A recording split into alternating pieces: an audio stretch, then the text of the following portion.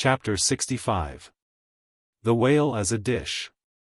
That mortal man should feed upon the creature that feeds his lamp, and, like Stubb, eat him by his own light, as you may say. This seems so outlandish a thing that one must needs go a little into the history and philosophy of it. It is upon record, that 3 centuries ago the tongue of the right whale was esteemed a great delicacy in France, and commanded large prices there. Also, that in Henry VIII's time, a certain cook of the court obtained a handsome reward for inventing an admirable sauce to be eaten with barbecued porpoises, which, you remember, are a species of whale. Porpoises, indeed, are to this day considered fine eating. The meat is made into balls about the size of billiard balls, and being well seasoned and spiced might be taken for turtle balls or veal balls. The old monks of Dunfermline were very fond of them. They had a great porpoise grant from the crown. The fact is, that among his hunters at least, the whale would by all hands be considered a noble dish, were there not so much of him. But when you come to sit down before a meat pie nearly 100 feet long, it takes away your appetite. Only the most unprejudiced of men like Stubb, nowadays partake of cooked whales. But the Eskimo are not so fastidious. We all know how they live upon whales, and have rare old vintages of prime old train oil. Zagranda, one of their most famous doctors, recommends strips of blubber for infants, as being exceedingly juicy and nourishing. And this reminds me that certain Englishmen, who long ago were accidentally left in Greenland by a whaling vessel, that these men actually lived for several months on the moldy scraps of whales which had been left ashore after trying out the blubber. Among the Dutch whalemen these scraps are called fritters, which, indeed, they greatly resemble, being brown and crisp, and smelling something like old Amsterdam housewives' doughnuts or olie cooks, when fresh. They have such an eatable look that the most self-denying stranger can hardly keep his hands off. But what further depreciates the whale as a civilized dish, is his exceeding richness. He is the great prize ox of the sea, too fat to be delicately good. Look at his hump, which would be as fine eating as the buffalo's, which is esteemed a rare dish, were it not such a solid pyramid of fat. But the spermaceti itself, how bland and creamy that is. Like the transparent, half-jellied, white meat of a coconut in the 3rd month of its growth, yet far too rich to supply a substitute for butter. Nevertheless, many whalemen have a method of absorbing it into some other substance, and then partaking of it. In the long try watches of the night it is a common thing for the seamen to dip their ship biscuit into the huge oil pots and let them fry there a while. Many a good supper have I thus made. In the case of a small sperm whale the brains are accounted a fine dish. The casket of the skull is broken into with an axe, and the 2 plump, whitish lobes being withdrawn, precisely resembling 2 large puddings, they are then mixed with flour and cooked into a most delectable mess, in flavor somewhat resembling calf's head, which is quite a dish among some epicures. And everyone knows that some young bucks among the epicures, by continually dining upon calves' brains, by and by get to have a little brains of their own, so as to be able to tell a calf's head from their own heads. Which, indeed, requires uncommon discrimination. And that is the reason why a young buck with an intelligent-looking calf's head before him, is somehow one of the saddest sights you can see. The head looks a sort of reproachfully at him, with an "et tu brute" expression. It is not, perhaps, entirely because the whale is so excessively unctuous that landsmen seem to regard the eating of him with abhorrence. That appears to result, in some way, from the consideration before mentioned, i.e. that a man should eat a newly murdered thing of the sea, and eat it too by its own light. But no doubt the first man that ever murdered an ox was regarded as a murderer, perhaps he was hung, and if he had been put on his trial by oxen, he certainly would have been. And he certainly deserved it if any murderer does. Go to the meat market of a Saturday night and see the crowds of live bipeds staring up at the long rows of dead quadrupeds. Does not that sight take a tooth out of the cannibal's jaw? Cannibals? Who is not a cannibal? I tell you it will be more tolerable for the Fiji that salted down a lean missionary in his cellar against a coming famine. It will be more tolerable for that provident Fiji, I say, in the day of judgment, than for thee, civilized and enlightened gourmand, who nailest geese to the ground and feastest on their bloated livers in thy pâté de foie gras. But Stubb, he eats the whale by its own light, does he? And that is adding insult to injury, is it? Look at your knife handle, there, my civilized and enlightened gourmand dining off that roast beef. What is that handle made of? What but the bones of the brother of the very ox you are eating? And what do you pick your teeth with, after devouring that fat goose? With a feather of the same fowl. And with what quill did the secretary of the Society for the Suppression of Cruelty to Ganders formally indite his circulars? It is only within the last month or two that that society passed a resolution to patronize nothing but steel pens. Chapter 66. The Shark Massacre. When in the southern fishery, a captured sperm whale, after long and weary toil, is brought alongside late at night, it is not, as a general thing at least, customary to proceed at once to the business of cutting him in. For that business is an exceedingly laborious one, is not very soon completed, and requires all hands to set about it. Therefore, the common usage is to take in all sail, lash the helm a lee, and then send everyone below to his hammock till daylight, with the reservation that, until that time, anchor watches shall be kept. That is, 2 and 2 for an hour, each couple, the crew in rotation shall mount the deck to see that all goes well. But sometimes, especially upon the line in the Pacific, this plan will not answer at all. Because such incalculable hosts of sharks gather round the moored carcass, that were he left so for 6 hours, say, on a stretch, little more than the skeleton would be visible by morning. In most other parts of the ocean, however, where these fish do not so largely abound, their wondrous voracity can be at times considerably diminished. By vigorously stirring them up with sharp whaling spades, a procedure notwithstanding, which, in some instances, only seems to tickle them into still greater activity. But it was not thus in the present case with the Pequod sharks. Though, to be sure, any man unaccustomed to such sights, to have looked over her side that night, would have almost thought the whole round sea was one huge cheese, and those sharks the maggots in it. Nevertheless, upon Stubb setting the anchor watch after his supper was concluded, and when, accordingly, Queequeg and a forecastle seaman came on deck, no small excitement was created among the sharks.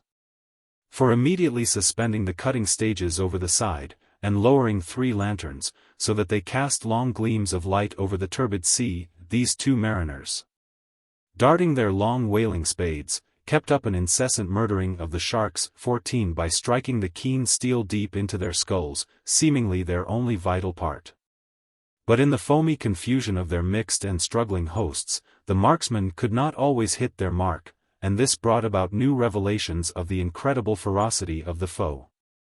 They viciously snapped, not only at each other's disembowelments, but like flexible bows, bent round, and bit their own, till those entrails seemed swallowed over and over again by the same mouth, to be oppositely voided by the gaping wound. Nor was this all. It was unsafe to meddle with the corpses and ghosts of these creatures.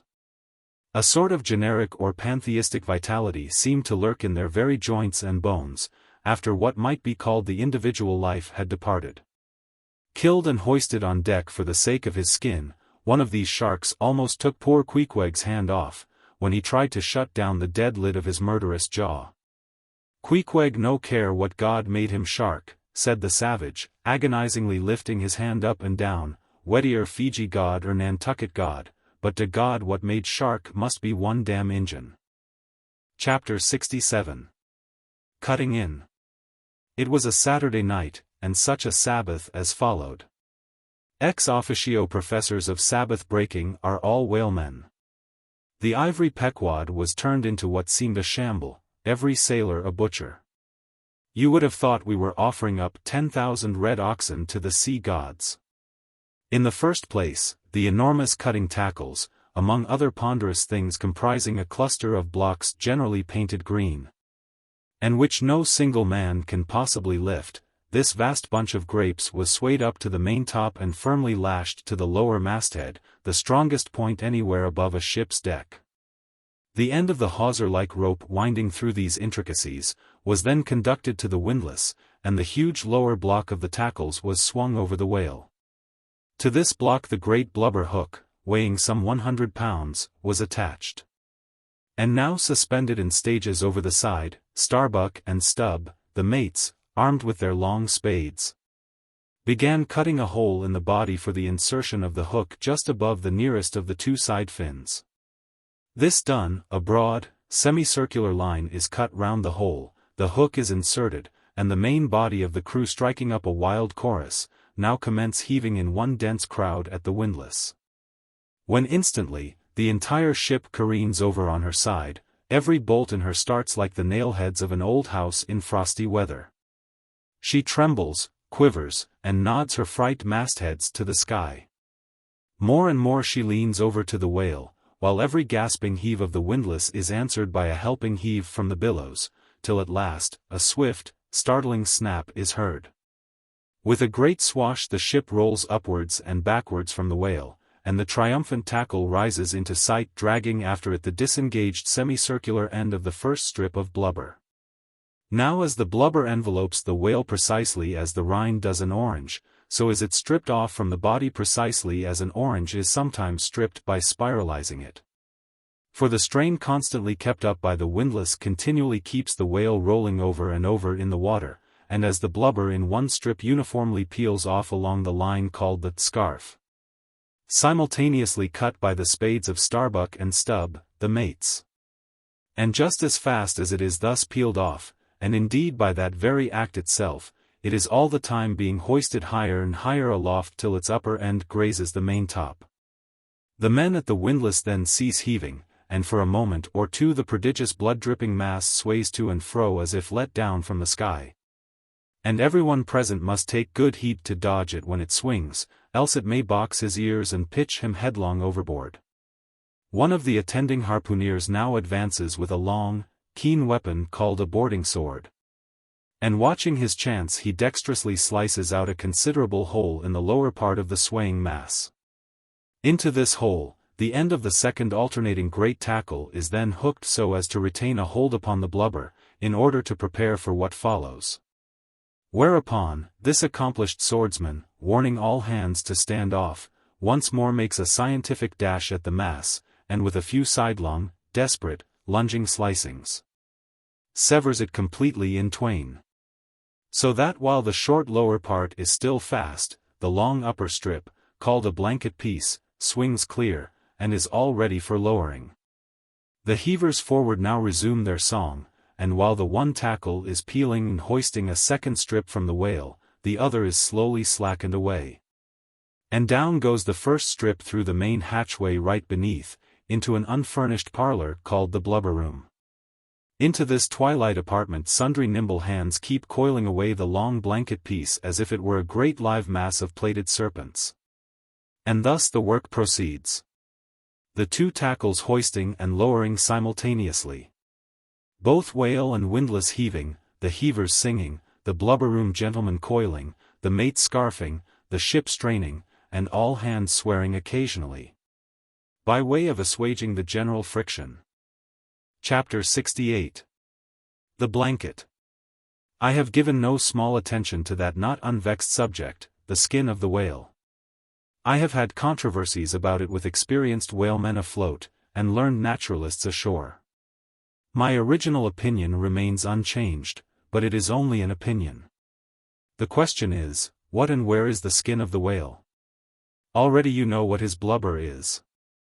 That blubber is something of the consistence of firm, close-grained beef, but tougher, more elastic and compact, and ranges from 8 or 10 to 12 and 15 inches in thickness.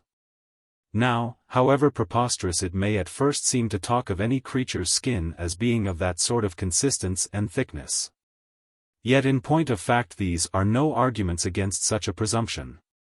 Because you cannot raise any other dense enveloping layer from the whale's body but that same blubber. And the outermost enveloping layer of any animal, if reasonably dense, what can that be but the skin?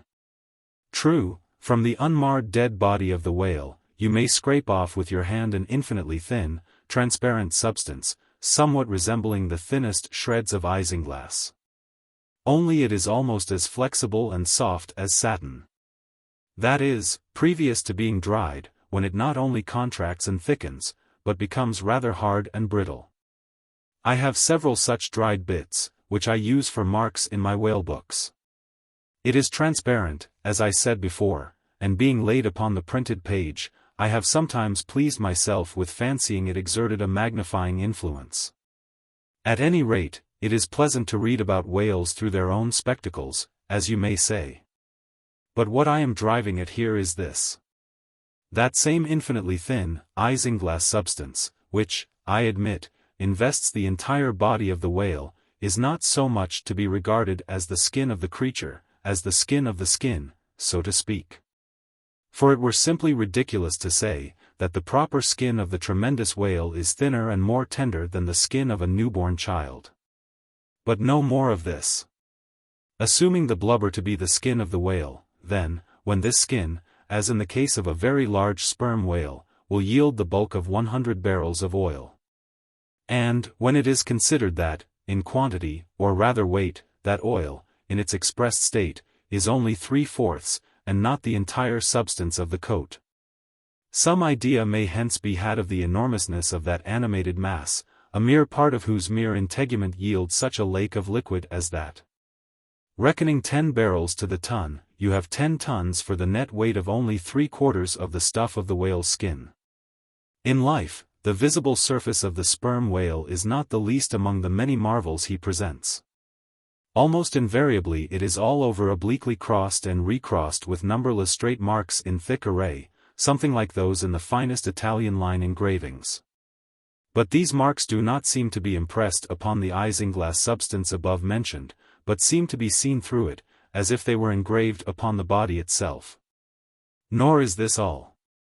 In some instances, to the quick, observant eye, those linear marks, as in a veritable engraving, but afford the ground for far other delineations. These are hieroglyphical. That is, if you call those mysterious ciphers on the walls of pyramids hieroglyphics, then that is the proper word to use in the present connection. By my retentive memory of the hieroglyphics upon one sperm whale in particular, I was much struck with a plate representing the old Indian characters chiseled on the famous hieroglyphic palisades on the banks of the upper Mississippi. Like those mystic rocks, too, the mystic marked whale remains undecipherable. This allusion to the Indian rocks reminds me of another thing. Besides all the other phenomena which the exterior of the sperm whale presents, he not seldom displays the back, and more especially his flanks. Effaced in great part of the regular linear appearance, by reason of numerous rude scratches, altogether of an irregular, random aspect. I should say that those New England rocks on the seacoast, which Agassiz imagines to bear the marks of violent scraping contact with vast floating icebergs, I should say that those rocks must not a little resemble the sperm whale in this particular. It also seems to me that such scratches in the whale are probably made by hostile contact with other whales, for I have most remarked them in the large, full-grown bulls of the species. A word or two more concerning this matter of the skin or blubber of the whale. It has already been said, that it is stripped from him in long pieces, called blanket pieces. Like most sea terms, this one is very happy and significant. For the whale is indeed wrapped up in his blubber as in a real blanket or counterpane. Or, still better, an Indian poncho slipped over his head, and skirting his extremity. It is by reason of this cozy blanketing of his body, that the whale is enabled to keep himself comfortable in all weathers, in all seas, times, and tides. What would become of a Greenland whale, say, in those shuddering, icy seas of the north, if unsupplied with his cozy surtout? True, other fish are found exceedingly brisk in those Hyperborean waters. But these, be it observed, are your cold-blooded, lungless fish, whose very bellies are refrigerators. Creatures, that warm themselves under the lee of an iceberg, as a traveler in winter would bask before an inn fire, whereas, like man, the whale has lungs and warm blood. Freeze his blood, and he dies. How wonderful is it then, except after explanation, that this great monster, to whom corporeal warmth is as indispensable as it is to man. How wonderful that he should be found at home, immersed to his lips for life in those Arctic waters. Where, when seamen fall overboard, they are sometimes found, months afterwards, perpendicularly frozen into the hearts of fields of ice, as a fly is found glued in amber. But more surprising is it to know, as has been proved by experiment, that the blood of a polar whale is warmer than that of a Borneo negro in summer. It does seem to me, that herein we see the rare virtue of a strong individual vitality, and the rare virtue of thick walls, and the rare virtue of interior spaciousness. O, man! Admire and model thyself after the whale. Do thou, too, remain warm among ice. Do thou, too, live in this world without being of it. Be cool at the equator, keep thy blood fluid at the pole. Like the great dome of St. Peter's, and like the great whale, retain, O man, in all seasons a temperature of thine own. But how easy and how hopeless to teach these fine things. Of erections, how few are domed like St. Peter's. Of creatures, how few vast as the whale. Chapter 69. The Funeral. Haul in the chains. Let the carcass go astern. The vast tackles have now done their duty. The peeled white body of the beheaded whale flashes like a marble sepulchre. Though changed in hue, it has not perceptibly lost anything in bulk. It is still colossal. Slowly it floats more and more away, the water round it torn and splashed by the insatiate sharks, and the air above vexed with rapacious flights of screaming fowls, whose beaks are like so many insulting poniards in the whale. The vast white headless phantom floats further and further from the ship, and every rod that it so floats, what seem square roods of sharks and cubic roods of fowls, augment the murderous din. For hours and hours from the almost stationary ship that hideous sight is seen. Beneath the unclouded and mild azure sky, upon the fair face of the pleasant sea, wafted by the joyous breezes, that great mass of death floats on, till lost in infinite perspectives.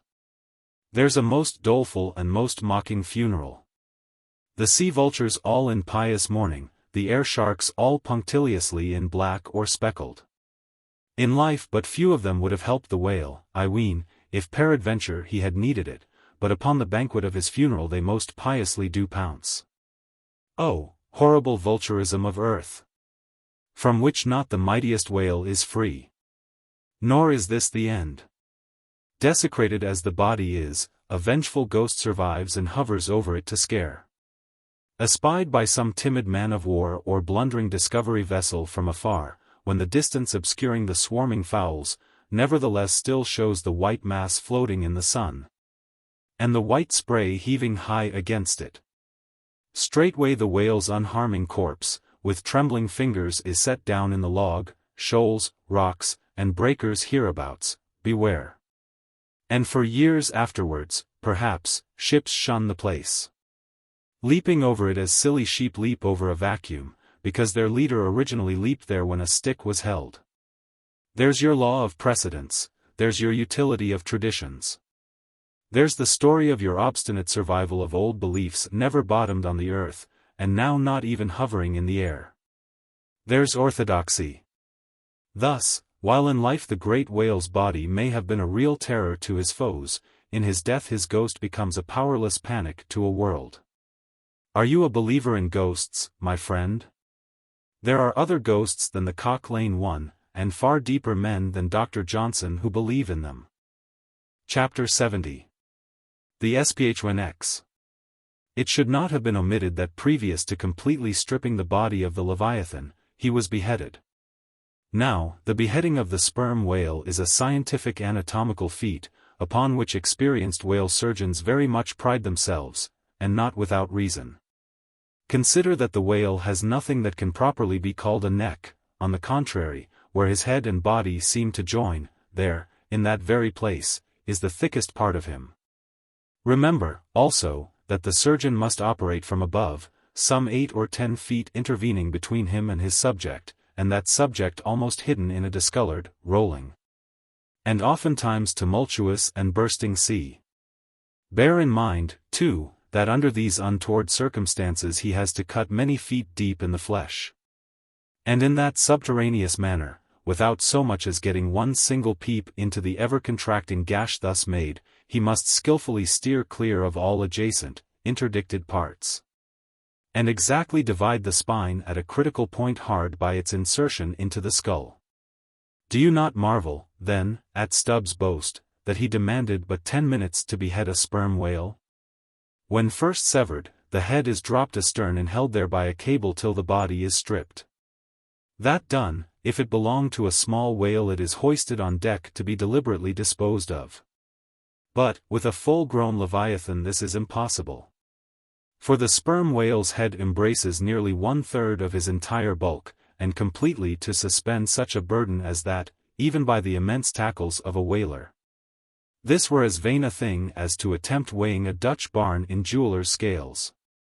The Pequod's whale being decapitated and the body stripped, the head was hoisted against the ship's side, about halfway out of the sea, so that it might yet in great part be buoyed up by its native element. And there with the strained craft steeply leaning over to it, by reason of the enormous downward drag from the lower masthead, and every yardarm on that side projecting like a crane over the waves. There, that blood-dripping head hung to the Pequod's waist like the giant Holofernes's from the girdle of Judith. When this last task was accomplished it was noon, and the seamen went below to their dinner. Silence reigned over the before tumultuous but now deserted deck. An intense copper calm, like a universal yellow lotus, was more and more unfolding its noiseless measureless leaves upon the sea. A short space elapsed, and up into this noiselessness came Ahab alone from his cabin. Taking a few turns on the quarterdeck, he paused to gaze over the side. Then slowly getting into the main chains he took Stubb's long spade, still remaining there after the whale's decapitation, and striking it into the lower part of the half-suspended mass, placed its other end crutchwise under one arm, and so stood leaning over with eyes attentively fixed on this head. It was a black and hooded head, and hanging there in the midst of so intense a calm, it seemed the Sphynx's in the desert. "Speak, thou vast and venerable head," muttered Ahab, which, though ungarnished with a beard, yet here and there lookest hoary with mosses. "Speak, mighty head, and tell us the secret thing that is in thee.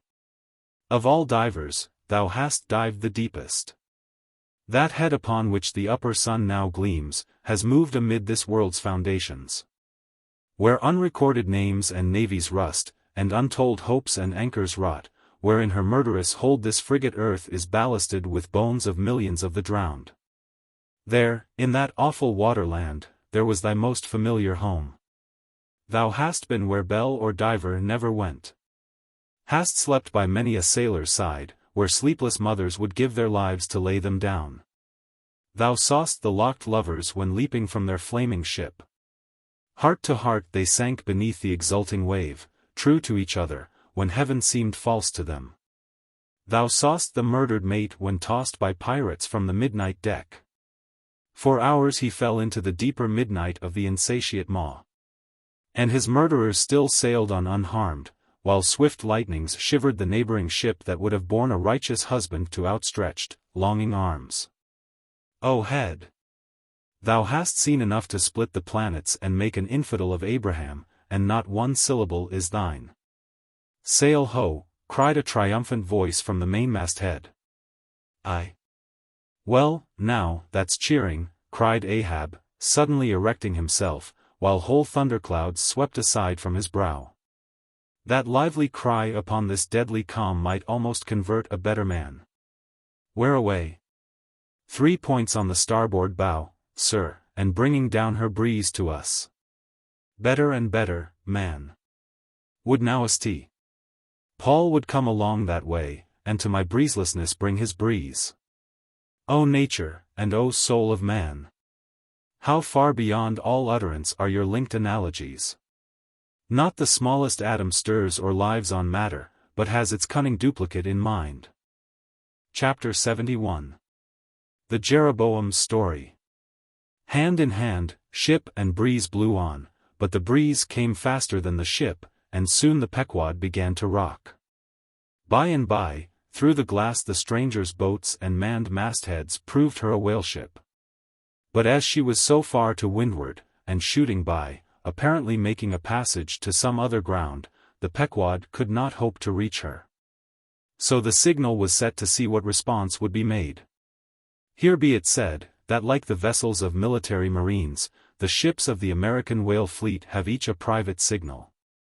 All which signals being collected in a book with the names of the respective vessels attached, every captain is provided with it.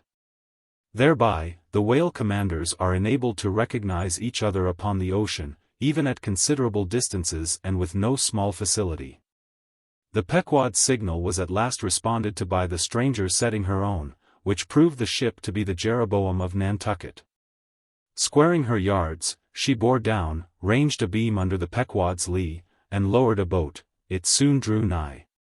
But, as the side ladder was being rigged by Starbuck's order to accommodate the visiting captain, the stranger in question waved his hand from his boat's stern in token of that proceeding being entirely unnecessary.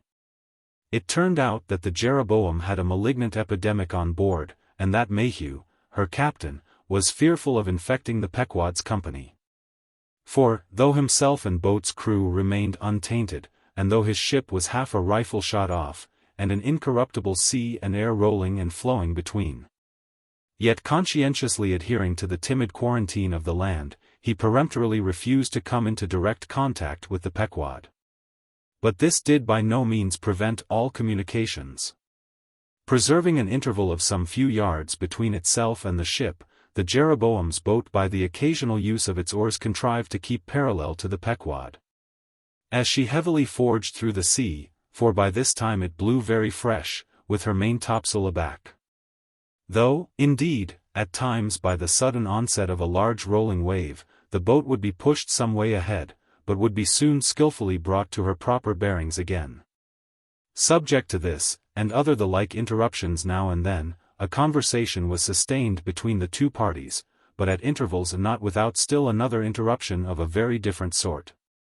Pulling an oar in the Jeroboam's boat, was a man of a singular appearance, even in that wild whaling life where individual notabilities make up all totalities. He was a small, short, youngish man, sprinkled all over his face with freckles, and wearing redundant yellow hair. A long-skirted, cabalistically cut coat of a faded walnut tinge enveloped him, the overlapping sleeves of which were rolled up on his wrists. A deep, settled, fanatic delirium was in his eyes. So soon as this figure had been first descried, Stubb had exclaimed, "That's he. That's he, the long-togged scaramouch the town-hose company told us of." Stubb here alluded to a strange story told of the Jeroboam, and a certain man among her crew, some time previous when the Pequod spoke the town-ho.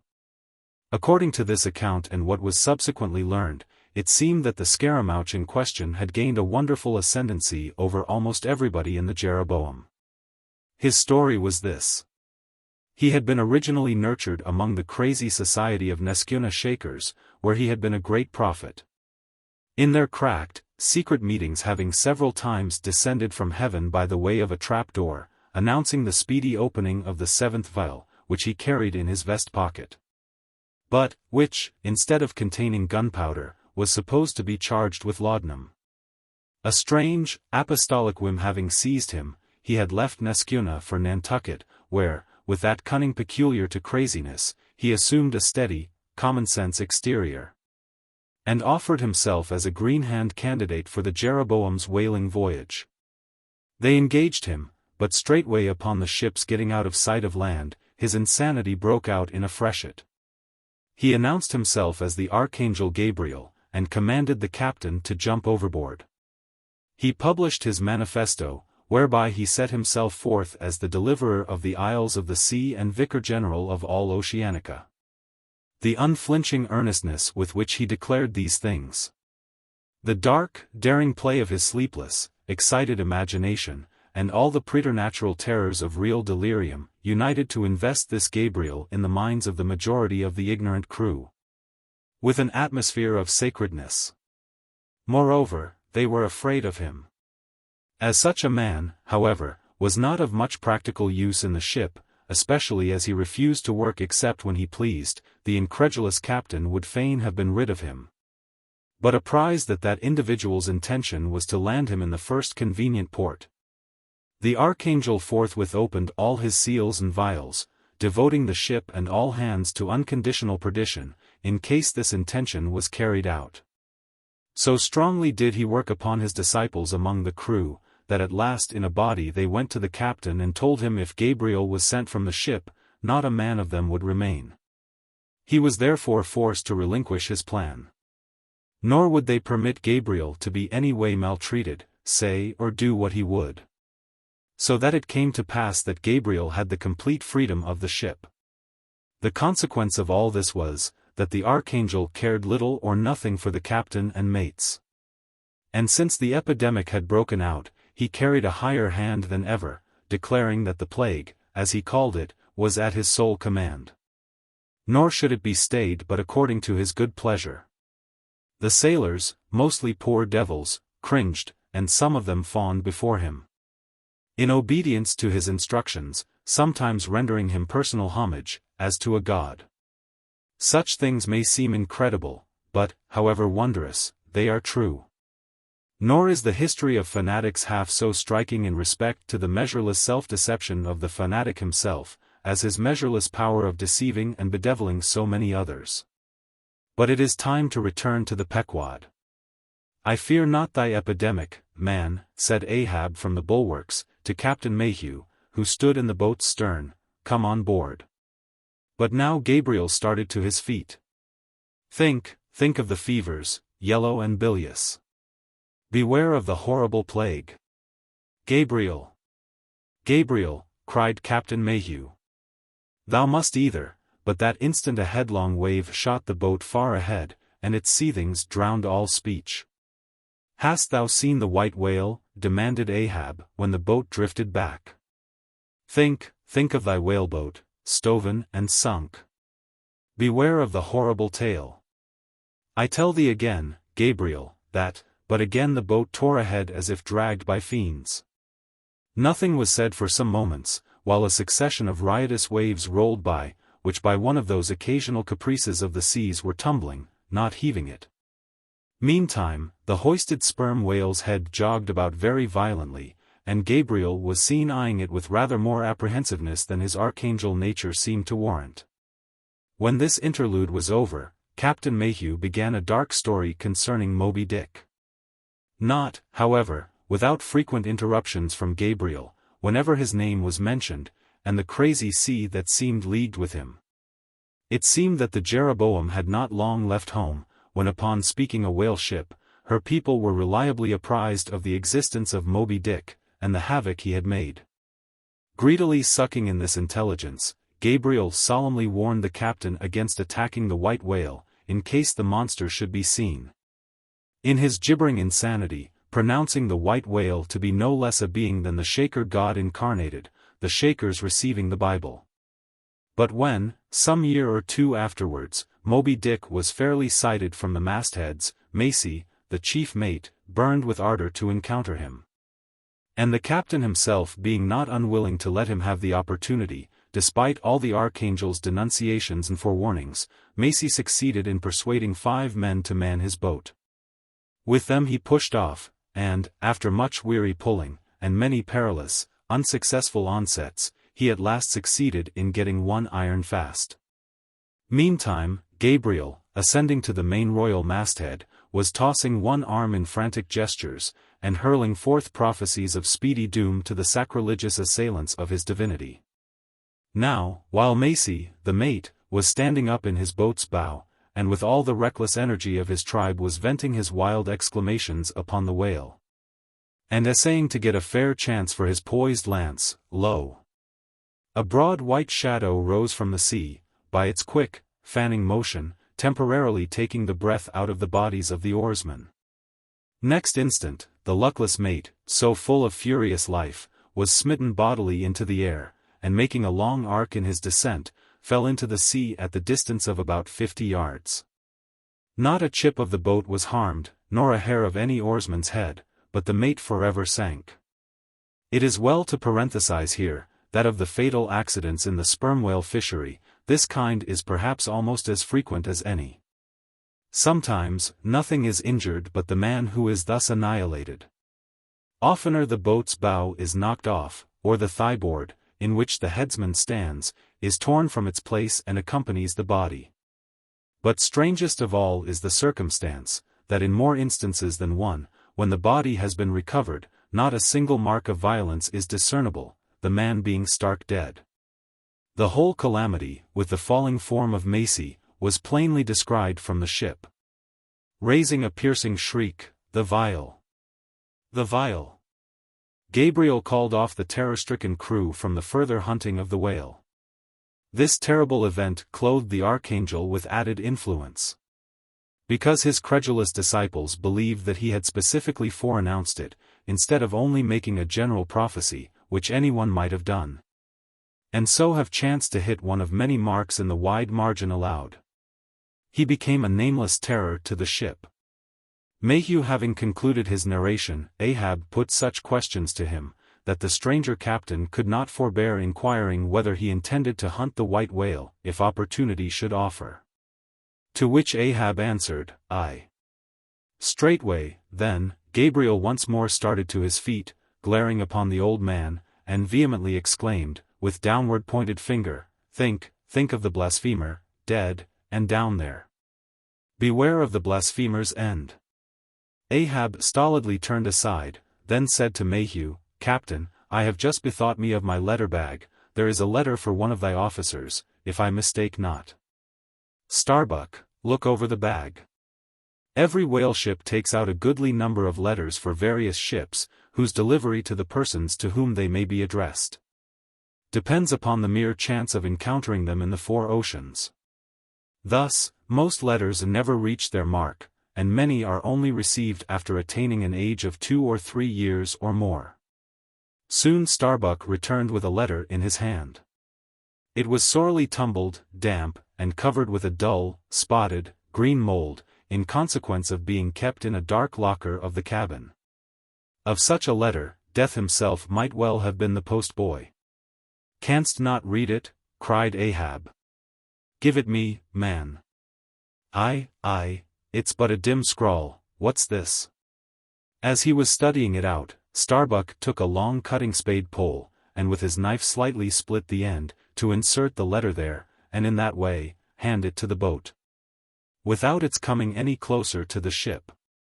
Meantime, Ahab holding the letter, muttered, "Mr. Har, yes, Mr. Harry, a woman's pinny hand, the man's wife, I'll wager, Mr. Harry Macy, ship Jeroboam, why it's Macy, and he's dead. Poor fellow. Poor fellow." "And from his wife," sighed Mayhew, "but let me have it." "Nay, keep it thyself," cried Gabriel to Ahab, "thou art soon going that way." "Curses throttle thee!" yelled Ahab. Captain Mayhew, stand by now to receive it, and taking the fatal missive from Starbuck's hands, he caught it in the slit of the pole, and reached it over towards the boat. But as he did so, the oarsman expectantly desisted from rowing, the boat drifted a little towards the ship's stern. So that, as if by magic, the letter suddenly ranged along with Gabriel's eager hand. He clutched it in an instant, seized the boat knife, and impaling the letter on it, sent it thus loaded back into the ship. It fell at Ahab's feet. Then Gabriel shrieked out to his comrades to give way with their oars, and in that manner the mutinous boat rapidly shot away from the Pequod. As, after this interlude, the seamen resumed their work upon the jacket of the whale, many strange things were hinted in reference to this wild affair. Chapter 72. The Monkey Rope. In the tumultuous business of cutting in and attending to a whale, there is much running backwards and forwards among the crew. Now hands are wanted here, and then again hands are wanted there. There is no staying in any one place, for at one and the same time everything has to be done everywhere. It is much the same with him who endeavors the description of the scene. We must now retrace our way a little. It was mentioned that upon first breaking ground in the whale's back, the blubber hook was inserted into the original hole there cut by the spades of the mates.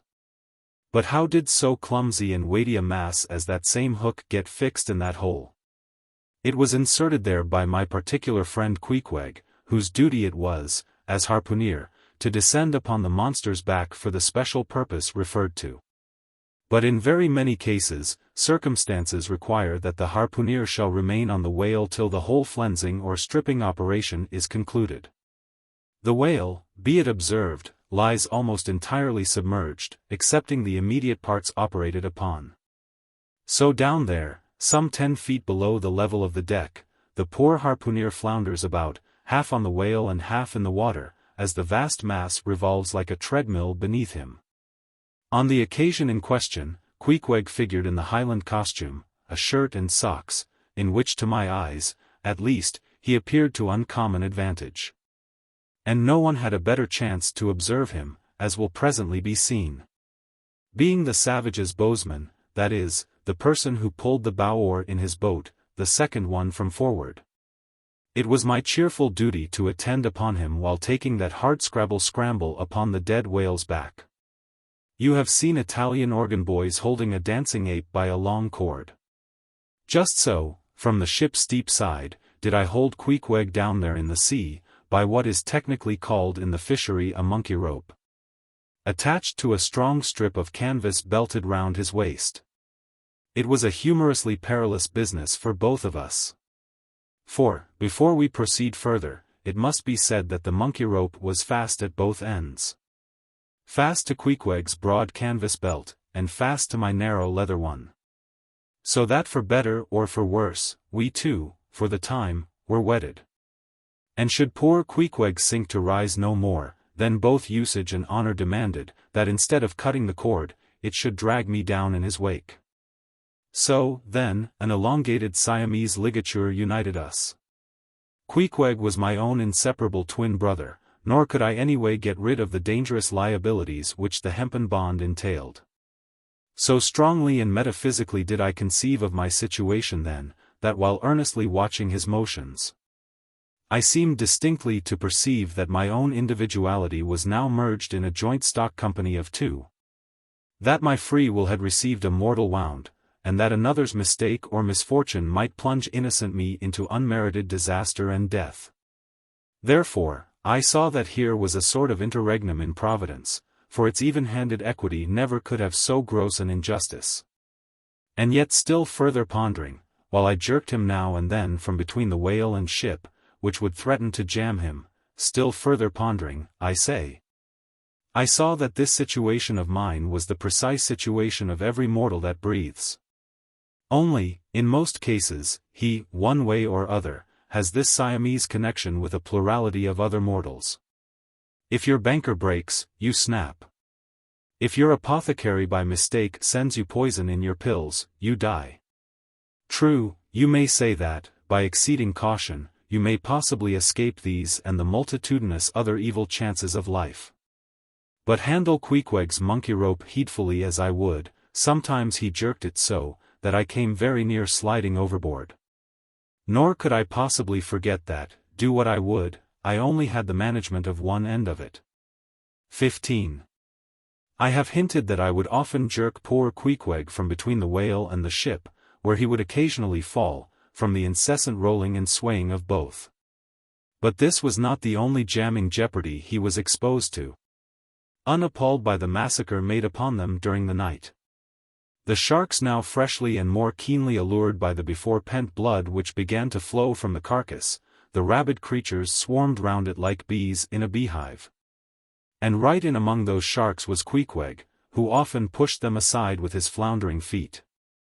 A thing altogether incredible were it not that attracted by such prey as a dead whale, the otherwise miscellaneously carnivorous shark will seldom touch a man.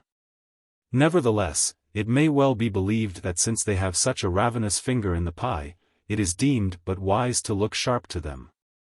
Accordingly, besides the monkey rope, with which I now and then jerked the poor fellow from too close a vicinity to the maw of what seemed a peculiarly ferocious shark, he was provided with still another protection. Suspended over the side in one of the stages, Tashtego and Dago continually flourished over his head a couple of keen whale spades, wherewith they slaughtered as many sharks as they could reach. This procedure of theirs, to be sure, was very disinterested and benevolent of them. They meant Queequeg's best happiness, I admit. But in their hasty zeal to befriend him, and from the circumstance that both he and the sharks were at times half hidden by the blood-muddled water, those indiscreet spades of theirs would come nearer amputating a leg than a tail. But poor Queequeg, I suppose, straining and gasping there with that great iron hook, poor Queequeg, I suppose, only prayed to his Yojo, and gave up his life into the hands of his gods.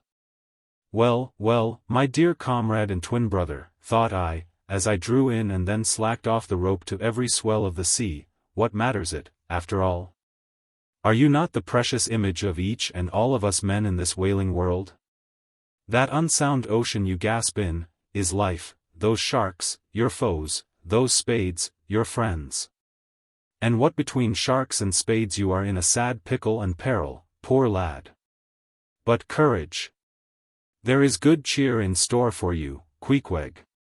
For now, as with blue lips and bloodshot eyes the exhausted savage at last climbs up the chains and stands all dripping and involuntarily trembling over the side, the steward advances, and with a benevolent, consolatory glance hands him, what? Some hot cognac? No. Hands him, ye gods. Hands him a cup of tepid ginger and water. Ginger? Do I smell ginger? Suspiciously asked Stubb, coming near. Yes, this must be ginger, peering into the as yet untasted cup. Then standing as if incredulous for a while, he calmly walked towards the astonished steward slowly saying, Ginger? Ginger? And will you have the goodness to tell me, Mr. Doughboy, where lies the virtue of ginger? Ginger. Is ginger the sort of fuel you use, Doughboy, to kindle a fire in this shivering cannibal? Ginger, what the devil is ginger? Sea coal? Firewood? Lucifer matches, tinder, gunpowder, what the devil is ginger, I say, that you offer this cup to our poor Queequeg here? There is some sneaking temperance society movement about this business, he suddenly added, now approaching Starbuck, who had just come from forward. Will you look at that cannikin, sir, smell of it, if you please. Then watching the mate's countenance, he added, the steward, Mr. Starbuck, had the face to offer that calomel and jalap to Queequeg, there, this instant off the whale. Is the steward an apothecary, sir? And may I ask whether this is the sort of bitters by which he blows back the life into a half-drowned man? I trust not, said Starbuck, it is poor stuff enough. I, steward, cried Stubb, will teach you to drug a harpooner, none of your apothecary's medicine here, you want to poison us, do ye? You have got out insurances on our lives and want to murder us all, and pocket the proceeds, do ye? It was not me, cried Doughboy, it was Aunt Charity that brought the ginger on board. And bade me never give the harpooneers any spirits, but only this ginger jub, so she called it. Ginger jub. You gingerly rascal. Take that. And run along with ye to the lockers, and get something better. I hope I do no wrong, Mr. Starbuck. It is the captain's orders, grog for the harpooner on a whale. Enough, replied Starbuck, only don't hit him again, but... Oh, I never hurt when I hit, except when I hit a whale or something of that sort, and this fellow's a weasel. What were you about saying, sir? Only this, go down with him, and get what thou wantest thyself. When Stubb reappeared, he came with a dark flask in one hand, and a sort of tea-caddy in the other. The first contained strong spirits, and was handed to Queequeg. The second was Aunt Charity's gift, and that was freely given to the waves. Chapter 73. Stubb and Flask kill a right whale, and then have a talk over him.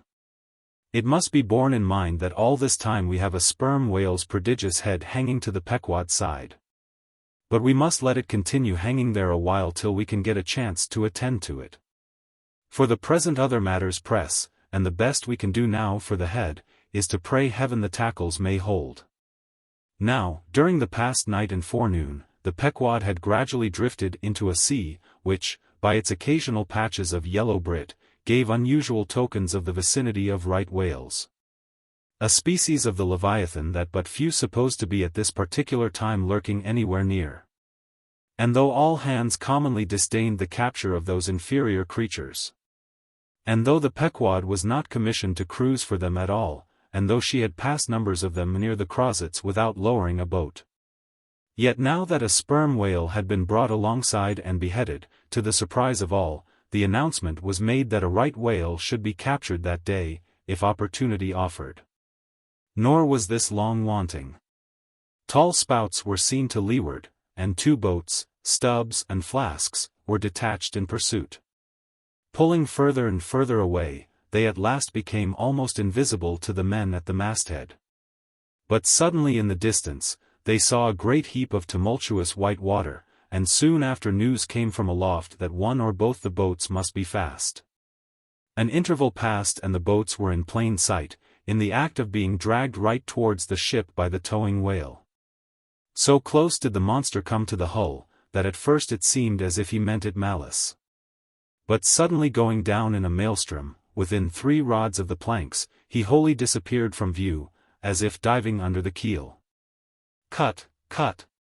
was the cry from the ship to the boats, which, for one instant, seemed on the point of being brought with a deadly dash against the vessel's side. But having plenty of line yet in the tubs, and the whale not sounding very rapidly, they paid out abundance of rope, and at the same time pulled with all their might so as to get ahead of the ship. For a few minutes the struggle was intensely critical. For while they still slacked out the tightened line in one direction, and still plied their oars in another, the contending strain threatened to take them under. But it was only a few feet advance they sought to gain. And they stuck to it till they did gain it. When instantly, a swift tremor was felt running like lightning along the keel, as the strained line, scraping beneath the ship, suddenly rose to view under her bows, snapping and quivering. And so flinging off its drippings, that the drops fell like bits of broken glass on the water, while the whale beyond also rose to sight, and once more the boats were free to fly. But the fagged whale abated his speed, and blindly altering his course, went round the stern of the ship towing the 2 boats after him, so that they performed a complete circuit. Meantime, they hauled more and more upon their lines, till close flanking him on both sides, Stubb answered Flask with lance for lance. And thus round and round the Pequod the battle went, while the multitudes of sharks that had before swum round the sperm whale's body, rushed to the fresh blood that was spilled. Thirstily drinking at every new gash, as the eager Israelites did at the new bursting fountains that poured from the smitten rock. At last his spout grew thick, and with a frightful roll and vomit, he turned upon his back a corpse. While the 2 headsmen were engaged in making fast cords to his flukes, and in other ways getting the mass in readiness for towing, some conversation ensued between them. "I wonder what the old man wants with this lump of foul lard," said Stubb, not without some disgust at the thought of having to do with so ignoble a Leviathan. "Wants with it?" said Flask, coiling some spare line in the boat's bow. "Did you never hear that the ship which but once has a sperm whale's head hoisted on her starboard side, and at the same time a right whale's on the larboard? Did you never hear, Stubb, that ship can never afterwards capsize?" "Why not?" "I don't know, but I heard that Gamboge ghost of a Fedallah saying so, and he seems to know all about ship's charms. But I sometimes think he'll charm the ship to no good at last. I don't half like that chap, Stubb.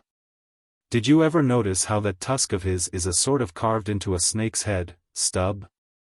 Sink him. I never look at him at all.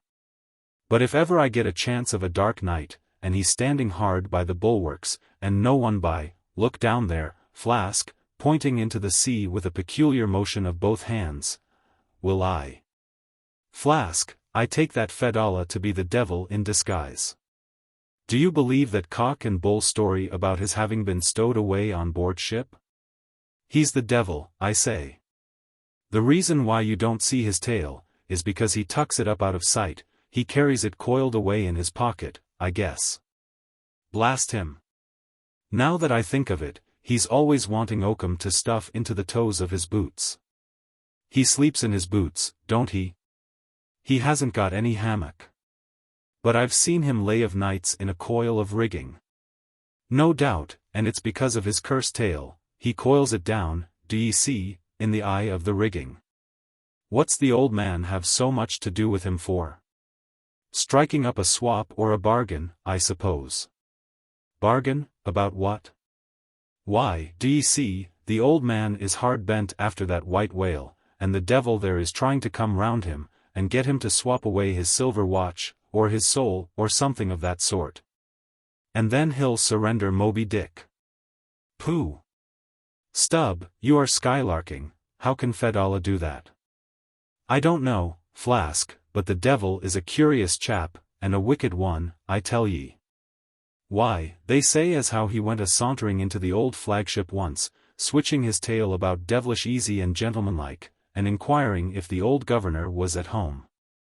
Well, he was at home, and asked the devil what he wanted. The devil, switching his hoofs, up and says, I want John. What for, says the old governor. What business is that of yours, says the devil, getting mad, I want to use him. Take him, says the governor, and by the Lord, Flask, if the devil didn't give John the Asiatic cholera before he got through with him, I'll eat this whale in one mouthful. But look sharp, ain't you all ready there? Well, then, pull ahead, and let's get the whale alongside. I think I remember some such story as you were telling, said Flask, when at last the two boats were slowly advancing with their burden towards the ship, but I can't remember where. 3 Spaniards? Adventures of those 3 bloody-minded soldados? Did ye read it there, Flask? I guess ye did. No, never saw such a book, heard of it, though. But now, tell me, Stubb, do you suppose that that devil you was speaking of just now, was the same you say is now on board the Pequod? Am I the same man that helped kill this whale? Doesn't the devil live forever? Who ever heard that the devil was dead? Did you ever see any parson a-wearing mourning for the devil? And if the devil has a latchkey to get into the admiral's cabin, don't you suppose he can crawl into a porthole? Tell me that, Mr. Flask. How old do you suppose Fedallah is, Stubb? Do you see that mainmast there, pointing to the ship? Well, that's the figure 1, now take all the hoops in the Pequod's hold, and string along in a row with that mast, for aughts, do you see? Well, that wouldn't begin to be Fedallah's age. Nor all the coopers in creation couldn't show hoops enough to make aughts enough. But see here, Stubb, I thought you a little boasted just now, that you meant to give Fedallah a sea toss, if you got a good chance.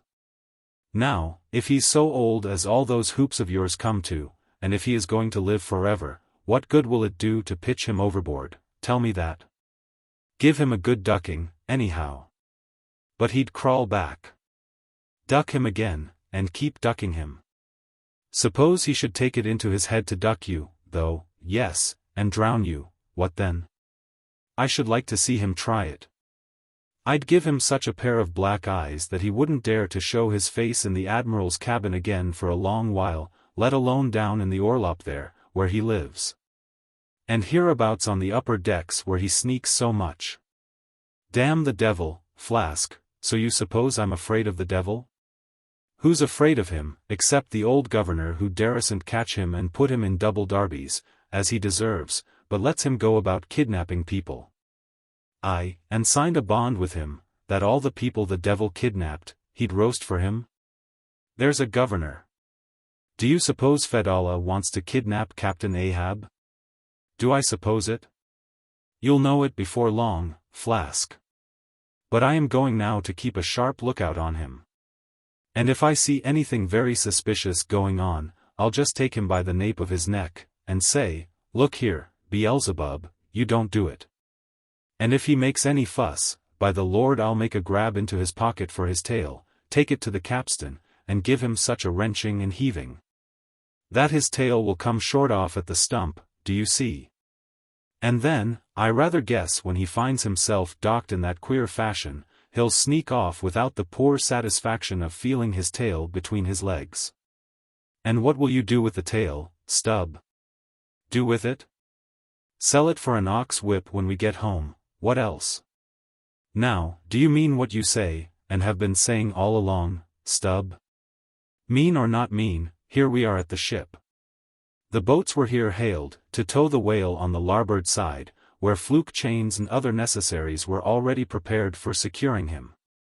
Didn't I tell you so? Said Flask. Yes, you'll soon see this right whale's head hoisted up opposite that Parmacetti's.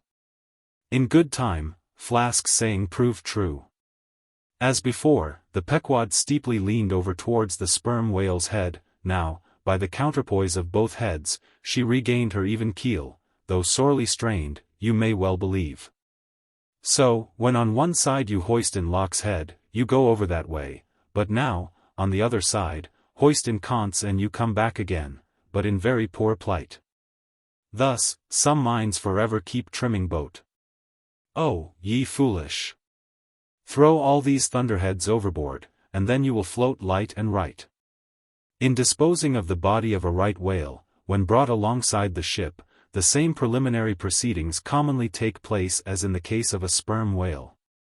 Only, in the latter instance, the head is cut off whole, but in the former the lips and tongue are separately removed and hoisted on deck, with all the well-known black bone attached to what is called the crown piece. But nothing like this, in the present case, had been done. The carcasses of both whales had dropped astern, and the head-laden ship not a little resembled a mule carrying a pair of overburdening panniers. Meantime, Fedallah was calmly eyeing the right whale's head, and ever and anon glancing from the deep wrinkles there to the lines in his own hand. And Ahab chanced so to stand, that the Parsee occupied his shadow, while, if the Parsee's shadow was there at all it seemed only to blend with, and lengthen Ahab's. As the crew toiled on, Laplandish speculations were bandied among them, concerning all these passing things. Chapter 74. The Sperm Whale's Head, Contrasted View. Here, now, are two great whales, laying their heads together. Let us join them, and lay together our own. Of the grand order of folio leviathans, the sperm whale and the right whale are by far the most noteworthy. They are the only whales regularly hunted by man. To the Nantucketer, they present the two extremes of all the known varieties of the whale, as the external difference between them is mainly observable in their heads. And as a head of each is this moment hanging from the Pequod side. And as we may freely go from one to the other, by merely stepping across the deck, where, I should like to know, will you obtain a better chance to study practical cetology than here? In the first place, you are struck by the general contrast between these heads. Both are massive enough in all conscience. But there is a certain mathematical symmetry in the sperm whales which the right whale sadly lacks. There is more character in the sperm whale's head. As you behold it, you involuntarily yield the immense superiority to him, in point of pervading dignity. In the present instance, too, this dignity is heightened by the pepper and salt color of his head at the summit, giving token of advanced age and large experience. In short, he is what the fishermen technically call a gray-headed whale. Let us now note what is least dissimilar in these heads, namely, the two most important organs, the eye and the ear. Far back on the side of the head, and low down, near the angle of either whale's jaw, if you narrowly search, you will at last see a lashless eye, which you would fancy to be a young colt's eye. So out of all proportion is it to the magnitude of the head. Now, from this peculiar sideway position of the whale's eyes, it is plain that he can never see an object which is exactly ahead, no more than he can one exactly astern. In a word, the position of the whale's eyes corresponds to that of a man's ears, and you may fancy, for yourself, how it would fare with you, did you sideways survey objects through your ears. You would find that you could only command some 30 degrees of vision in advance of the straight sideline of sight, and about 30 more behind it. If your bitterest foe were walking straight towards you, with dagger uplifted in broad day, you would not be able to see him any more than if he were stealing upon you from behind. In a word, you would have two backs, so to speak, but, at the same time, also, two fronts, side fronts. For what is it that makes the front of a man? What, indeed, but his eyes? Moreover, while in most other animals that I can now think of, the eyes are so planted as imperceptibly to blend their visual power, so as to produce one picture and not two to the brain. The peculiar position of the whale's eyes, effectually divided as they are by many cubic feet of solid head, which towers between them like a great mountain separating two lakes in valleys. This, of course, must wholly separate the impressions which each independent organ imparts. The whale, therefore, must see one distinct picture on this side, and another distinct picture on that side, while all between must be profound darkness and nothingness to him. Man may, in effect, be said to look out on the world from a sentry-box with two joined sashes for his window. But with the whale, these two sashes are separately inserted, making two distinct windows, but sadly impairing the view. This peculiarity of the whale's eyes is a thing always to be borne in mind in the fishery, and to be remembered by the reader in some subsequent scenes. A curious and most puzzling question might be started concerning this visual matter as touching the Leviathan. But I must be content with a hint. So long as a man's eyes are open in the light, the act of seeing is involuntary, that is, he cannot then help mechanically seeing whatever objects are before him. Nevertheless, anyone's experience will teach him, that though he can take in an undiscriminating sweep of things at one glance, it is quite impossible for him, attentively, and completely, to examine any two things, however large or however small, at one and the same instant of time. Never mind if they lie side by side and touch each other. But if you now come to separate these two objects, and surround each by a circle of profound darkness, then, in order to see one of them, in such a manner as to bring your mind to bear on it, the other will be utterly excluded from your contemporary consciousness. How is it, then, with the whale? True, both his eyes, in themselves, must simultaneously act. But is his brain so much more comprehensive, combining, and subtle than man's, that he can at the same moment of time attentively examine two distinct prospects, one on one side of him, and the other in an exactly opposite direction? If he can, then is it as marvelous a thing in him, as if a man were able simultaneously to go through the demonstrations of two distinct problems in Euclid. Nor, strictly investigated, is there any incongruity in this comparison. It may be but an idle whim, but it has always seemed to me, that the extraordinary vacillations of movement displayed by some whales when beset by 3 or 4 boats, the timidity and liability to queer frights, so common to such whales. I think that all this indirectly proceeds from the helpless perplexity of volition, in which their divided and diametrically opposite powers of vision must involve them. But the ear of the whale is full as curious as the eye. If you are an entire stranger to their race, you might hunt over these two heads for hours, and never discover that organ. The ear has no external leaf whatever, and into the hole itself you can hardly insert a quill, so wondrously minute is it. It is lodged a little behind the eye. With respect to their ears, this important difference is to be observed between the sperm whale and the right. While the ear of the former has an external opening, that of the latter is entirely and evenly covered over with a membrane, so as to be quite imperceptible from without. Is it not curious, that so vast a being as the whale should see the world through so small an eye, and hear the thunder through an ear which is smaller than a hare's? But if his eyes were broad as the lens of Herschel's great telescope, and his ears capacious as the porches of cathedrals, would that make him any longer of sight, or sharper of hearing? Not at all. Why then do you try to enlarge your mind? Subtilize it. Let us now, with whatever levers and steam engines we have at hand, cant over the sperm whale's head, that it may lie bottom up. Then, ascending by a ladder to the summit, have a peep down the mouth. And were it not that the body is now completely separated from it, with a lantern we might descend into the great Kentucky mammoth cave of his stomach. But let us hold on here by this tooth, and look about us where we are. What a really beautiful and chaste-looking mouth! From floor to ceiling, lined, or rather papered with a glistening white membrane, glossy as bridal satins. But come out now, and look at this portentous lower jaw, which seems like the long narrow lid of an immense snuff-box, with the hinge at one end, instead of one side. If you pry it up, so as to get it overhead, and expose its rows of teeth, it seems a terrific portcullis, and such, alas. It proves to many a poor wight in the fishery, upon whom these spikes fall with impaling force.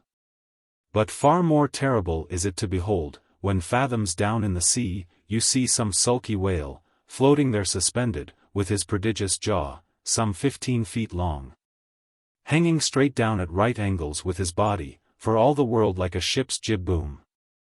This whale is not dead, he is only dispirited, out of sorts, perhaps, hypochondriac, and so supine, that the hinges of his jaw have relaxed, leaving him there in that ungainly sort of plight, a reproach to all his tribe, who must, no doubt, imprecate lockjaws upon him. In most cases this lower jaw, being easily unhinged by a practiced artist, is disengaged and hoisted on deck for the purpose of extracting the ivory teeth, and furnishing a supply of that hard white whalebone with which the fishermen fashion all sorts of curious articles, including canes, umbrella stocks, and handles to riding whips. With a long, weary hoist the jaw is dragged on board, as if it were an anchor. And when the proper time comes, some few days after the other work, Queequeg, Daggoo, and Tashtego, being all accomplished dentists, are set to drawing teeth. With a keen cutting spade, Queequeg lances the gums. Then the jaw is lashed down to ring bolts, and a tackle being rigged from aloft, they drag out these teeth, as Michigan oxen drag stumps of old oaks out of wildwood lands. There are generally 42 teeth in all, in old whales, much worn down, but undecayed, nor filled after our artificial fashion. The jaw is afterward sawn into slabs, and piled away like joists for building houses. Chapter 75. The right whale's head, contrasted view. Crossing the deck, let us now have a good long look at the right whale's head. As in general shape the noble sperm whale's head may be compared to a Roman war chariot, especially in front, where it is so broadly rounded. So, at a broad view, the right whale's head bears a rather inelegant resemblance to a gigantic galliot-toed shoe. 200 years ago an old Dutch voyager likened its shape to that of a shoemaker's last. And in this same last or shoe, that old woman of the nursery tale, with the swarming brood, might very comfortably be lodged, she and all her progeny. But as you come nearer to this great head it begins to assume different aspects, according to your point of view. If you stand on its summit and look at these two F-shaped spout holes, you would take the whole head for an enormous bass viol, and these spiracles, the apertures in its sounding board. Then, again, if you fix your eye upon this strange, crested, comb-like incrustation on the top of the mass, this green, barnacled thing, which the Greenlanders call the crown, and the southern fishers the bonnet of the right whale. Fixing your eyes solely on this, you would take the head for the trunk of some huge oak, with a bird's nest in its crotch. At any rate, when you watch those live crabs that nestle here on this bonnet, such an idea will be almost sure to occur to you. Unless, indeed, your fancy has been fixed by the technical term, crown, also bestowed upon it. In which case you will take great interest in thinking how this mighty monster is actually a diademed king of the sea, whose green crown has been put together for him in this marvelous manner. But if this whale be a king, he is a very sulky-looking fellow to grace a diadem. Look at that hanging lower lip. What a huge sulk and pout is there! A sulk and pout, by carpenter's measurement, about 20 feet long and 5 feet deep, a sulk and pout that will yield you some 500 gallons of oil and more. A great pity, now, that this unfortunate whale should be hair-lipped. The fissure is about a foot across. Probably the mother during an important interval was sailing down the Peruvian coast, when earthquakes caused the beach to gape. Over this lip, as over a slippery threshold, we now slide into the mouth. Upon my word, were I at Mackinac, I should take this to be the inside of an Indian wigwam. Good Lord! Is this the road that Jonah went? The roof is about 12 feet high, and runs to a pretty sharp angle, as if there were a regular ridgepole there. While these ribbed, arched, hairy sides present us with those wondrous, half-vertical, scimitar-shaped slats of whalebone, say 300 on a side, which depending from the upper part of the head or crown bone, form those Venetian blinds which have elsewhere been cursorily mentioned. The edges of these bones are fringed with hairy fibers, through which the right whale strains the water, and in whose intricacies he retains the small fish. When open-mouthed he goes through the seas of brit in feeding time. In the central blinds of bone, as they stand in their natural order, there are certain curious marks, curves, hollows, and ridges, whereby some whalemen calculate the creature's age, as the age of an oak by its circular rings. Though the certainty of this criterion is far from demonstrable, yet it has the savor of analogical probability. At any rate, if we yield to it, we must grant a far greater age to the right whale than at first glance will seem reasonable. In old times, there seem to have prevailed the most curious fancies concerning these blinds. One voyager in Purchas calls them the wondrous whiskers inside of the whale's mouth. 16 another, hog's bristles. A third old gentleman in Hakluyt uses the following elegant language: there are about 250 fins growing on each side of his upper chop, which arch over his tongue on each side of his mouth. As everyone knows, these same hog's bristles, fins, whiskers, blinds, or whatever you please, furnish to the ladies their busks and other stiffening contrivances. But in this particular, the demand has long been on the decline. It was in Queen Anne's time that the bone was in its glory, the farthingale being then all the fashion. And as those ancient dames moved about gaily, though in the jaws of the whale, as you may say, even so, in a shower, with the like thoughtlessness, do we nowadays fly under the same jaws for protection, the umbrella being a tent spread over the same bone. But now forget all about blinds and whiskers for a moment, and, standing in the right whale's mouth, look around you afresh. Seeing all these colonnades of bone so methodically ranged about, would you not think you were inside of the great Harlem organ, and gazing upon its 1,000 pipes? For a carpet to the organ we have a rug of the softest turkey, the tongue, which is glued, as it were, to the floor of the mouth. It is very fat and tender, and apt to tear in pieces in hoisting it on deck. This particular tongue now before us, at a passing glance I should say it was a 6-barreler. That is, it will yield you about that amount of oil.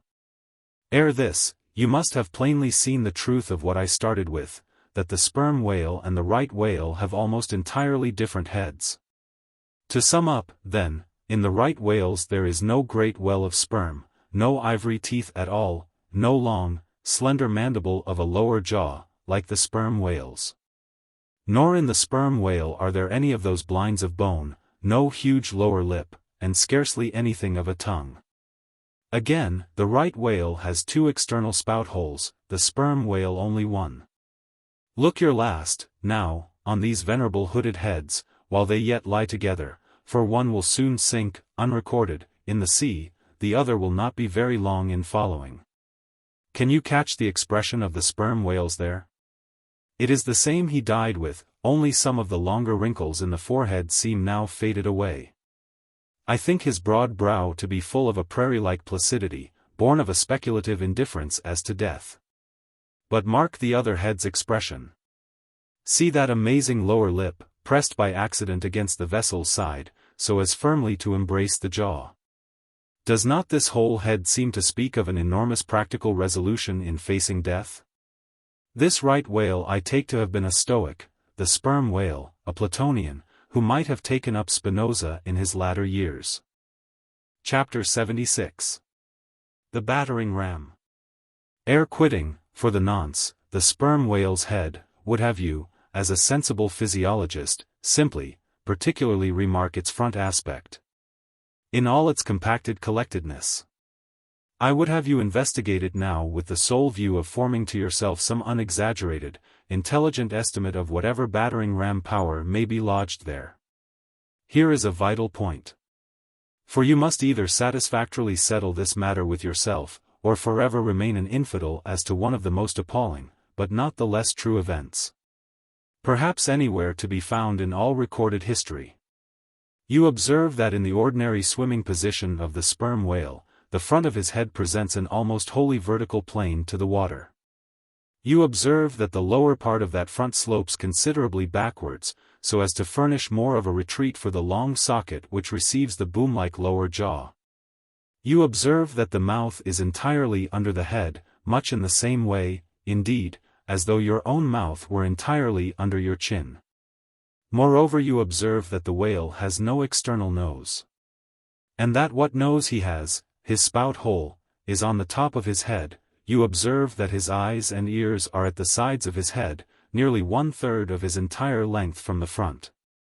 Wherefore, you must now have perceived that the front of the sperm whale's head is a dead, blind wall, without a single organ or tender prominence of any sort whatsoever. Furthermore, you are now to consider that only in the extreme, lower, backward sloping part of the front of the head, is there the slightest vestige of bone. And not till you get near 20 feet from the forehead do you come to the full cranial development. So that this whole enormous boneless mass is as one wad. Finally, though, as will soon be revealed, its contents partly comprise the most delicate oil. Yet, you are now to be apprised of the nature of the substance which so impregnably invests all that apparent effeminacy. In some previous place I have described to you how the blubber wraps the body of the whale, as the rind wraps an orange. Just so with the head. But with this difference, about the head this envelope, though not so thick, is of a boneless toughness, inestimable by any man who has not handled it. The severest pointed harpoon, the sharpest lance darted by the strongest human arm, impotently rebounds from it. It is as though the forehead of the sperm whale were paved with horses' hoofs. I do not think that any sensation lurks in it. Bethink yourself also of another thing. When two large, loaded Indiamen chance to crowd and crush towards each other in the docks, what do the sailors do? They do not suspend between them, at the point of coming contact, any merely hard substance, like iron or wood. No, they hold there a large, round wad of tow and cork, enveloped in the thickest and toughest of ox hide. That bravely and uninjured takes the jam which would have snapped all their oaken handspikes and iron crowbars. By itself this sufficiently illustrates the obvious fact I drive at. But supplementary to this, it has hypothetically occurred to me, that as ordinary fish possess what is called a swimming bladder in them, capable, at will, of distension or contraction. And as the sperm whale, as far as I know, has no such provision in him. Considering, too, the otherwise inexplicable manner in which he now depresses his head altogether beneath the surface, and anon swims with it high elevated out of the water. Considering the unobstructed elasticity of its envelope, considering the unique interior of his head. It has hypothetically occurred to me, I say, that those mystical lung-celled honeycombs there may possibly have some hitherto unknown and unsuspected connection with the outer air, so as to be susceptible to atmospheric distension and contraction. If this be so, fancy the irresistibleness of that might, to which the most impalpable and destructive of all elements contributes. Now, mark. Unerringly impelling this dead, impregnable, uninjurable wall, and this most buoyant thing within. There swims behind it all a mass of tremendous life, only to be adequately estimated as piled wood is, by the cord, and all obedient to one volition, as the smallest insect. So that when I shall hereafter detail to you all the specialties and concentrations of potency everywhere lurking in this expansive monster, when I shall show you some of his more inconsiderable braining feats, I trust you will have renounced all ignorant incredulity, and be ready to abide by this. That though the sperm whale stove a passage through the Isthmus of Darien, and mixed the Atlantic with the Pacific, you would not elevate one hair of your eyebrow. For unless you own the whale, you are but a provincial and sentimentalist in truth. But clear truth is a thing for salamander giants only to encounter. How small the chances for the provincials then? What befell the weakling youth lifting the dread goddess's veil at Lays? Chapter 77. The Great Heidelberg Tun. Now comes the bailing of the case. But to comprehend it aright, you must know something of the curious internal structure of the thing operated upon. Regarding the sperm whale's head as a solid oblong, you may, on an inclined plane, sideways divide it into 2 coins, 17 whereof the lower is the bony structure, forming the cranium and jaws, and the upper an unctuous mass wholly free from bones. Its broad forward end forming the expanded vertical apparent forehead of the whale. At the middle of the forehead horizontally subdivide this upper coin, and then you have 2 almost equal parts, which before were naturally divided by an internal wall of a thick tendinous substance. The lower subdivided part, called the junk, is one immense honeycomb of oil, formed by the crossing and recrossing, into 10,000 infiltrated cells, of tough elastic white fibers throughout its whole extent. The upper part, known as the case, may be regarded as the great Heidelberg ton of the sperm whale. And as that famous great tierce is mystically carved in front, so the whale's vast plated forehead forms innumerable strange devices for the emblematical adornment of his wondrous ton. Moreover, as that of Heidelberg was always replenished with the most excellent of the wines of the Rhenish valleys, so the ton of the whale contains by far the most precious of all his oily vintages, namely, the highly prized spermaceti, in its absolutely pure, limpid, and odoriferous state. Nor is this precious substance found unalloyed in any other part of the creature. Though in life it remains perfectly fluid, yet, upon exposure to the air, after death, it soon begins to concrete, sending forth beautiful crystalline shoots, as when the first thin delicate ice is just forming in water. A large whale's case generally yields about 500 gallons of sperm, though from unavoidable circumstances, considerable of it is spilled, leaks, and dribbles away, or is otherwise irrevocably lost in the ticklish business of securing what you can. I know not with what fine and costly material the Heidelberg ton was coated within, but in superlative richness that coating could not possibly have compared with the silken pearl-colored membrane, like the lining of a fine pelisse, forming the inner surface of the sperm whale's case. It will have been seen that the Heidelberg ton of the sperm whale embraces the entire length of the entire top of the head. And since, as has been elsewhere set forth, the head embraces 1/3 of the whole length of the creature, then setting that length down at 80 feet for a good-sized whale, you have more than 26 feet for the depth of the ton, when it is lengthwise hoisted up and down against a ship's side. As in decapitating the whale, the operator's instrument is brought close to the spot where an entrance is subsequently forced into the spermaceti magazine. He has, therefore, to be uncommonly heedful, lest a careless, untimely stroke should invade the sanctuary and wastingly let out its invaluable contents. It is this decapitated end of the head, also, which is at last elevated out of the water, and retained in that position by the enormous cutting tackles, whose hempen combinations, on one side, make quite a wilderness of ropes in that quarter. Thus much being said, attend now, I pray you, to that marvelous and, in this particular instance, almost fatal operation whereby the sperm whale's great Heidelberg ton is tapped. Chapter 78. Cistern and Buckets. Nimble as a cat, Tashtego mounts aloft, and without altering his erect posture, runs straight out upon the overhanging mainyard arm, to the part where it exactly projects over the hoisted ton. He has carried with him a light tackle called a whip, consisting of only 2 parts, traveling through a single-sheaved block. Securing this block, so that it hangs down from the yardarm, he swings one end of the rope, till it is caught and firmly held by a hand on deck. Then, hand over hand, down the other part, the Indian drops through the air, till dexterously he lands on the summit of the head. There, still high elevated above the rest of the company, to whom he vivaciously cries, he seems some Turkish muezzin calling the good people to prayers from the top of a tower.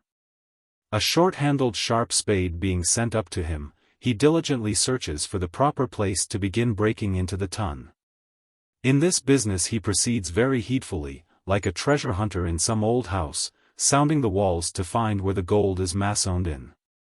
By the time this cautious search is over, a stout iron-bound bucket, precisely like a well bucket, has been attached to one end of the whip.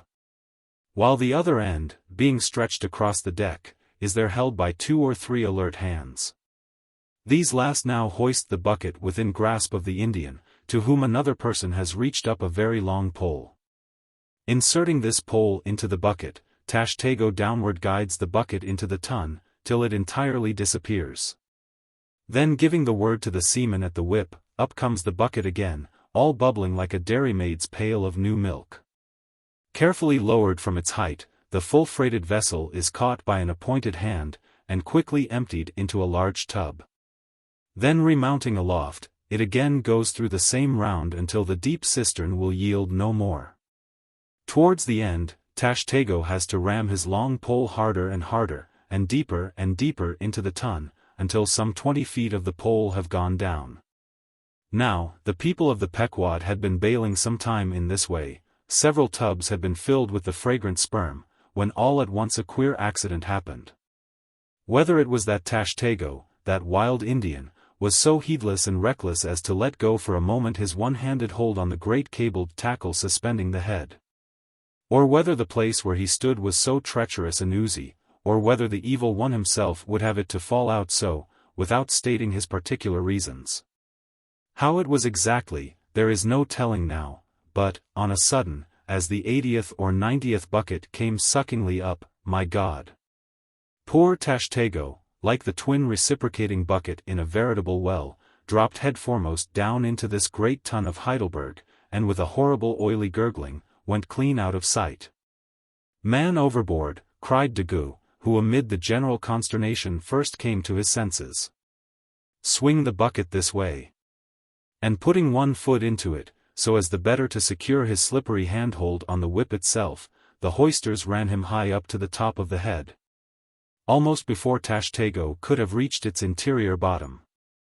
Meantime, there was a terrible tumult. Looking over the side, they saw the before lifeless head throbbing and heaving just below the surface of the sea, as if that moment seized with some momentous idea. Whereas it was only the poor Indian unconsciously revealing by those struggles the perilous depth to which he had sunk. At this instant, while Daggoo, on the summit of the head, was clearing the whip, which had somehow got foul of the great cutting tackles, a sharp cracking noise was heard. And to the unspeakable horror of all, one of the 2 enormous hooks suspending the head tore out, and with a vast vibration the enormous mass sideways swung, till the drunk ship reeled and shook as if smitten by an iceberg. The one remaining hook, upon which the entire strain now depended, seemed every instant to be on the point of giving way, an event still more likely from the violent motions of the head. Come down, yelled the seaman to Daggoo, but with one hand holding on to the heavy tackles, so that if the head should drop, he would still remain suspended. The negro having cleared the foul line, rammed down the bucket into the now collapsed well, meaning that the buried harpooner should grasp it, and so be hoisted out. In heaven's name, man, cried Stubb, are you ramming home a cartridge there, avast? How will that help him, jamming that iron-bound bucket on top of his head? Avast, will ye? Stand clear of the tackle, cried a voice like the bursting of a rocket. Almost in the same instant, with a thunder boom, the enormous mass dropped into the sea, like Niagara's table rock into the whirlpool.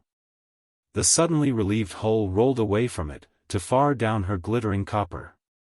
And all caught their breath, as half swinging, now over the sailors' heads, and now over the water, Daggoo, through a thick mist of spray, was dimly beheld clinging to the pendulous tackles. While poor, buried alive Tashtego was sinking utterly down to the bottom of the sea.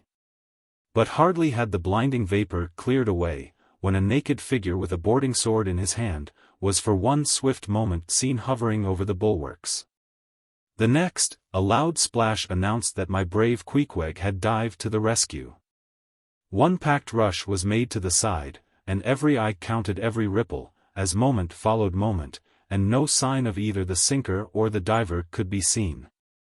Some hands now jumped into a boat alongside, and pushed a little off from the ship. Ha! Ha! Cried Daggoo, all at once, from his now quiet, swinging perch overhead. And looking further off from the side, we saw an arm thrust upright from the blue waves, a sight strange to see, as an arm thrust forth from the grass over a grave. "Both! Both, it is both!" cried Daggoo again with a joyful shout, and soon after, Queequeg was seen boldly striking out with one hand, and with the other clutching the long hair of the Indian. Drawn into the waiting boat, they were quickly brought to the deck, but Tashtego was long in coming to, and Queequeg did not look very brisk. Now, how had this noble rescue been accomplished? Why, diving after the slowly descending head, Queequeg with his keen sword had made side lunges near its bottom, so as to scuttle a large hole there. Then dropping his sword, had thrust his long arm far inwards and upwards, and so hauled out poor Tash by the head. He averred, that upon first thrusting in for him, a leg was presented. But well knowing that that was not as it ought to be, and might occasion great trouble, he had thrust back the leg, and by a dexterous heave and toss, had wrought a somerset upon the Indian. So that with the next trial, he came forth in the good old way, head foremost. As for the great head itself, that was doing as well as could be expected. And thus, through the courage and great skill in obstetrics of Queequeg, the deliverance, or rather, delivery of Tashtego, was successfully accomplished, in the teeth, too, of the most untoward and apparently hopeless impediments. Which is a lesson by no means to be forgotten. Midwifery should be taught in the same course with fencing and boxing, riding and rowing. I know that this queer adventure of the gay headers will be sure to seem incredible to some landsmen, though they themselves may have either seen or heard of someone's falling into a cistern ashore. An accident which not seldom happens, and with much less reason too than the Indians, considering the exceeding slipperiness of the curb of the sperm whale's well. But, peradventure, it may be sagaciously urged, how is this? We thought the tissued, infiltrated head of the sperm whale, was the lightest and most corky part about him. And yet thou makest it sink in an element of a far greater specific gravity than itself. We have thee there. Not at all, but I have ye. For at the time poor Tash fell in, the case had been nearly emptied of its lighter contents, leaving little but the dense tendinous wall of the well, a double-welded, hammered substance. As I have before said, much heavier than the sea water, and a lump of which sinks in it like lead almost. But the tendency to rapid sinking in this substance was in the present instance materially counteracted by the other parts of the head remaining undetached from it. So that it sank very slowly and deliberately indeed, affording Queequeg a fair chance for performing his agile obstetrics on the run, as you may say. Yes, it was a running delivery, so it was. Now, had Tashtego perished in that head, it had been a very precious perishing, smothered in the very whitest and daintiest of fragrant spermaceti. Coffined, hearsed, and tombed in the secret inner chamber and sanctum sanctorum of the whale. Only one sweeter end can readily be recalled, the delicious death of an Ohio honey hunter, who seeking honey in the crotch of a hollow tree, found such exceeding store of it, that leaning too far over, it sucked him in, so that he died embalmed. How many, think ye, have likewise fallen into Plato's honey head, and sweetly perished there? Chapter 79. The Prairie. To scan the lines of his face, or feel the bumps on the head of this Leviathan, this is a thing which no physiognomist or phrenologist has as yet undertaken. Such an enterprise would seem almost as hopeful as for Lavater to have scrutinized the wrinkles on the rock of Gibraltar, or for Gaul to have mounted a ladder and manipulated the dome of the Pantheon. Still, in that famous work of his, Lavater not only treats of the various faces of men, but also attentively studies the faces of horses, birds, serpents, and fish, and dwells in detail upon the modifications of expression discernible therein.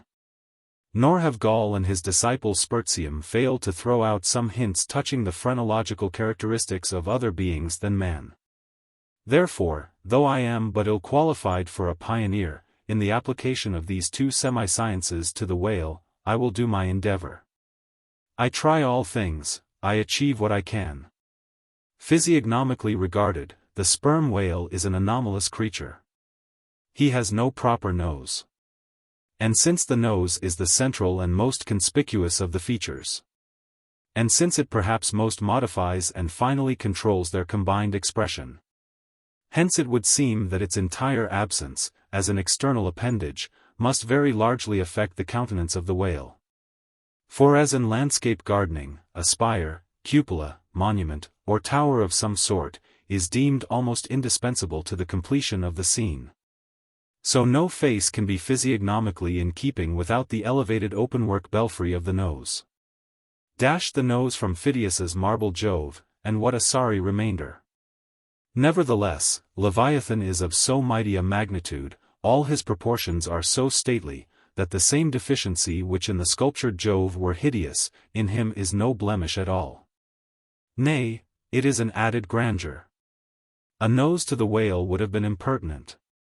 As on your physiognomical voyage you sail round his vast head in your jolly boat, your noble conceptions of him are never insulted by the reflection that he has a nose to be pulled. A pestilent conceit, which so often will insist upon obtruding even when beholding the mightiest royal beetle on his throne. In some particulars, perhaps the most imposing physiognomical view to be had of the sperm whale, is that of the full front of his head. This aspect is sublime. In thought, a fine human brow is like the east when troubled with the morning. In the repose of the pasture, the curled brow of the bull has a touch of the grand in it. Pushing heavy cannon up mountain defiles, the elephant's brow is majestic. Human or animal, the mystical brow is as that great golden seal affixed by the German emperors to their decrees. It signifies, God, done this day by my hand. But in most creatures, nay in man himself, very often the brow is but a mere strip of alpine land lying along the snow line. Few are the foreheads which like Shakespeare's or Melanchthon's rise so high, and descend so low, that the eyes themselves seem clear, eternal, tideless mountain lakes. And all above them in the forehead's wrinkles, you seem to track the antlered thoughts descending there to drink, as the highland hunters track the snow prints of the deer.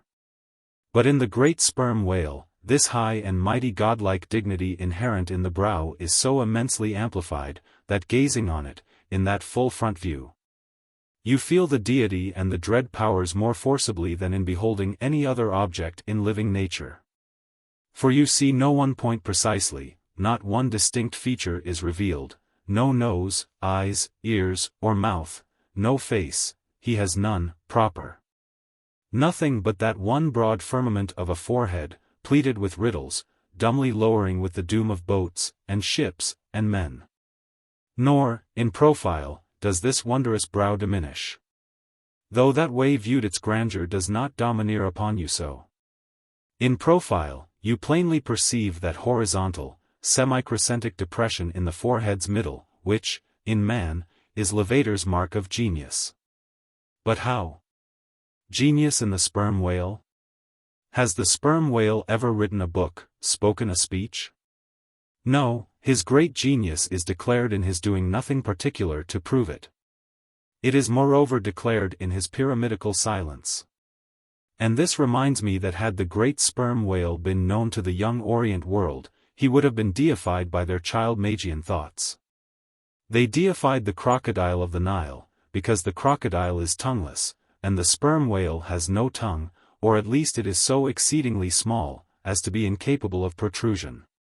If hereafter any highly cultured, poetical nation shall lure back to their birthright, the merry May-Day gods of old, and livingly enthrone them again in the now egotistical sky, in the now unhaunted hill, then be sure, exalted to Jove's high seat, the great sperm whale shall lord it. Champollion deciphered the wrinkled granite hieroglyphics. But there is no Champollion to decipher the Egypt of every man's and every being's face. Physiognomy, like every other human science, is but a passing fable. If then, Sir William Jones, who read in 30 languages, could not read the simplest peasant's face in its profounder and more subtle meanings, how may unlettered Ishmael hope to read the awful Chaldee of the sperm whale's brow? I but put that brow before you. Read it if you can. Chapter 80.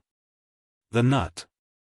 If the sperm whale be physiognomically a sphinx, to the phrenologist his brain seems that geometrical circle which it is impossible to square. In the full-grown creature the skull will measure at least 20 feet in length. Unhinge the lower jaw, and the side view of this skull is as the side of a moderately inclined plane resting throughout on a level base.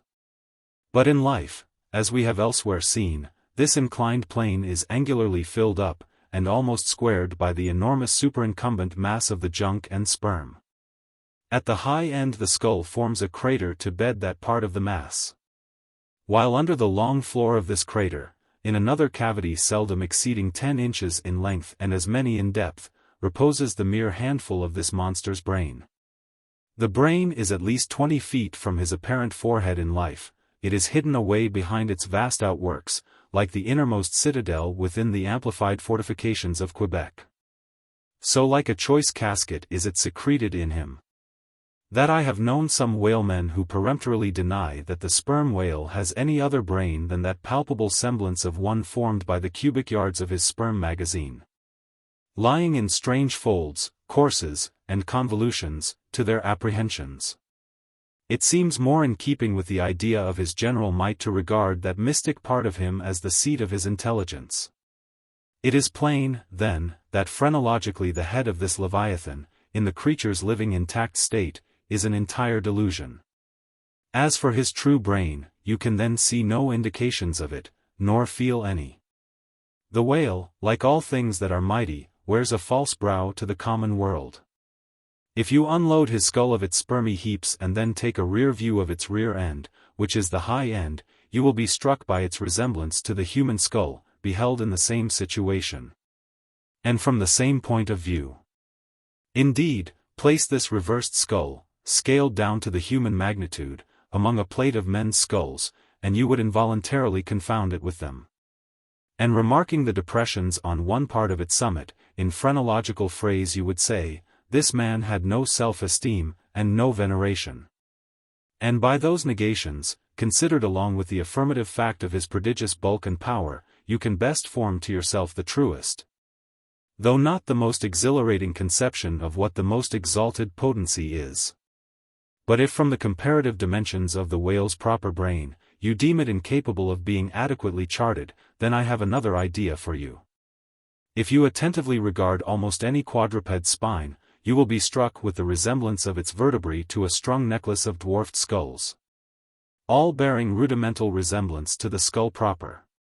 It is a German conceit, that the vertebrae are absolutely undeveloped skulls. But the curious external resemblance, I take it the Germans were not the first men to perceive.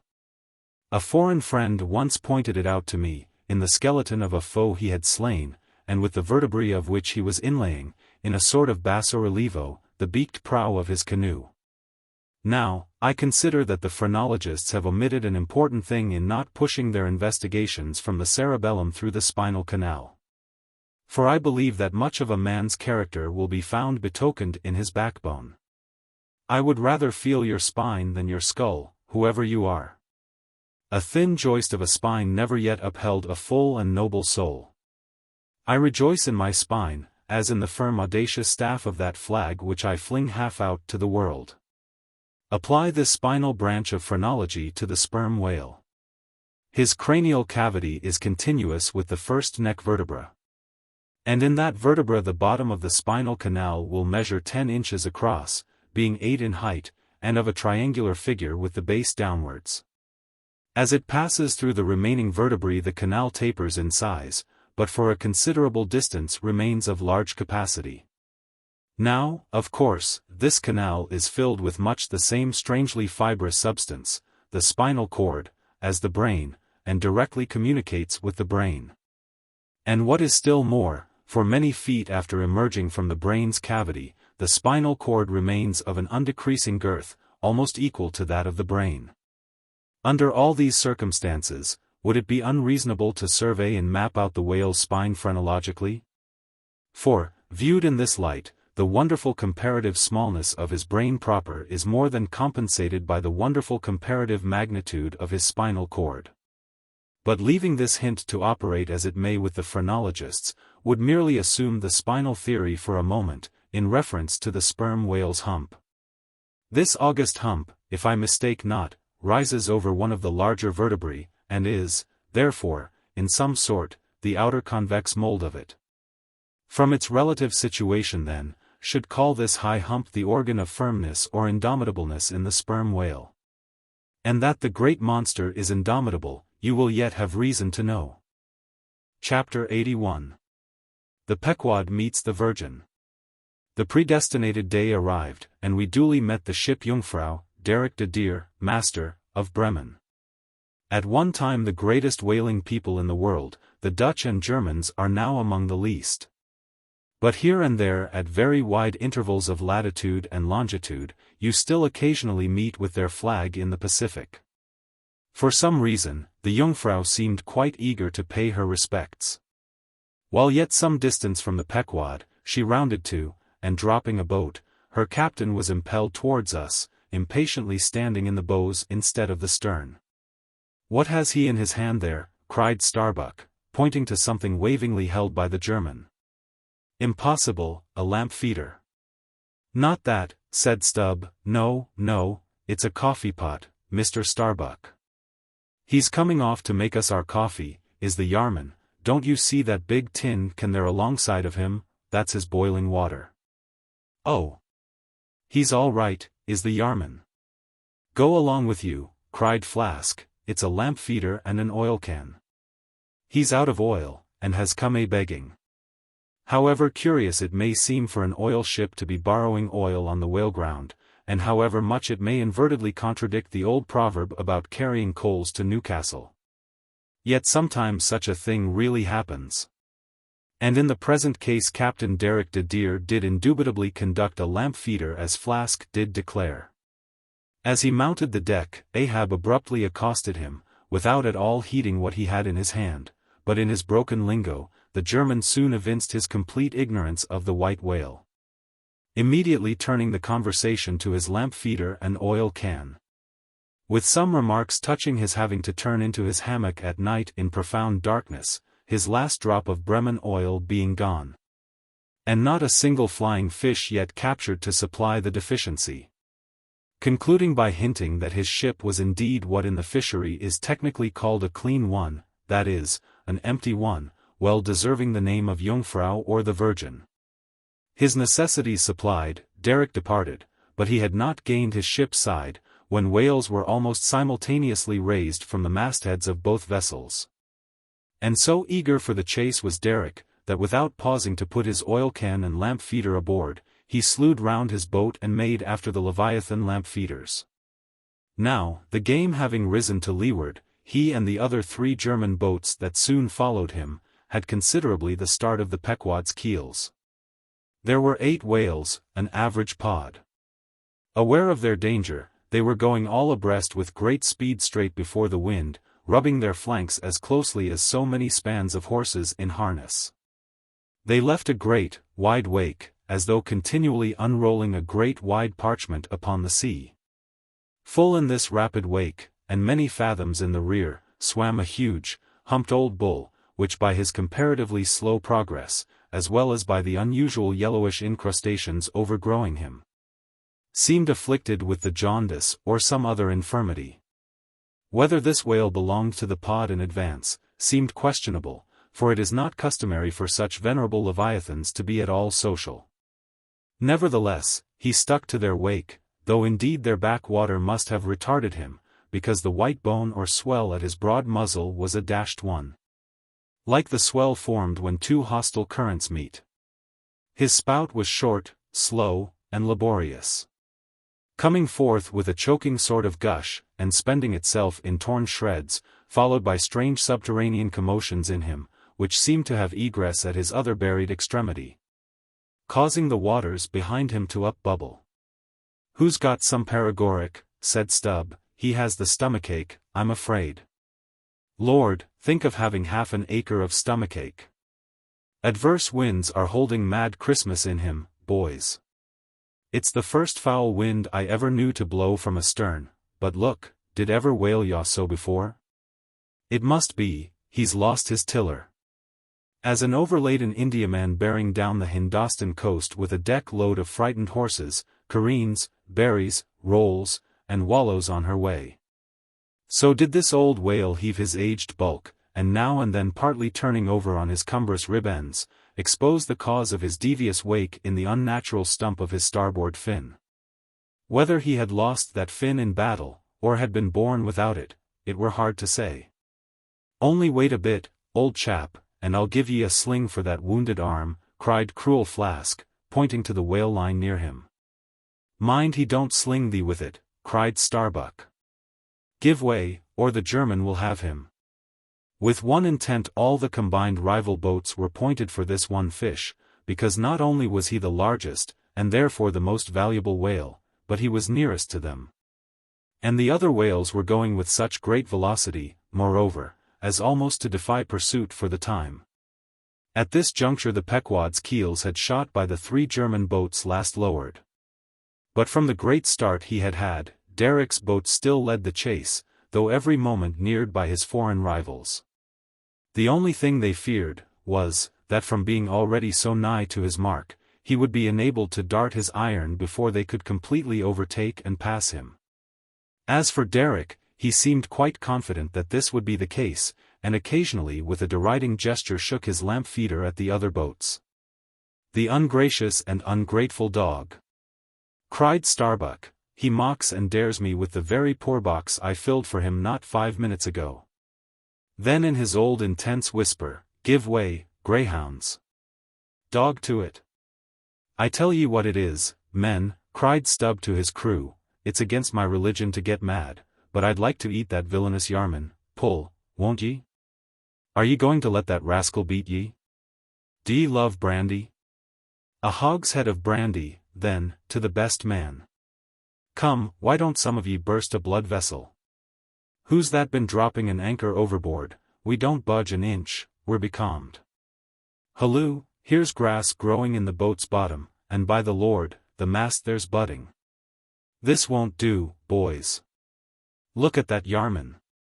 The short and long of it is, men, will ye spit fire or not? Oh! See the suds he makes," cried Flask, dancing up and down. "What a hump, oh, do pile on the beef, lays like a log. Oh! My lads, do spring, slapjacks and quahogs for supper, you know, my lads, baked clams and muffins, oh, do, spring, he's 100-barreler, don't lose him now, don't, oh, don't. See that Yarman, oh, won't ye pull for your duff, my lads, such a sog. Such a sogger. Don't ye love Sperm? There goes $3,000, men, a bank, a whole bank. The Bank of England. Oh, do, what's that Yarman about now?"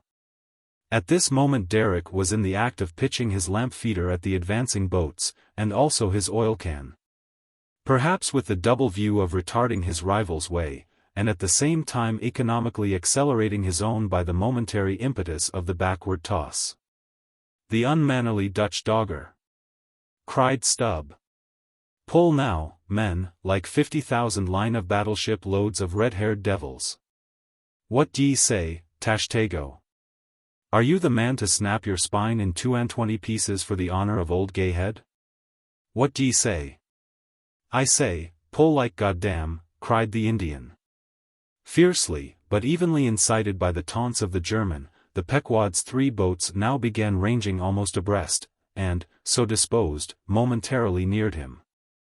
In that fine, loose, chivalrous attitude of the headsman when drawing near to his prey, the 3 mates stood up proudly, occasionally backing the after oarsman with an exhilarating cry of, "There she slides, now!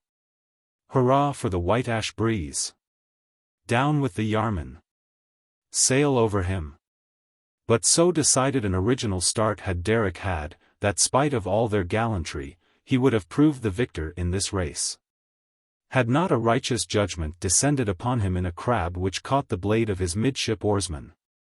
While this clumsy lubber was striving to free his white ash, and while, in consequence, Derrick's boat was nigh to capsizing, and he thundering away at his men in a mighty rage. That was a good time for Starbuck, Stubb, and Flask.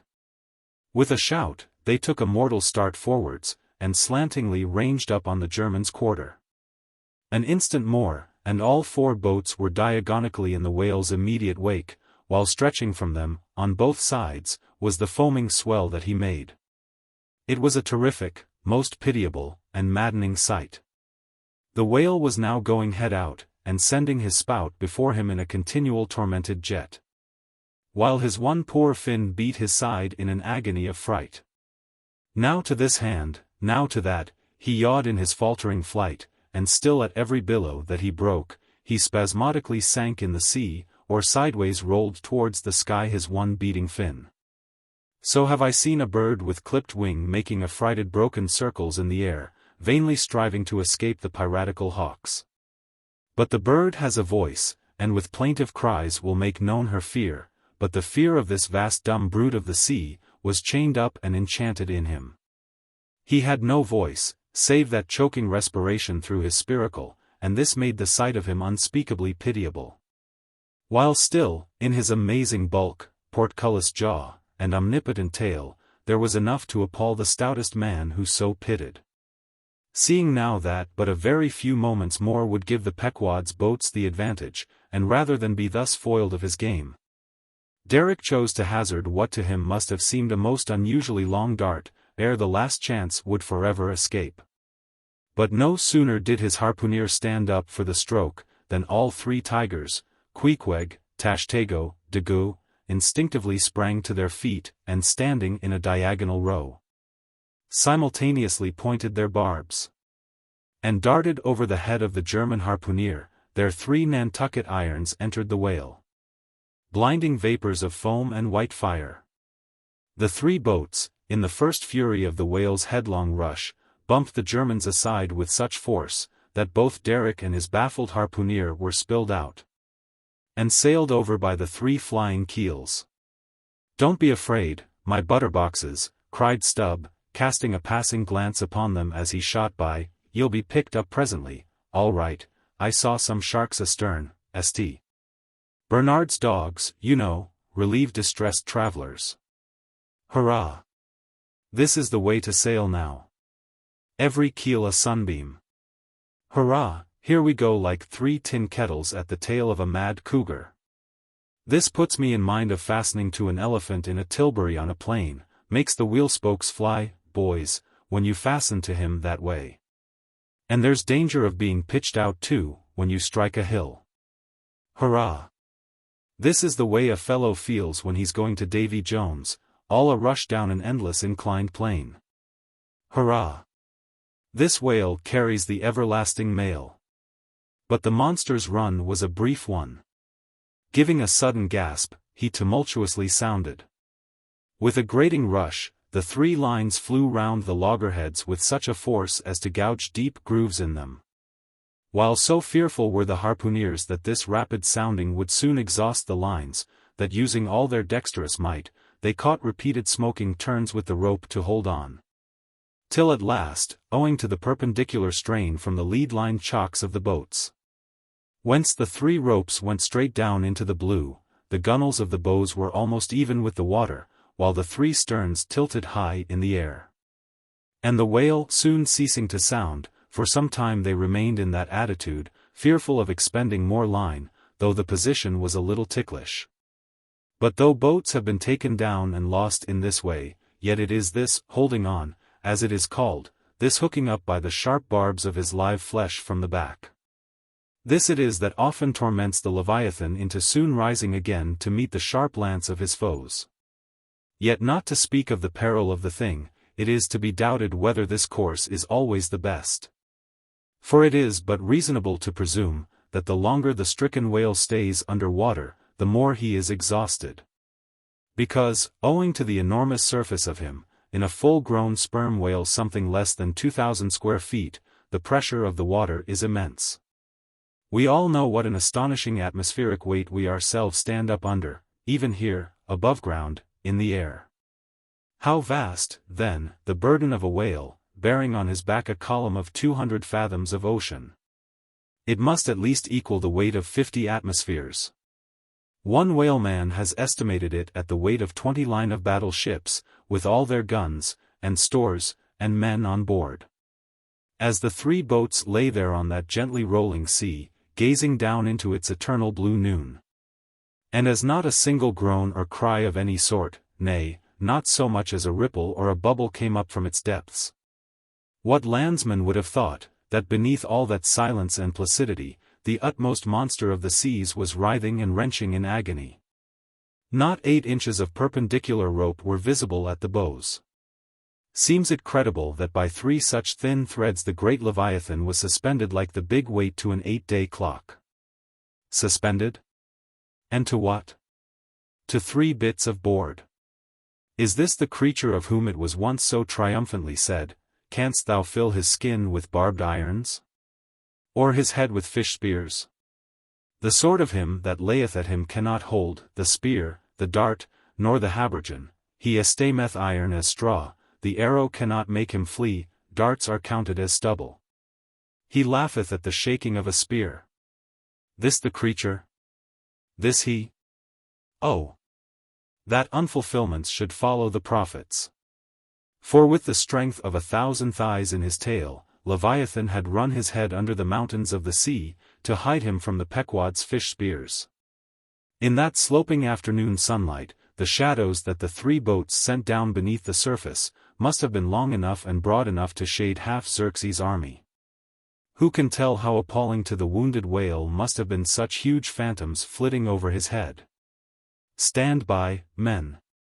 He stirs," cried Starbuck, as the 3 lines suddenly vibrated in the water, distinctly conducting upwards to them, as by magnetic wires, the life and death throbs of the whale. So that every oarsman felt them in his seat.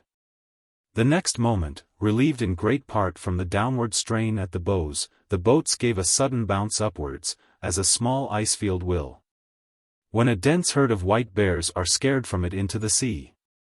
"Haul in! Haul in!" cried Starbuck again, "he's rising." The lines, of which, hardly an instant before, not 1 hand's breadth could have been gained, were now in long quick coils flung back all dripping into the boats. And soon the whale broke water within 2 ships' lengths of the hunters. His motions plainly denoted his extreme exhaustion. In most land animals there are certain valves or floodgates in many of their veins, whereby when wounded, the blood is in some degree at least instantly shut off in certain directions. Not so with the whale, one of whose peculiarities it is to have an entire non-valvular structure of the blood vessels, so that when pierced even by so small a point as a harpoon, a deadly drain is at once begun upon his whole arterial system. And when this is heightened by the extraordinary pressure of water at a great distance below the surface, his life may be said to pour from him in incessant streams. Yet so vast is the quantity of blood in him, and so distant and numerous its interior fountains, that he will keep thus bleeding and bleeding for a considerable period. Even as in a drought a river will flow, whose source is in the wellsprings of far-off and undiscernible hills. Even now, when the boats pulled upon this whale, and perilously drew over his swaying flukes, and the lances were darted into him, they were followed by steady jets from the new-made wound, which kept continually playing, while the natural spout hole in his head was only at intervals, however rapid, sending its affrighted moisture into the air. From this last vent no blood yet came, because no vital part of him had thus far been struck. His life, as they significantly call it, was untouched. As the boats now more closely surrounded him, the whole upper part of his form, with much of it that is ordinarily submerged, was plainly revealed. His eyes, or rather the places where his eyes had been, were beheld. As strange misgrown masses gather in the knotholes of the noblest oaks when prostrate, so from the points which the whale's eyes had once occupied, now protruded blind bulbs. Horribly pitiable to see. But pity there was none. For all his old age, and his one arm, and his blind eyes, he must die the death and be murdered, in order to light the gay bridals and other merrymakings of men, and also to illuminate the solemn churches that preach unconditional inoffensiveness by all to all. Still rolling in his blood, at last he partially disclosed a strangely discolored bunch or protuberance, the size of a bushel, low down on the flank. "A nice spot," cried Flask. "Just let me prick him there once." "Avast," cried Starbuck, "there's no need of that. But humane Starbuck was too late. At the instant of the dart an ulcerous jet shot from this cruel wound, and goaded by it into more than sufferable anguish, the whale now spouting thick blood, with swift fury blindly darted at the craft, bespattering them and their glorying crews all over with showers of gore, capsizing Flask's boat and marring the bows. It was his death stroke. For, by this time, so spent was he by loss of blood, that he helplessly rolled away from the wreck he had made. Lay panting on his side, impotently flapped with his stumped fin, then over and over slowly revolved like a waning world, turned up the white secrets of his belly, lay like a log, and died. It was most piteous, that last expiring spout. As when by unseen hands the water is gradually drawn off from some mighty fountain, and with half-stifled melancholy gurglings the spray column lowers and lowers to the ground, so the last long dying spout of the whale. Soon, while the crews were awaiting the arrival of the ship, the body showed symptoms of sinking with all its treasures unrifled. Immediately, by Starbuck's orders, lines were secured to it at different points, so that ere long every boat was a buoy, the sunken whale being suspended a few inches beneath them by the cords. By very heedful management, when the ship drew nigh, the whale was transferred to her side, and was strongly secured there by the stiffest fluke chains. For it was plain that unless artificially upheld, the body would at once sink to the bottom. It so chanced that almost upon first cutting into him with the spade, the entire length of a corroded harpoon was found embedded in his flesh, on the lower part of the bunch before described. But as the stumps of harpoons are frequently found in the dead bodies of captured whales, with the flesh perfectly healed around them, and no prominence of any kind to denote their place. Therefore, there must needs have been some other unknown reason in the present case fully to account for the ulceration alluded to. But still more curious was the fact of a lance-head of stone being found in him, not far from the buried iron, the flesh perfectly firm about it. Who had darted that stone lance? And when? It might have been darted by some West Indian long before America was discovered. What other marvels might have been rummaged out of this monstrous cabinet there is no telling. But a sudden stop was put to further discoveries, by the ship's being unprecedentedly dragged over sideways to the sea, owing to the body's immensely increasing tendency to sink. However, Starbuck, who had the ordering of affairs, hung on to it to the last. Hung on to it so resolutely, indeed, that when at length the ship would have been capsized, if still persisting in locking arms with the body. Then, when the command was given to break clear from it, such was the immovable strain upon the timber-heads to which the fluke chains and cables were fastened, that it was impossible to cast them off. Meantime everything in the Pequod was aslant. To cross to the other side of the deck was like walking up the steep gabled roof of a house. The ship groaned and gasped. Many of the ivory inlayings of her bulwarks and cabins were started from their places, by the unnatural dislocation.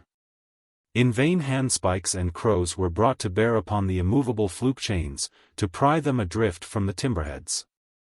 And so low had the whale now settled that the submerged ends could not be at all approached, while every moment whole tons of ponderosity seemed added to the sinking bulk. And the ship seemed on the point of going over.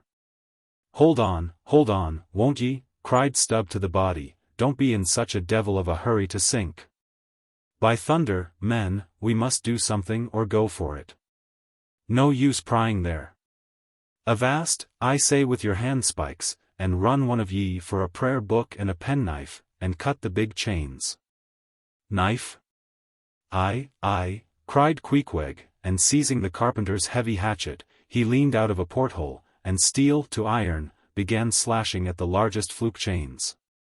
But a few strokes, full of sparks, were given, when the exceeding strain effected the rest. With a terrific snap, every fastening went adrift, the ship righted, the carcass sank. Now, this occasional inevitable sinking of the recently killed sperm whale is a very curious thing, nor has any fisherman yet adequately accounted for it. Usually the dead sperm whale floats with great buoyancy, with its side or belly considerably elevated above the surface. If the only whales that thus sank were old, meager, and broken-hearted creatures, their pads of lard diminished and all their bones heavy and rheumatic. Then you might with some reason assert that this sinking is caused by an uncommon specific gravity in the fish so sinking, consequent upon this absence of buoyant matter in him. But it is not so. For young whales, in the highest health, and swelling with noble aspirations, prematurely cut off in the warm flush and May of life, with all their panting lard about them. Even these brawny, buoyant heroes do sometimes sink. Be it said, however, that the sperm whale is far less liable to this accident than any other species.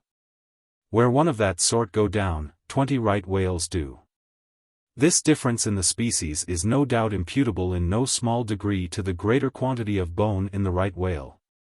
His Venetian blinds alone sometimes weighing more than a ton, from this encumbrance the sperm whale is wholly free.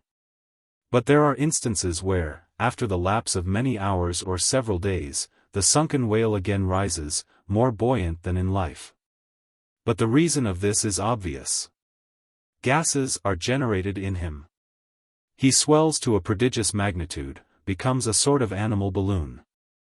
A line of battle ship could hardly keep him under then.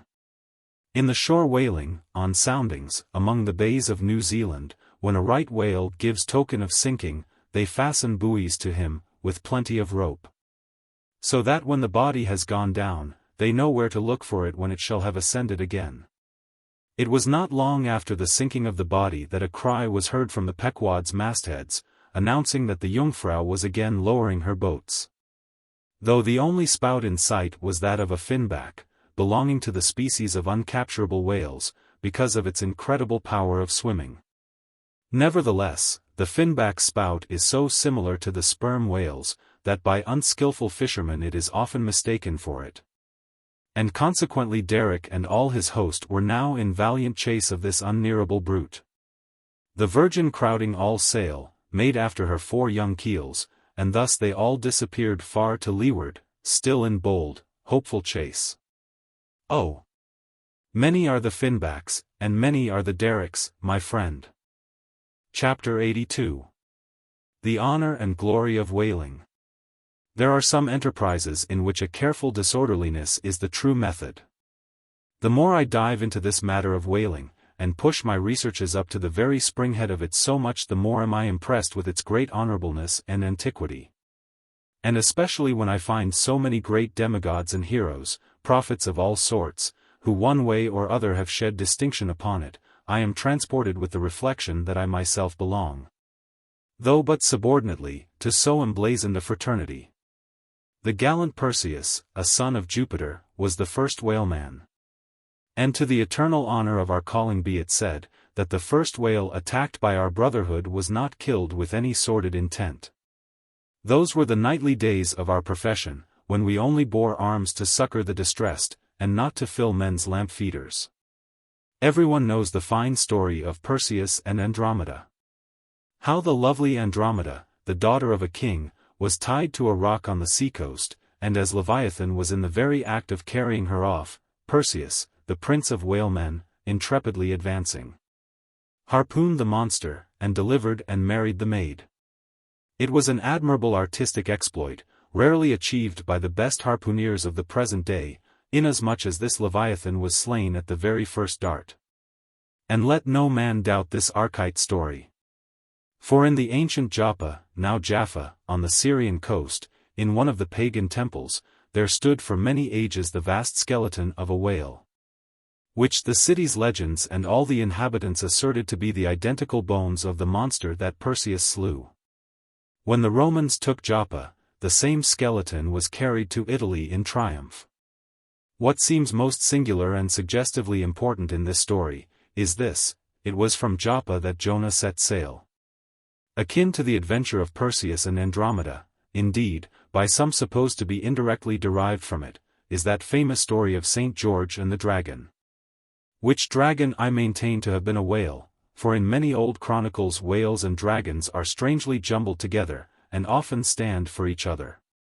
Thou art as a lion of the waters, and as a dragon of the sea, saith Ezekiel, hereby, plainly meaning a whale. In truth, some versions of the Bible use that word itself. Besides, It would much subtract from the glory of the exploit had St. George but encountered a crawling reptile of the land, instead of doing battle with the great monster of the deep. Any man may kill a snake, but only a Perseus, a St. George, a Coffin, have the heart in them to march boldly up to a whale. Let not the modern paintings of this scene mislead us. For though the creature encountered by that valiant whaleman of old is vaguely represented of a griffin-like shape, and though the battle is depicted on land and the saint on horseback, yet considering the great ignorance of those times, when the true form of the whale was unknown to artists, and considering that as in Perseus' case, St. George's whale might have crawled up out of the sea on the beach, and considering that the animal ridden by St. George might have been only a large seal or seahorse. Bearing all this in mind, it will not appear altogether incompatible with the sacred legend and the ancientest drafts of the scene, to hold this so-called dragon no other than the great Leviathan himself. In fact, placed before the strict and piercing truth, this whole story will fare like that fish, flesh, and foul idol of the Philistines, Dagon by name, who being planted before the ark of Israel, his horse's head and both the palms of his hands fell off from him, and only the stump or fishy part of him remained. Thus, then, one of our own noble stamp, even a whaleman, is the tutelary guardian of England, and by good rights, we harpooneers of Nantucket should be enrolled in the most noble order of St. George. And therefore, let not the knights of that honorable company, none of whom, I venture to say, have ever had to do with a whale like their great patron, let them never eye a Nantucketer with disdain. Since even in our woolen frocks and tarred trousers we are much better entitled to St. George's decoration than they. Whether to admit Hercules among us or not, concerning this I long remained dubious, for though according to the Greek mythologies, that antique Crockett and Kit Carson, that brawny doer of rejoicing good deeds, was swallowed down and thrown up by a whale. Still, whether that strictly makes a whaleman of him, that might be mooted. It nowhere appears that he ever actually harpooned his fish, unless, indeed, from the inside. Nevertheless, he may be deemed a sort of involuntary whaleman, at any rate the whale caught him, if he did not the whale. I claim him for one of our clan. But by the best contradictory authorities, this Grecian story of Hercules and the whale is considered to be derived from the still more ancient Hebrew story of Jonah and the whale, and vice versa. Certainly they are very similar. If I claim the demigod then, why not the prophet? Nor do heroes, saints, demigods, and prophets alone comprise the whole roll of our order. Our Grand Master is still to be named, for like royal kings of old times, we find the headwaters of our fraternity in nothing short of the great gods themselves. That wondrous oriental story is now to be rehearsed from the Shastra, which gives us the dread Vishnu, one of the three persons in the Godhead of the Hindus. Gives us this divine Vishnu himself for our Lord, Vishnu, who, by the first of his 10 earthly incarnations, has forever set apart and sanctified the whale. When Brahma, or the god of gods, saith the Shastra, resolved to recreate the world after one of its periodical dissolutions, he gave birth to Vishnu, to preside over the work. But the Vedas, or mystical books, whose perusal would seem to have been indispensable to Vishnu before beginning the creation, and which therefore must have contained something in the shape of practical hints to young architects, these Vedas were lying at the bottom of the waters. So Vishnu became incarnate in a whale, and sounding down in him to the uttermost depths, rescued the sacred volumes. Was not this Vishnu a whaleman, then? Even as a man who rides a horse is called a horseman? Perseus, St. George, Hercules, Jonah, and Vishnu. There's a member roll for you. What club but the whaleman's can head off like that? Chapter 83. Jonah historically regarded. Reference was made to the historical story of Jonah and the whale in the preceding chapter. Now some Nantucketers rather distrust this historical story of Jonah and the whale.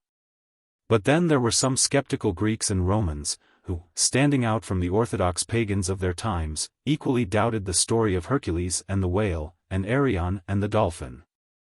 And yet their doubting those traditions did not make those traditions one with the less facts, for all that.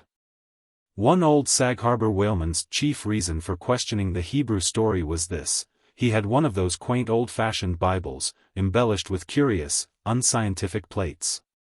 One of which represented Jonah's whale with two spouts in his head, a peculiarity only true with respect to a species of the Leviathan, the right whale, and the varieties of that order. Concerning which the fishermen have this saying, a penny roll would choke him. His swallow is so very small. But, to this, Bishop Jebb's anticipative answer is ready. It is not necessary, hints the bishop, that we consider Jonah as tombed in the whale's belly, but as temporarily lodged in some part of his mouth. And this seems reasonable enough in the good bishop. For truly, the right whale's mouth would accommodate a couple of whist tables, and comfortably seat all the players. Possibly, too, Jonah might have ensconced himself in a hollow tooth. But, on second thoughts, the right whale is toothless. Another reason which Sag Harbor, he went by that name, urged for his want of faith in this matter of the prophet, was something obscurely in reference to his incarcerated body and the whale's gastric juices. But this objection likewise falls to the ground. Because a German exegetist supposes that Jonah must have taken refuge in the floating body of a dead whale, even as the French soldiers in the Russian campaign turned their dead horses into tents and crawled into them. Besides, it has been divined by other continental commentators, that when Jonah was thrown overboard from the Joppa ship, he straightway effected his escape to another vessel nearby. Some vessel with a whale for a figurehead. And, I would add, possibly called the whale, as some craft are nowadays christened the shark, the gull, the eagle. Nor have there been wanting learned exegetists who have opined that the whale mentioned in the book of Jonah merely meant a life-preserver, an inflated bag of wind, which the endangered prophet swam to, and so was saved from a watery doom. Poor Sag Harbor, therefore, seems worsted all round. But he had still another reason for his want of faith. It was this: if I remember right, Jonah was swallowed by the whale in the Mediterranean Sea, and after 3 days he was vomited up somewhere within 3 days' journey of Nineveh, a city on the Tigris, very much more than 3 days' journey across from the nearest point of the Mediterranean coast. How is that? But was there no other way for the whale to land the prophet within that short distance of Nineveh? Yes. He might have carried him round by the way of the Cape of Good Hope. But not to speak of the passage through the whole length of the Mediterranean, and another passage up the Persian Gulf and Red Sea. Such a supposition would involve the complete circumnavigation of all Africa in 3 days, not to speak of the Tigris waters, near the site of Nineveh, being too shallow for any whale to swim in. Besides, this idea of Jonah's weathering the Cape of Good Hope at so early a day would wrest the honor of the discovery of that great headland from Bartholomew Diaz, its reputed discoverer, and so make modern history a liar. But all these foolish arguments of old Sag Harbor only evinced his foolish pride of reason, a thing still more reprehensible in him, seeing that he had but little learning except what he had picked up from the sun and the sea. I say it only shows his foolish, impious pride, and abominable, devilish rebellion against the reverend clergy. For by a Portuguese Catholic priest, this very idea of Jonah's going to Nineveh via the Cape of Good Hope was advanced as a signal magnification of the general miracle. And so it was. Besides, to this day, the highly enlightened Turks devoutly believe in the historical story of Jonah. And some 3 centuries ago, an English traveler in Old Harris's Voyages speaks of a Turkish mosque built in honor of Jonah, in which mosque was a miraculous lamp that burnt without any oil. Chapter 84. Pitch poling. To make them run easily and swiftly, the axles of carriages are anointed, and for much the same purpose, some whalers perform an analogous operation upon their boat. They grease the bottom.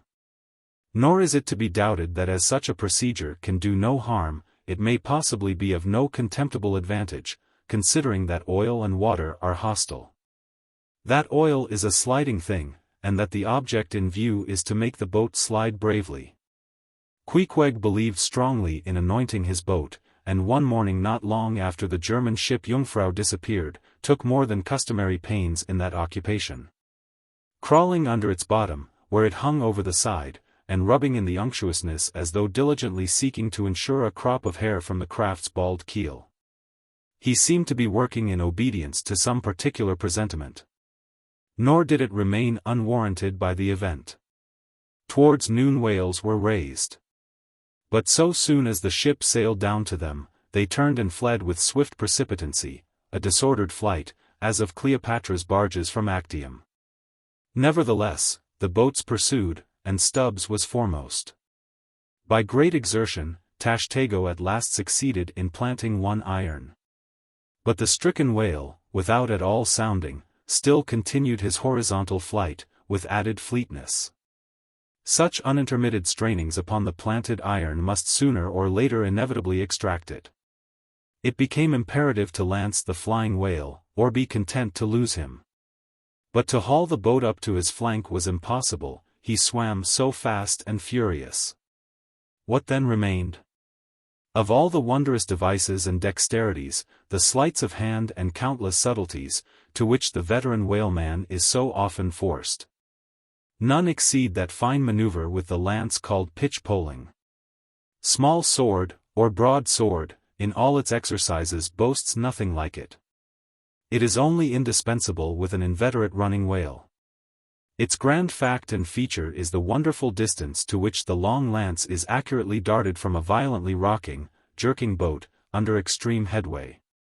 Steel and wood included, the entire spear is some 10 or 12 feet in length, the staff is much slighter than that of the harpoon, and also of a lighter material, pine. It is furnished with a small rope called a warp, of considerable length, by which it can be hauled back to the hand after darting. But before going further, it is important to mention here, that though the harpoon may be pitch-poled in the same way with the lance, yet it is seldom done. And when done, is still less frequently successful, on account of the greater weight and inferior length of the harpoon as compared with the lance, which in effect become serious drawbacks. As a general thing, therefore, you must first get fast to a whale, before any pitch-poling comes into play. Look now at Stubb. A man who from his humorous, deliberate coolness and equanimity in the direst emergencies, was specially qualified to excel in pitch-poling. Look at him. He stands upright in the tossed bow of the flying boat, wrapped in fleecy foam, the towing whale is 40 feet ahead. Handling the long lance lightly, glancing twice or thrice along its length to see if it be exactly straight, Stubb whistlingly gathers up the coil of the warp in one hand, so as to secure its free end in his grasp, leaving the rest unobstructed. Then holding the lance full before his waistband's middle, he levels it at the whale. When, covering him with it, he steadily depresses the butt end in his hand, thereby elevating the point till the weapon stands fairly balanced upon his palm, 15 feet in the air. He minds you somewhat of a juggler, balancing a long staff on his chin. Next moment with a rapid, nameless impulse, in a superb lofty arch the bright steel spans the foaming distance, and quivers in the life spot of the whale. Instead of sparkling water, he now spouts red blood. That drove the spigot out of him, cried Stubb. 'Tis July's immortal 4th, all fountains must run wine today. Would now, it were Old Orleans whiskey, or Old Ohio, or unspeakable Old Monongahela. Then, Tashtego, lad, I'd have ye hold a cannikin to the jet, and we'd drink round it.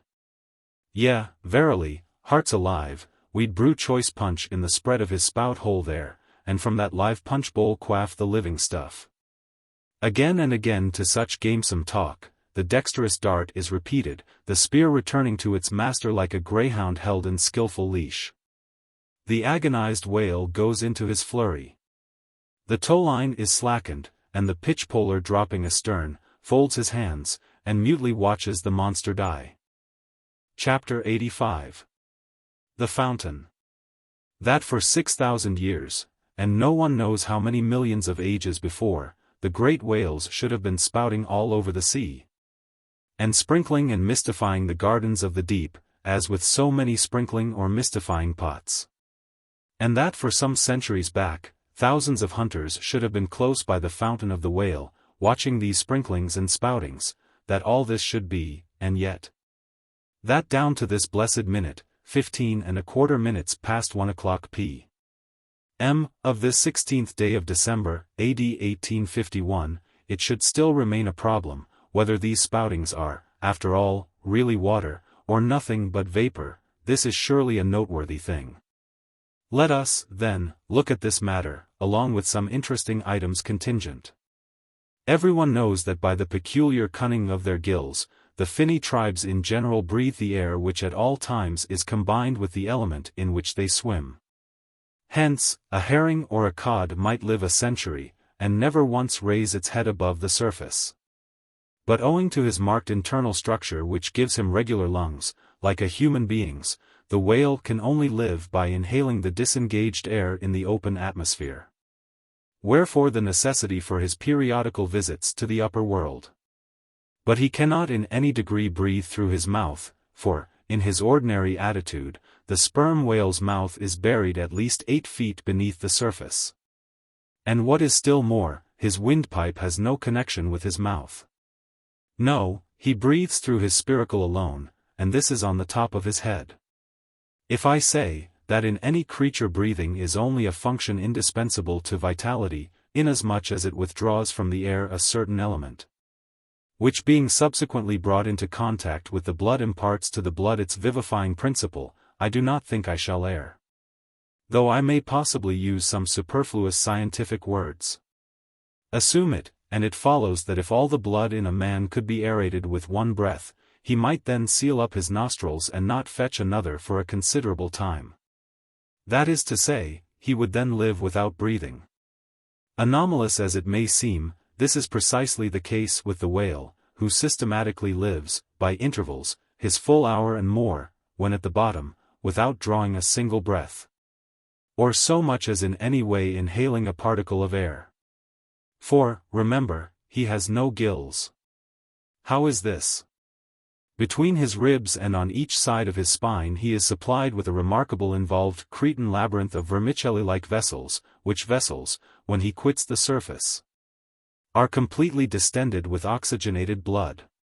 So that for an hour or more, 1,000 fathoms in the sea, he carries a surplus stock of vitality in him. Just as the camel crossing the waterless desert carries a surplus supply of drink for future use in its 4 supplementary stomachs. The anatomical fact of this labyrinth is indisputable. And that the supposition founded upon it is reasonable and true, seems the more cogent to me, when I consider the otherwise inexplicable obstinacy of that Leviathan in having his spoutings out. As the fishermen phrase it. This is what I mean.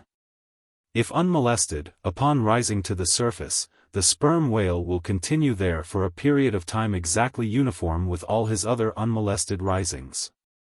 Say he stays 11 minutes, and jets 70 times, that is, respires 70 breaths, then whenever he rises again, he will be sure to have his 70 breaths over again, to a minute. Now, if after he fetches a few breaths you alarm him, so that he sounds, he will be always dodging up again to make good his regular allowance of air. And not till those 70 breaths are told, will he finally go down to stay out his full term below. Remark, however, that in different individuals these rates are different. But in any one they are alike. Now, why should the whale thus insist upon having his spoutings out, unless it be to replenish his reservoir of air descending for good? How obvious is it, too, that this necessity for the whale's rising exposes him to all the fatal hazards of the chase. For not by hook or by net could this vast Leviathan be caught, when sailing 1,000 fathoms beneath the sunlight. Not so much thy skill, then, O hunter, as the great necessities that strike the victory to thee. In man, breathing is incessantly going on, one breath only serving for 2 or 3 pulsations. So that whatever other business he has to attend to, waking or sleeping, breathe he must, or die he will. But the sperm whale only breathes about 1/7 or Sunday of his time. It has been said that the whale only breathes through his spout hole. If it could truthfully be added that his spouts are mixed with water, then I opine we should be furnished with the reason why his sense of smell seems obliterated in him. For the only thing about him that at all answers to his nose is that identical spout hole, and being so clogged with two elements, it could not be expected to have the power of smelling. But owing to the mystery of the spout, whether it be water or whether it be vapor, no absolute certainty can as yet be arrived at on this head. Sure it is, nevertheless, that the sperm whale has no proper olfactories. But what does he want of them? No roses, no violets, no cologne water in the sea. Furthermore, as his windpipe solely opens into the tube of his spouting canal, and as that long canal, like the Grand Erie Canal, is furnished with a sort of locks, that open and shut, for the downward retention of air or the upward exclusion of water. Therefore the whale has no voice. Unless you insult him by saying, that when he so strangely rumbles, he talks through his nose. But then again, what has the whale to say? Seldom have I known any profound being that had anything to say to this world, unless forced to stammer out something by way of getting a living. Oh! Happy that the world is such an excellent listener. Now, the spouting canal of the sperm whale, chiefly intended as it is for the conveyance of air, and for several feet laid along, horizontally, just beneath the upper surface of his head, and a little to one side. This curious canal is very much like a gas pipe laid down in a city on one side of a street. But the question returns whether this gas pipe is also a water pipe. In other words, whether the spout of the sperm whale is the mere vapor of the exhaled breath, or whether that exhaled breath is mixed with water taken in at the mouth and discharged through the spiracle. It is certain that the mouth indirectly communicates with the spouting canal, but it cannot be proved that this is for the purpose of discharging water through the spiracle. Because the greatest necessity for so doing would seem to be, when in feeding he accidentally takes in water. But the sperm whale's food is far beneath the surface, and there he cannot spout even if he would. Besides, if you regard him very closely, and time him with your watch, you will find that when unmolested, there is an undeviating rhyme between the periods of his jets and the ordinary periods of respiration. But why pester one with all this reasoning on the subject? Speak out. You have seen him spout, then declare what the spout is. Can you not tell water from air?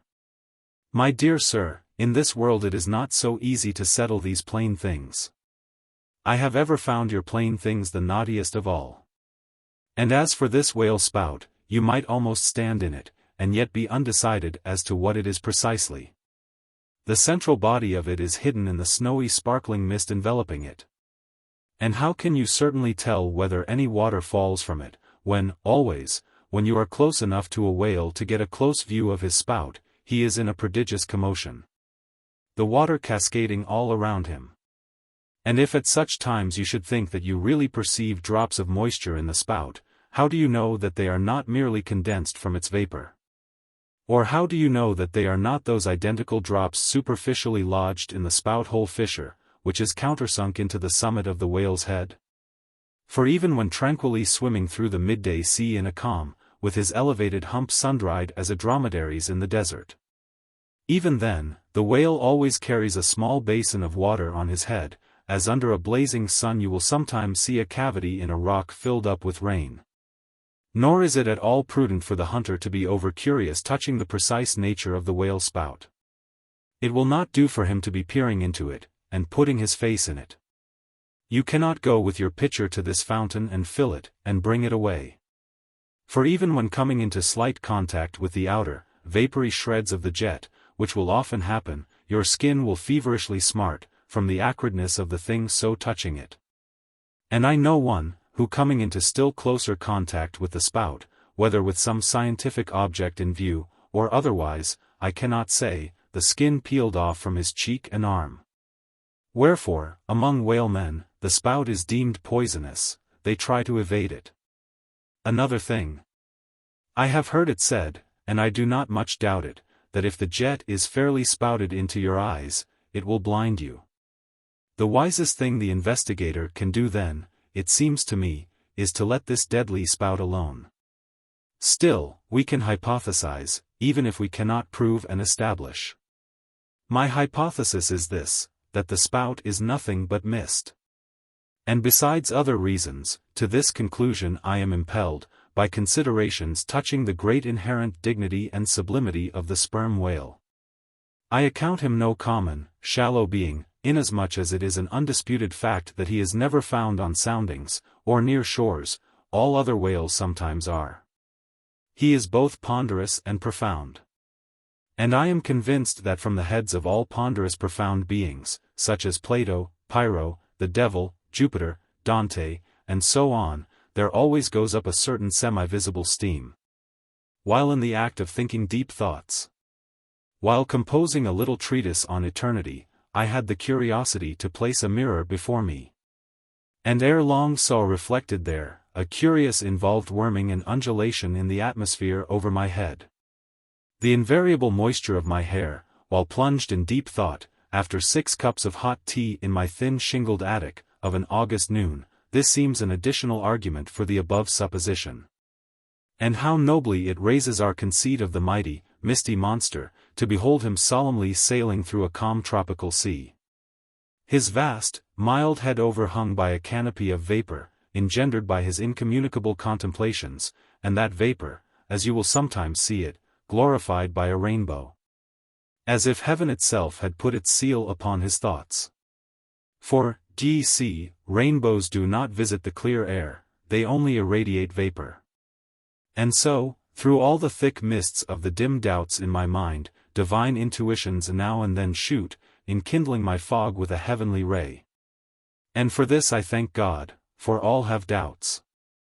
Many deny, but doubts or denials, few along with them, have intuitions. Doubts of all things earthly, and intuitions of some things heavenly. This combination makes neither believer nor infidel, but makes a man who regards them both with equal eye. Chapter 86. The Tail. Other poets have warbled the praises of the soft eye of the antelope, and the lovely plumage of the bird that never alights. Less celestial, I celebrate a tail. Reckoning the largest sized sperm whale's tail to begin at that point of the trunk where it tapers to about the girth of a man, it comprises upon its upper surface alone an area of at least 50 square feet. The compact round body of its root expands into 2 broad, firm, flat palms or flukes, gradually shoaling away to less than an inch in thickness. At the crotch or junction, these flukes slightly overlap, then sideways recede from each other like wings, leaving a wide vacancy between. In no living thing are the lines of beauty more exquisitely defined than in the crescentic borders of these flukes. At its utmost expansion in the full-grown whale, the tail will considerably exceed 20 feet across. The entire member seems a dense webbed bed of welded sinews. But cut into it, and you find that 3 distinct strata compose it, upper, middle, and lower. The fibers in the upper and lower layers are long and horizontal. Those of the middle one, very short, and running crosswise between the outside layers. This triune structure, as much as anything else, imparts power to the tail. To the student of old Roman walls, the middle layer will furnish a curious parallel to the thin course of tiles always alternating with the stone in those wonderful relics of the antique, and which undoubtedly contribute so much to the great strength of the masonry. But as if this vast local power in the tendinous tail were not enough, the whole bulk of the Leviathan is knit over with a warp and woof of muscular fibers and filaments, which passing on either side the loins and running down into the flukes, insensibly blend with them, and largely contribute to their might. So that in the tail the confluent measureless force of the whole whale seems concentrated to a point. Could annihilation occur to matter, this were the thing to do it. Nor does this, its amazing strength, at all tend to cripple the graceful flexion of its motions, where infantileness of ease undulates through a titanism of power. On the contrary, those motions derive their most appalling beauty from it. Real strength never impairs beauty or harmony, but it often bestows it. And in everything imposingly beautiful, strength has much to do with the magic. Take away the tied tendons that all over seem bursting from the marble in the carved Hercules, and its charm would be gone. As devout Eckermann lifted the linen sheet from the naked corpse of Goethe, he was overwhelmed with the massive chest of the man, that seemed as a Roman triumphal arch. When Angelo paints even God the Father in human form, mark what robustness is there. And whatever they may reveal of the divine love in the Son, the soft, curled, hermaphroditical Italian pictures, in which his idea has been most successfully embodied.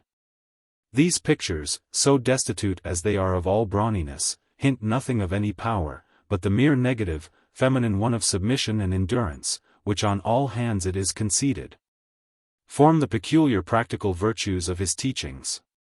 Such is the subtle elasticity of the organ I treat of, that whether wielded in sport, or in earnest, or in anger, whatever be the mood it be in, its flexions are invariably marked by exceeding grace. Therein no fairy's arm can transcend it. 5 great motions are peculiar to it. First, when used as a fin for progression; second, when used as a mace in battle; third, in sweeping; fourth, in lobtailing; fifth, in peaking flukes. First, being horizontal in its position, the Leviathan's tail acts in a different manner from the tails of all other sea creatures. It never wriggles. In man or fish, wriggling is a sign of inferiority. To the whale, his tail is the sole means of propulsion. Scrollwise coiled forwards beneath the body, and then rapidly sprung backwards, it is this which gives that singular darting, leaping motion to the monster when furiously swimming. His side fins only serve to steer by. Second, it is a little significant, that while one sperm whale only fights another sperm whale with his head and jaw, nevertheless, in his conflicts with man, he chiefly and contemptuously uses his tail. In striking at a boat, he swiftly curves away his flukes from it, and the blow is only inflicted by the recoil. If it be made in the unobstructed air, especially if it descend to its mark, the stroke is then simply irresistible. No ribs of man or boat can withstand it. Your only salvation lies in eluding it. But if it comes sideways through the opposing water, then partly owing to the light buoyancy of the whaleboat, and the elasticity of its materials, a cracked rib or a dashed plank or two, a sort of stitch in the side, is generally the most serious result. These submerged side blows are so often received in the fishery, that they are accounted mere child's play. Someone strips off a frock, and the hole is stopped. Third, I cannot demonstrate it, but it seems to me, that in the whale the sense of touch is concentrated in the tail. For in this respect there is a delicacy in it only equalled by the daintiness of the elephant's trunk. This delicacy is chiefly evinced in the action of sweeping, when in maidenly gentleness the whale with a certain soft slowness moves his immense flukes from side to side upon the surface of the sea.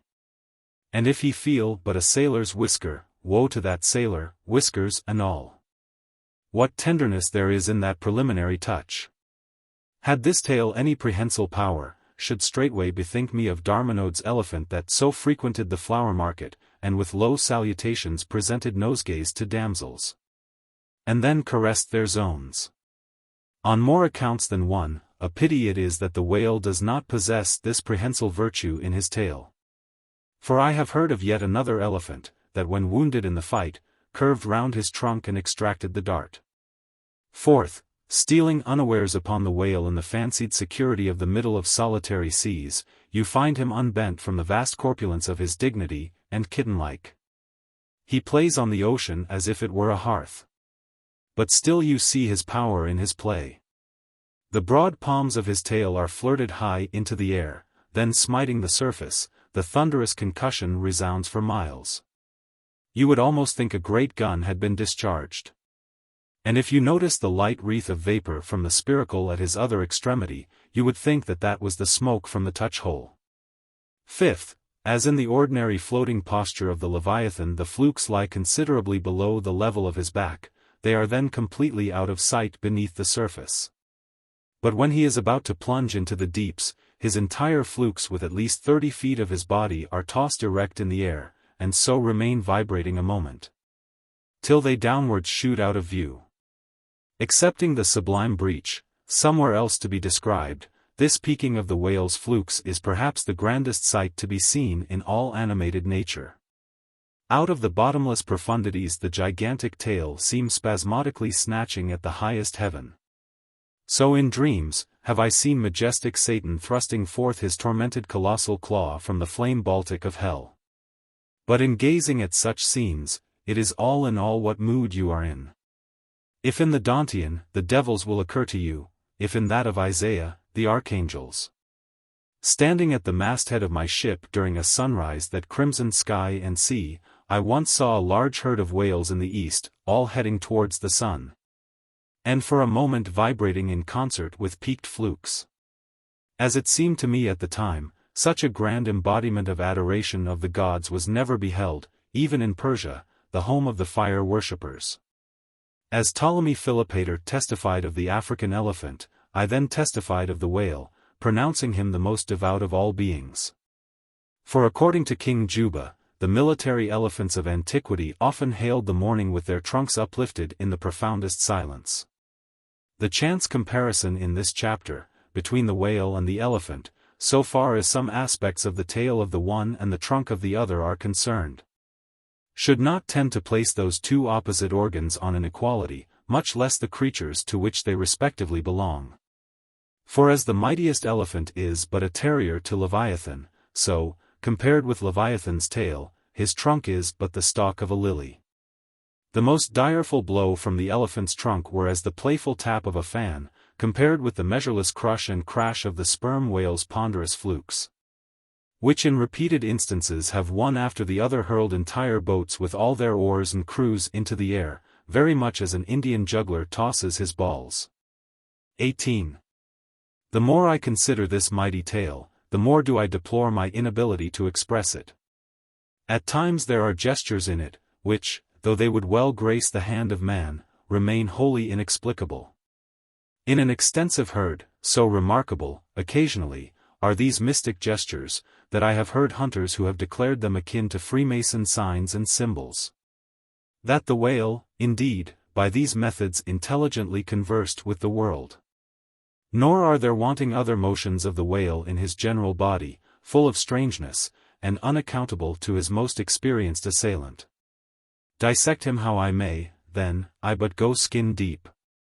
I know him not, and never will. But if I know not even the tail of this whale, how understand his head? Much more, how comprehend his face, when face he has none? Thou shalt see my back parts, my tail, he seems to say, but my face shall not be seen. But I cannot completely make out his back parts. And hint what he will about his face, I say again he has no face. Chapter 87. The Grand Armada. The long and narrow peninsula of Malacca, extending southeastward from the territories of Burma, forms the most southerly point of all Asia. In a continuous line from that peninsula stretched the long islands of Sumatra, Java, Bali, and Timor, which, with many others, form a vast mole, or rampart, lengthwise connecting Asia with Australia, and dividing the long unbroken Indian Ocean from the thickly studded Oriental archipelagos. This rampart is pierced by several sallyports for the convenience of ships and whales, conspicuous among which are the Straits of Sunda and Malacca. By the Straits of Sunda, chiefly, vessels bound to China from the west, emerge into the China Seas. Those narrow Straits of Sunda divide Sumatra from Java. And standing midway in that vast rampart of islands, buttressed by that bold green promontory, known to seamen as Java Head, they not a little correspond to the central gateway opening into some vast walled empire, and considering the inexhaustible wealth of spices, and silks, and jewels, and gold, and ivory, with which the 1,000 islands of that Oriental Sea are enriched, it seems a significant provision of nature, that such treasures, by the very formation of the land, should at least bear the appearance, however ineffectual, of being guarded from the all-grasping Western world.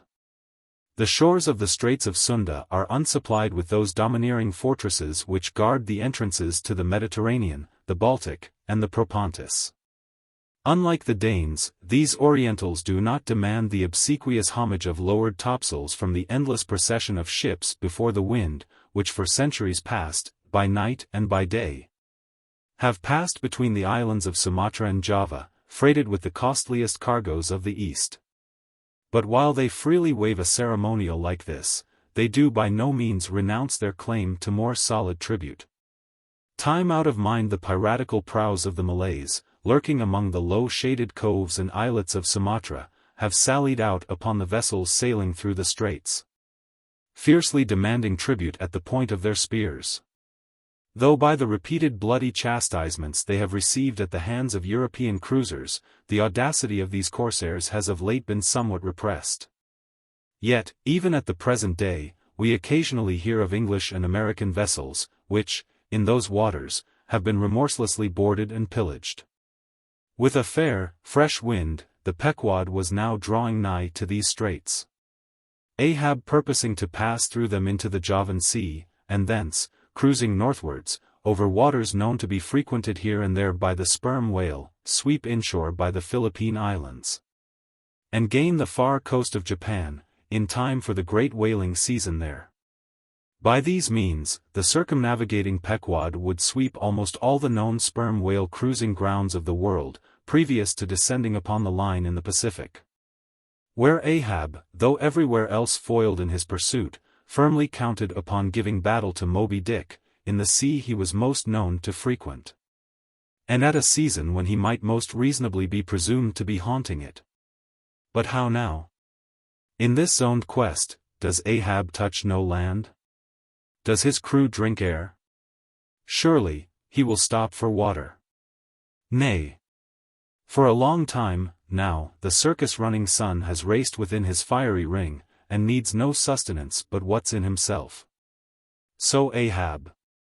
Mark this, too, in the whaler. While other hulls are loaded down with alien stuff, to be transferred to foreign wharves, the world-wandering whale ship carries no cargo but herself and crew, their weapons and their wants. She has a whole lake's contents bottled in her ample hold. She is ballasted with utilities, not altogether with unusable pig-lead and Kent-ledge. She carries years' water in her. Clear old prime Nantucket water, which, when 3 years afloat, the Nantucketer, in the Pacific, prefers to drink before the brackish fluid, but yesterday rafted off in casks, from the Peruvian or Indian streams.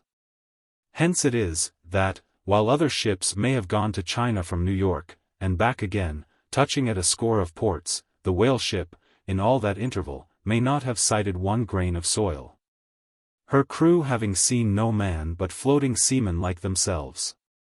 So that did you carry them the news that another flood had come, they would only answer, well, boys, here's the ark. Now, as many sperm whales had been captured off the western coast of Java, in the near vicinity of the Straits of Sunda. Indeed, as most of the ground, roundabout, was generally recognized by the fishermen as an excellent spot for cruising. Therefore, as the Pequod gained more and more upon Java Head, the lookouts were repeatedly hailed, and admonished to keep wide awake. But though the green palmy cliffs of the land soon loomed on the starboard bow, and with delighted nostrils the fresh cinnamon was snuffed in the air, yet not a single jet was descried. Almost renouncing all thought of falling in with any game hereabouts, the ship had well nigh entered the straits, when the customary cheering cry was heard from aloft. And ere long a spectacle of singular magnificence saluted us. But here be it premised, that owing to the unwearied activity with which of late they have been hunted over all 4 oceans, the sperm whales, instead of almost invariably sailing in small detached companies, as in former times, are now frequently met with in extensive herds, sometimes embracing so great a multitude, that it would almost seem as if numerous nations of them had sworn solemn league and covenant for mutual assistance and protection. To this aggregation of the sperm whale into such immense caravans, may be imputed the circumstance that even in the best cruising grounds, you may now sometimes sail for weeks and months together, without being greeted by a single spout, and then be suddenly saluted by what sometimes seems thousands on thousands, broad on both bows, at the distance of some 2 or 3 miles, and forming a great semicircle, embracing one half of the level horizon. A continuous chain of whalejets were up playing and sparkling in the noonday air. Unlike the straight perpendicular twinjets of the right whale, which, dividing at top, fall over in 2 branches, like the cleft drooping boughs of a willow. The single forward slanting spout of the sperm whale presents a thick curled bush of white mist, continually rising and falling away to leeward. Seen from the Pequod's deck, then, as she would rise on a high hill of the sea, this host of vapory spouts, individually curling up into the air, and beheld through a blending atmosphere of bluish haze, showed like the 1,000 cheerful chimneys of some dense metropolis, descried of a balmy autumnal morning, by some horseman on a height. As marching armies approaching an unfriendly defile in the mountains, accelerate their march, all eagerness to place that perilous passage in their rear, and once more expand in comparative security upon the plain. Even so did this vast fleet of whales now seem hurrying forward through the straits, gradually contracting the wings of their semicircle, and swimming on, in one solid, but still crescentic center. Crowding all sail, the Pequod pressed after them, the harpooneers handling their weapons, and loudly cheering from the heads of their yet suspended boats. If the wind only held, little doubt had they, that chased through these straits of Sunda, the vast host would only deploy into the oriental seas to witness the capture of not a few of their number.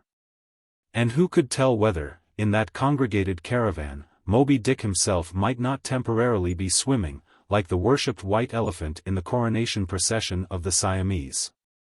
So with stunsail piled on stunsail, we sailed along, driving these leviathans before us, when, of a sudden, the voice of Tashtego was heard, loudly directing attention to something in our wake. Corresponding to the crescent in our van, we beheld another in our rear. It seemed formed of detached white vapors, rising and falling something like the spouts of the whales. Only they did not so completely come and go, for they constantly hovered, without finally disappearing. Leveling his glass at this sight, Ahab quickly revolved in his pivot hole, crying, "Aloft there, and rig whips and buckets to wet the sails, Malays, sir, and after us." As if too long lurking behind the headlands, till the Pequod should fairly have entered the straits, these rascally Asiatics were now in hot pursuit, to make up for their overcautious delay. But when the swift Pequod, with a fresh leading wind, was herself in hot chase. How very kind of these tawny philanthropists to assist in speeding her on to her own chosen pursuit, mere riding whips and rowels to her, that they were.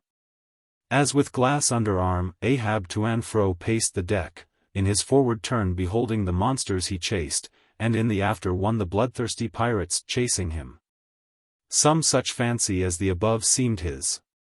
And when he glanced upon the green walls of the watery defile in which the ship was then sailing, and bethought him that through that gate lay the route to his vengeance, and beheld how that through that same gate he was now both chasing and being chased to his deadly end. And not only that, but a herd of remorseless wild pirates and inhuman atheistical devils were infernally cheering him on with their curses. When all these conceits had passed through his brain, Ahab's brow was left gaunt and ribbed, like the black sand beach after some stormy tide has been gnawing it, without being able to drag the firm thing from its place. But thoughts like these troubled very few of the reckless crew. And when, after steadily dropping the pirates astern, the Pequod at last shot by the vivid green cockatoo point on the Sumatra side, emerging at last upon the broad waters beyond. Then, the harpooneers seemed more to grieve that the swift whales had been gaining upon the ship, than to rejoice that the ship had so victoriously gained upon the Malays. But still driving on in the wake of the whales, at length they seemed abating their speed, gradually the ship neared them, and the wind now dying away, word was passed to spring to the boats. But no sooner did the herd, by some presumed wonderful instinct of the sperm whale, become notified of the 3 keels that were after them, though as yet a mile in their rear, than they rallied again, and forming in close ranks and battalions, so that their spouts all looked like flashing lines of stacked bayonets, moved on with redoubled velocity. Stripped to our shirts and drawers, we sprang to the white ash, and after several hours pulling were almost disposed to renounce the chase, when a general pausing commotion among the whales gave animating token that they were now at last under the influence of that strange perplexity of inert irresolution, which, when the fishermen perceive it in the whale, they say he is gallied. The compact martial columns in which they had been hitherto rapidly and steadily swimming, were now broken up in one measureless rout. And like King Porus elephants in the Indian battle with Alexander, they seemed going mad with consternation. In all directions expanding in vast irregular circles, and aimlessly swimming hither and thither, by their short thick spoutings, they plainly betrayed their distraction of panic. This was still more strangely evinced by those of their number, who, completely paralyzed as it were, helplessly floated like waterlogged dismantled ships on the sea. Had these leviathans been but a flock of simple sheep, pursued over the pasture by 3 fierce wolves, they could not possibly have evinced such excessive dismay. But this occasional timidity is characteristic of almost all herding creatures. Though banding together in tens of thousands, the lion-maned buffaloes of the West have fled before a solitary horseman. Witness, too, all human beings, how when herded together in the sheepfold of a theatre's pit, they will, at the slightest alarm of fire, rush helter-skelter for the outlets, crowding, trampling, jamming, and remorselessly dashing each other to death. Best, therefore, withhold any amazement at the strangely gallied wails before us, for there is no folly of the beasts of the earth which is not infinitely outdone by the madness of men. Though many of the whales, as has been said, were in violent motion, yet it is to be observed that as a whole the herd neither advanced nor retreated, but collectively remained in one place. As is customary in those cases, the boats at once separated, each making for some one lone whale on the outskirts of the shoal. In about 3 minutes' time, Queequeg's harpoon was flung. The stricken fish darted blinding spray in our faces, and then running away with us like light, steered straight for the heart of the herd. Though such a movement on the part of the whale struck under such circumstances, is in no wise unprecedented, and indeed is almost always more or less anticipated. Yet does it present one of the more perilous vicissitudes of the fishery. For as the swift monster drags you deeper and deeper into the frantic shoal, you bid adieu to circumspect life and only exist in a delirious throb. As, blind and deaf, the whale plunged forward, as if by sheer power of speed to rid himself of the iron leech that had fastened to him. As we thus tore a white gash in the sea, on all sides menaced as we flew, by the crazed creatures to and fro rushing about us. Our beset boat was like a ship mobbed by ice isles in a tempest, and striving to steer through their complicated channels and straits, knowing not at what moment it may be locked in and crushed. But not a bit daunted, Queequeg steered us manfully, now sheering off from this monster directly across our route in advance. Now edging away from that, whose colossal flukes were suspended overhead, while all the time, Starbuck stood up in the bows, lance in hand, pricking out of our way whatever whales he could reach by short darts, for there was no time to make long ones. Nor were the oarsmen quite idle, though their wonted duty was now altogether dispensed with. They chiefly attended to the shouting part of the business. "Out of the way, Commodore!" cried one, to a great dromedary that of a sudden rose bodily to the surface, and for an instant threatened to swamp us. "Hard down with your tail, there!" cried a second to another, which, close to our gunwale, seemed calmly cooling himself with his own fan-like extremity. All whaleboats carry certain curious contrivances, originally invented by the Nantucket Indians, called drugs. 2 thick squares of wood of equal size are stoutly clenched together, so that they cross each other's grain at right angles. A line of considerable length is then attached to the middle of this block, and the other end of the line being looped, it can in a moment be fastened to a harpoon. It is chiefly among gallied whales that this drug is used. For then, more whales are close round you than you can possibly chase at one time. But sperm whales are not every day encountered. While you may, then, you must kill all you can. And if you cannot kill them all at once, you must wing them, so that they can be afterwards killed at your leisure. Hence it is, that at times like these the drug comes into requisition. Our boat was furnished with 3 of them.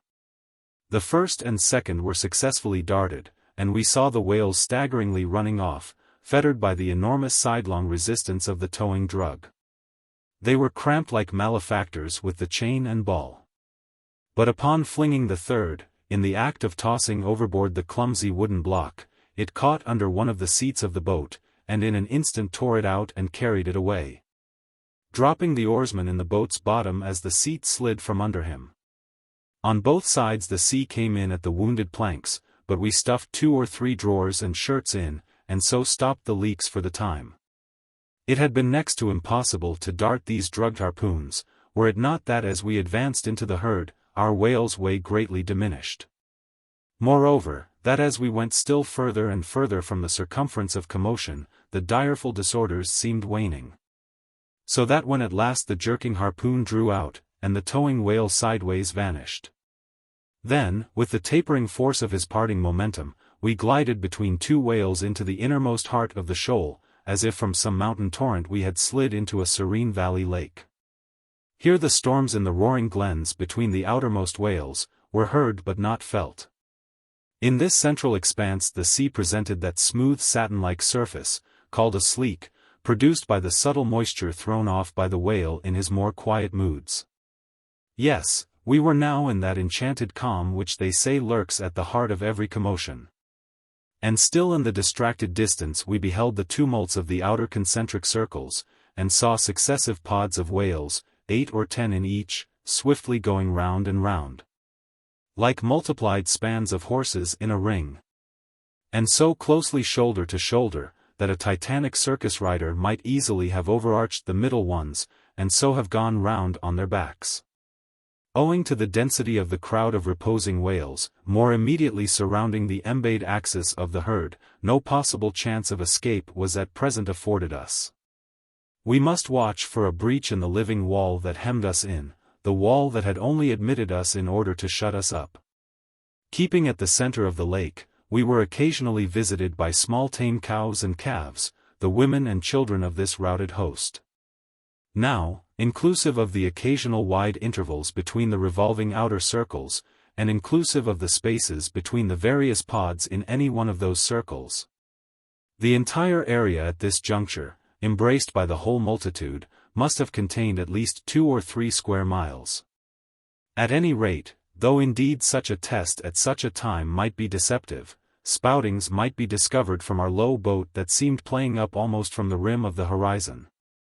I mention this circumstance, because, as if the cows and calves had been purposely locked up in this innermost fold, and as if the wide extent of the herd had hitherto prevented them from learning the precise cause of its stopping, or, possibly, being so young, unsophisticated, and every way innocent and inexperienced.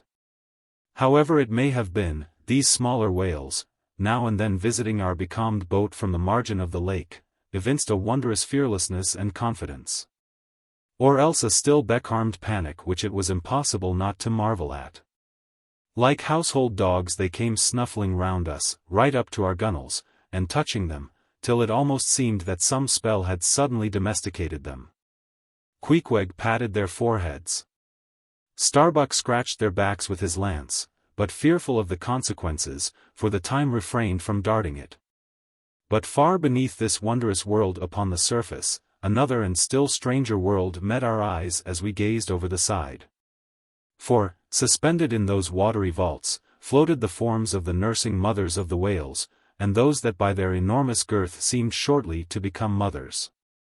The lake, as I have hinted, was to a considerable depth exceedingly transparent. And as human infants while suckling will calmly and fixedly gaze away from the breast, as if leading 2 different lives at the time, and while yet drawing mortal nourishment, be still spiritually feasting upon some unearthly reminiscence, even so did the young of these whales seem looking up towards us, but not at us, as if we were but a bit of gulf weed in their newborn sight.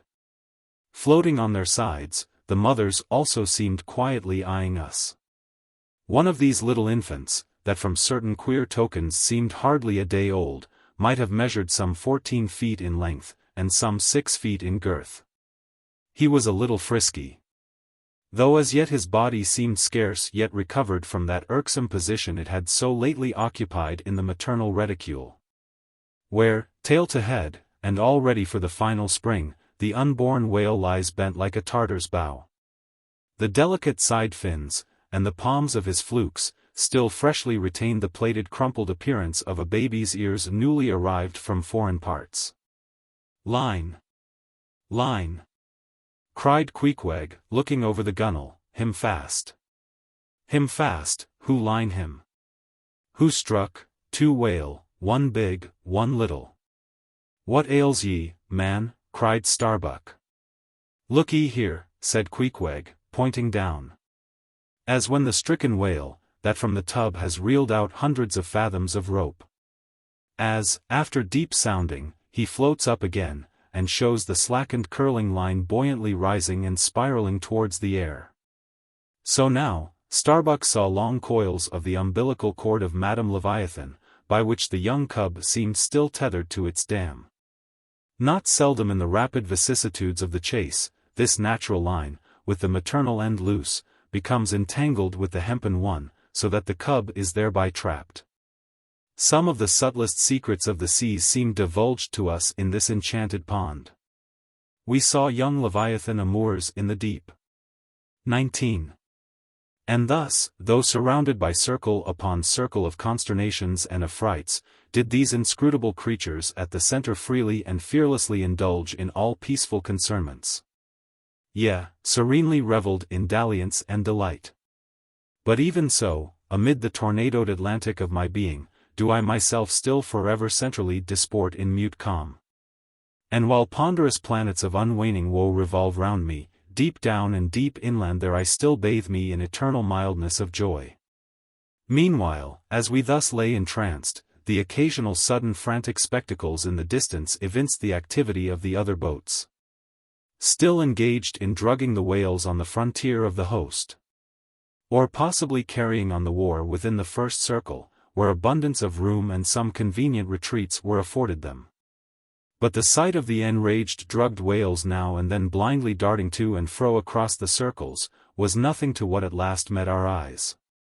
It is sometimes the custom when fast to a whale more than commonly powerful and alert, to seek to hamstring him, as it were, by sundering or maiming his gigantic tail tendon. It is done by darting a short-handled cutting spade, to which is attached a rope for hauling it back again. A whale wounded, as we afterwards learned, in this part, but not effectually, as it seemed, had broken away from the boat, carrying along with him half of the harpoon line. And in the extraordinary agony of the wound, he was now dashing among the revolving circles like the lone mounted desperado Arnold, at the Battle of Saratoga, carrying dismay wherever he went. But agonizing as was the wound of this whale, and an appalling spectacle enough, anyway. Yet the peculiar horror with which he seemed to inspire the rest of the herd, was owing to a cause which at first the intervening distance obscured from us.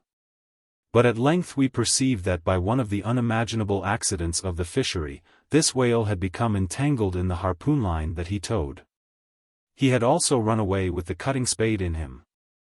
And while the free end of the rope attached to that weapon, had permanently caught in the coils of the harpoon line round his tail, the cutting spade itself had worked loose from his flesh.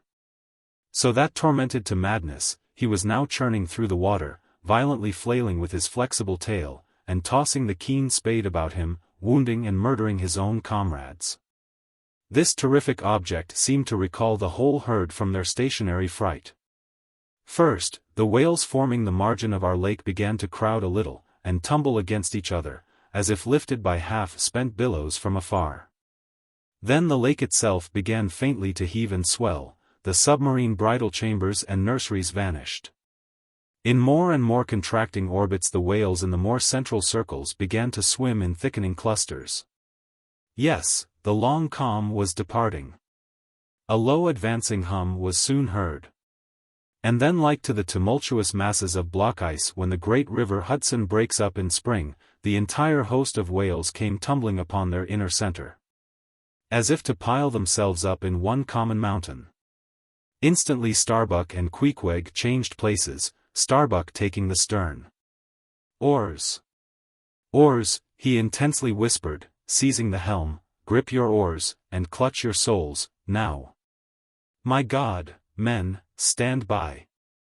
Shove him off, you Queequeg, the whale there, prick him, hit him. Stand up, and stay so.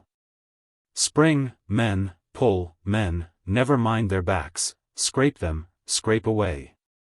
The boat was now all but jammed between two vast black bulks, leaving a narrow Dardanelles between their long lengths. But by desperate endeavor we at last shot into a temporary opening. Then giving way rapidly, and at the same time earnestly watching for another outlet. After many similar hairbreadth escapes, we at last swiftly glided into what had just been one of the outer circles, but now crossed by random whales, all violently making for one center. This lucky salvation was cheaply purchased by the loss of Queequeg's hat, who, while standing in the bows to prick the fugitive whales, had his hat taken clean from his head by the air-eddy made by the sudden tossing of a pair of broad flukes close by. Riotous and disordered as the universal commotion now was, it soon resolved itself into what seemed a systematic movement. For having clumped together at last in one dense body, they then renewed their onward flight with augmented fleetness. Further pursuit was useless. But the boat still lingered in their wake to pick up what drugged whales might be dropped astern, and likewise to secure one which Flask had killed and waifed. The waif is a pennant pole, 2 or 3 of which are carried by every boat, and which, when additional game is at hand, are inserted upright into the floating body of a dead whale, both to mark its place on the sea, and also as token of prior possession, should the boats of any other ship draw near. The result of this lowering was somewhat illustrative of that sagacious saying in the fishery, the more whales the less fish. Of all the drugged whales only one was captured. The rest contrived to escape for the time, but only to be taken, as will hereafter be seen, by some other craft than the Pequod. Chapter 88. Schools and Schoolmasters. The previous chapter gave account of an immense body or herd of sperm whales, and there was also then given the probable cause inducing those vast aggregations. Now, though such great bodies are at times encountered, yet, as must have been seen, even at the present day, small detached bands are occasionally observed, embracing from 20 to 50 individuals each. Such bands are known as schools. They generally are of 2 sorts. Those composed almost entirely of females, and those mustering none but young vigorous males, or bulls, as they are familiarly designated. In cavalier attendance upon the school of females, you invariably see a male of full-grown magnitude, but not old, who, upon any alarm, evinces his gallantry by falling in the rear and covering the flight of his ladies. In truth, this gentleman is a luxurious ottoman, swimming about over the watery world, surroundingly accompanied by all the solaces and endearments of the harem. The contrast between this ottoman and his concubines is striking. Because, while he is always of the largest leviathanic proportions, the ladies, even at full growth, are not more than 1/3 of the bulk of an average-sized male. They are comparatively delicate, indeed, I dare say, not to exceed 6 yards round the waist. Nevertheless, it cannot be denied, that upon the whole they are hereditarily entitled to en bon point. It is very curious to watch this harem and its lord in their indolent ramblings. Like fashionables, they are forever on the move in leisurely search of variety. You meet them on the line in time for the full flower of the equatorial feeding season, having just returned, perhaps, from spending the summer in the northern seas, and so cheating summer of all unpleasant weariness and warmth. By the time they have lounged up and down the promenade of the equator a while, they start for the oriental waters in anticipation of the cool season there, and so evade the other excessive temperature of the year. When serenely advancing on one of these journeys, if any strange suspicious sights are seen, my Lord Whale keeps a wary eye on his interesting family. Should any unwarrantably pert young Leviathan coming that way, presume to draw confidentially close to one of the ladies, with what prodigious fury the bashaw assails him, and chases him away. High times, indeed, if unprincipled young rakes like him are to be permitted to invade the sanctity of domestic bliss. Though do what the bashaw will, he cannot keep the most notorious Lothario out of his bed, for, alas, all fish bed in common. As ashore, the ladies often cause the most terrible duels among their rival admirers, just so with the whales, who sometimes come to deadly battle, and all for love. They fence with their long lower jaws, sometimes locking them together, and so striving for the supremacy like elks that warringly interweave their antlers. Not a few are captured having the deep scars of these encounters, furrowed heads, broken teeth, scalloped fins, and in some instances, wrenched and dislocated mouths. But supposing the invader of domestic bliss to betake himself away at the first rush of the harem's lord, then is it very diverting to watch that lord. Gently he insinuates his vast bulk among them again and revels there a while, still in tantalizing vicinity to young Lothario, like pious Solomon devoutly worshipping among his 1,000 concubines. Granting other whales to be in sight, the fisherman will seldom give chase to one of these Grand Turks, for these Grand Turks are too lavish of their strength, and hence their unctuousness is small. As for the sons and the daughters they beget, why, those sons and daughters must take care of themselves, at least, with only the maternal help. For like certain other omnivorous roving lovers that might be named, my Lord Whale has no taste for the nursery, however much for the bower. And so, being a great traveler, he leaves his anonymous babies all over the world, every baby an exotic. In good time, nevertheless, as the ardor of youth declines, as years and dumps increase. As reflection lends her solemn pauses, in short, as a general lassitude overtakes the sated Turk, then a love of ease and virtue supplants the love for maidens. Our Ottoman enters upon the impotent, repentant, admonitory stage of life, forswears, disbands the harem, and grown to an exemplary, sulky old soul, goes about all alone among the meridians and parallels saying his prayers, and warning each young Leviathan from his amorous errors. Now, as the harem of whales is called by the fishermen a school, so is the lord and master of that school technically known as the schoolmaster. It is therefore not in strict character, however admirably satirical, that after going to school himself, he should then go abroad inculcating not what he learned there, but the folly of it. His title, schoolmaster, would very naturally seem derived from the name bestowed upon the harem itself, but some have surmised that the man who first thus entitled this sort of Ottoman whale must have read the memoirs of Vidocq, and informed himself what sort of a country schoolmaster that famous Frenchman was in his younger days, and what was the nature of those occult lessons he inculcated into some of his pupils. The same secludedness and isolation to which the schoolmaster whale betakes himself in his advancing years, is true of all aged sperm whales. Almost universally, a lone whale, as a solitary leviathan is called, proves an ancient one. Like venerable moss-bearded Daniel Boone, he will have no one near him but nature herself. And her he takes to wife in the wilderness of waters, and the best of wives she is, though she keeps so many moody secrets. The schools composing none but young and vigorous males, previously mentioned, offer a strong contrast to the harem schools. For while those female whales are characteristically timid, the young males, or 40-barrel bulls, as they call them, are by far the most pugnacious of all leviathans, and proverbially the most dangerous to encounter. Excepting those wondrous gray-headed, grizzled whales, sometimes met, and these will fight you like grim fiends exasperated by a penal gout. The 40-barrel bull schools are larger than the harem schools. Like a mob of young collegians, they are full of fight, fun, and wickedness, tumbling round the world at such a reckless, rollicking rate that no prudent underwriter would insure them any more than he would a riotous lad at Yale or Harvard. They soon relinquish this turbulence though, and when about 3/4 grown, break up, and separately go about in quest of settlements, that is, harems. Another point of difference between the male and female schools is still more characteristic of the sexes. Say you strike a 40-barrel bull, poor devil, all his comrades quit him. But strike a member of the harem school, and her companions swim around her with every token of concern, sometimes lingering so near her and so long, as themselves to fall a prey.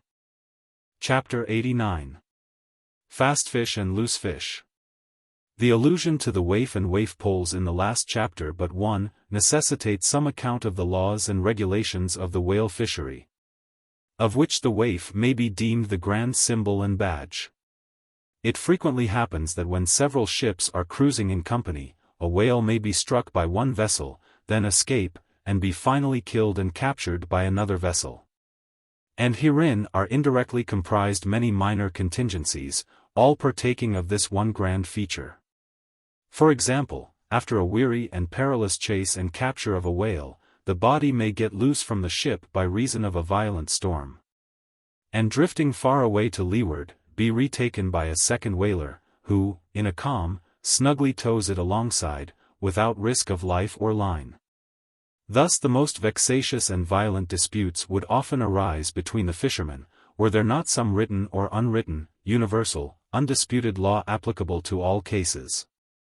Perhaps the only formal whaling code authorized by legislative enactment was that of Holland. It was decreed by the States General in AD 1695.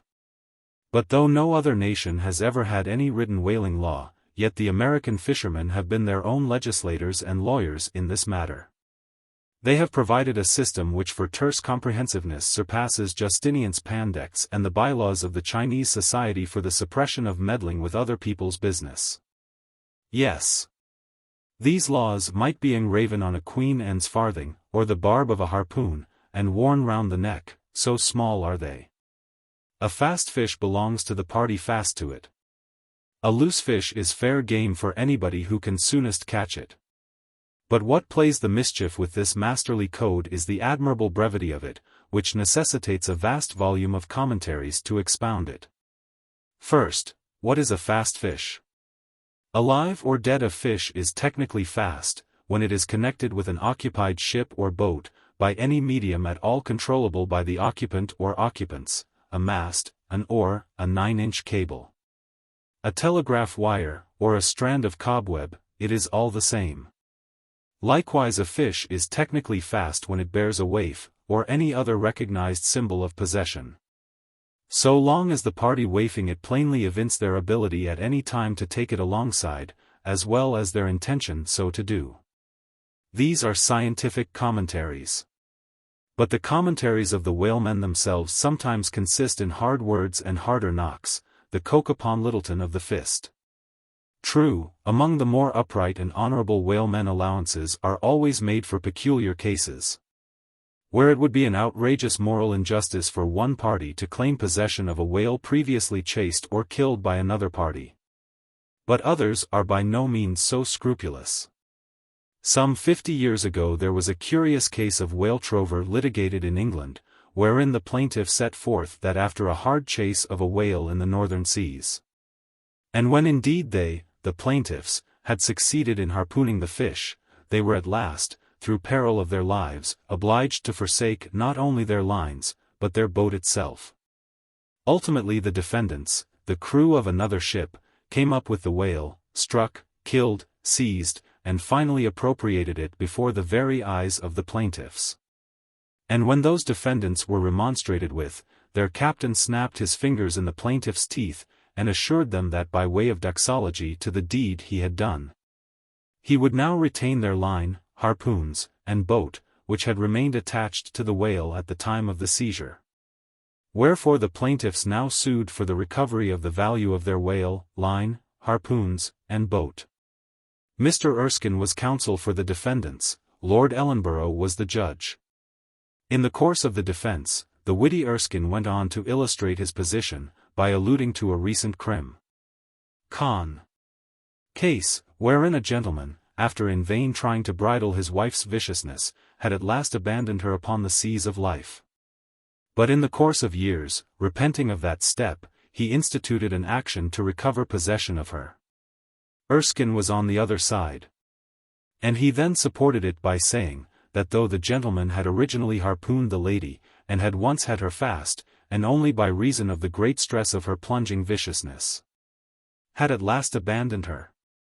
Yet abandon her he did, so that she became a loose fish. And therefore when a subsequent gentleman reharpooned her, the lady then became that subsequent gentleman's property, along with whatever harpoon might have been found sticking in her. Now in the present case Erskine contended that the examples of the whale and the lady were reciprocally illustrative of each other. These pleadings, and the counter-pleadings, being duly heard, the very learned judge in set terms decided, to wit, that as for the boat, he awarded it to the plaintiffs, because they had merely abandoned it to save their lives. But that with regard to the controverted whale, harpoons, and line, they belonged to the defendants, the whale, because it was a loose fish at the time of the final capture, and the harpoons and line because when the fish made off with them, it, the fish, acquired a property in those articles, and hence anybody who afterwards took the fish had a right to them. Now the defendants afterwards took the fish, ergo, the aforesaid articles were theirs. A common man looking at this decision of the very learned judge, might possibly object to it. But ploughed up to the primary rock of the matter, the two great principles laid down in the twin whaling laws previously quoted, and applied and elucidated by Lord Ellenborough in the above-cited case. These two laws touching fast fish and loose fish, I say, will, on reflection, be found the fundamentals of all human jurisprudence. For notwithstanding its complicated tracery of sculpture, the temple of the law, like the temple of the Philistines, has but two props to stand on. Is it not a saying in everyone's mouth, possession is half of the law, that is, regardless of how the thing came into possession? But often possession is the whole of the law. What are the sinews and souls of Russian serfs and republican slaves but fast fish, whereof possession is the whole of the law? What to the rapacious landlord is the widow's last mite but a fast fish? What is yonder undetected villain's marble mansion with a doorplate for a waif, what is that but a fast fish? What is the ruinous discount which Mordecai, the broker, gets from poor Woebegone, the bankrupt, on a loan to keep Woebegone's family from starvation? What is that ruinous discount but a fast fish? What is the Archbishop of Savesal's income of £100? 000 seized from the scant bread and cheese of hundreds of thousands of broken-backed laborers, all sure of heaven without any of Savesal's help. What is that globular £100,000 but a fast fish? What are the Duke of Dunder's hereditary towns and hamlets but fast fish? What to that redoubt harpooner, John Bull, is poor Ireland, but a fast fish? What to that apostolic lancer, brother Jonathan, is Texas but a fast fish? And concerning all these, is not possession the whole of the law? But if the doctrine of fast fish be pretty generally applicable, the kindred doctrine of loose fish is still more widely so. That is internationally and universally applicable. What was America in 1492 but a loose fish, in which Columbus struck the Spanish standard by way of waifing it for his royal master and mistress? What was Poland to the Tsar? What Greece to the Turk? What India to England? What at last will Mexico be to the United States? All loose fish. What are the rights of man and the liberties of the world but loose fish? What all men's minds and opinions but loose fish? What is the principle of religious belief in them but a loose fish? What to the ostentatious smuggling verbalists are the thoughts of thinkers but loose fish? What is the great globe itself but a loose fish? And what are you, reader, but a loose fish and a fast fish, too? Chapter 90. Heads or Tails. De bellina vero sufficit, si rex habet caput, eti regina caudam. Bracton, L. 3, c. 3. Latin from the books of the laws of England, which taken along with the context, means, that of all whales captured by anybody on the coast of that land, the king, as honorary grand harpooner, must have the head, and the queen be respectfully presented with the tail. A division which, in the whale, is much like having an apple, there is no intermediate remainder. Now as this law, under a modified form, is to this day in force in England, and as it offers in various respects a strange anomaly touching the general law of fast and loose fish, it is here treated of in a separate chapter. On the same courteous principle that prompts the English railways to be at the expense of a separate car, specially reserved for the accommodation of royalty. In the first place, in curious proof of the fact that the above-mentioned law is still in force, I proceed to lay before you a circumstance that happened within the last 2 years. It seems that some honest mariners of Dover, or Sandwich, or someone of the Cinque Ports, had after a hard chase succeeded in killing and beaching a fine whale which they had originally descried afar off from the shore. Now the Cinque Ports are partially or somehow under the jurisdiction of a sort of policeman or beadle, called a Lord Warden. Holding the office directly from the Crown, I believe, all the royal emoluments incident to the Cinque Port territories become by assignment his. By some writers this office is called a sinecure. But not so. Because the Lord Warden is busily employed at times in fobbing his perquisites, which are his chiefly by virtue of that same fobbing of them. Now when these poor sunburnt mariners, barefooted, and with their trousers rolled high up on their eely legs, had wearily hauled their fat fish high and dry, promising themselves a good 150 pounds from the precious oil and bone, and in fantasy sipping rare tea with their wives, and good ale with their cronies, upon the strength of their respective shares. Up steps a very learned and most Christian and charitable gentleman, with a copy of Blackstone under his arm, and laying it upon the whale's head, he says, "Hands off. This fish, my masters, is a fast fish. I seize it as the Lord Warden's." Upon this the poor mariners in their respectful consternation, so truly English, knowing not what to say, fall to vigorously scratching their heads all round, meanwhile ruefully glancing from the whale to the stranger. But that did in nowise mend the matter, or at all soften the hard heart of the learned gentleman with the copy of Blackstone. At length one of them, after long scratching about for his ideas, made bold to speak. "Please, sir, who is the Lord Warden?" "The Duke." "But the Duke had nothing to do with taking this fish?" "It is his. We have been at great trouble, and peril, and some expense, and is all that to go to the Duke's benefit, we getting nothing at all for our pains but our blisters?" "It is his." "Is the Duke so very poor as to be forced to this desperate mode of getting a livelihood?" "It is his. I thought to relieve my old bedridden mother by part of my share of this whale." "It is his. Won't the Duke be content with a quarter or a half?" "It is his." In a word, the whale was seized and sold, and His Grace the Duke of Wellington received the money. Thinking that viewed in some particular lights, the case might by a bare possibility in some small degree be deemed, under the circumstances, a rather hard one, an honest clergyman of the town respectfully addressed a note to His Grace, begging him to take the case of those unfortunate mariners into full consideration. To which my Lord Duke in substance replied, both letters were published, that he had already done so, and received the money, and would be obliged to the reverend gentleman if for the future he, the reverend gentleman, would decline meddling with other people's business. Is this the still militant old man, standing at the corners of the three kingdoms, on all hands coercing alms of beggars? It will readily be seen that in this case the alleged right of the Duke to the whale was a delegated one from the sovereign. We must needs inquire then on what principle the sovereign is originally invested with that right.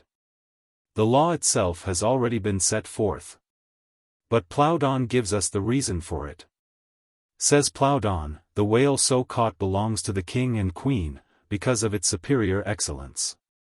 And by the soundest commentators this has ever been held a cogent argument in such matters. But why should the king have the head, and the queen the tail? A reason for that, ye lawyers. In his treatise on Queen Gold, or Queen Pinmoney, an old King's Bench author, one William Prynne, thus discourseth, ye tail is ye queen's. That ye queen's wardrobe may be supplied with ye whalebone. Now this was written at a time when the black limber bone of the Greenland or right whale was largely used in ladies' bodices. But this same bone is not in the tail. It is in the head, which is a sad mistake for a sagacious lawyer like Prynne. But is the queen a mermaid, to be presented with a tail? An allegorical meaning may lurk here. There are two royal fish so styled by the English law writers, the whale and the sturgeon. Both royal property under certain limitations, and nominally supplying the 10th branch of the Crown's ordinary revenue. I know not that any other author has hinted of the matter. But by inference it seems to me that the sturgeon must be divided in the same way as the whale, the king receiving the highly dense and elastic head peculiar to that fish, which, symbolically regarded, may possibly be humorously grounded upon some presumed congeniality. And thus there seems a reason in all things, even in law. Chapter 91. The Pequod Meets the Rosebud. In vain it was to rake for ambergris in the paunch of this leviathan, insufferable fator denying not inquiry. Sir T. Brown, V. It was a week or two after the last whaling scene recounted, and when we were slowly sailing over a sleepy, vapory, midday sea, that the many noses on the Pequod's deck proved more vigilant discoverers than the 3 pairs of eyes aloft. A peculiar and not very pleasant smell was smelt in the sea. "I will bet something now," said Stubb, "that somewhere hereabouts are some of those drugged whales we tickled the other day. I thought they would keel up before long." Presently, the vapors in advance slid aside, and there in the distance lay a ship, whose furled sails betokened that some sort of whale must be alongside. As we glided nearer, the stranger showed French colors from his peak. And by the eddying cloud of vulture seafowl that circled, and hovered, and swooped around him, it was plain that the whale alongside must be what the fishermen call a blasted whale, that is, a whale that has died unmolested on the sea, and so floated an unappropriated corpse. It may well be conceived, what an unsavory odor such a mass must exhale, worse than an Assyrian city in the plague, when the living are incompetent to bury the departed. So intolerable indeed is it regarded by some, that no cupidity could persuade them to moor alongside of it. Yet are there those who will still do it. Notwithstanding the fact that the oil obtained from such subjects is of a very inferior quality, and by no means of the nature of attar of rose. Coming still nearer with the expiring breeze, we saw that the Frenchman had a second whale alongside, and this second whale seemed even more of a nosegay than the first. In truth, it turned out to be one of those problematical whales that seem to dry up and die with a sort of prodigious dyspepsia, or indigestion, leaving their defunct bodies almost entirely bankrupt of anything like oil. Nevertheless, in the proper place we shall see that no knowing fisherman will ever turn up his nose at such a whale as this, however much he may shun blasted whales in general. The Pequod had now swept so nigh to the stranger, that Stubb vowed he recognized his cutting spade pole entangled in the lines that were knotted round the tail of one of these whales. "There's a pretty fellow, now," he banteringly laughed, standing in the ship's bows, "there's a jackal for ye. I well know that these crapauds of Frenchmen are but poor devils in the fishery, sometimes lowering their boats for breakers, mistaking them for sperm whale spouts. Yes, and sometimes sailing from their port with their hold full of boxes of tallow candles, and cases of snuffers, foreseeing that all the oil they will get won't be enough to dip the captain's wick into. Aye, we all know these things, but look ye, here's a crapo that is content with our leavings, the drugged whale there, I mean. Aye, and is content too with scraping the dry bones of that other precious fish he has there. Poor devil. I say, pass round a hat, someone, and let's make him a present of a little oil for dear charity's sake. For what oil he'll get from that drugged whale there, wouldn't be fit to burn in a jail. No, not in a condemned cell. And as for the other whale, why, I'll agree to get more oil by chopping up and trying out these 3 masts of ours, than he'll get from that bundle of bones.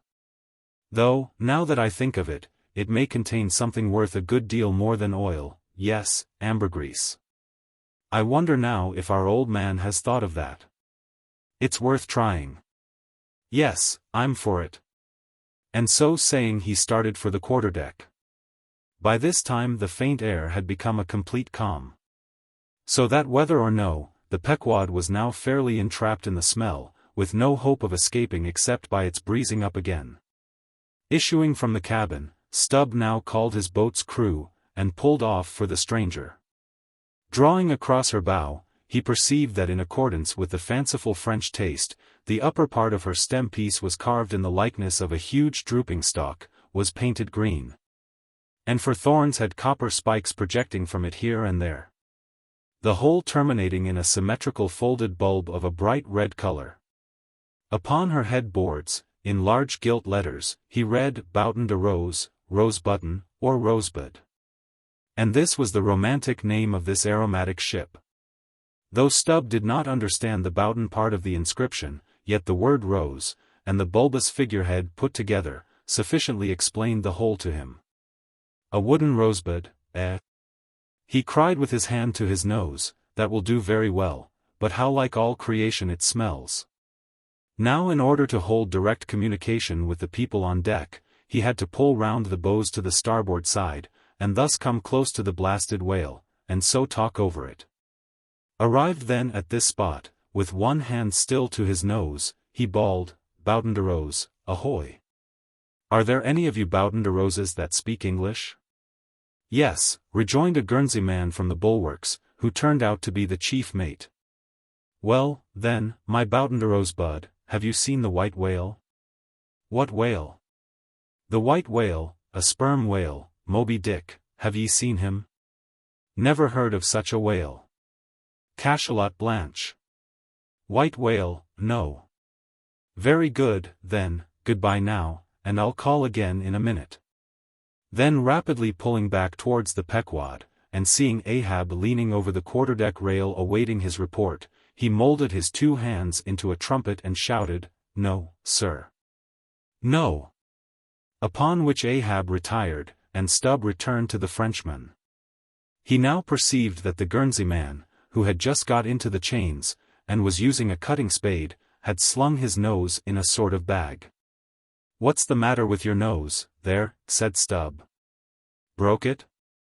I wish it was broken, or that I didn't have any nose at all, answered the Guernsey man, who did not seem to relish the job he was at very much. But what are you holding yours for? Oh, nothing. It's a wax nose, I have to hold it on. Fine day, ain't it? Air rather gardeny, I should say. Throw us a bunch of posies, will ye, Boughton de Rose? What in the devil's name do you want here? Roared the Guernsey man, flying into a sudden passion. Oh! Keep cool, cool? Yes, that's the word. Why don't you pack those whales in ice while you're working at them? But joking aside, though, do you know, Rosebud, that it's all nonsense trying to get any oil out of such whales? As for that dried-up one, there, he hasn't a gill in his whole carcass. I know that well enough, but, d'ye see, the captain here won't believe it, this is his first voyage. He was a cologne manufacturer before. But come aboard, and mayhap he'll believe you, if he won't me, and so I'll get out of this dirty scrape. Anything to oblige ye, my sweet and pleasant fellow, rejoined Stubb, and with that he soon mounted to the deck. There a queer scene presented itself. The sailors, in tasseled caps of red worsted, were getting the heavy tackles in readiness for the whales. But they worked rather slow and talked very fast, and seemed in anything but a good humor. All their noses upwardly projected from their faces like so many jib-booms. Now and then pairs of them would drop their work, and run up to the masthead to get some fresh air. Some thinking they would catch the plague, dipped oakum in coal tar, and at intervals held it to their nostrils. Others having broken the stems of their pipes almost short off at the bowl, were vigorously puffing tobacco smoke, so that it constantly filled their olfactories. Stubb was struck by a shower of outcries and anathemas proceeding from the captain's roundhouse abaft. And looking in that direction saw a fiery face thrust from behind the door, which was held ajar from within. This was the tormented surgeon, who, after in vain remonstrating against the proceedings of the day, had betaken himself to the captain's roundhouse, cabinet he called it, to avoid the pest. But still, could not help yelling out his entreaties and indignations at times. Marking all this, Stubb argued well for his scheme, and turning to the Guernsey man had a little chat with him. During which the stranger mate expressed his detestation of his captain as a conceited ignoramus, who had brought them all into so unsavory and unprofitable a pickle.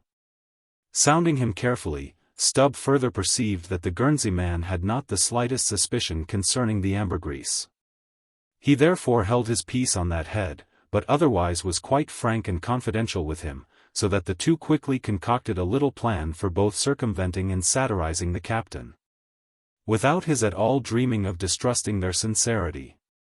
According to this little plan of theirs, the Guernsey man, under cover of an interpreter's office, was to tell the captain what he pleased, but as coming from Stubb. And as for Stubb, he was to utter any nonsense that should come uppermost in him during the interview. By this time their destined victim appeared from his cabin. He was a small and dark, but rather delicate-looking man for a sea captain, with large whiskers and mustache, however, and wore a red cotton velvet vest with watch seals at his side. To this gentleman, Stubb was now politely introduced by the Guernsey man, who at once ostentatiously put on the aspect of interpreting between them. "What shall I say to him first?" said he. "Why," said Stubb, eyeing the velvet vest and the watch and seals, "you may as well begin by telling him that he looks a sort of babyish to me, though I don't pretend to be a judge. He says, Monsieur," said the Guernsey man, in French, turning to his captain, "that only yesterday his ship spoke a vessel, whose captain and chief mate, with 6 sailors, had all died of a fever caught from a blasted whale they had brought alongside." Upon this the captain started, and eagerly desired to know more. "What now?" said the Guernsey man to Stubb. "Why, since he takes it so easy, tell him that now I have eyed him carefully, I'm quite certain that he's no more fit to command a whale ship than a St. Iago monkey. In fact, tell him from me he's a baboon. He vows and declares, monsieur, that the other whale, the dried one, is far more deadly than the blasted one. In fine, monsieur, he conjures us, as we value our lives, to cut loose from these fish." Instantly the captain ran forward, and in a loud voice commanded his crew to desist from hoisting the cutting tackles, and at once cast loose the cables and chains confining the whales to the ship. "What now?" said the Guernsey man, when the captain had returned to them. "Why, let me see. Yes, you may as well tell him now that, in fact, tell him I've diddled him, and, aside to himself, perhaps somebody else. He says, monsieur, that he's very happy to have been of any service to us." Hearing this, the captain vowed that they were the grateful parties, meaning himself and mate, and concluded by inviting Stubb down into his cabin to drink a bottle of Bordeaux. "He wants you to take a glass of wine with him," said the interpreter. "Thank him heartily, but tell him it's against my principles to drink with the man I've diddled. In fact, tell him I must go. He says, monsieur, that his principles won't admit of his drinking. But that if monsieur wants to live another day to drink, then monsieur had best drop all 4 boats, and pull the ship away from these whales, for it's so calm they won't drift." By this time Stubb was over the side, and getting into his boat, hailed the Guernsey man to this effect, that having a long towline in his boat, he would do what he could to help them, by pulling out the lighter whale of the 2 from the ship's side.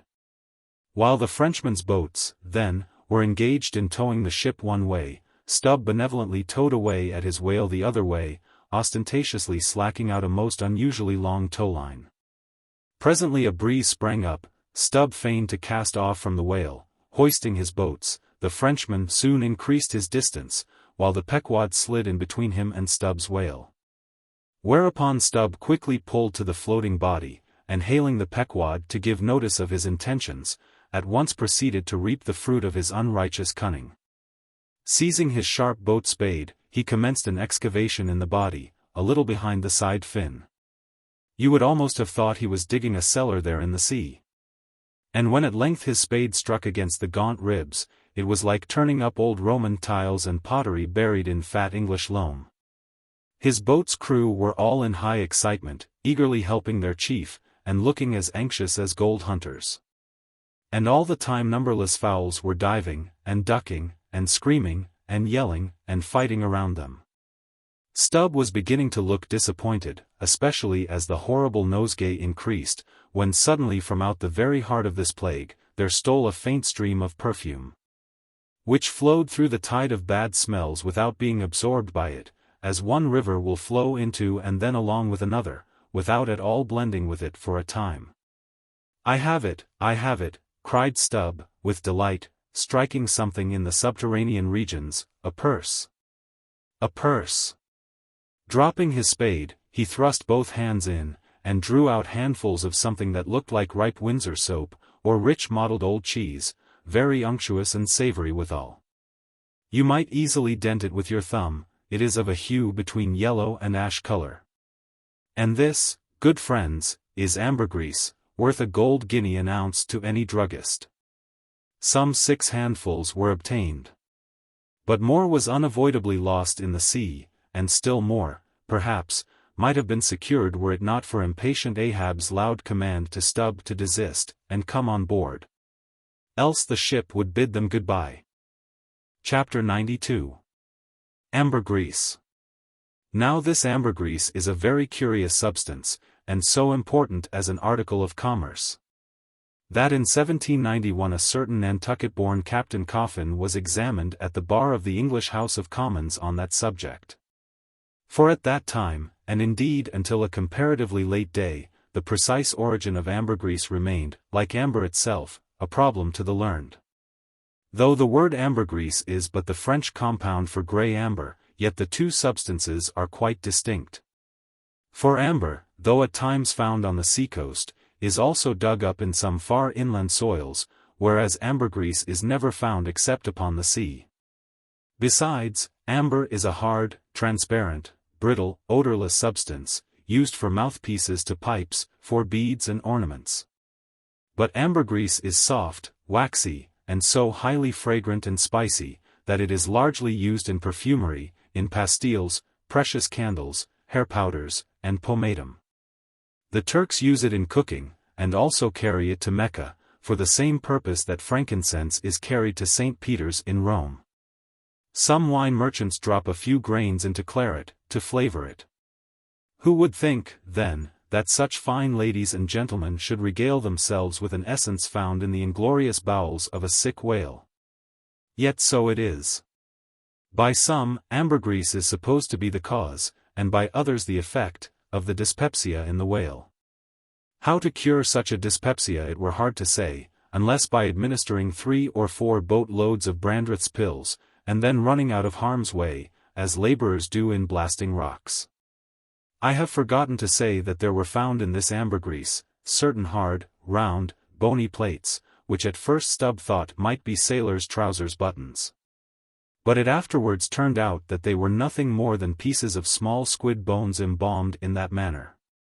Now that the incorruption of this most fragrant ambergris should be found in the heart of such decay, is this nothing? Bethink thee of that saying of St. Paul in Corinthians, about corruption and incorruption, how that we are sown in dishonor, but raised in glory. And likewise call to mind that saying of Paracelsus about what it is that mocketh the best musk. Also forget not the strange fact that of all things of ill savor, cologne water, in its rudimental manufacturing stages, is the worst. I should like to conclude the chapter with the above appeal, but cannot, owing to my anxiety to repel a charge often made against whalemen, and which, in the estimation of some already biased minds, might be considered as indirectly substantiated by what has been said of the Frenchman's 2 whales. Elsewhere in this volume the slanderous aspersion has been disproved, that the vocation of whaling is throughout a slatternly, untidy business. But there is another thing to rebut. They hint that all whales always smell bad. Now how did this odious stigma originate? I opine, that it is plainly traceable to the first arrival of the Greenland whaling ships in London, more than 2 centuries ago. Because those whalemen did not then, and do not now, try out their oil at sea as the southern ships have always done. But cutting up the fresh blubber in small bits, thrust it through the bung holes of large casks, and carry it home in that manner. The shortness of the season in those icy seas, and the sudden and violent storms to which they are exposed, forbidding any other course. The consequence is, that upon breaking into the hold, and unloading one of these whale cemeteries, in the Greenland dock, a savour is given forth somewhat similar to that arising from excavating an old city graveyard, for the foundations of a lying-in hospital.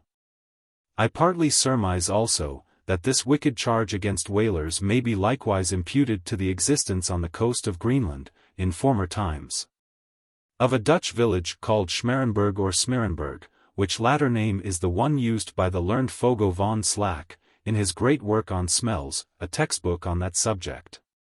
As its name imports, smear, fat. Berg, to put up, this village was founded in order to afford a place for the blubber of the Dutch whale fleet to be tried out, without being taken home to Holland for that purpose.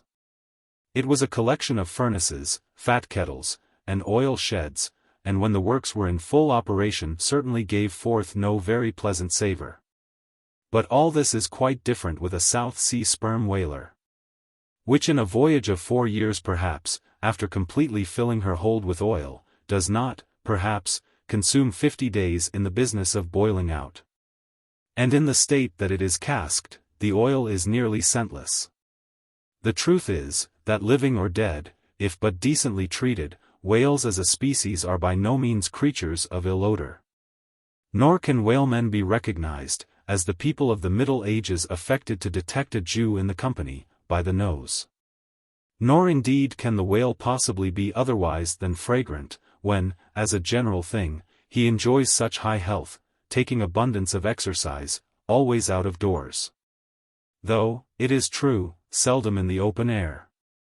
I say, that the motion of a sperm whale's flukes above water dispenses a perfume, as when a musk-scented lady rustles her dress in a warm parlor. What then shall I liken the sperm whale to for fragrance, considering his magnitude? Must it not be to that famous elephant, with jeweled tusks, and redolent with myrrh, which was led out of an Indian town to do honor to Alexander the Great? Chapter 93. The Castaway.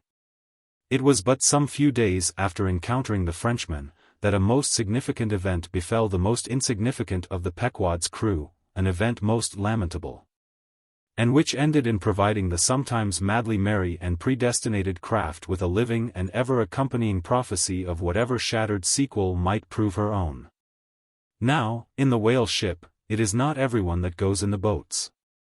Some few hands are reserved called ship-keepers, whose province it is to work the vessel while the boats are pursuing the whale.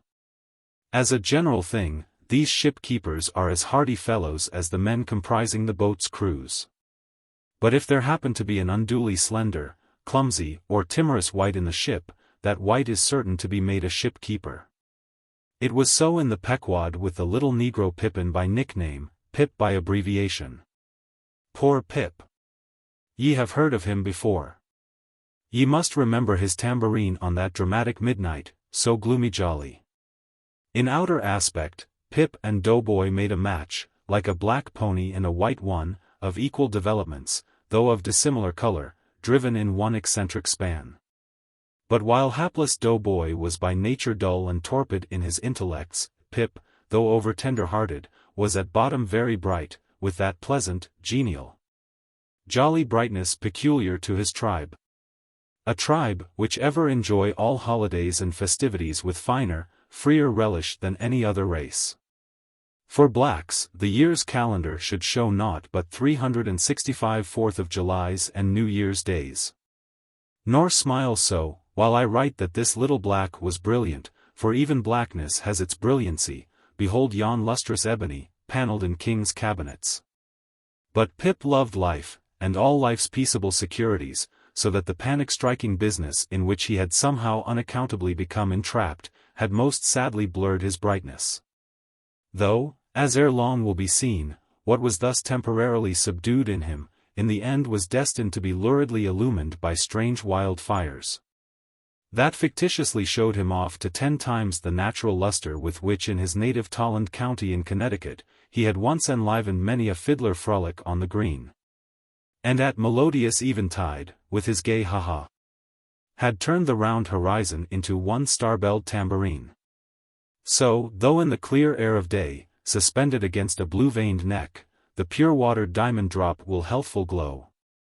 Yet, when the cunning jeweler would show you the diamond in its most impressive luster, he lays it against a gloomy ground, and then lights it up, not by the sun, but by some unnatural gases. Then come out those fiery effulgences, infernally superb. Then the evil-blazing diamond, once the divinest symbol of the crystal skies, looks like some crown jewel stolen from the king of hell. But let us to the story. It came to pass, that in the ambergris affair Stubb's after-oarsman chanced so to sprain his hand, as for a time to become quite maimed. And, temporarily, Pip was put into his place. The first time Stubb lowered with him, Pip evinced much nervousness, but happily, for that time, escaped close contact with the whale. And therefore came off not altogether discreditably, though Stubb observing him, took care, afterwards, to exhort him to cherish his courageousness to the utmost, for he might often find it needful. Now upon the second lowering, the boat paddled upon the whale. And as the fish received the darted iron, it gave its customary rap, which happened, in this instance, to be right under poor Pip's seat. The involuntary consternation of the moment caused him to leap, paddle in hand, out of the boat. And in such a way, that part of the slack whale line coming against his chest, he breasted it overboard with him, so as to become entangled in it, when at last plumping into the water. That instant the stricken whale started on a fierce run, the line swiftly straightened, and presto! Poor Pip came all foaming up to the chocks of the boat, remorselessly dragged there by the line, which had taken several turns around his chest and neck. Tashtego stood in the bows. He was full of the fire of the hunt. He hated Pip for a poltroon. Snatching the boat knife from its sheath, he suspended its sharp edge over the line, and turning toward Stubb, exclaimed interrogatively, "Cut?" Meantime Pip's blue, choked face plainly looked, "Do, for God's sake." All passed in a flash. In less than half a minute, this entire thing happened. "Damn him, cut," roared Stubb. And so the whale was lost and Pip was saved. So soon as he recovered himself, the poor little negro was assailed by yells and execrations from the crew. Tranquilly permitting these irregular cursings to evaporate, Stubb then in a plain, businesslike, but still half-humorous manner, cursed Pip officially. And that done, unofficially gave him much wholesome advice. The substance was, never jump from a boat, Pip, except, but all the rest was indefinite, as the soundest advice ever is. Now, in general, stick to the boat, is your true motto in whaling, but cases will sometimes happen when leap from the boat, is still better. Moreover, as if perceiving at last that if he should give undiluted conscientious advice to Pip, he would be leaving him too wide a margin to jump in for the future. Stubb suddenly dropped all advice, and concluded with a peremptory command, "Stick to the boat, Pip, or by the Lord, I won't pick you up if you jump, mind that. We can't afford to lose whales by the likes of you. A whale would sell for 30 times what you would, Pip, in Alabama. Bear that in mind, and don't jump any more." Hereby perhaps Stubb indirectly hinted, that though man loved his fellow, yet man is a money-making animal, which propensity too often interferes with his benevolence. But we are all in the hands of the gods, and Pip jumped again. It was under very similar circumstances to the first performance, but this time he did not breast out the line. And hence, when the whale started to run, Pip was left behind on the sea, like a hurried traveler's trunk. Alas! Stubb was but too true to his word. It was a beautiful, bounteous, blue day. The spangled sea calm and cool, and flatly stretching away, all round, to the horizon, like gold beater's skin hammered out to the extremest. Bobbing up and down in that sea, Pip's ebon head showed like a head of cloves. No boat knife was lifted when he fell so rapidly astern. Stubb's inexorable back was turned upon him. And the whale was winged. In 3 minutes, a whole mile of shoreless ocean was between Pip and Stubb. Out from the center of the sea, poor Pip turned his crisp, curling, black head to the sun, another lonely castaway, though the loftiest and the brightest. Now, in calm weather, to swim in the open ocean is as easy to the practiced swimmer as to ride in a spring carriage ashore. But the awful lonesomeness is intolerable. The intense concentration of self in the middle of such a heartless immensity, my God! Who can tell it? Mark, how when sailors in a dead calm bathe in the open sea, mark how closely they hug their ship and only coast along her sides. But had Stubb really abandoned the poor little negro to his fate? No, he did not mean to, at least. Because there were 2 boats in his wake, and he supposed, no doubt, that they would of course come up to Pip very quickly, and pick him up. Though, indeed, such considerations towards oarsmen jeopardized through their own timidity, is not always manifested by the hunters in all similar instances. And such instances not unfrequently occur, almost invariably in the fishery. A coward, so called, is marked with the same ruthless detestation peculiar to military navies and armies. But it so happened, that those boats, without seeing Pip, suddenly spying whales close to them on one side, turned, and gave chase. And Stubb's boat was now so far away, and he and all his crew so intent upon his fish, that Pip's ringed horizon began to expand around him miserably. By the merest chance the ship itself at last rescued him, but from that hour the little negro went about the deck an idiot, such, at least, they said he was. The sea had jeeringly kept his finite body up, but drowned the infinite of his soul. Not drowned entirely, though. Rather carried down alive to wondrous depths, where strange shapes of the unwarped primal world glided to and fro before his passive eyes, and the miser Merman, wisdom, revealed his hoarded heaps. And among the joyous, heartless, ever-juvenile eternities, Pip saw the multitudinous, God omnipresent, coral insects, that out of the firmament of waters heaved the colossal orbs. He saw God's foot upon the treadle of the loom, and spoke it, and therefore his shipmates called him mad. So man's insanity is heaven's sense. And wandering from all mortal reason, man comes at last to that celestial thought, which, to reason, is absurd and frantic, and will or woe, feels then uncompromised, indifferent as his God. For the rest, blame not Stubb too hardly. The thing is common in that fishery, and in the sequel of the narrative, it will then be seen what like abandonment befell myself. Chapter 94. A squeeze of the hand. That whale of Stubb's, so dearly purchased, was duly brought to the Pequod side, where all those cutting and hoisting operations previously detailed were regularly gone through, even to the bailing of the Heidelberg tun, or case. While some were occupied with this latter duty, others were employed in dragging away the larger tubs, so soon as filled with the sperm. And when the proper time arrived, this same sperm was carefully manipulated ere going to the try-works, of which anon.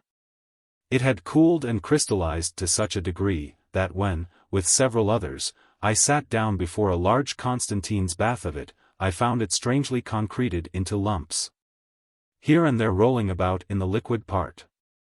It was our business to squeeze these lumps back into fluid. A sweet and unctuous duty. No wonder that in old times this sperm was such a favorite cosmetic. Such a clearer. Such a sweetener. Such a softener. Such a delicious mollifier.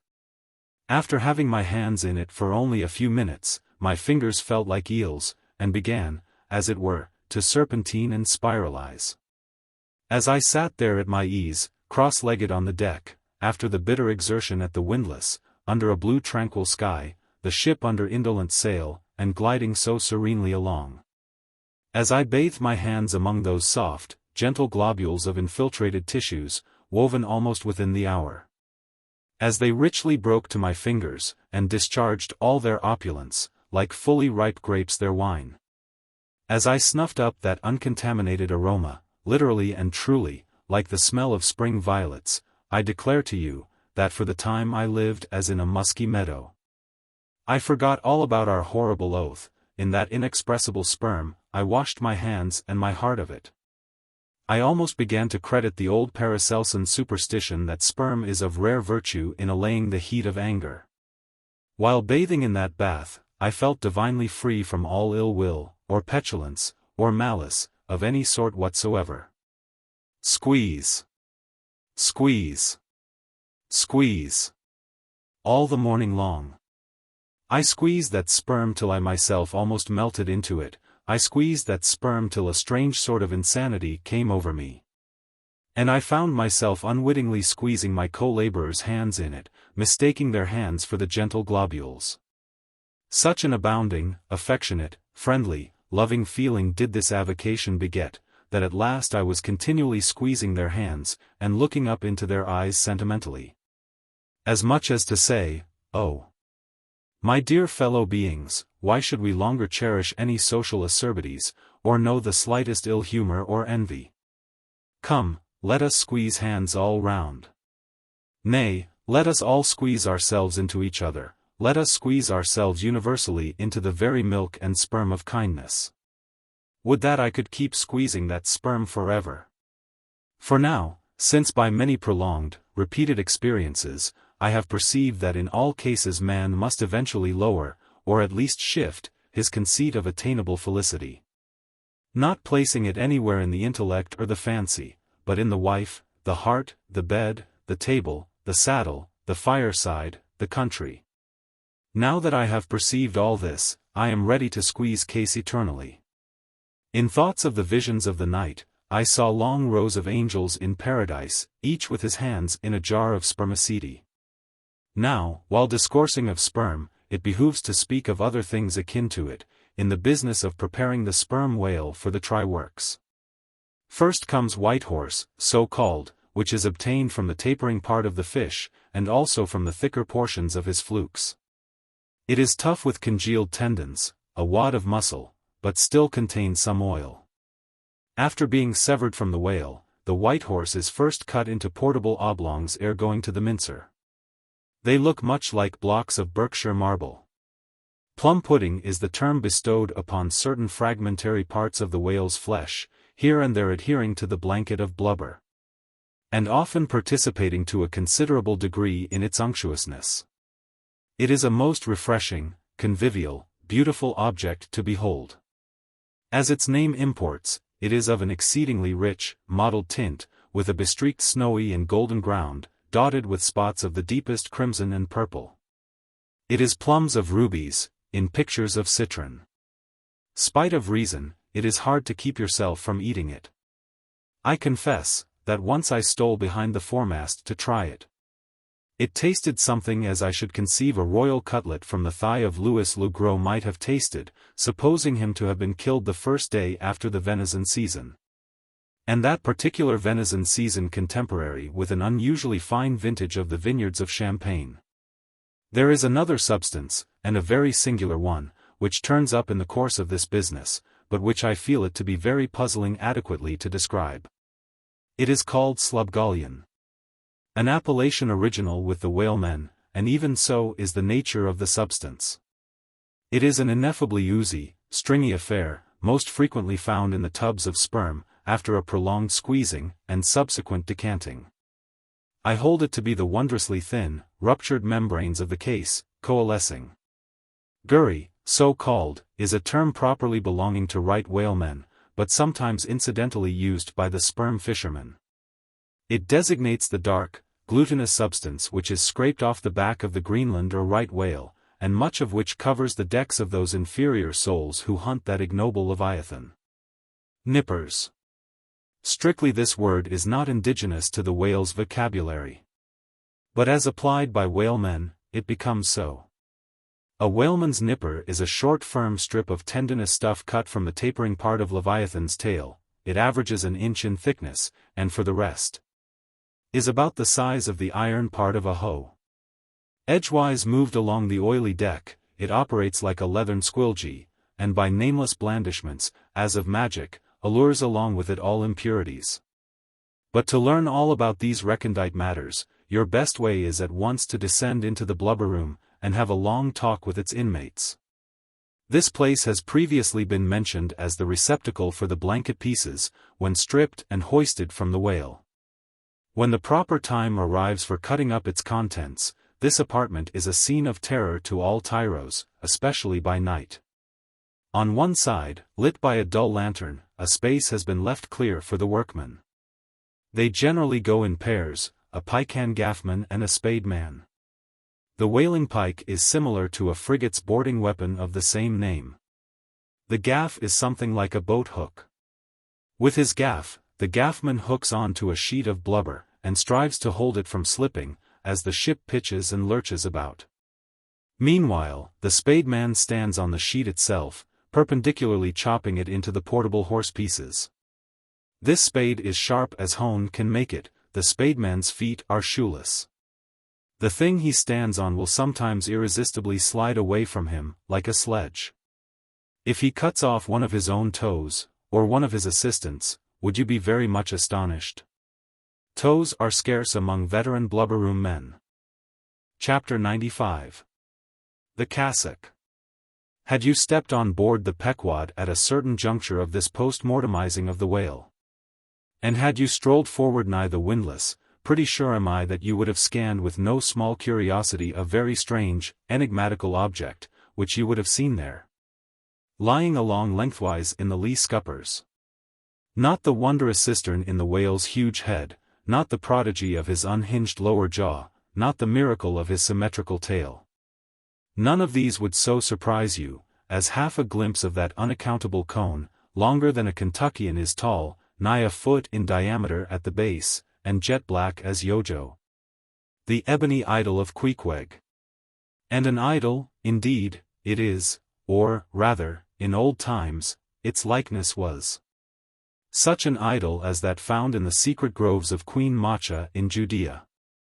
And for worshipping which, King Asa, her son, did depose her, and destroyed the idol, and burnt it for an abomination at the brook Kedron. As darkly set forth in the 15th chapter of the first book of Kings.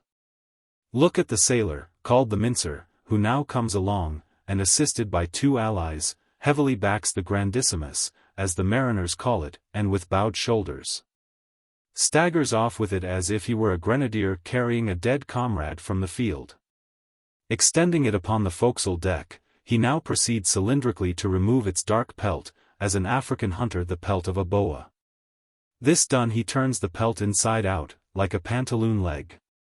Gives it a good stretching, so as almost to double its diameter, and at last hangs it, well spread, in the rigging, to dry. Ere long, it is taken down. When removing some 3 feet of it, towards the pointed extremity, and then cutting 2 slits for armholes at the other end, he lengthwise slips himself bodily into it. The mincer now stands before you invested in the full canonicals of his calling. Immemorial to all his order, this investiture alone will adequately protect him, while employed in the peculiar functions of his office. That office consists in mincing the horse pieces of blubber for the pots. An operation which is conducted at a curious wooden horse, planted endwise against the bulwarks, and with a capacious tub beneath it, into which the minced pieces drop, fast as the sheets from a rapt orator's desk. Arrayed in decent black, occupying a conspicuous pulpit, intent on Bible leaves, what a candidate for an archbishopric, what a lad for a pope were this mincer. 20. Chapter 96. The Try-Works. Besides her hoisted boats, an American whaler is outwardly distinguished by her try-works. She presents the curious anomaly of the most solid masonry joining with oak and hemp in constituting the completed ship. It is as if from the open field a brick kiln were transported to her planks. The try-works are planted between the foremast and mainmast, the most roomy part of the deck. The timbers beneath are of a peculiar strength, fitted to sustain the weight of an almost solid mass of brick and mortar, some 10 feet by 8 square, and 5 in height. The foundation does not penetrate the deck, but the masonry is firmly secured to the surface by ponderous knees of iron bracing it on all sides, and screwing it down to the timbers. On the flanks it is cased with wood, and at top completely covered by a large, sloping, battened hatchway. Removing this hatch we expose the great trypots, 2 in number, and each of several barrels capacity. When not in use, they are kept remarkably clean. Sometimes they are polished with soapstone and sand, till they shine within like silver punch bowls. During the night watches some cynical old sailors will crawl into them and coil themselves away there for a nap. While employed in polishing them, one man in each pot, side by side, many confidential communications are carried on, over the iron lips. It is a place also for profound mathematical meditation. It was in the left-hand tripod of the Pequod, with the soapstone diligently circling round me, that I was first indirectly struck by the remarkable fact that in geometry all bodies gliding along the cycloid, my soapstone for example, will descend from any point in precisely the same time. Removing the fireboard from the front of the try-works, the bare masonry of that side is exposed, penetrated by the two iron mouths of the furnaces, directly underneath the pots. These mouths are fitted with heavy doors of iron. The intense heat of the fire is prevented from communicating itself to the deck, by means of a shallow reservoir extending under the entire enclosed surface of the works.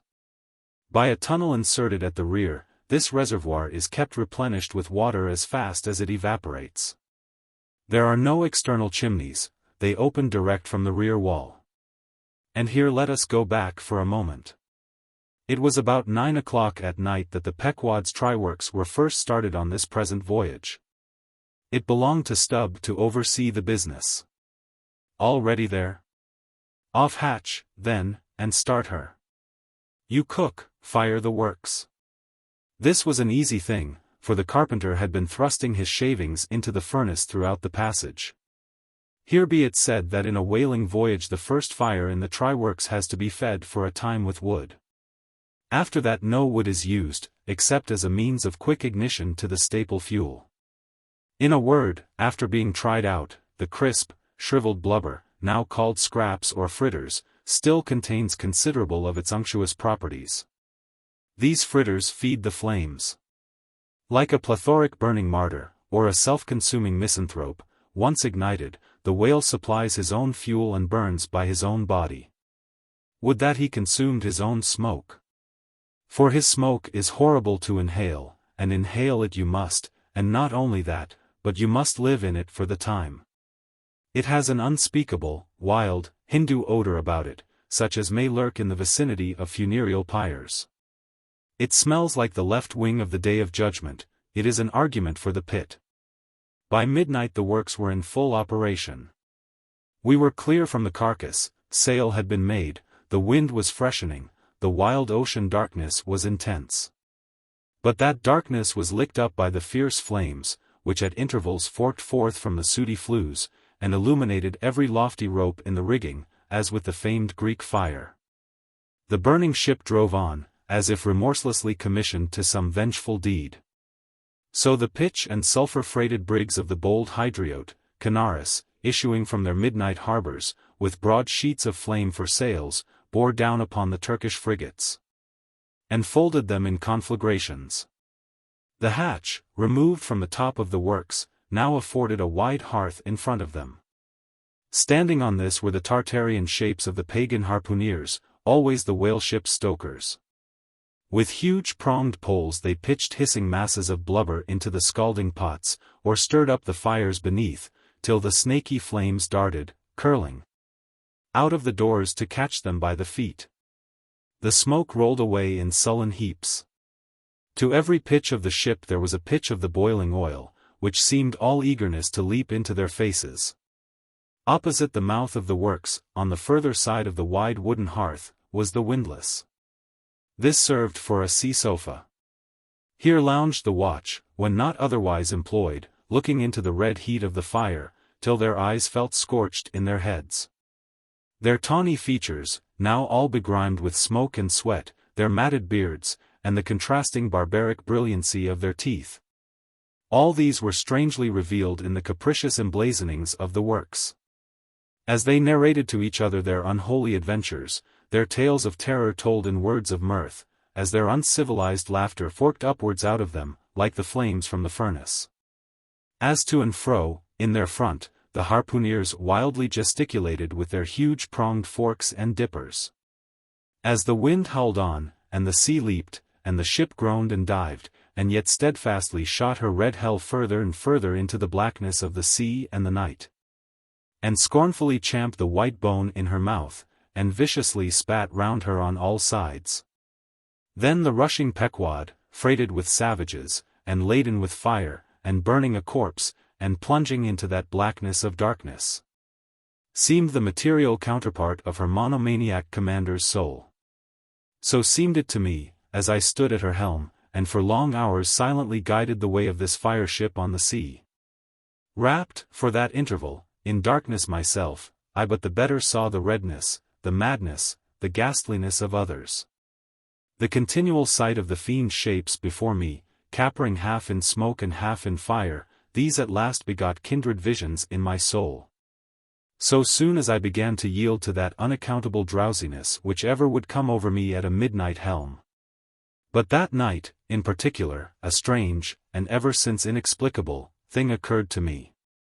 Starting from a brief standing sleep, I was horribly conscious of something fatally wrong. The jawbone tiller smote my side, which leaned against it, in my ears was the low hum of sails, just beginning to shake in the wind, I thought my eyes were open. I was half conscious of putting my fingers to the lids and mechanically stretching them still further apart. But, spite of all this, I could see no compass before me to steer by. Though it seemed but a minute since I had been watching the card, by the steady binnacle lamp illuminating it. Nothing seemed before me but a jet gloom, now and then made ghastly by flashes of redness. Uppermost was the impression, that whatever swift, rushing thing I stood on was not so much bound to any haven ahead as rushing from all havens astern. A stark, bewildered feeling, as of death, came over me. Convulsively my hands grasped the tiller, but with the crazy conceit that the tiller was, somehow, in some enchanted way, inverted. My God! What is the matter with me? Thought I, lo! In my brief sleep I had turned myself about, and was fronting the ship's stern, with my back to her prow and the compass. In an instant I faced back, just in time to prevent the vessel from flying up into the wind, and very probably capsizing her. How glad and how grateful the relief from this unnatural hallucination of the night, and the fatal contingency of being brought by the lee. Look not too long in the face of the fire, O man. Never dream with thy hand on the helm.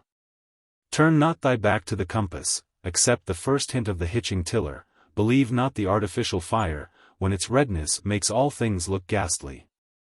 Tomorrow, in the natural sun, the skies will be bright, those who glared like devils in the forking flames, the morn will show in far other, at least gentler, relief.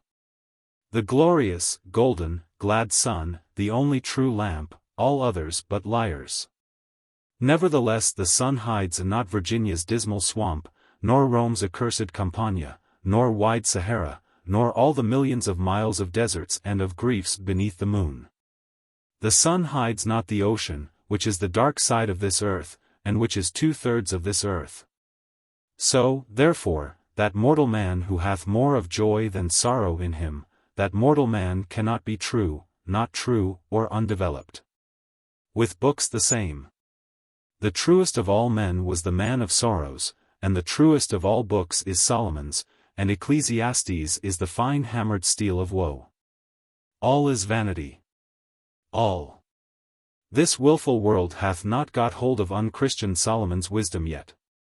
But he who dodges hospitals and jails, and walks fast crossing graveyards, and would rather talk of operas than hell, calls Cooper, Young, Pascal, Rousseau, poor devils all of sick men, and throughout a carefree lifetime swears by Rabelais as passing wise, and therefore jolly. Not that man is fitted to sit down on tombstones, and break the green damp mold with unfathomably wondrous Solomon.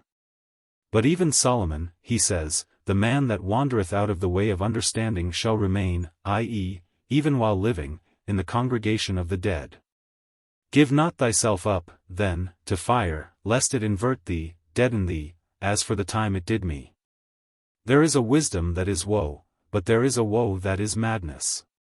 And there is a Catskill eagle in some souls that can alike dive down into the blackest gorges, and soar out of them again and become invisible in the sunny spaces.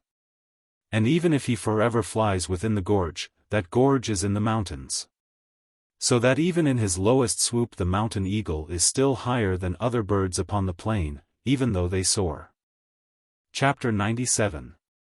The Lamp. Had you descended from the Pequod's tryworks to the Pequod's forecastle, where the off-duty watch were sleeping, for one single moment you would have almost thought you were standing in some illuminated shrine of canonized kings and counselors. There they lay in their triangular oaken vaults, each mariner a chiseled muteness, a score of lamps flashing upon his hooded eyes. In merchantmen, oil for the sailor is more scarce than the milk of queens. To dress in the dark, and eat in the dark, and stumble in darkness to his palate, this is his usual lot. But the whaleman, as he seeks the food of light, so he lives in light. He makes his berth in Aladdin's lamp, and lays him down in it. So that in the pitchiest night the ship's black hull still houses an illumination. See with what entire freedom the whaleman takes his handful of lamps, often but old bottles and vials, though, to the copper cooler at the try-works, and replenishes them there. As mugs of ale at a vat. He burns, too, the purest of oil, in its unmanufactured, and, therefore, unvitiated state, a fluid unknown to solar, lunar, or astral contrivances ashore. It is sweet as early grass butter in April. He goes and hunts for his oil, so as to be sure of its freshness and genuineness, even as the traveler on the prairie hunts up his own supper of game. Chapter 98. Stowing down and clearing up. Already has it been related how the great Leviathan is afar off descried from the masthead. How he is chased over the watery moors, and slaughtered in the valleys of the deep, how he is then towed alongside and beheaded. And how, on the principle which entitled the headsman of old to the garments in which the beheaded was killed, his great padded surtout becomes the property of his executioner.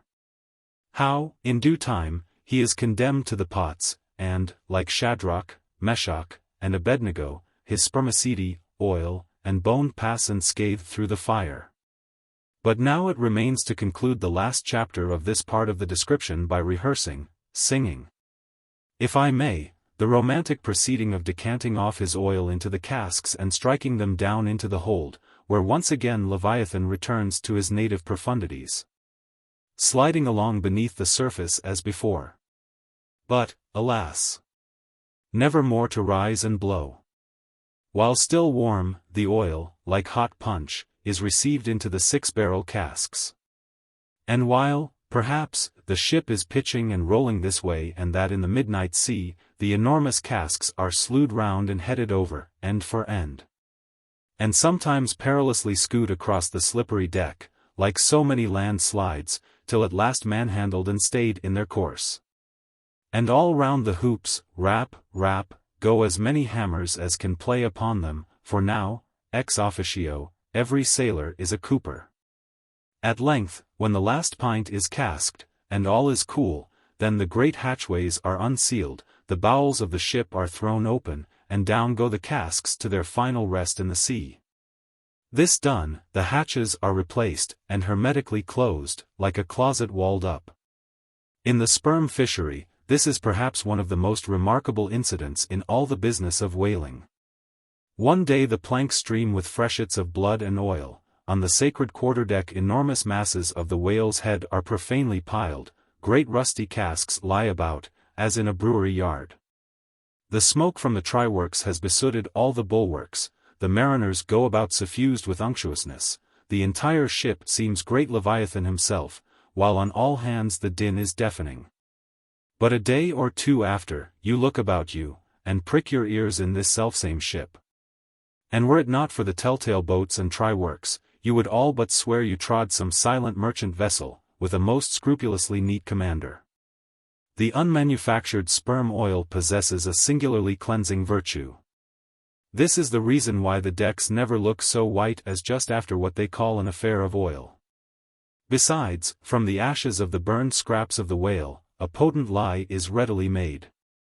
And whenever any adhesiveness from the back of the whale remains clinging to the side, that lye quickly exterminates it. Hands go diligently along the bulwarks, and with buckets of water and rags restore them to their full tidiness. The soot is brushed from the lower rigging. All the numerous implements which have been in use are likewise faithfully cleansed and put away. The great hatch is scrubbed and placed upon the try-works, completely hiding the pots. Every cask is out of sight, all tackles are coiled in unseen nooks. And when by the combined and simultaneous industry of almost the entire ship's company, the whole of this conscientious duty is at last concluded, then the crew themselves proceed to their own ablutions, shift themselves from top to toe, and finally issue to the immaculate deck, fresh and all aglow, as bridegrooms new leaped from out the daintiest holland. Now, with elated step, they pace the planks in twos and threes, and humorously discourse of parlors, sofas, carpets, and fine cambrics, propose to mat the deck, think of having hanging to the top. Object not to taking tea by moonlight on the piazza of the forecastle.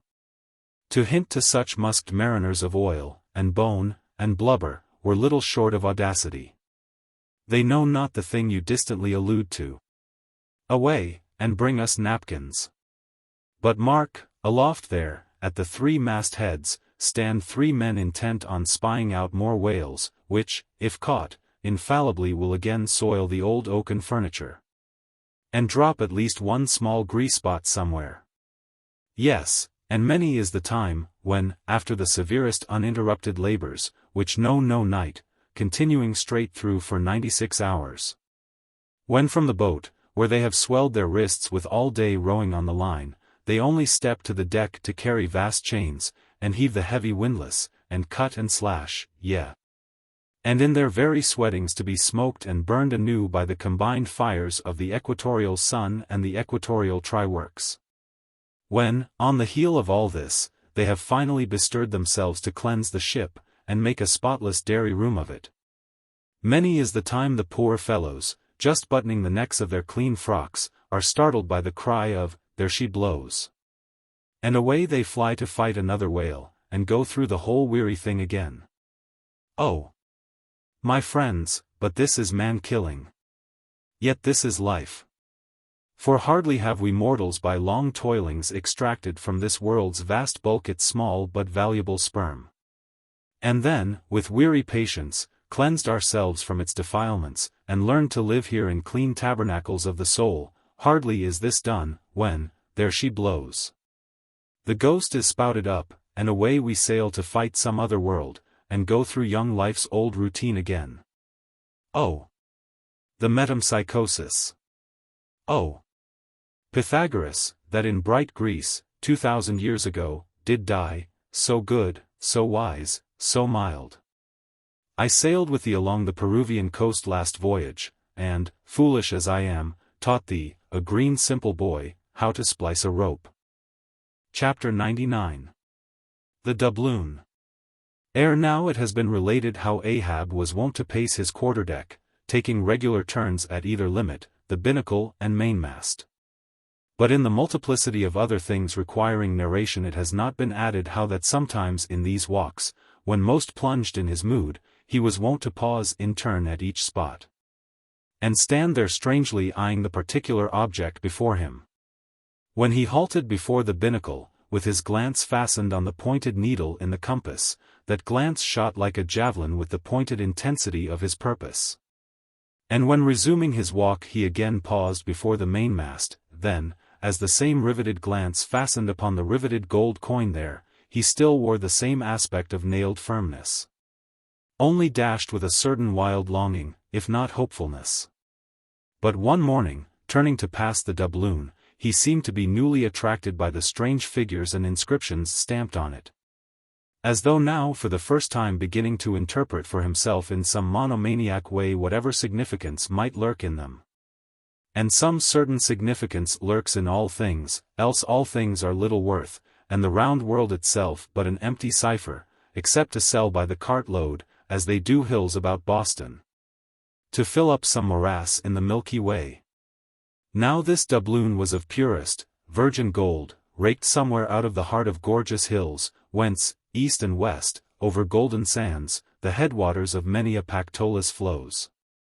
And though now nailed amidst all the rustiness of iron bolts and the verdigris of copper spikes, yet, untouchable and immaculate to any foulness, it still preserved its Quito glow. Nor, though placed amongst a ruthless crew and every hour passed by ruthless hands, and through the livelong nights shrouded with thick darkness which might cover any pilfering approach, nevertheless every sunrise found the doubloon where the sunset left it last. For it was set apart and sanctified to one awe-striking end, and however wanton in their sailor ways, one and all, the mariners revered it as the white whale's talisman. Sometimes they talked it over in the weary watch by night, wondering whose it was to be at last, and whether he would ever live to spend it. Now those noble golden coins of South America are as medals of the sun and tropic token pieces. Here palms, alpacas, and volcanoes, sun's disks and stars. Ecliptics, horns of plenty, and rich banners waving, are in luxuriant profusion stamped. So that the precious gold seems almost to derive an added preciousness and enhancing glories, by passing through those fancy mints, so Spanishly poetic. It so chanced that the doubloon of the Pequod was a most wealthy example of these things. On its round border it bore the letters, República del Ecuador, Quito. So this bright coin came from a country planted in the middle of the world, and beneath the great equator, and named after it. And it had been cast midway up the Andes, in the unwaning clime that knows no autumn. Zoned by those letters you saw the likeness of 3 Andes summits, from one a flame, a tower on another. On the third a crowing cock. While arching over all was a segment of the partitioned zodiac, the signs all marked with their usual cabalistics, and the keystone sun entering the equinoctial point at Libra. Before this equatorial coin, Ahab, not unobserved by others, was now pausing. There's something ever egotistical in mountaintops and towers, and all other grand and lofty things. Look here, 3 peaks as proud as Lucifer. The firm tower, that is Ahab, the volcano, that is Ahab, the courageous, the undaunted, and victorious fowl, that, too, is Ahab, all are Ahab. And this round gold is but the image of the rounder globe, which, like a magician's glass, to each and every man in turn but mirrors back his own mysterious self. Great pains, small gains for those who ask the world to solve them, it cannot solve itself. Methinks now this coined sun wears a ruddy face, but see! Aye, he enters the sign of storms, the equinox. And but 6 months before he wheeled out of a former equinox at Aries. From storm to storm. So be it, then. Born in throes, 'tis fit that man should live in pains and die in pangs. So be it, then. Here's stout stuff for woe to work on. So be it, then. No fairy fingers can have pressed the gold, but devil's claws must have left their moldings there since yesterday, murmured Starbuck to himself, leaning against the bulwarks. The old man seems to read Belshazzar's awful writing. I have never marked the coin inspectingly. He goes below, let me read. A dark valley between 3 mighty, heaven-abiding peaks, that almost seem the Trinity, in some faint earthly symbol. So in this vale of death, God girds us round. And over all our gloom, the sun of righteousness still shines a beacon and a hope. If we bend down our eyes, the dark veil shows her moldy soil. But if we lift them, the bright sun meets our glance halfway, to cheer. Yet, oh, the great sun is no fixture. And if, at midnight, we would fain snatch some sweet solace from him, we gaze for him in vain. This coin speaks wisely, mildly, truly, but still sadly to me. I will quit it, lest truth shake me falsely. There now's the old mogul, soliloquized Stubb by the try-works, he's been twigging it. And there goes Starbuck from the same, and both with faces which I should say might be somewhere within 9 fathoms long. And all from looking at a piece of gold, which did I have it now on Negro Hill or in Corlaer's Hook, I'd not look at it very long ere spending it. Humph! In my poor, insignificant opinion, I regard this as queer. I have seen doubloons before now in my voyagings. Your doubloons of old Spain, your doubloons of Peru, your doubloons of Chile, your doubloons of Bolivia, your doubloons of Popayan. With plenty of gold moidores and pistoles, and joes, and half-joes, and quarter-joes.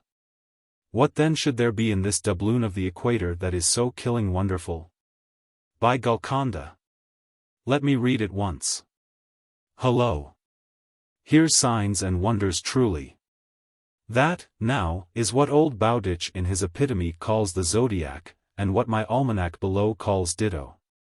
I'll get the almanac, and as I have heard devils can be raised with Dable's arithmetic, I'll try my hand at raising a meaning out of these queer curvicues here with the Massachusetts calendar. Here's the book. Let's see now. Signs and wonders, and the sun, he's always among them. Hem, here they are, here they go, all alive, Aries, or the ram, Taurus, or the bull and Gemini. Here's Gemini himself, or the twins. Well, the sun he wheels among them. Aye, here on the coin he's just crossing the threshold between 2 of 12 sitting rooms all in a ring. Book. You lie there. The fact is, you books must know your places. You'll do to give us the bare words and facts, but we come in to supply the thoughts. That's my small experience, so far as the Massachusetts calendar, and Bowditch's Navigator, and Dable's arithmetic go.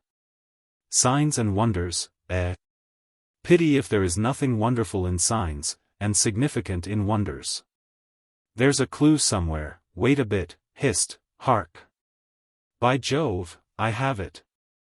Look you, doubloon, your zodiac here is the life of man in one round chapter, and now I'll read it off, straight out of the book. Come, almanac. To begin, there's Aries, or the ram, lecherous dog, he begets us, then, Taurus, or the bull, he bumps us the first thing, then Gemini, or the twins, that is, virtue and vice. We try to reach virtue, when lo! Comes Cancer the crab, and drags us back, and here, going from virtue, Leo, a roaring lion, lies in the path, he gives a few fierce bites and surly dabs with his paw. We escape, and hail Virgo, the virgin. That's our first love, we marry and think to be happy for aye, when pop comes Libra, or the scales, happiness weighed and found wanting. And while we are very sad about that, Lord, how we suddenly jump, as Scorpio, or the scorpion, stings us in the rear, we are curing the wound, when wang come the arrows all round. Sagittarius, or the archer, is amusing himself. As we pluck out the shafts, stand aside. Here's the Battering-Ram, Capricornus, or the goat, full tilt, he comes rushing, and headlong we are tossed. When Aquarius, or the water-bearer, pours out his whole deluge and drowns us, and to wind up with Pisces, or the fishes, we sleep. There's a sermon now, writ in high heaven, and the sun goes through it every year, and yet comes out of it all alive and hearty. Jollily he, aloft there, wills through toil and trouble. And so, alow here, does jolly Stubb. Oh, jolly's the word for aye. Adieu, doubloon. But stop, here comes little King Post, dodge round the try-works, now, and let's hear what he'll have to say. There, he's before it, he'll out with something presently. So, he's beginning. I see nothing here, but a round thing made of gold, and whoever raises a certain whale, this round thing belongs to him. So, what's all this staring been about? It is worth $16, that's true, and at 2 cents the cigar, that's 960 cigars. I won't smoke dirty pipes like Stubb, but I like cigars, and here's 960 of them, so here goes Flask aloft to spy them out. Shall I call that wise or foolish, now? If it be really wise it has a foolish look to it, yet, if it be really foolish, then has it a sort of wisish look to it. But, avast! Here comes our old Manxman, the old hearse driver, he must have been, that is, before he took to the sea. He luffs up before the doubloon, hullo, and goes round on the other side of the mast. Why, there's a horseshoe nailed on that side, and now he's back again, what does that mean? Hark! He's muttering, voice like an old worn-out coffee mill. Prick ears, and listen. If the white whale be raised, it must be in a month and a day, when the sun stands in some one of these signs. I've studied signs, and know their marks. They were taught me 20 years ago, by the old witch in Copenhagen. Now, in what sign will the sun then be? The horseshoe sign, for there it is, right opposite the gold. And what's the horseshoe sign? The lion is the horseshoe sign, the roaring and devouring lion. Ship, old ship. My old head shakes to think of thee. There's another rendering now.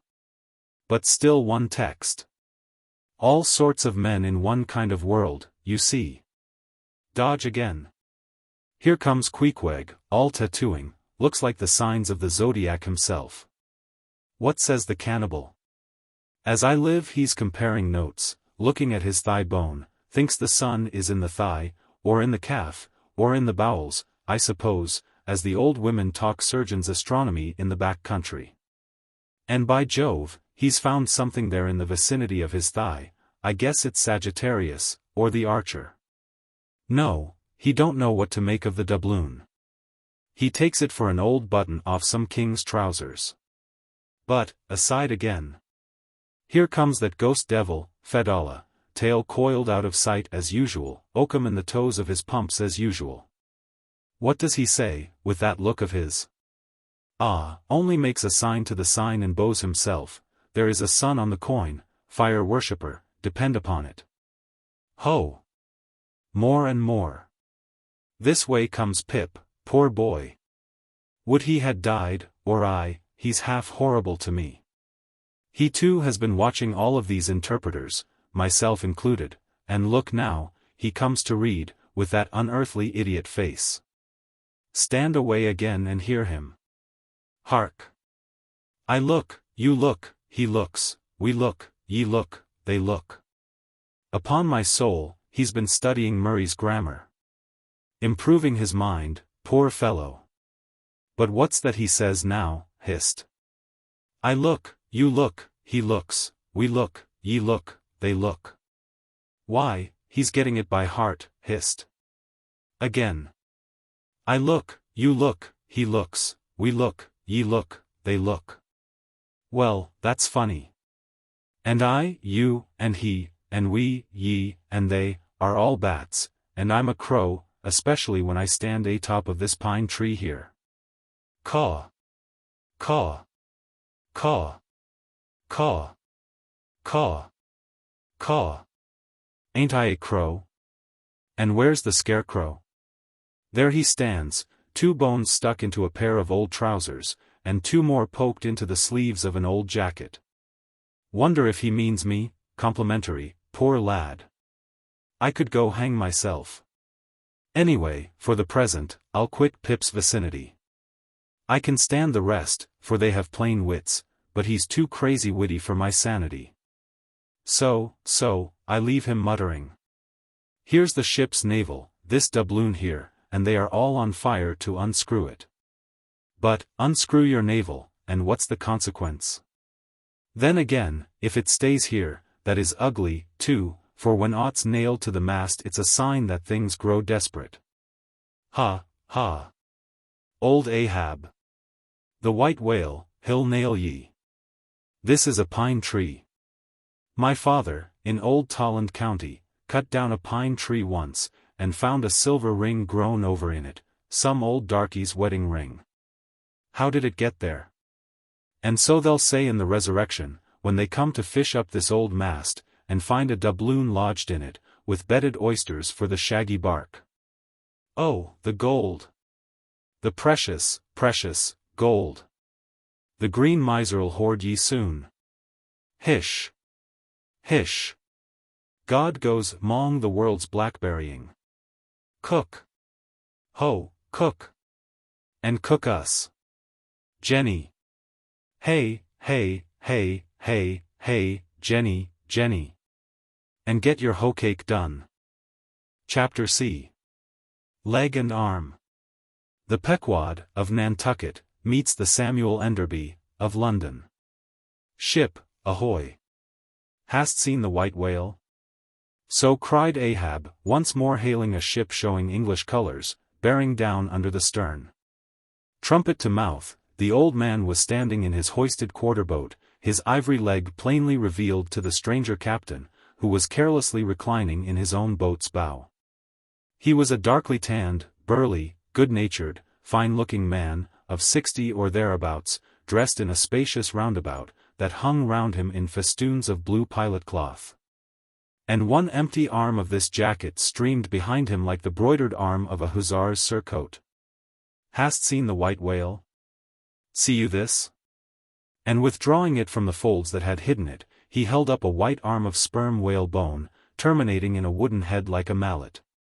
"Man my boat!" cried Ahab, impetuously, and tossing about the oars near him, "stand by to lower." In less than a minute, without quitting his little craft, he and his crew were dropped to the water, and were soon alongside of the stranger. But here a curious difficulty presented itself. In the excitement of the moment, Ahab had forgotten that since the loss of his leg he had never once stepped on board of any vessel at sea but his own.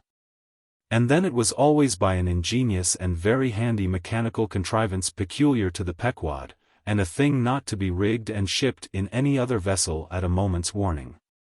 Now, it is no very easy matter for anybody, except those who are almost hourly used to it, like whalemen, to clamber up a ship's side from a boat on the open sea. For the great swells now lift the boat high up towards the bulwarks, and then instantaneously drop it halfway down to the kelson. So, deprived of one leg, and the strange ship of course being altogether unsupplied with the kindly invention, Ahab now found himself abjectly reduced to a clumsy landsman again. Hopelessly eyeing the uncertain changeful height he could hardly hope to attain. It has before been hinted, perhaps, that every little untoward circumstance that befell him, and which indirectly sprang from his luckless mishap, almost invariably irritated or exasperated Ahab. And in the present instance, all this was heightened by the sight of the two officers of the strange ship, leaning over the side, by the perpendicular ladder of nailed cleats there, and swinging towards him a pair of tastefully ornamented man-ropes. For at first they did not seem to bethink them that a one-legged man must be too much of a cripple to use their sea banisters. But this awkwardness only lasted a minute, because the strange captain, observing at a glance how affairs stood, cried out, I see, a vast heaving there. Jump, boys, and swing over the cutting tackle." As good luck would have it, they had had a whale alongside a day or two previous, and the great tackles were still aloft, and the massive curved blubber hook, now clean and dry, was still attached to the end. This was quickly lowered to Ahab, who at once comprehending it all, slid his solitary thigh into the curve of the hook. It was like sitting in the fluke of an anchor, or the crotch of an apple tree. And then giving the word, held himself fast, and at the same time also helped to hoist his own weight, by pulling hand over hand upon one of the running parts of the tackle. Soon he was carefully swung inside the high bulwarks, and gently landed upon the capstan head. With his ivory arm frankly thrust forth in welcome, the other captain advanced, and Ahab, putting out his ivory leg, and crossing the ivory arm, like two swordfish blades, cried out in his walrus way, Aye, hearty. Let us shake bones together, an arm and a leg, an arm that never can shrink, d'ye, and a leg that never can run. Where didst thou see the white whale, how long ago? The white whale, said the Englishman, pointing his ivory arm towards the east, and taking a rueful sight along it, as if it had been a telescope. There I saw him, on the line, last season. And he took that arm off, did he? Asked Ahab, now sliding down from the capstan, and resting on the Englishman's shoulder, as he did so. Aye, he was the cause of it, at least. And that leg, too? Spin me the yarn, said Ahab, how was it? It was the first time in my life that I ever cruised on the line, began the Englishman. I was ignorant of the white whale at that time. Well, one day we lowered for a pod of 4 or 5 whales, and my boat fastened to one of them. A regular circus horse he was, too, that went milling and milling round so, that my boat's crew could only trim dish, by sitting all their sterns on the outer gunwale. Presently up breaches from the bottom of the sea a bouncing great whale, with a milky white head and hump, all crow's feet and wrinkles. It was he, cried Ahab, suddenly letting out his suspended breath. And harpoons sticking in near his starboard fin. Aye, they were mine, my irons, cried Ahab, exultingly, but on. Give me a chance, then, said the Englishman, good-humoredly. Well, this old great-grandfather, with the white head and hump, runs all afoam into the pod, and goes to snapping furiously at my fast line. I see, wanted to part it. Free the fast fish, an old trick, I know him. How it was exactly, continued the one-armed commander, I do not know, but in biting the line, it got foul of his teeth, caught there somehow. But we didn't know it then, so that when we afterwards pulled on the line, bounce we came plump onto his hump. Instead of the other whales, that went off to windward, all fluking. Seeing how matters stood, and what a noble great whale it was, the noblest and biggest I ever saw, sir, in my life, I resolved to capture him, spite of the boiling rage he seemed to be in. And thinking the haphazard line would get loose, or the tooth it was tangled to might draw, for I have a devil of a boat's crew for a pull on a whale line.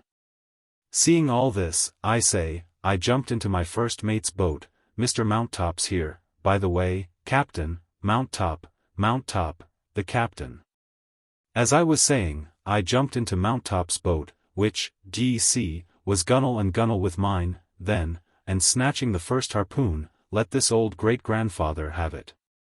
But, Lord, look you, sir, hearts and souls alive, man, the next instant, in a jiff.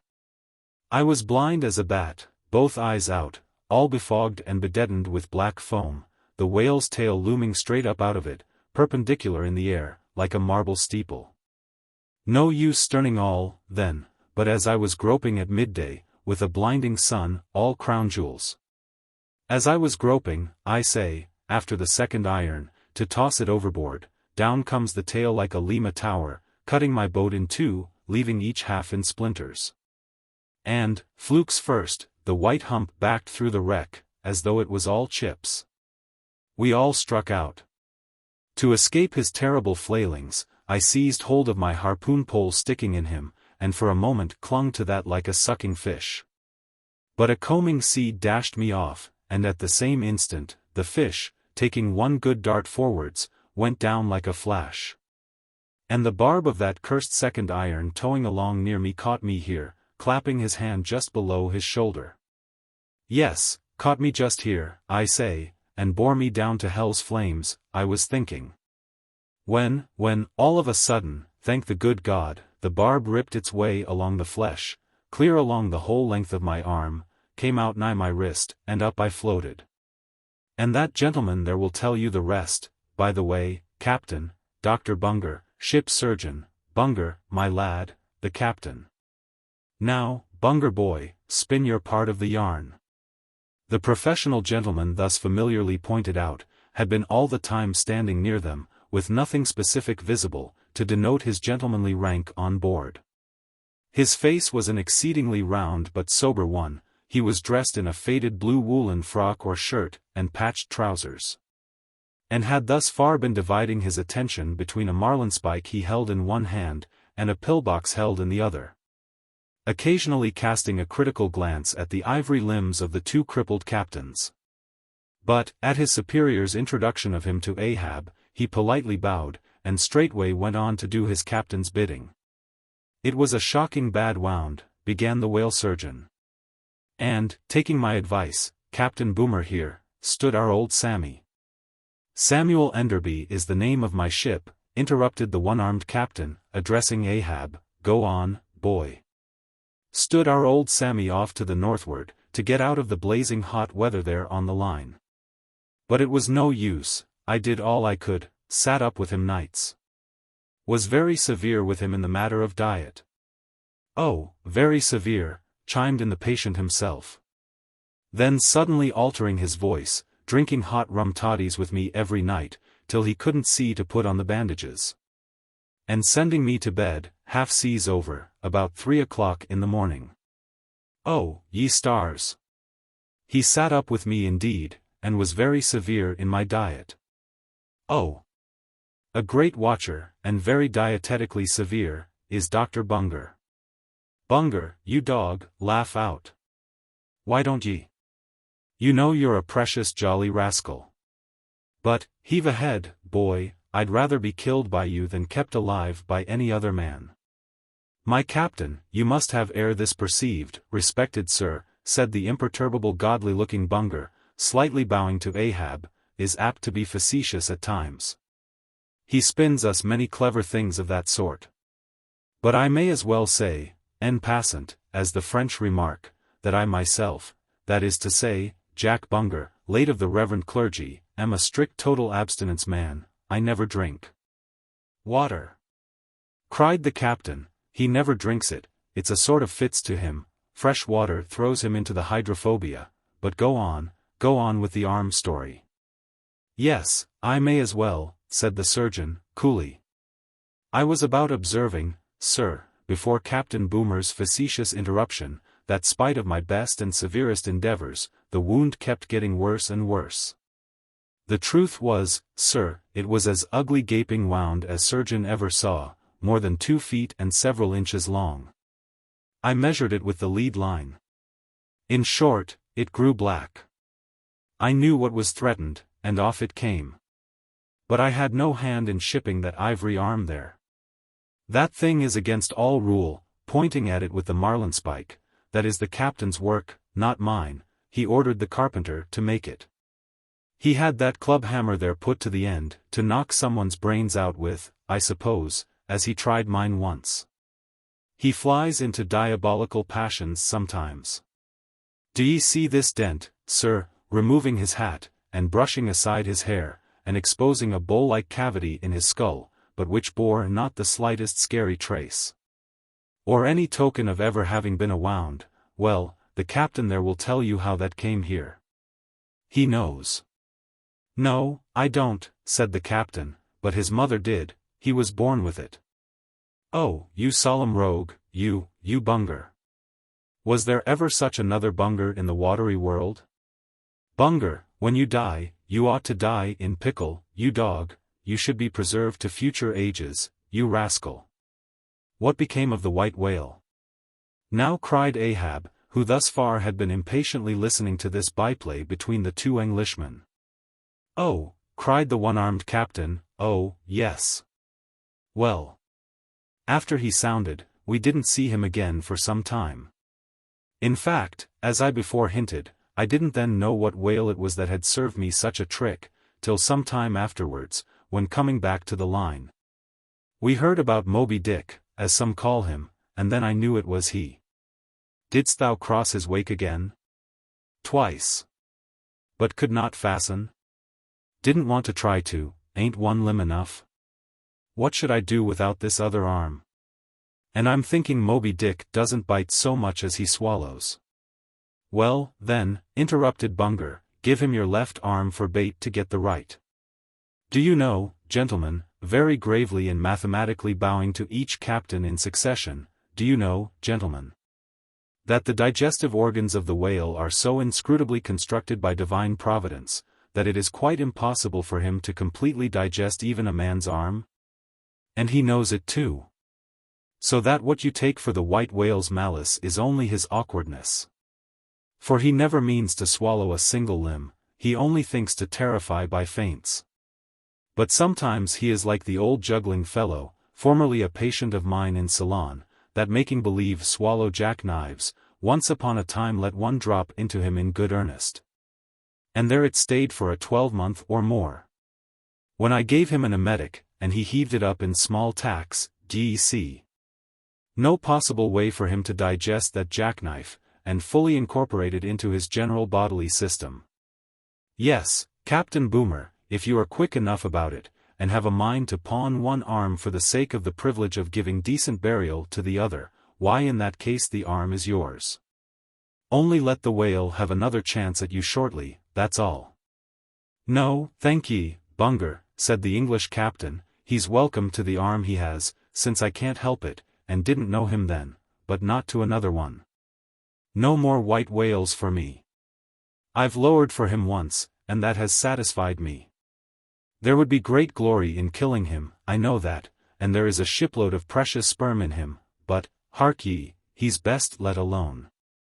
Don't you think so, Captain? Glancing at the ivory leg. He is. But he will still be hunted, for all that. What is best let alone, that accursed thing is not always what least allures. He's all a magnet. How long since thou saw'st him last? Which way heading? Bless my soul, and curse the foul fiends, cried Bunger, stoopingly walking round Ahab, and like a dog, strangely snuffing, "This man's blood, bring the thermometer, it's at the boiling point. His pulse makes these planks beat, sir." Taking a lancet from his pocket, and drawing near to Ahab's arm. "Avast," roared Ahab, dashing him against the bulwarks, "man the boat." "Which way heading?" "Good God," cried the English captain, to whom the question was put. "What's the matter?" "He was heading east, I think. Is your captain crazy?" whispering Fedallah. But Fedallah, putting a finger on his lip, slid over the bulwarks to take the boat's steering oar, and Ahab, swinging the cutting tackle towards him, commanded the ship's sailors to stand by to lower. In a moment he was standing in the boat's stern, and the Manila men were springing to their oars. In vain the English captain hailed him. With back to the stranger ship, and face set like a flint to his own, Ahab stood upright till alongside of the Pequod. Chapter CI. The Decanter. Ere the English ship fades from sight, be it set down here, that she hailed from London, and was named after the late Samuel Enderby, merchant of that city. The original of the famous whaling house of Enderby and Sons. A house which in my poor whaleman's opinion, comes not far behind the united royal houses of the Tudors and Bourbons, in point of real historical interest. How long, prior to the year of our Lord 1775, this great whaling house was in existence, my numerous fish documents do not make plain. But in that year, 1775, it fitted out the first English ships that ever regularly hunted the sperm whale.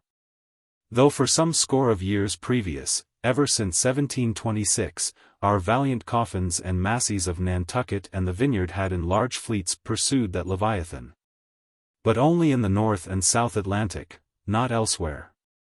Be it distinctly recorded here, that the Nantucketers were the first among mankind to harpoon with civilized steel the great sperm whale. And that for half a century they were the only people of the whole globe who so harpooned him. In 1778, a fine ship, the Amelia, fitted out for the express purpose, and at the sole charge of the vigorous Enderbys, boldly rounded Cape Horn, and was the first among the nations to lower a whaleboat of any sort in the Great South Sea. The voyage was a skillful and lucky one. And returning to her berth with her hold full of the precious sperm, the Amelia's example was soon followed by other ships, English and American. And thus the vast sperm whale grounds of the Pacific were thrown open. But not content with this good deed, the indefatigable house again bestirred itself, Samuel and all his sons, how many, their mother only knows, and under their immediate auspices, and partly, I think, at their expense, the British government was induced to send the sloop of war Rattler on a whaling voyage of discovery into the South Sea. Commanded by a naval post captain, the Rattler made a rattling voyage of it, and did some service, how much does not appear. But this is not all. In 1819, the same house fitted out a discovery whale ship of their own, to go on a tasting cruise to the remote waters of Japan. That ship, well called the Siren, made a noble experimental cruise. And it was thus that the great Japanese whaling ground first became generally known. The Siren in this famous voyage was commanded by a Captain Coffin, a Nantucketer. All honor to the Enderbys, therefore, whose house, I think, exists to the present day. Though doubtless the original Samuel must long ago have slipped his cable for the great South Sea of the other world. The ship named after him was worthy of the honor, being a very fast sailor and a noble craft every way.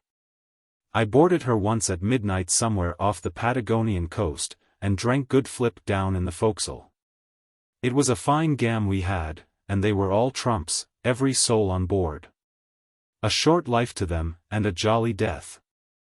And that fine gam I had, long, very long after old Ahab touched her planks with his ivory heel, it minds me of the noble, solid, Saxon hospitality of that ship. And may my parson forget me, and the devil remember me, if I ever lose sight of it. Flip? Did I say we had flip? Yes, and we flipped it at the rate of 10 gallons the hour.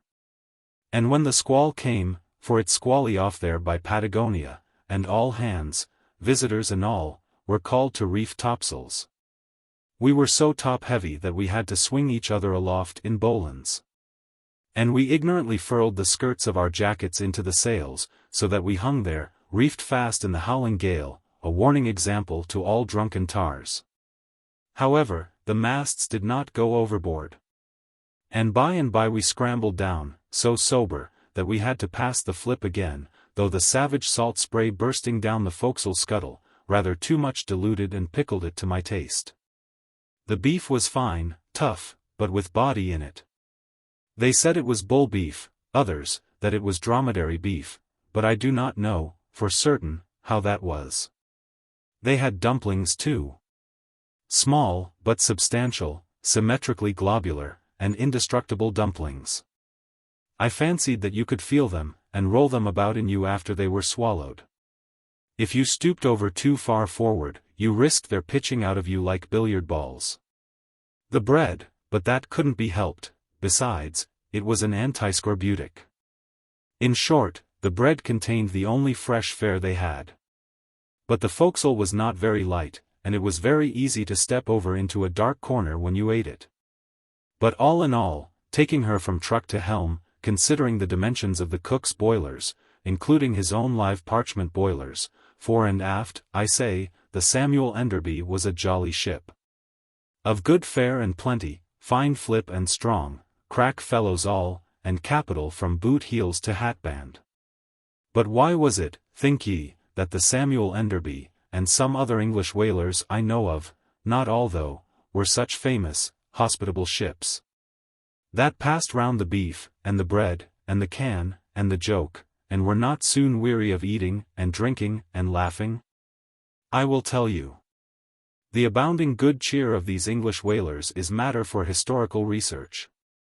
Nor have I been at all sparing of historical whale research, when it has seemed needed. The English were preceded in the whale fishery by the Hollanders, Zealanders, and Danes, from whom they derived many terms still extant in the fishery. And what is yet more, their fat old fashions, touching plenty to eat and drink. For, as a general thing, the English merchant ship scrimps her crew, but not so the English whaler. Hence, in the English, this thing of whaling good cheer is not normal and natural, but incidental and particular. And, therefore, must have some special origin, which is here pointed out, and will be still further elucidated. During my researches in the Leviathanic histories, I stumbled upon an ancient Dutch volume, which, by the musty whaling smell of it, I knew must be about whalers. The title was, Dan Koopman, wherefore I concluded that this must be the invaluable memoirs of some Amsterdam cooper in the fishery, as every whale ship must carry its cooper. I was reinforced in this opinion by seeing that it was the production of one Fitz Swackhammer. But my friend Dr. Snodhead, a very learned man, professor of Low Dutch and High German in the College of Santa Claus and St. Potts, to whom I handed the work for translation, giving him a box of sperm candles for his trouble, this same Dr. Snodhead, so soon as he spied the book, assured me that Dan Koopman did not mean the cooper, but the merchant. In short, this ancient and learned Low Dutch book treated of the commerce of Holland, and, among other subjects, contained a very interesting account of its whale fishery. And in this chapter it was, headed, Smear, or Fat, that I found a long detailed list of the outfits for the larders and cellars of 180 sail of Dutch whalemen. From which list, as translated by Dr. Snodhead, I transcribe the following. 400,000 pounds of beef. 60,000 pounds Friesland pork. 150,000 pounds of stock fish. 550,000 pounds of biscuit. 72,000 pounds of soft bread. 2,800 firkins of butter. 20,000 pounds Texel and Leyden cheese. 144,000 pounds cheese, probably an inferior article.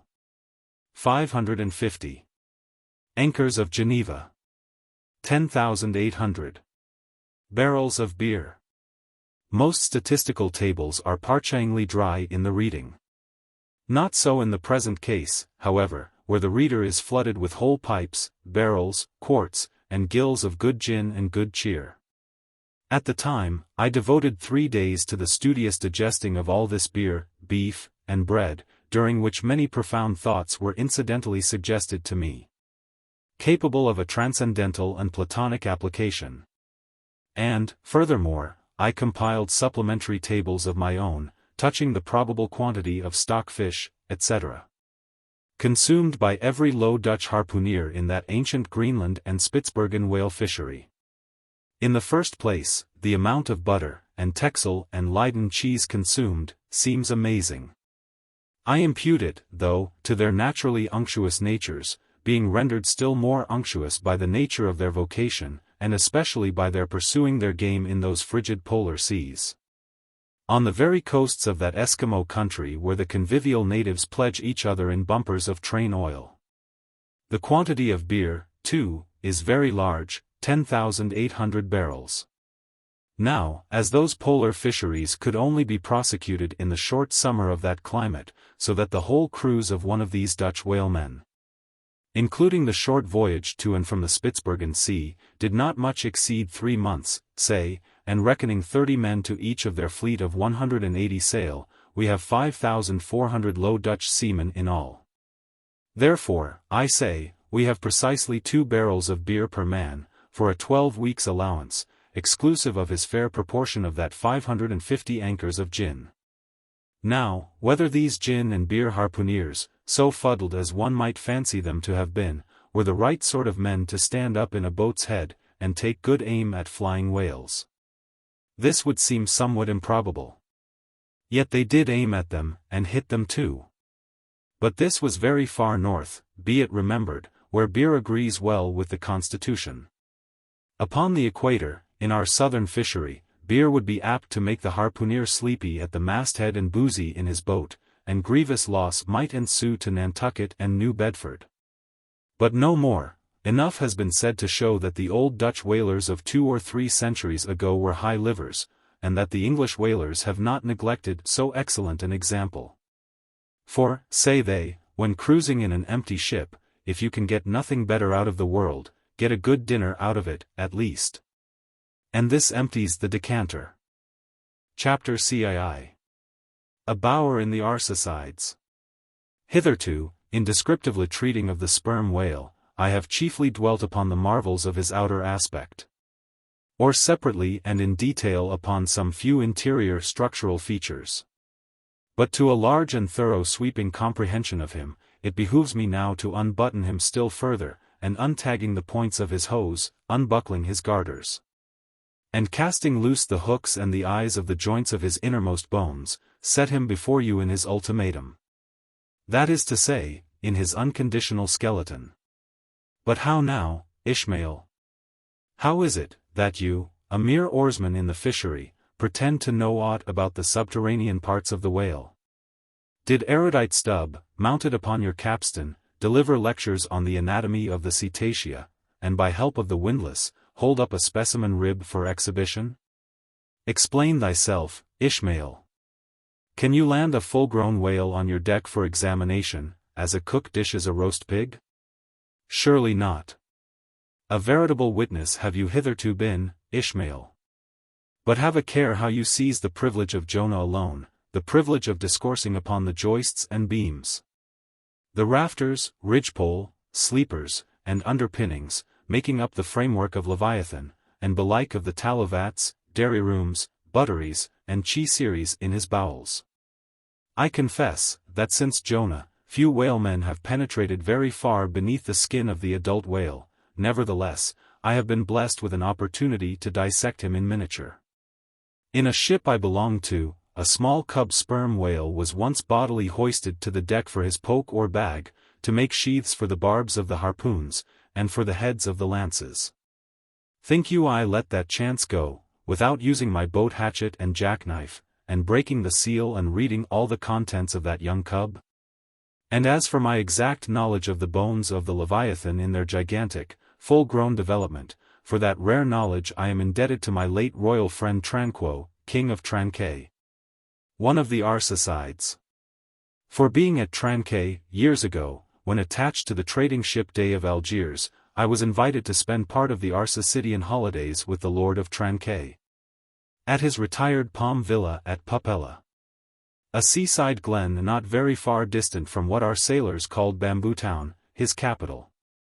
Among many other fine qualities, my royal friend Tranquo, being gifted with a devout love for all matters of barbaric virtue, had brought together in Pupella whatever rare things the more ingenious of his people could invent. Chiefly carved woods of wonderful devices, chiseled shells, inlaid spears, costly paddles, aromatic canoes.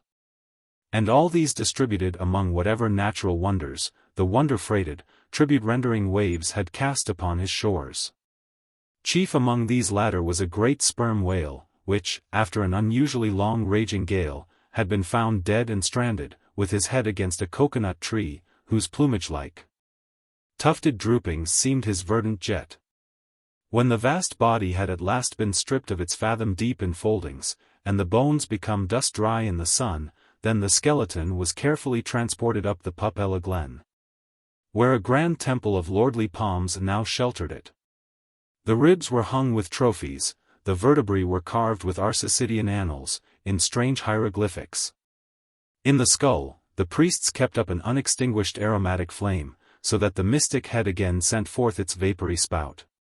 While, suspended from a bough, the terrific lower jaw vibrated over all the devotees, like the hair-hung sword that so affrighted Damocles.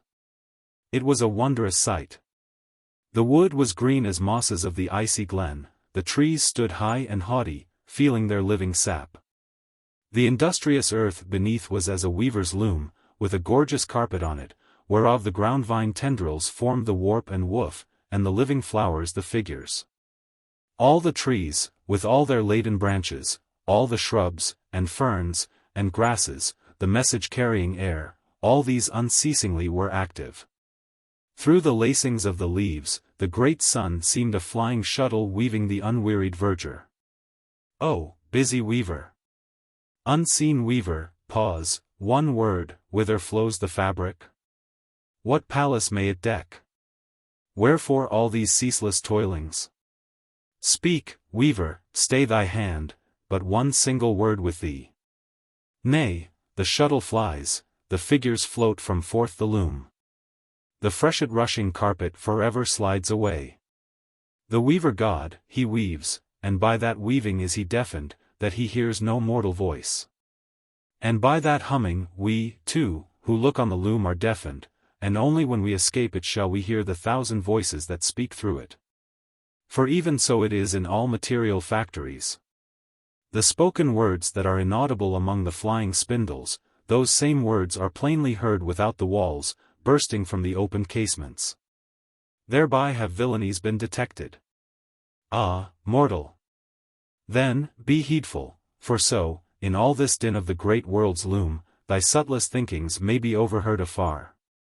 Now, amid the green, life-restless loom of that Arsacidian wood, the great, white, worshipped skeleton lay lounging, a gigantic idler.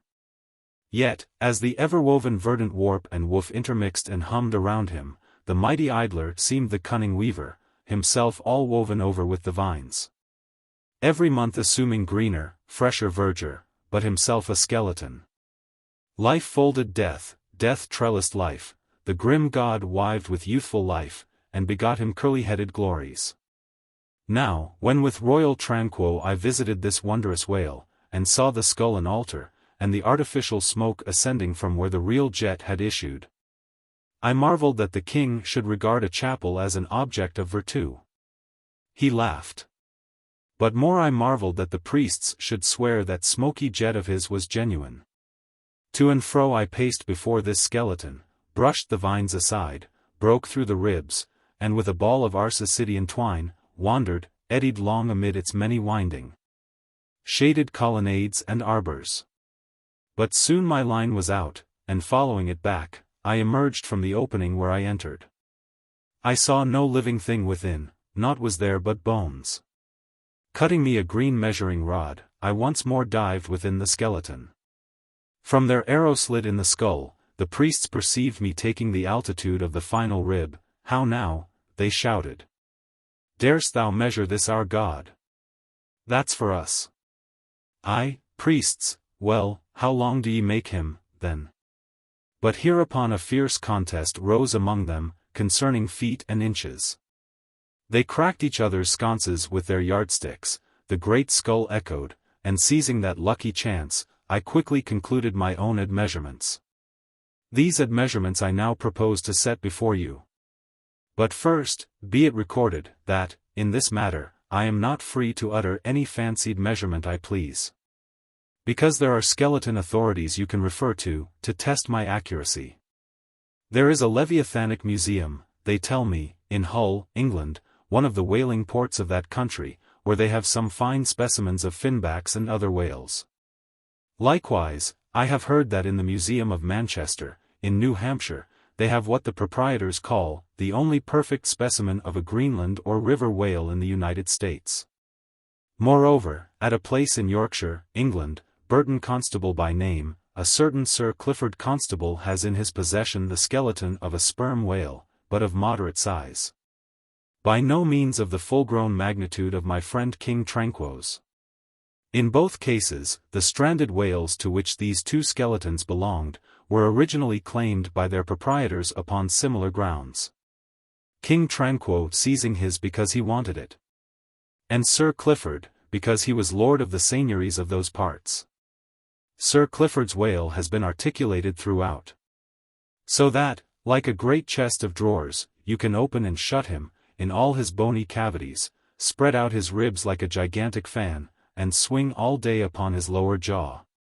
Locks are to be put upon some of his trap-doors and shutters, and a footman will show round future visitors with a bunch of keys at his side.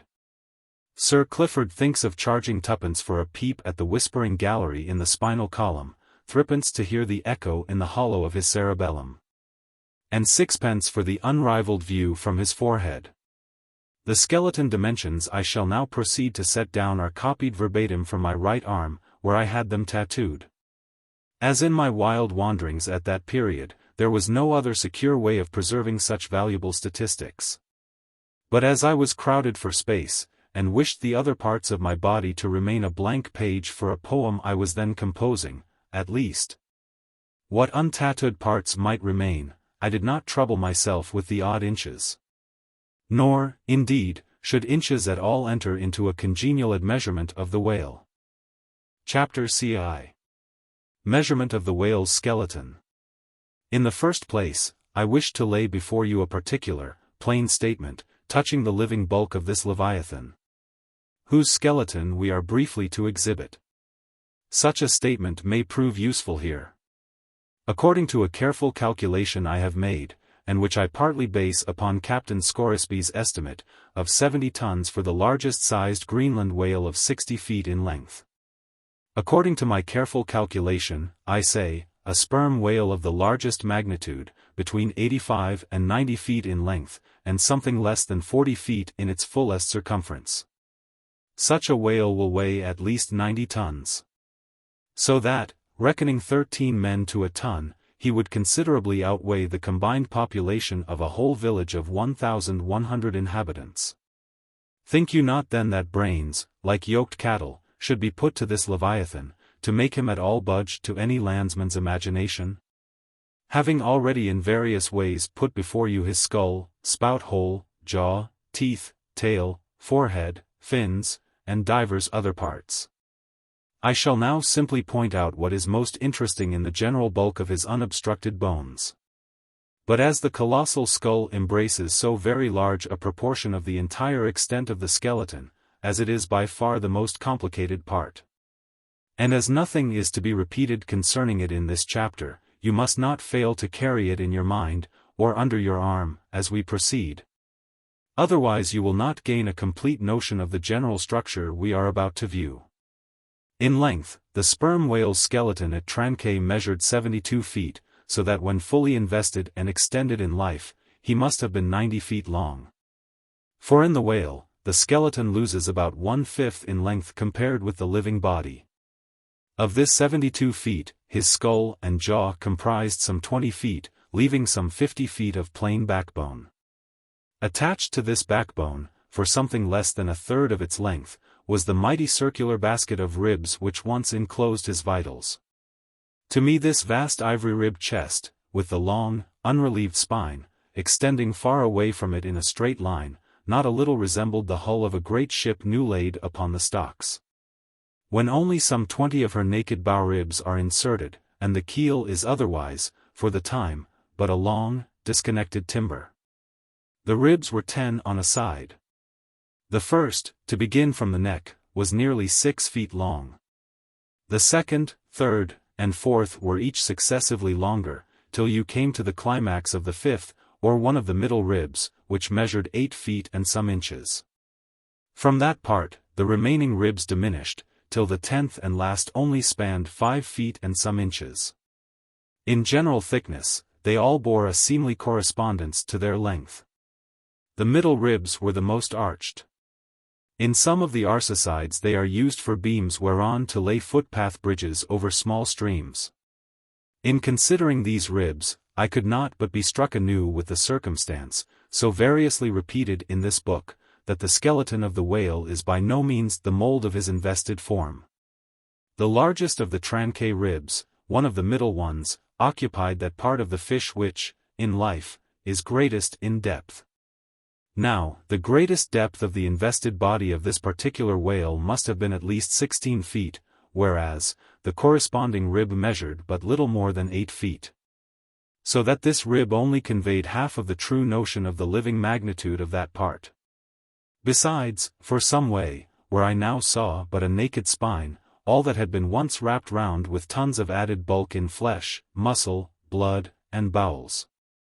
Still more, for the ample fins, I here saw but a few disordered joints, and in place of the weighty and majestic, but boneless flukes, an utter blank. How vain and foolish, then, thought I, for timid and travelled man to try to comprehend aright this wondrous whale, by merely poring over his dead attenuated skeleton, stretched in this peaceful wood. No.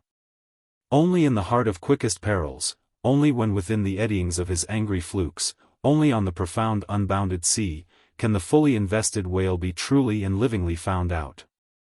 But the spine. For that, the best way we can consider it is, with a crane, to pile its bones high up on end. No speedy enterprise.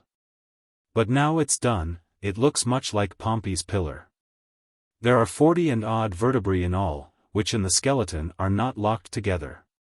They mostly lie like the great knobbed blocks on a Gothic spire, forming solid courses of heavy masonry. The largest, a middle one, is in width something less than 3 feet, and in depth more than 4. The smallest, where the spine tapers away into the tail, is only 2 inches in width, and looks something like a white billiard ball. I was told that there were still smaller ones, but they had been lost by some little cannibal urchins, the priest's children, who had stolen them to play marbles with. Thus we see how that the spine of even the hugest of living things tapers off at last into simple child's play.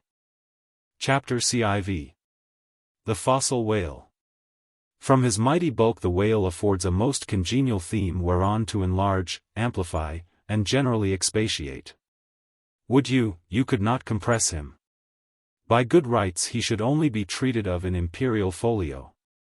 Not to tell over again his furlongs from spiracle to tail, and the yards he measures about the waist. Only think of the gigantic involutions of his intestines, where they lie in him like great cables and hawsers coiled away in the subterranean orlop deck of a line of battleship. Since I have undertaken to manhandle this Leviathan, it behooves me to approve myself omnisciently exhaustive in the enterprise. Not overlooking the minutest seminal germs of his blood, and spinning him out to the uttermost coil of his bowels. Having already described him in most of his present habitatory and anatomical peculiarities, it now remains to magnify him in an archaeological, fossiliferous, and antediluvian point of view. Applied to any other creature than the Leviathan, to an ant or a flea, such portly terms might justly be deemed unwarrantably grandiloquent. But when Leviathan is the text, the case is altered. Fain am I to stagger to this emprise under the weightiest words of the dictionary. And here be it said, that whenever it has been convenient to consult one in the course of these dissertations, I have invariably used a huge quarto edition of Johnson, expressly purchased for that purpose, because that famous lexicographer's uncommon personal bulk more fitted him to compile a lexicon to be used by a whale author like me. One often hears of writers that rise and swell with their subject, though it may seem but an ordinary one. How, then, with me, writing of this Leviathan? Unconsciously my chirography expands into placard capitals. Give me a condor's quill. Give me Vesuvius crater for an inkstand. Friends, hold my arms. For in the mere act of penning my thoughts of this Leviathan, they weary me, and make me faint with their outreaching comprehensiveness of sweep, as if to include the whole circle of the sciences. And all the generations of whales, and men, and mastodons, past, present, and to come, with all the revolving panoramas of empire on earth, and throughout the whole universe, not excluding its suburbs. Such, and so magnifying, is the virtue of a large and liberal theme. We expand to its bulk. To produce a mighty book, you must choose a mighty theme. No great and enduring volume can ever be written on the flea, though many there be who have tried it. Ere entering upon the subject of fossil whales, I present my credentials as a geologist, by stating that in my miscellaneous time I have been a stonemason, and also a great digger of ditches, canals and wells, wine vaults, cellars, and cisterns of all sorts. Likewise, by way of preliminary, I desire to remind the reader, that while in the earlier geological strata there are found the fossils of monsters now almost completely extinct, the subsequent relics discovered in what are called the tertiary formations seem the connecting, or at any rate intercepted links, between the antichronical creatures and those whose remote posterity are said to have entered the ark. All the fossil whales hitherto discovered belong to the tertiary period, which is the last preceding the superficial formations. And though none of them precisely answer to any known species of the present time, they are yet sufficiently akin to them in general respects, to justify their taking rank as cetacean fossils. Detached broken fossils of pre-Adamite whales, fragments of their bones and skeletons, have within 30 years past, at various intervals, been found at the base of the Alps, in Lombardy, in France, in England, in Scotland, and in the states of Louisiana, Mississippi, and Alabama. Among the more curious of such remains is part of a skull, which in the year 1779 was disinterred in the Rue Dauphine in Paris, a short street opening almost directly upon the Palace of the Tuileries, and bones disinterred in excavating the great docks of Antwerp, in Napoleon's time. Cuvier pronounced these fragments to have belonged to some utterly unknown leviathanic species. But by far the most wonderful of all cetacean relics was the almost complete vast skeleton of an extinct monster, found in the year 1842, on the plantation of Judge Cray, in Alabama. The awe-stricken credulous slaves in the vicinity took it for the bones of one of the fallen angels. The Alabama doctors declared it a huge reptile, and bestowed upon it the name of Basilosaurus. But some specimen bones of it being taken across the sea to Owen, the English anatomist, it turned out that this alleged reptile was a whale, though of a departed species. A significant illustration of the fact, again and again repeated in this book, that the skeleton of the whale furnishes but little clue to the shape of his fully invested body. So Owen rechristened the monster Zeuglodon, and in his paper read before the London Geological Society, pronounced it, in substance, one of the most extraordinary creatures which the mutations of the globe have blotted out of existence.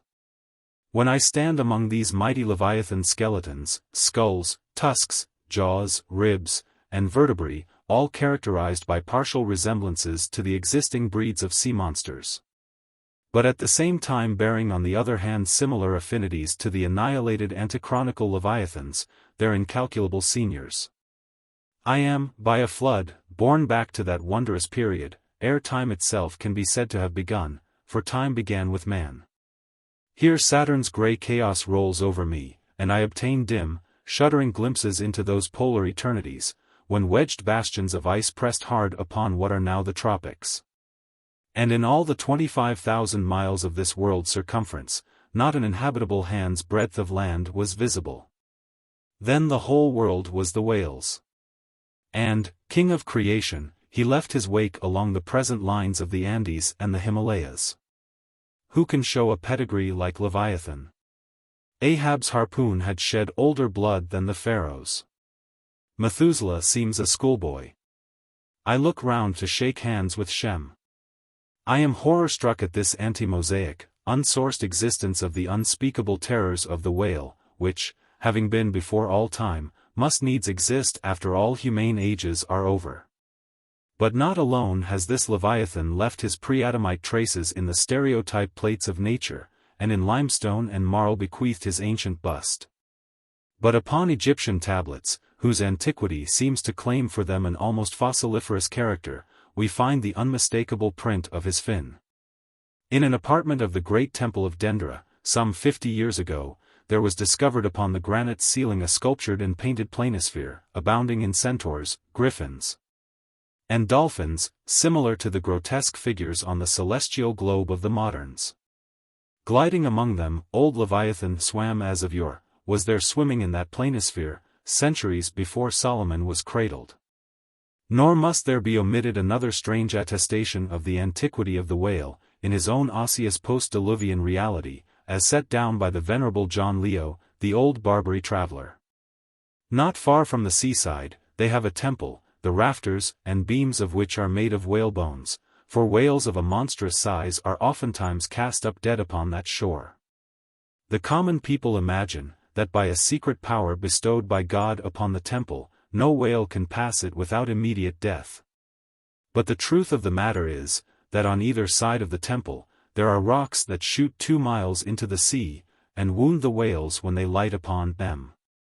They keep a whale's rib of an incredible length for a miracle, which lying upon the ground with its convex part uppermost, makes an arch, the head of which cannot be reached by a man upon a camel's back.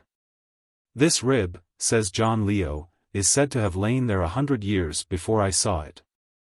Their historians affirm, that a prophet who prophesied of Muhammad, came from this temple, and some do not stand to assert that the prophet Jonas was cast forth by the whale at the base of the temple. In this Afric temple of the whale I leave you, reader, and if you be a Nantucketer, and a whaleman, you will silently worship there. Chapter CV. Does the whale's magnitude diminish, will he perish? Inasmuch, then, as this Leviathan comes floundering down upon us from the headwaters of the eternities, it may be fitly inquired, whether, in the long course of his generations, he has not degenerated from the original bulk of his sires. But upon investigation we find that not only are the whales of the present day superior in magnitude to those whose fossil remains are found in the tertiary system, embracing a distinct geological period prior to man, but of the whales found in that tertiary system, those belonging to its latter formations exceed in size those of its earlier ones. Of all the pre-Adamite whales yet exhumed, by far the largest is the Alabama one mentioned in the last chapter, and that was less than 70 feet in length in the skeleton. Whereas, we have already seen, that the tape measure gives 72 feet for the skeleton of a large-sized modern whale. And I have heard, on whaleman's authority, that sperm whales have been captured near 100 feet long at the time of capture. But may it not be, that while the whales of the present hour are an advance in magnitude upon those of all previous geological periods, may it not be, that since Adam's time they have degenerated? Assuredly, we must conclude so, if we are to credit the accounts of such gentlemen as Pliny, and the ancient naturalists generally. For Pliny tells us of whales that embraced acres of living bulk, and Aldrovandus of others which measured 800 feet in length, rope walks and Thames tunnels of whales. And even in the days of Banks and Solander, Cook's naturalists, we find a Danish member of the Academy of Sciences setting down certain Iceland whales, Radansiskur, or wrinkled bellies, at 120 yards. That is, 360 feet. And Lacépède, the French naturalist, in his elaborate history of whales, in the very beginning of his work, page 3, sets down the right whale at 100 meters. 328 feet. And this work was published so late as AD 1825. But will any whaleman believe these stories? No. The whale of today is as big as his ancestors in Pliny's time. And if ever I go where Pliny is, I, a whaleman, more than he was, will make bold to tell him so. Because I cannot understand how it is, that while the Egyptian mummies that were buried thousands of years before even Pliny was born, do not measure so much in their coffins as a modern Kentuckian in his socks. And while the cattle and other animals sculptured on the oldest Egyptian and Nineveh tablets, by the relative proportions in which they are drawn, just as plainly prove that the high-bred, stall-fed prize cattle of Smithfield, not only equal, but far exceed in magnitude the fattest of Pharaoh's fat kine. In the face of all this, I will not admit that of all animals the whale alone should have degenerated. But still another inquiry remains, one often agitated by the more recondite Nantucketers. Whether owing to the almost omniscient lookouts at the mastheads of the whale ships, now penetrating even through Bering Straits, and into the remotest secret drawers and lockers of the world, and the 1,000 harpoons and lances darted along all continental coasts, the moot point is, whether Leviathan can long endure so wide a chase, and so remorseless a havoc. Whether he must not at last be exterminated from the waters, and the last whale, like the last man, smoke his last pipe, and then himself evaporate in the final puff. Comparing the humped herds of whales with the humped herds of buffalo, which, not 40 years ago, overspread by tens of thousands the prairies of Illinois and Missouri, and shook their iron manes and scowled with their thunder-clotted brows upon the sites of populous river capitals, where now the polite broker sells you land at $1 an inch. In such a comparison an irresistible argument would seem furnished, to show that the hunted whale cannot now escape speedy extinction. But you must look at this matter in every light. Though so short a period ago, not a good lifetime, the census of the buffalo in Illinois exceeded the census of men now in London. And though at the present day not one horn or hoof of them remains in all that region, and though the cause of this wondrous extermination was the spear of man, yet the far different nature of the whale hunt peremptorily forbids so inglorious an end to the Leviathan. 40 men in one ship hunting the sperm whales for 48 months think they have done extremely well, and thank God, if at last they carry home the oil of 40 fish. Whereas, in the days of the old Canadian and Indian hunters and trappers of the West, when the far West, in whose sunset suns still rise, was a wilderness and a virgin, the same number of moccasined men, for the same number of months, mounted on horse instead of sailing in ships, would have slain not 40, but 40,000 and more buffaloes. A fact that, if need were, could be statistically stated. Nor, considered aright, does it seem any argument in favor of the gradual extinction of the sperm whale, for example, that in former years, the latter part of the last century, say, these leviathans, in small pods, were encountered much oftener than at present, and, in consequence, the voyages were not so prolonged, and were also much more remunerative. Because, as has been elsewhere noticed, those whales, influenced by some views to safety, now swim the seas in immense caravans, so that to a large degree the scattered solitaries, yolks, and pods, and schools of other days are now aggregated into vast but widely separated, unfrequent armies. That is all. And equally fallacious seems the conceit, that because the so-called whalebone whales no longer haunt many grounds in former years abounding with them, hence that species also is declining. For they are only being driven from promontory to cape. And if one coast is no longer enlivened with their jets, then, be sure, some other and remoter strand has been very recently startled by the unfamiliar spectacle. Furthermore, concerning these last-mentioned leviathans, they have 2 firm fortresses, which, in all human probability, will forever remain impregnable.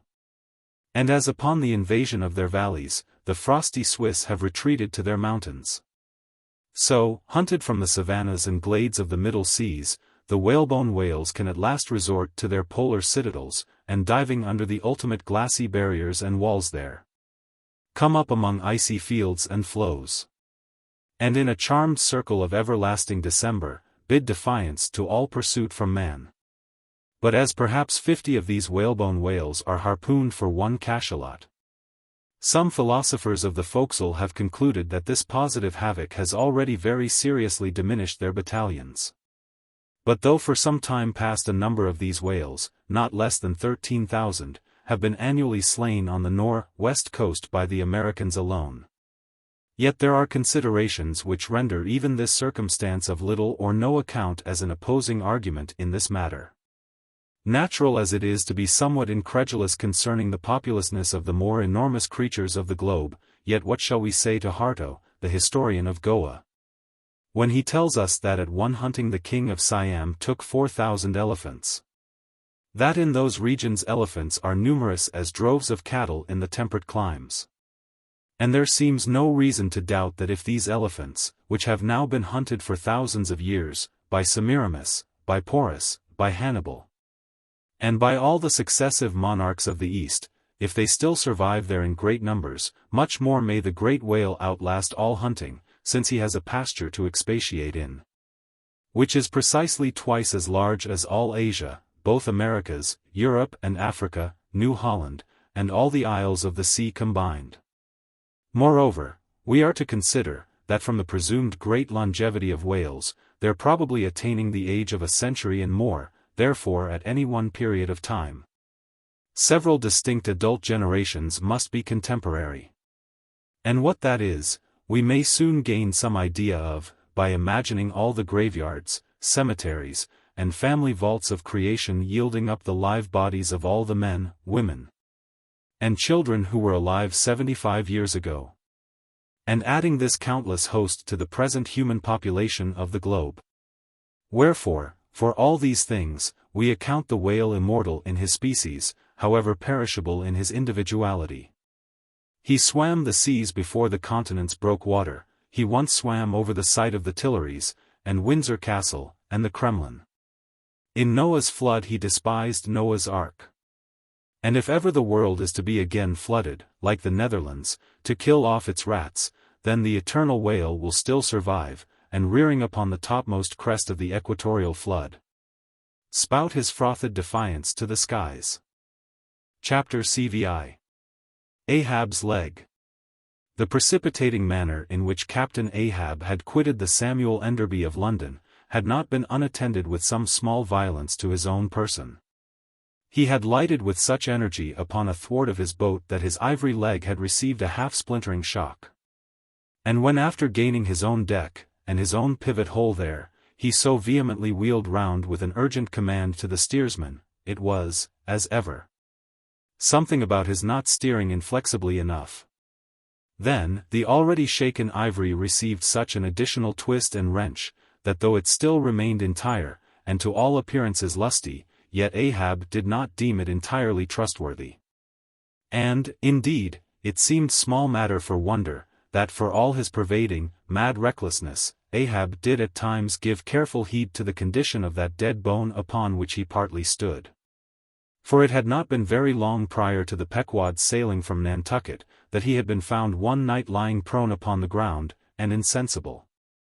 By some unknown, and seemingly inexplicable, unimaginable casualty, his ivory limb having been so violently displaced, that it had stakewise smitten, and all but pierced his groin. Nor was it without extreme difficulty that the agonizing wound was entirely cured. Nor, at the time, had it failed to enter his monomaniac mind, that all the anguish of that then present suffering was but the direct issue of a former woe. And he too plainly seemed to see, that as the most poisonous reptile of the marsh perpetuates his kind as inevitably as the sweetest songster of the grove, so, equally with every felicity, all miserable events do naturally beget their like. Yea, more than equally, thought Ahab. Since both the ancestry and posterity of grief go further than the ancestry and posterity of joy. For, not to hint of this, that it is an inference from certain canonic teachings, that while some natural enjoyments here shall have no children born to them for the other world, but, on the contrary, shall be followed by the joy childlessness of all hell's despair. Whereas, some guilty mortal miseries shall still fertily beget to themselves an eternally progressive progeny of griefs beyond the grave. Not at all to hint of this, there still seems an inequality in the deeper analysis of the thing. For, thought Ahab, while even the highest earthly felicities ever have a certain unsignifying pettiness lurking in them, but, at bottom, all heart woes, a mystic significance, and, in some men, an archangelic grandeur. So do their diligent tracings out not belie the obvious deduction. To trail the genealogies of these high mortal miseries, carries us at last among the sourceless primogenitures of the gods. So that, in the face of all the glad, haymaking suns, and soft symboling, round harvest moons, we must needs give in to this, that the gods themselves are not forever glad. The ineffaceable, sad birthmark in the brow of man, is but the stamp of sorrow in the signers. Unwittingly here a secret has been divulged, which perhaps might more properly, in set way, have been disclosed before.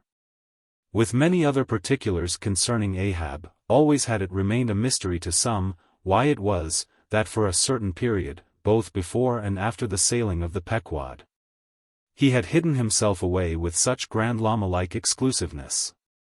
And, for that one interval, sought speechless refuge, as it were, among the marble senate of the dead. Captain Peleg's brooded reason for this thing appeared by no means adequate. Though, indeed, as touching all Ahab's deeper part, every revelation partook more of significant darkness than of explanatory light. But, in the end, it all came out, this one matter did, at least. That direful mishap was at the bottom of his temporary recluseness. And not only this, but to that ever-contracting, dropping circle ashore, who, for any reason, possessed the privilege of a less band approach to him. To that timid circle the above-hinted casualty, remaining, as it did, moodily unaccounted for by Ahab, invested itself with terrors, not entirely underived from the land of spirits and of whales. So that, through their zeal for him, they had all conspired, so far as in them lay, to muffle up the knowledge of this thing from others. And hence it was, that not till a considerable interval had elapsed, did it transpire upon the Pequod's decks. But be all this as it may, let the unseen, ambiguous synod in the air, or the vindictive princes and potentates of fire, have to do or not with earthly Ahab, yet, in this present matter of his leg, he took plain practical procedures. He called the carpenter. And when that functionary appeared before him, he bade him without delay set about making a new leg, and directed the mates to see him supplied with all the studs and joists of jaw ivory, sperm whale, which had thus far been accumulated on the voyage, in order that a careful selection of the stoutest, clearest-grained stuff might be secured. This done, the carpenter received orders to have the leg completed that night, and to provide all the fittings for it, independent of those pertaining to the distrusted one in use. Moreover, the ship's forge was ordered to be hoisted out of its temporary idleness in the hold. And, to accelerate the affair, the blacksmith was commanded to proceed at once to the forging of whatever iron contrivances might be needed. Chapter XVI. The Carpenter. Seat thyself sultanically among the moons of Saturn, and take high abstracted man alone, and he seems a wonder, a grandeur, and a woe. But from the same point, take mankind in mass, and for the most part, they seem a mob of unnecessary duplicates, both contemporary and hereditary.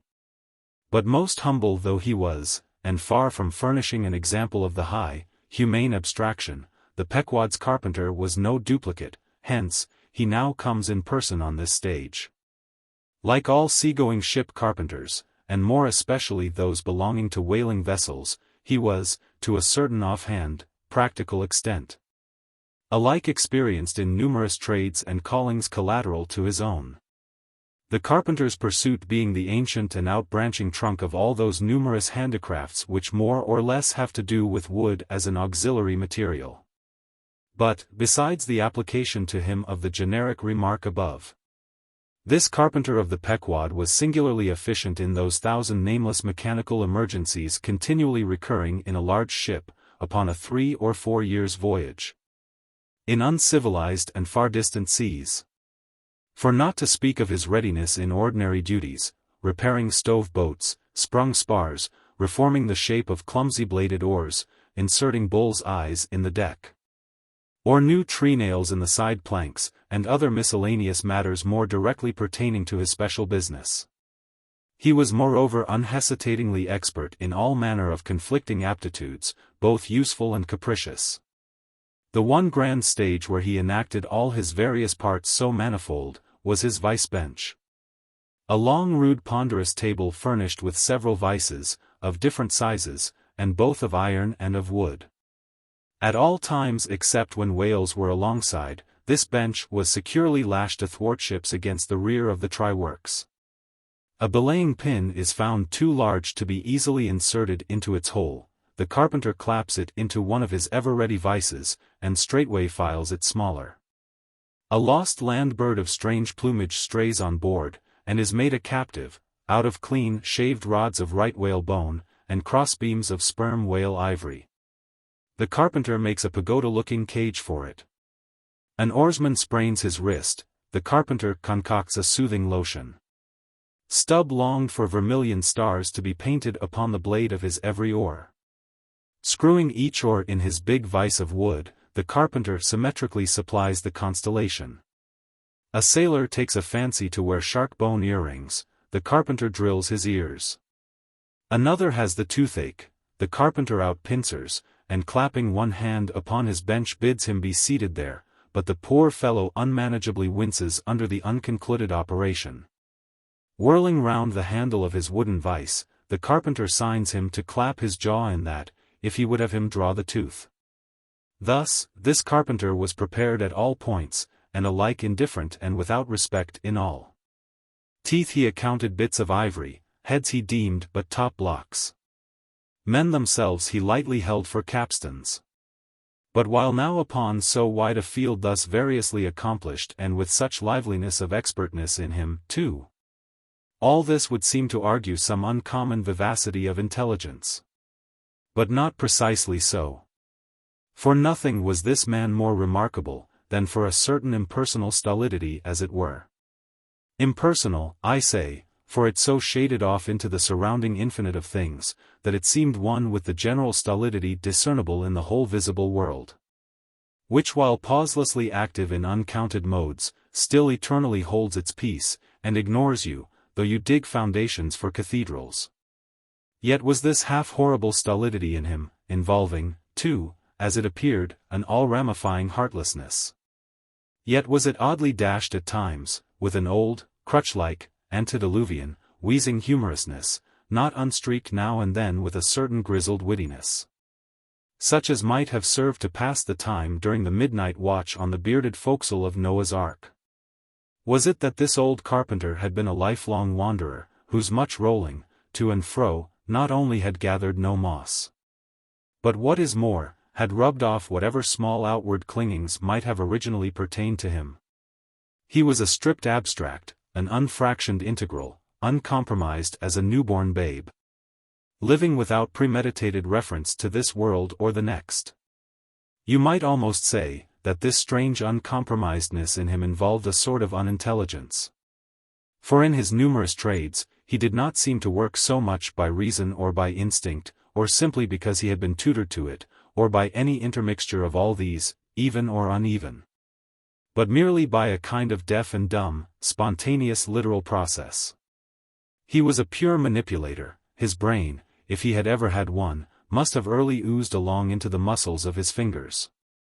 He was like one of those unreasoning but still highly useful, multum in parvo, Sheffield contrivances, assuming the exterior, though a little swelled, of a common pocket knife, but containing, not only blades of various sizes, but also screwdrivers, corkscrews, tweezers, awls, pens, rulers, nail filers, countersinkers. So, if his superiors wanted to use the carpenter for a screwdriver, all they had to do was to open that part of him, and the screw was fast, or if for tweezers, take him up by the legs. And there they were. Yet, as previously hinted, this omnitold, open and shut carpenter, was, after all, no mere machine of an automaton. If he did not have a common soul in him, he had a subtle something that somehow anomalously did its duty. What that was, whether essence of quicksilver, or a few drops of hartshorn, there is no telling. But there it was, and there it had abided for now some 60 years or more. And this it was, this same unaccountable, cunning life principle in him, this it was, that kept him a great part of the time soliloquizing. But only like an unreasoning wheel, which also hummingly soliloquizes, or rather, his body was a sentry box and this soliloquizer on guard there, and talking all the time to keep himself awake. Chapter XVI. Ahab and the Carpenter. The deck, first night watch. Carpenter standing before his vice bench, and by the light of 2 lanterns busily filing the ivory joist for the leg, which joist is firmly fixed in the vice. Slabs of ivory, leather straps, pads, screws, and various tools of all sorts lying about the bench. Forward, the red flame of the forge is seen, where the blacksmith is at work. Drat the file, and drat the bone. That is hard which should be soft, and that is soft which should be hard. So we go, who file old jaws and shin bones. Let's try another. Now, this works better sneezes. Hullo, this bone dust is sneezes, why it sneezes, yes it sneezes, bless my soul, it won't let me speak. This is what an old fellow gets now for working in dead lumber. Saw a live tree, and you don't get this dust, amputate a live bone, and you don't get it sneezes. Come, you old smut, there, bear a hand, and let's have that ferrule and buckle screw, I'll be ready for them presently. Lucky now sneezes there's no knee joint to make. That might puzzle a little, but a mere shin bone, why it's easy as making hop poles, only I should like to put a good finish on. Time. If I but only had the time, I could turn him out as neat a leg now as ever sneezes scraped to a lady in a parlor. Those buckskin legs and calves of legs I've seen in shop windows wouldn't compare at all. They soak water, they do. And of course get rheumatic, and have to be doctored sneezes with washes and lotions, just like live legs. There. Before I saw it off, now, I must call his old mogulship, and see whether the length will be all right, too short, if anything, I guess. Ha! That's the heel, we are in luck. Here he comes, or it's somebody else, that's certain. Ahab advancing. During the ensuing scene, the carpenter continues sneezing at times. Well, man-maker. Just in time, sir. If the captain pleases, I will now mark the length. Let me measure, sir. Measured for a leg. Good. Well, it's not the first time. About it. There, keep thy finger on it. This is a cogent vice thou hast here, carpenter, let me feel its grip once. So, it does pinch some. Oh, sir, it will break bones, beware. No fear, I like a good grip. I like to feel something in this slippery world that can hold, man. What's Prometheus about there, the blacksmith, I mean, what's he about? He must be forging the buckle screw, sir, now. Right.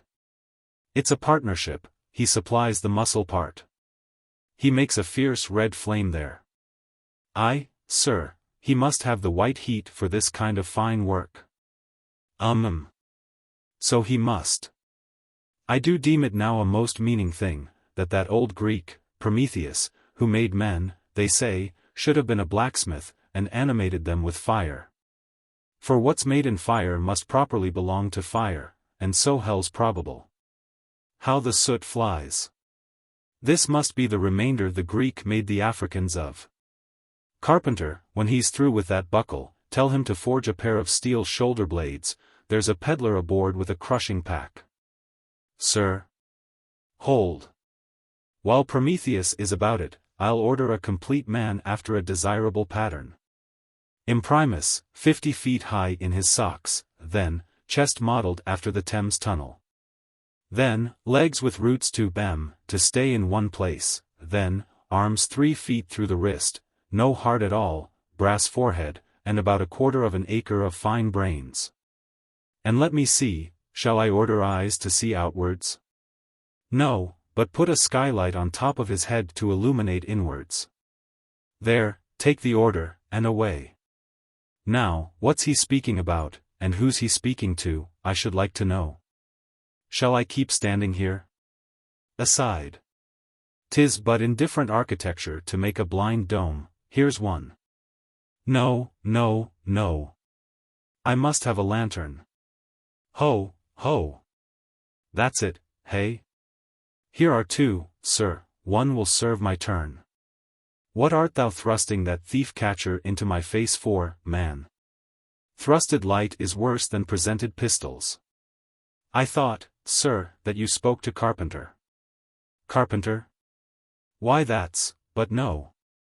A very tidy, and, I may say, an extremely gentlemanlike sort of business thou art in here, Carpenter, or wouldst thou rather work in clay? Sir, clay? Clay, sir? That's mud. We leave clay to ditchers, sir. The fellow's impious. What art thou sneezing about? Bone is rather dusty, sir. Take the hint, then. And when thou art dead, never bury thyself under living people's noses. Sir, oh. Ah, I guess so, yes, oh, dear. Look ye, Carpenter, I dare say thou callest thyself a right good workmanlike workman, eh? Well, then, will it speak thoroughly well for thy work, if, when I come to mount this leg thou makest, I shall nevertheless feel another leg in the same identical place with it. That is, Carpenter, my old lost leg, the flesh and blood one, I mean. Canst thou not drive that old Adam away? Truly, sir, I begin to understand somewhat now. Yes, I have heard something curious on that score, sir, how that a dismasted man never entirely loses the feeling of his old spar, but it will be still pricking him at times. May I humbly ask if it be really so, sir? It is, man. Look, put thy live leg here in the place where mine once was, so, now, here is only one distinct leg to the eye, yet two to the soul. Where thou feelest tingling life, there, exactly there to a hair, do I. Is't a riddle? I should humbly call it a poser, sir. Hist, then. How dost thou know that some entire, living, thinking thing may not be invisibly and uninterpenetratingly standing precisely where thou now standest, and standing there in thy spite? In thy most solitary hours, then, dost thou not fear eavesdroppers? Hold, don't speak. And if I still feel the smart of my crushed leg, though it be now so long dissolved, then, why mayst not thou, Carpenter, feel the fiery pains of hell forever, and without a body? Ha! Good Lord! Truly, sir, if it comes to that, I must calculate over again. I think I didn't carry a small figure, sir. Look ye, pudding-heads should never grant premises. How long before the leg is done? Perhaps an hour, sir. Bungle away at it then, and bring it to me turns to go. Oh, life! Here I am, proud as Greek god, and yet standing debtor to this blockhead for a bone to stand on. Cursed be that mortal interindebtedness which will not do away with ledgers. I would be free as air, and I'm down in the whole world's books. I am so rich, I could have given bid for bid with the wealthiest praetorians at the auction of the Roman Empire, which was the world's, and yet I owe for the flesh and the tongue I brag with. By heavens! I'll get a crucible, and into it, and dissolve myself down to one small, compendious vertebra. So. Carpenter resuming his work. Well, well, well. Stubb knows him best of all, and Stubb always says he's queer, says nothing but that one sufficient little word queer. He's queer, says Stubb, he's queer, queer, queer, and keeps dinning it into Mr. Starbuck all the time, queer, sir, queer, queer, very queer. And here's his leg. Yes, now that I think of it, here's his bedfellow. Has a stick of whale's jawbone for a wife. And this is his leg. He'll stand on this. What was that now about one leg standing in three places, and all 3 places standing in one hell. How was that? Oh! I don't wonder he looked so scornful at me. I'm a sort of strange-thoughted sometimes, they say, but that's only haphazard-like. Then, a short, little old body like me, should never undertake to wade out into deep waters with tall, heron-built captains. The water chucks you under the chin pretty quick, and there's a great cry for lifeboats. And here's the heron's leg. Long and slim, sure enough. Now, for most folks one pair of legs lasts a lifetime, and that must be because they use them mercifully, as a tender-hearted old lady uses her roly-poly old coach horses. But Ahab. Oh, he's a hard driver. Look, driven one leg to death, and spavined the other for life, and now wears out bone legs by the cord. Hello, there, you smut. Bear a hand there with those screws, and let's finish it before the resurrection fellow comes a-calling with his horn for all legs, true or false, as brewery men go round collecting old beer barrels. To fill 'em up again. What a leg this is. It looks like a real live leg, filed down to nothing but the core. He'll be standing on this tomorrow, he'll be taking altitudes on it. Hello. I almost forgot the little oval slate, smoothed ivory, where he figures up the latitude. So, chisel, file, and sandpaper, now. Chapter CX. Ahab and Starbuck in the cabin. According to usage they were pumping the ship next morning, and lo! No inconsiderable oil came up with the water. The casks below must have sprung a bad leak. Much concern was shown, and Starbuck went down into the cabin to report this unfavorable affair. 21. Now, from the south and west the Pequod was drawing nigh to Formosa and the Bahi Isles, between which lies one of the tropical outlets from the China waters into the Pacific. And so Starbuck found Ahab with a general chart of the Oriental archipelagos spread before him, and another separate one representing the long eastern coasts of the Japanese islands, Niffen, Matsumae, and Shikoku. With his snow-white new ivory leg braced against the screwed leg of his table, and with a long pruning hook of a jackknife in his hand, the wondrous old man, with his back to the gangway door, was wrinkling his brow, and tracing his old courses again. Who's there, hearing the footstep at the door, but not turning round to it? On deck. Begone.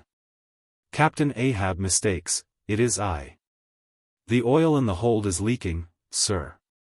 We must up Burton's and break out.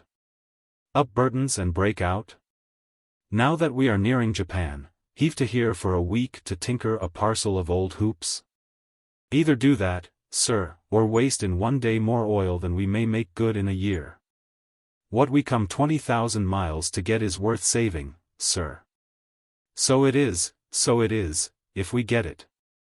I was speaking of the oil in the hold, sir. And I was not speaking or thinking of that at all. Begone. Let it leak. I'm all a leak myself.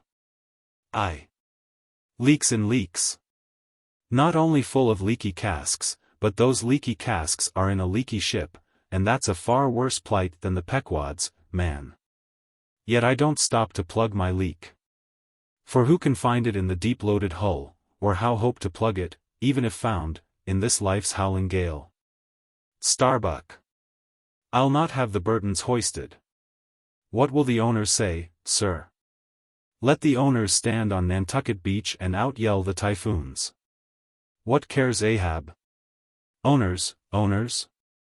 Thou art always prating to me, Starbuck, about those miserly owners, as if the owners were my conscience. But look ye, the only real owner of anything is its commander. And hark ye, my conscience is in this ship's keel, on deck. Captain Ahab, said the reddening mate, moving further into the cabin.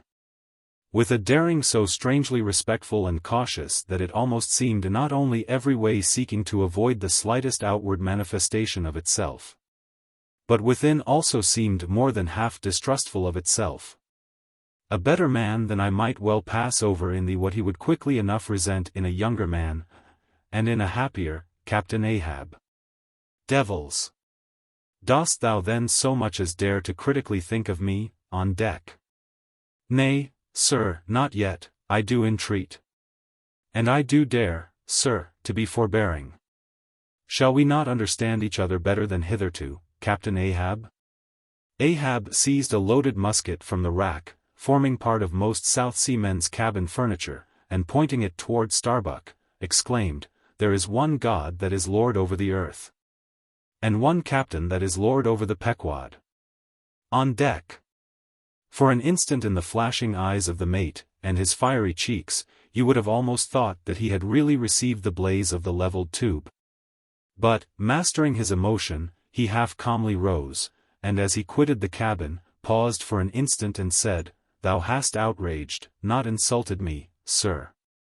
But for that I ask thee not to beware of Starbuck, thou wouldst but laugh, but let Ahab beware of Ahab, beware of thyself, old man. He waxes brave, but nevertheless obeys." "Most careful bravery that," murmured Ahab, as Starbuck disappeared. "What's that?" he said, "Ahab beware of Ahab, there's something there." Then unconsciously using the musket for a staff, with an iron brow he paced to and fro in the little cabin. But presently the thick plates of his forehead relaxed, and returning the gun to the rack, he went to the deck. "Thou art but too good a fellow, Starbuck," he said lowly to the mate. Then raising his voice to the crew, "Furl the t'gallant sails, and close reef the topsails, fore and aft, back the mainyard, up Burton, and break out in the main hold." It were perhaps vain to surmise exactly why it was, that as respecting Starbuck, Ahab thus acted.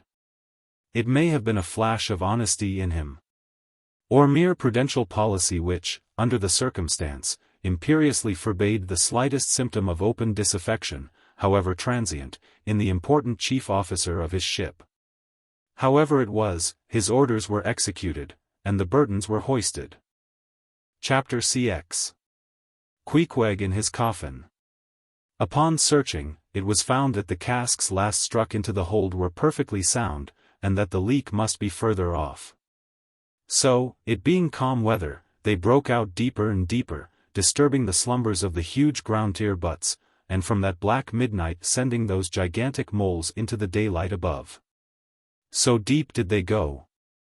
And so ancient, and corroded, and weedy the aspect of the lowermost puncheons, that you almost looked next for some mouldy cornerstone cask containing coins of Captain Noah, with copies of the posted placards, vainly warning the infatuated old world from the flood. Tierce after tierce, too, of water, and bread, and beef, and shooks of staves, and iron bundles of hoops, were hoisted out, till at last the piled decks were hard to get about. And the hollow hull echoed underfoot, as if you were treading over empty catacombs, and reeled and rolled in the sea like an air-freighted demijohn. Top-heavy was the ship as a dinnerless student with all Aristotle in his head. Well was it that the typhoons did not visit them then. Now, at this time it was that my poor pagan companion, and fast-bosom friend, Queequeg, was seized with a fever, which brought him nigh to his endless end. Be it said, that in this vocation of whaling, sinecures are unknown, dignity and danger go hand in hand, till you get to be captain, the higher you rise the harder you toil. So with poor Queequeg, who, as harpooner, must not only face all the rage of the living whale, but, as we have elsewhere seen, mount his dead back in a rolling sea, and finally descend into the gloom of the hold, and bitterly sweating all day in that subterraneous confinement, resolutely manhandle the clumsiest casks and see to their stowage. To be short, among whalemen, the harpooneers are the holders, so called. Poor Queequeg! When the ship was about half disemboweled, you should have stooped over the hatchway, and peered down upon him there, where, stripped to his woolen drawers, the tattooed savage was crawling about amid that dampness and slime, like a green-spotted lizard at the bottom of a well.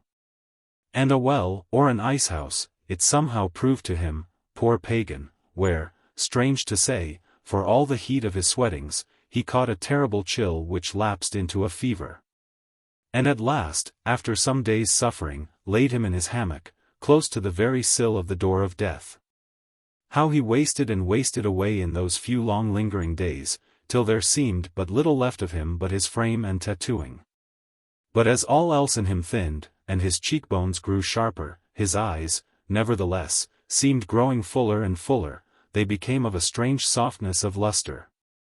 And mildly but deeply looked out at you there from his sickness, a wondrous testimony to that immortal health in him which could not die, or be weakened. And like circles on the water, which, as they grow fainter, expand, so his eyes seemed rounding and rounding, like the rings of eternity. An awe that cannot be named would steal over you as you sat by the side of this waning savage, and saw as strange things in his face, as any beheld who were bystanders when Zoroaster died. For whatever is truly wondrous and fearful in man, never yet was put into words or books. And the drawing near of death, which alike levels all, alike impresses all with a last revelation, which only an author from the dead could adequately tell. So that, let us say it again, no dying Chaldee or Greek had higher and holier thoughts than those, whose mysterious shades you saw creeping over the face of poor Queequeg. As he quietly lay in his swaying hammock, and the rolling sea seemed gently rocking him to his final rest. And the ocean's invisible flood tide lifted him higher and higher towards his destined heaven. Not a man of the crew but gave him up, and, as for Queequeg himself, what he thought of his case was forcibly shown by a curious favor he asked. He called one to him in the grey morning watch, when the day was just breaking, and taking his hand, said that while in Nantucket he had chanced to see certain little canoes of dark wood, like the rich warwood of his native isle.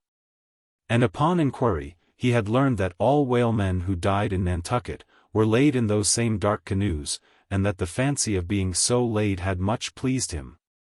For it was not unlike the custom of his own race, who, after embalming a dead warrior, stretched him out in his canoe, and so left him to be floated away to the starry archipelagos.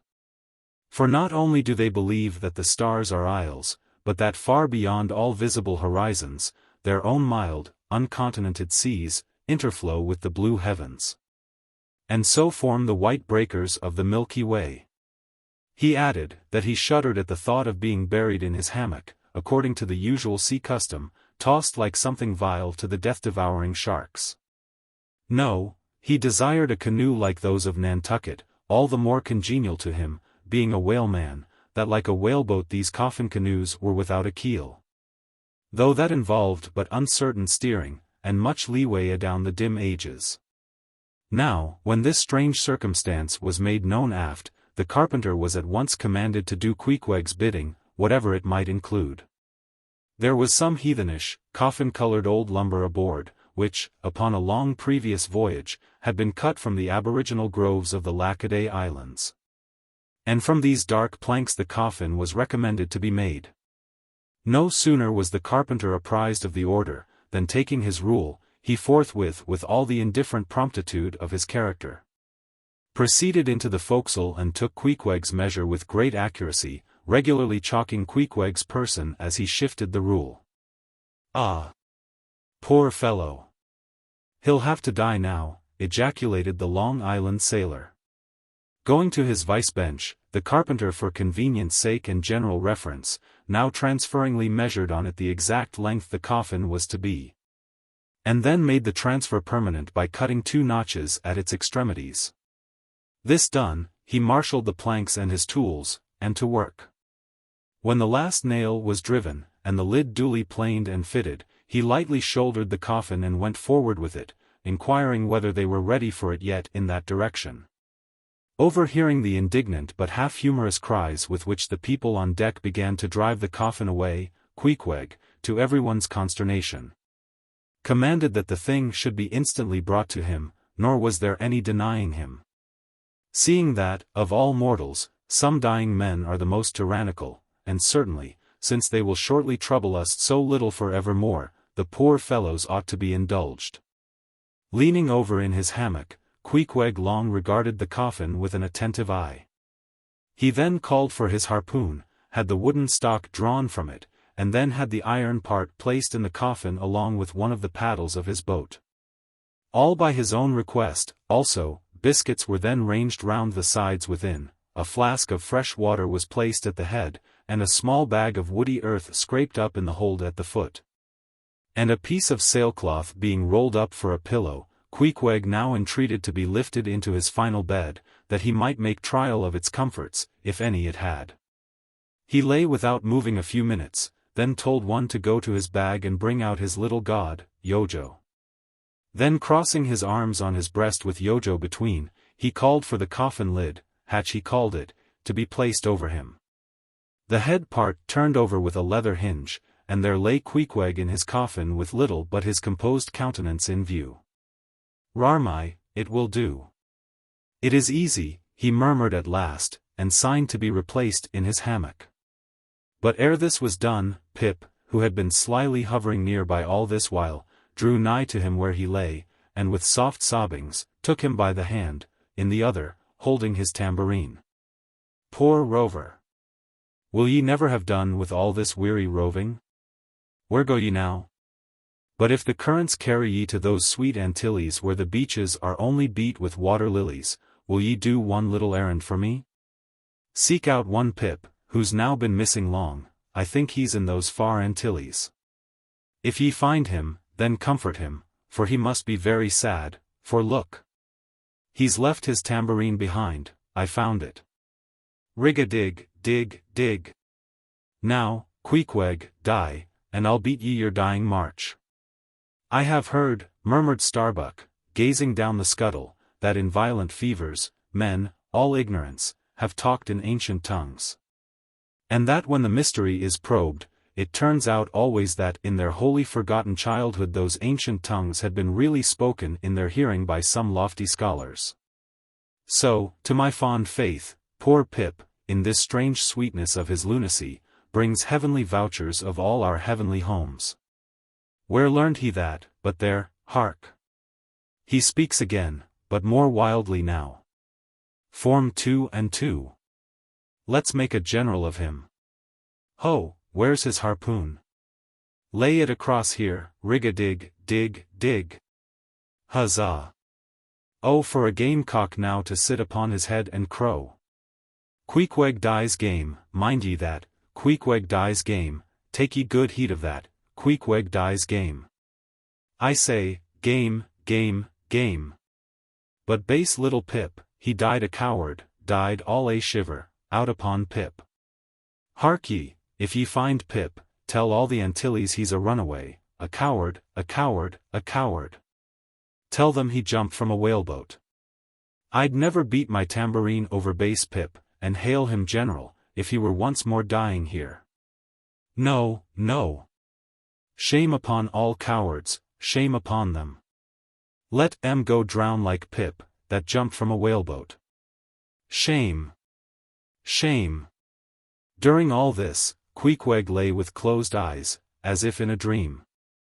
Pip was led away, and the sick man was replaced in his hammock.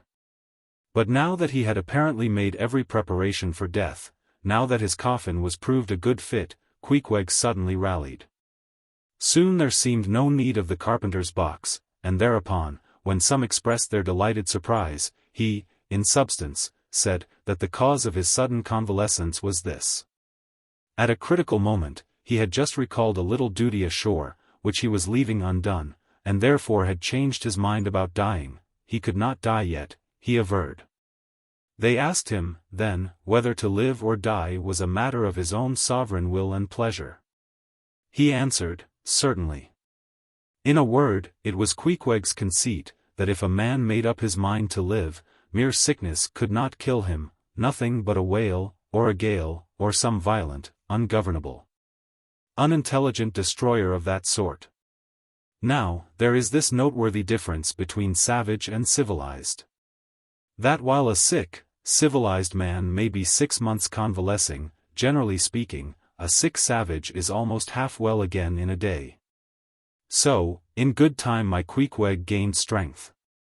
And at length, after sitting on the windlass for a few indolent days, but eating with a vigorous appetite, he suddenly leaped to his feet, threw out his arms and legs, gave himself a good stretching, yawned a little bit, and then springing into the head of his hoisted boat, and poising a harpoon, pronounced himself fit for a fight.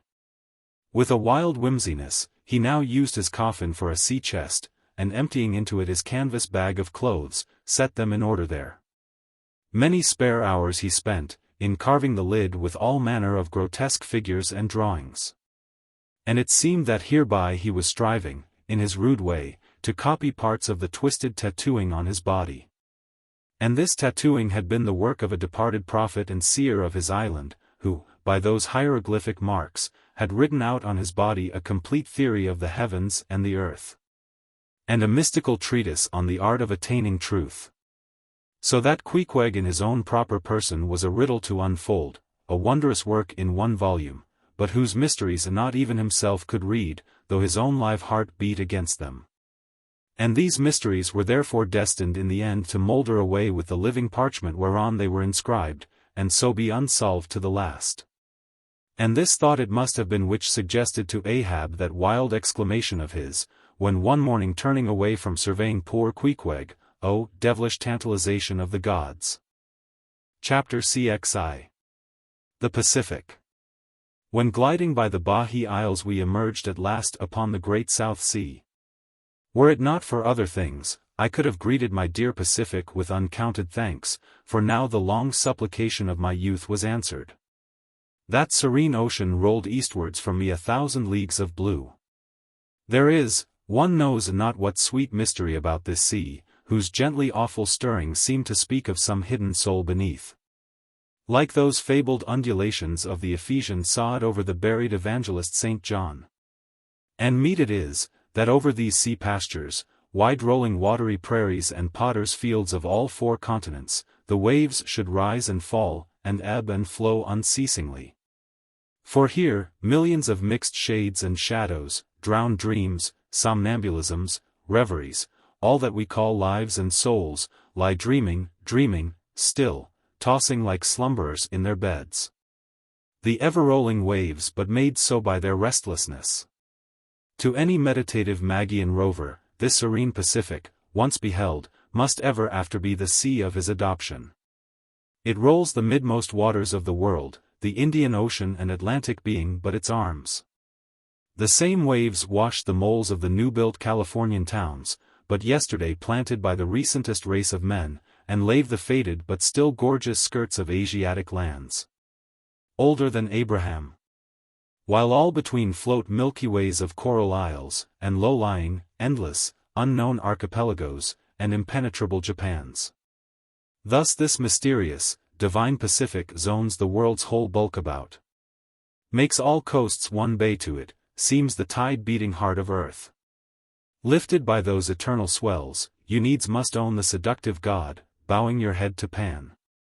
But few thoughts of Pan stirred Ahab's brain, as standing like an iron statue at his accustomed place beside the mizzen rigging.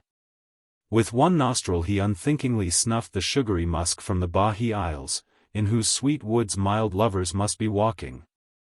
And with the other consciously inhaled the salt breath of the new-found sea. That sea in which the hated white whale must even then be swimming. Launched at length upon these almost final waters, and gliding towards the Japanese cruising ground, the old man's purpose intensified itself. His firm lips met like the lips of a vice. The delta of his forehead's veins swelled like overladen brooks. In his very sleep, his ringing cry ran through the vaulted hull, stern all. The white whale spouts thick blood. Chapter LXXI. The Blacksmith.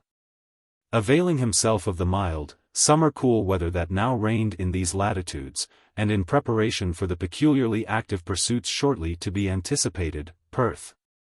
The begrimed, blistered old blacksmith, had not removed his portable forge to the hold again, after concluding his contributory work for Ahab's leg, but still retained it on deck. Fast lashed to ring-bolts by the foremast. Being now almost incessantly invoked by the headsmen, and harpooneers, and bowsmen to do some little job for them, altering, or repairing, or new-shaping their various weapons and boat furniture. Often he would be surrounded by an eager circle, all waiting to be served, holding boat spades, pike heads, harpoons, and lances, and jealously watching his every sooty movement, as he toiled. Nevertheless, this old man's was a patient hammer wielded by a patient arm. No murmur, no impatience, no petulance did come from him. Silent, slow, and solemn. Bowing over still further his chronically broken back, he toiled away, as if toil were life itself, and the heavy beating of his hammer the heavy beating of his heart. And so it was, most miserable. A peculiar walk in this old man, a certain slight but painful appearing yawing in his gait, had at an early period of the voyage excited the curiosity of the mariners. And to the importunity of their persistent questionings he had finally given in, and so it came to pass that everyone now knew the shameful story of his wretched fate. Belated, and not innocently, one bitter winter's midnight, on the road running between two country towns, the blacksmith half-stupidly felt the deadly numbness stealing over him, and sought refuge in a leaning, dilapidated barn. The issue was, the loss of the extremities of both feet.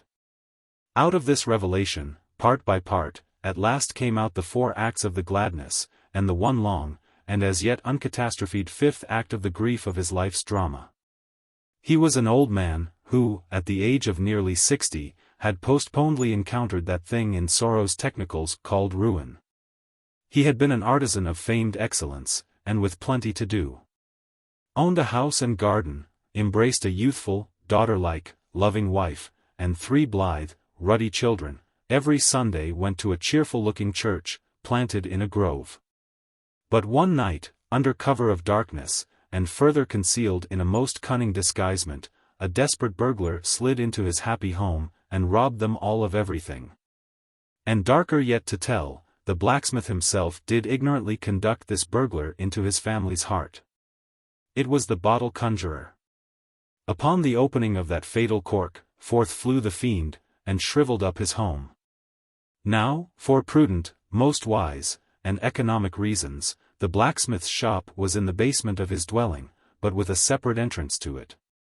So that always had the young and loving healthy wife listened with no unhappy nervousness, but with vigorous pleasure, to the stout ringing of her young-armed old husband's hammer, whose reverberations, muffled by passing through the floors and walls, came up to her, not unsweetly, in her nursery.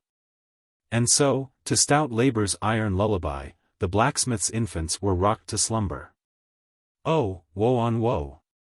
Oh, death, why canst thou not sometimes be timely?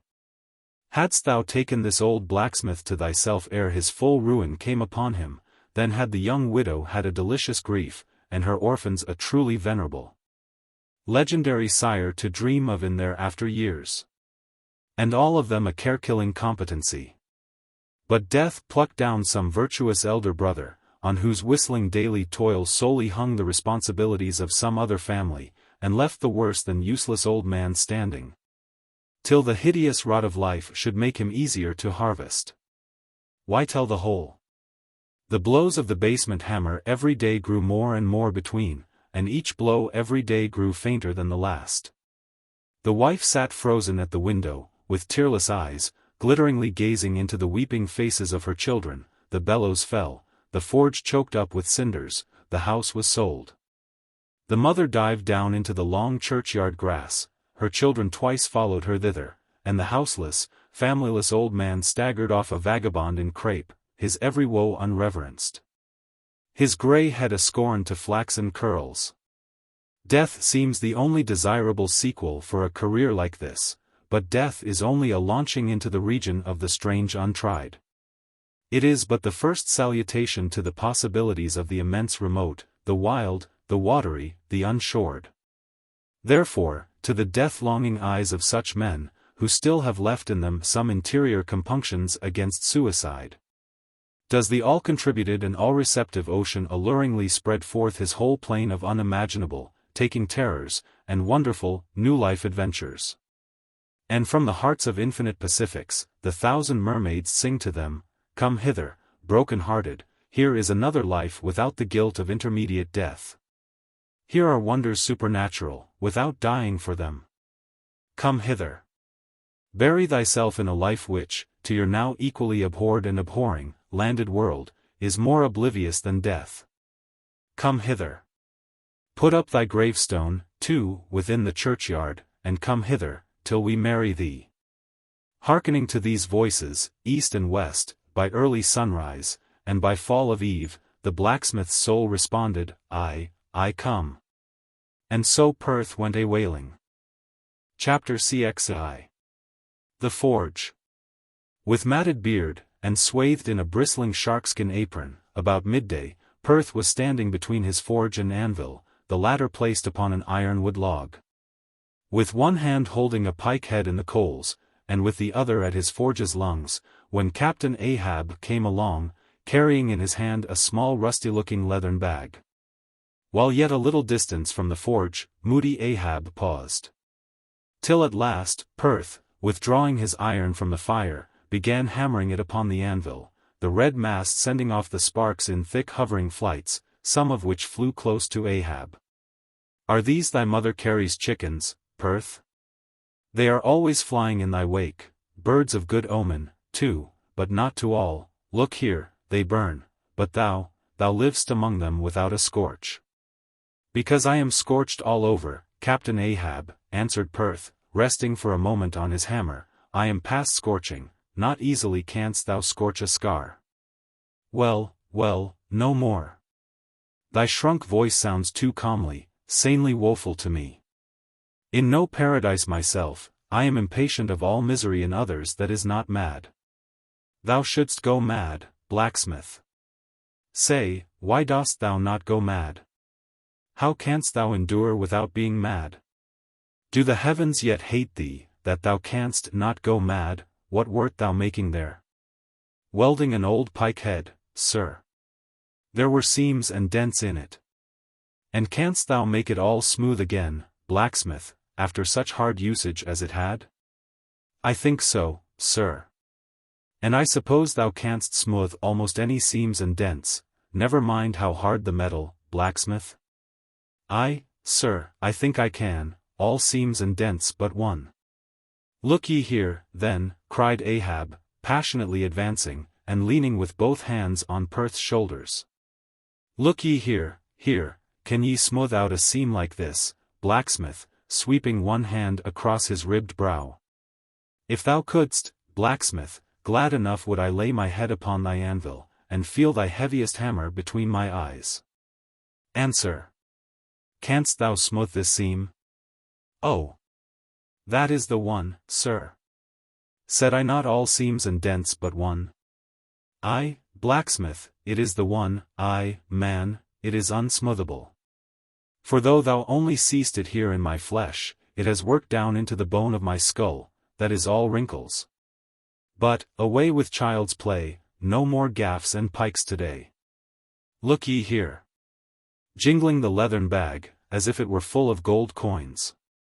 I, too, want a harpoon made, one that 1,000 yoke of fiends could not part, Perth. Something that will stick in a whale like his own fin bone. There's the stuff, flinging the pouch upon the anvil. Look ye, blacksmith, these are the gathered nail stubs of the steel shoes of racing horses. Horseshoe stubs, sir. Why, Captain Ahab, thou hast here, then, the best and stubbornest stuff we blacksmiths ever work.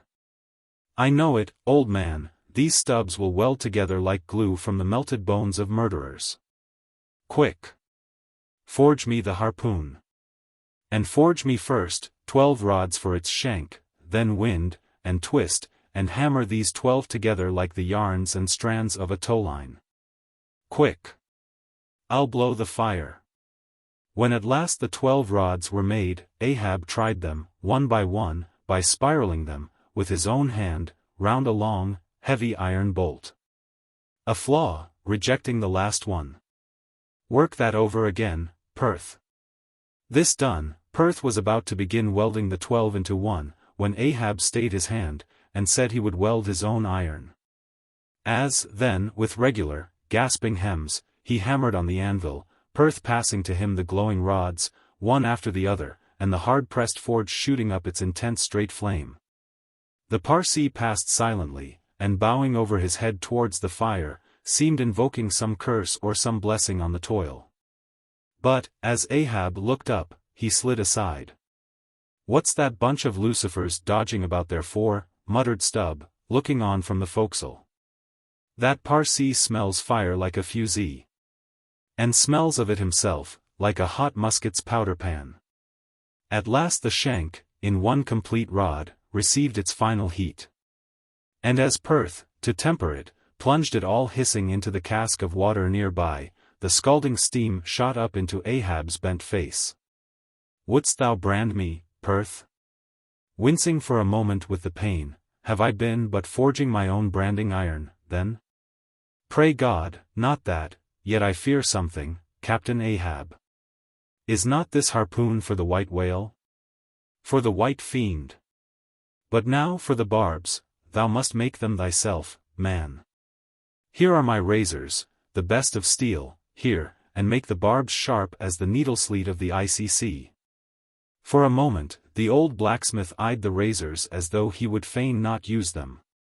Take them, man, I have no need for them, for I now neither shave, sup, nor pray till, but here, to work. Fashioned at last into an arrowy shape, and welded by Perth to the shank, the steel soon pointed the end of the iron. And as the blacksmith was about giving the barbs their final heat, prior to tempering them, he cried to Ahab to place the water cask near. No, no, no water for that. I want it of the true death temper. Ahoy, there. Tashtego, Queequeg, Degu. What say ye, pagans? Will ye give me as much blood as will cover this barb, holding it high up? A cluster of dark nods replied, yes. 3 punctures were made in the heathen flesh, and the white whale's barbs were then tempered. Ego non baptizo te in nomine patris, sed in nomine diaboli. Deliriously howled Ahab, as the malignant iron scorchingly devoured the baptismal blood. Now, mustering the spare poles from below, and selecting one of hickory, with the bark still investing it, Ahab fitted the end to the socket of the iron. A coil of new towline was then unwound, and some fathoms of it taken to the windlass, and stretched to a great tension. Pressing his foot upon it, till the rope hummed like a harp string, then eagerly bending over it, and seeing no strandings, Ahab exclaimed, "Good! And now for the seizings." At one extremity the rope was unstranded, and the separate spread yarns were all braided and woven round the socket of the harpoon. The pole was then driven hard up into the socket. From the lower end the rope was traced halfway along the pole's length, and firmly secured so, with intertwistings of twine. This done, pole, iron, and rope, like the 3 fates, remained inseparable, and Ahab moodily stalked away with the weapon. The sound of his ivory leg, and the sound of the hickory pole, both hollowly ringing along every plank. But ere he entered his cabin, light, unnatural, half bantering, yet most piteous sound was heard. "Oh, Pip! Thy wretched laugh, thy idle but unresting eye. All thy strange mummeries not unmeaningly blended with the black tragedy of the melancholy ship, and mocked it." Chapter LXIV. The Gilder. Penetrating further and further into the heart of the Japanese cruising ground, the Pequod was soon all astir in the fishery. Often, in mild, pleasant weather, for 12, 15, 18, and 20 hours on the stretch, they were engaged in the boats, steadily pulling, or sailing, or paddling after the whales.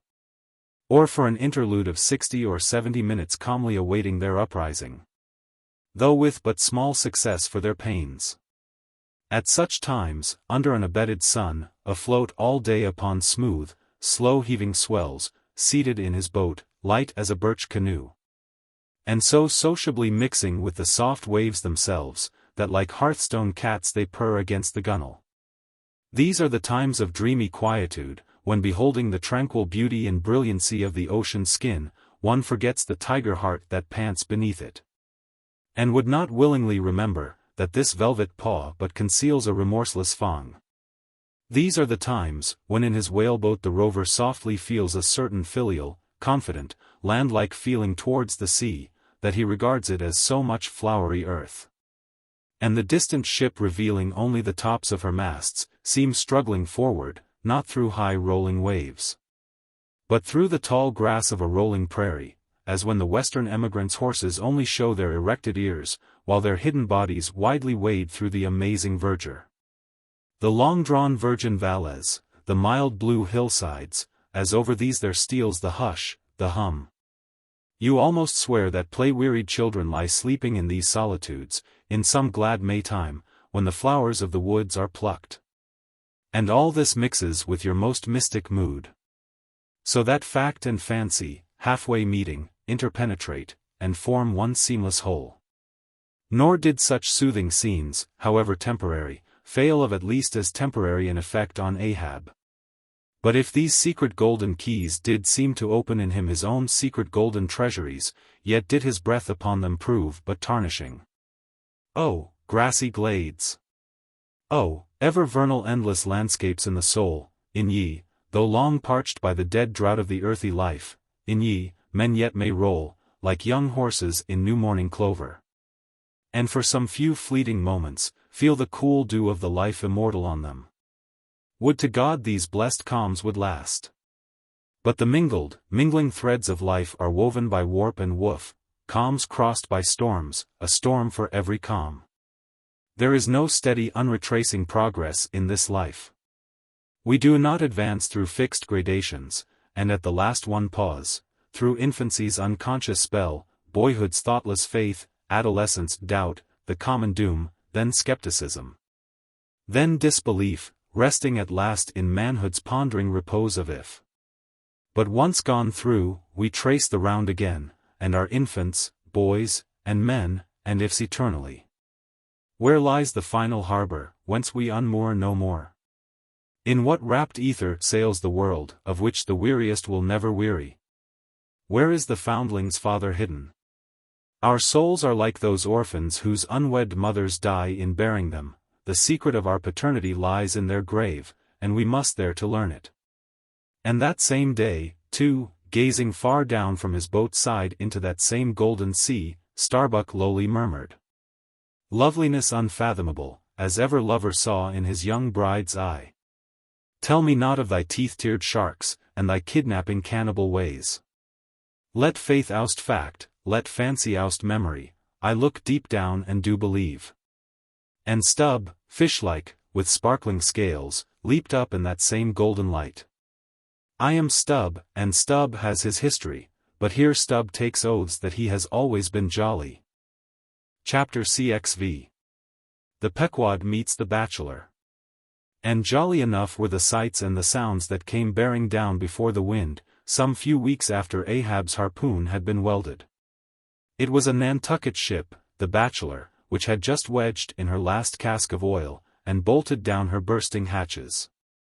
And now, in glad holiday apparel, was joyously, though somewhat vaingloriously, sailing round among the widely separated ships on the ground, previous to pointing her prow for home. The 3 men at her masthead wore long streamers of narrow red bunting at their hats. From the stern, a whaleboat was suspended, bottom down. And hanging captive from the bowsprit was seen the long lower jaw of the last whale they had slain. Signals, ensigns, and jacks of all colors were flying from her rigging, on every side. Sideways lashed in each of her 3 basket tops were 2 barrels of sperm, above which, in her topmast crosstrees, you saw slender breakers of the same precious fluid. And nailed to her main truck was a brazen lamp. As was afterwards learned, the Bachelor had met with the most surprising success. All the more wonderful, for that while cruising in the same seas numerous other vessels had gone entire months without securing a single fish. Not only had barrels of beef and bread been given away to make room for the far more valuable sperm, but additional supplemental casks had been bartered for, from the ships she had met. And these were stowed along the deck, and in the captain's and officers' staterooms. Even the cabin table itself had been knocked into kindling wood. And the cabin mess dined off the broad head of an oil butt, lashed down to the floor for a centerpiece. In the forecastle, the sailors had actually cocked and pitched their chests, and filled them. It was humorously added, that the cook had clapped a head on his largest boiler, and filled it, that the steward had plugged his spare coffee pot and filled it. That the harpooneers had headed the sockets of their irons and filled them. That indeed everything was filled with sperm, except the captain's pantaloons pockets, and those he reserved to thrust his hands into, in self-complacent testimony of his entire satisfaction. As this glad ship of good luck bore down upon the moody Pequod, the barbarian sound of enormous drums came from her forecastle. And drawing still nearer, a crowd of her men were seen standing round her huge trypots, which, covered with the parchment-like poke or stomach skin of the black fish, gave forth a loud roar to every stroke of the clenched hands of the crew. On the quarterdeck, the mates and harpooneers were dancing with the olive-hued girls who had eloped with them from the Polynesian Isles. While suspended in an ornamented boat, firmly secured aloft between the foremast and mainmast, 3 Long Island negroes, with glittering fiddle-bows of whale ivory, were presiding over the hilarious jig. Meanwhile, others of the ship's company were tumultuously busy at the masonry of the try-works, from which the huge pots had been removed. You would have almost thought they were pulling down the cursed Bastille, such wild cries they raised, as the now useless brick and mortar were being hurled into the sea.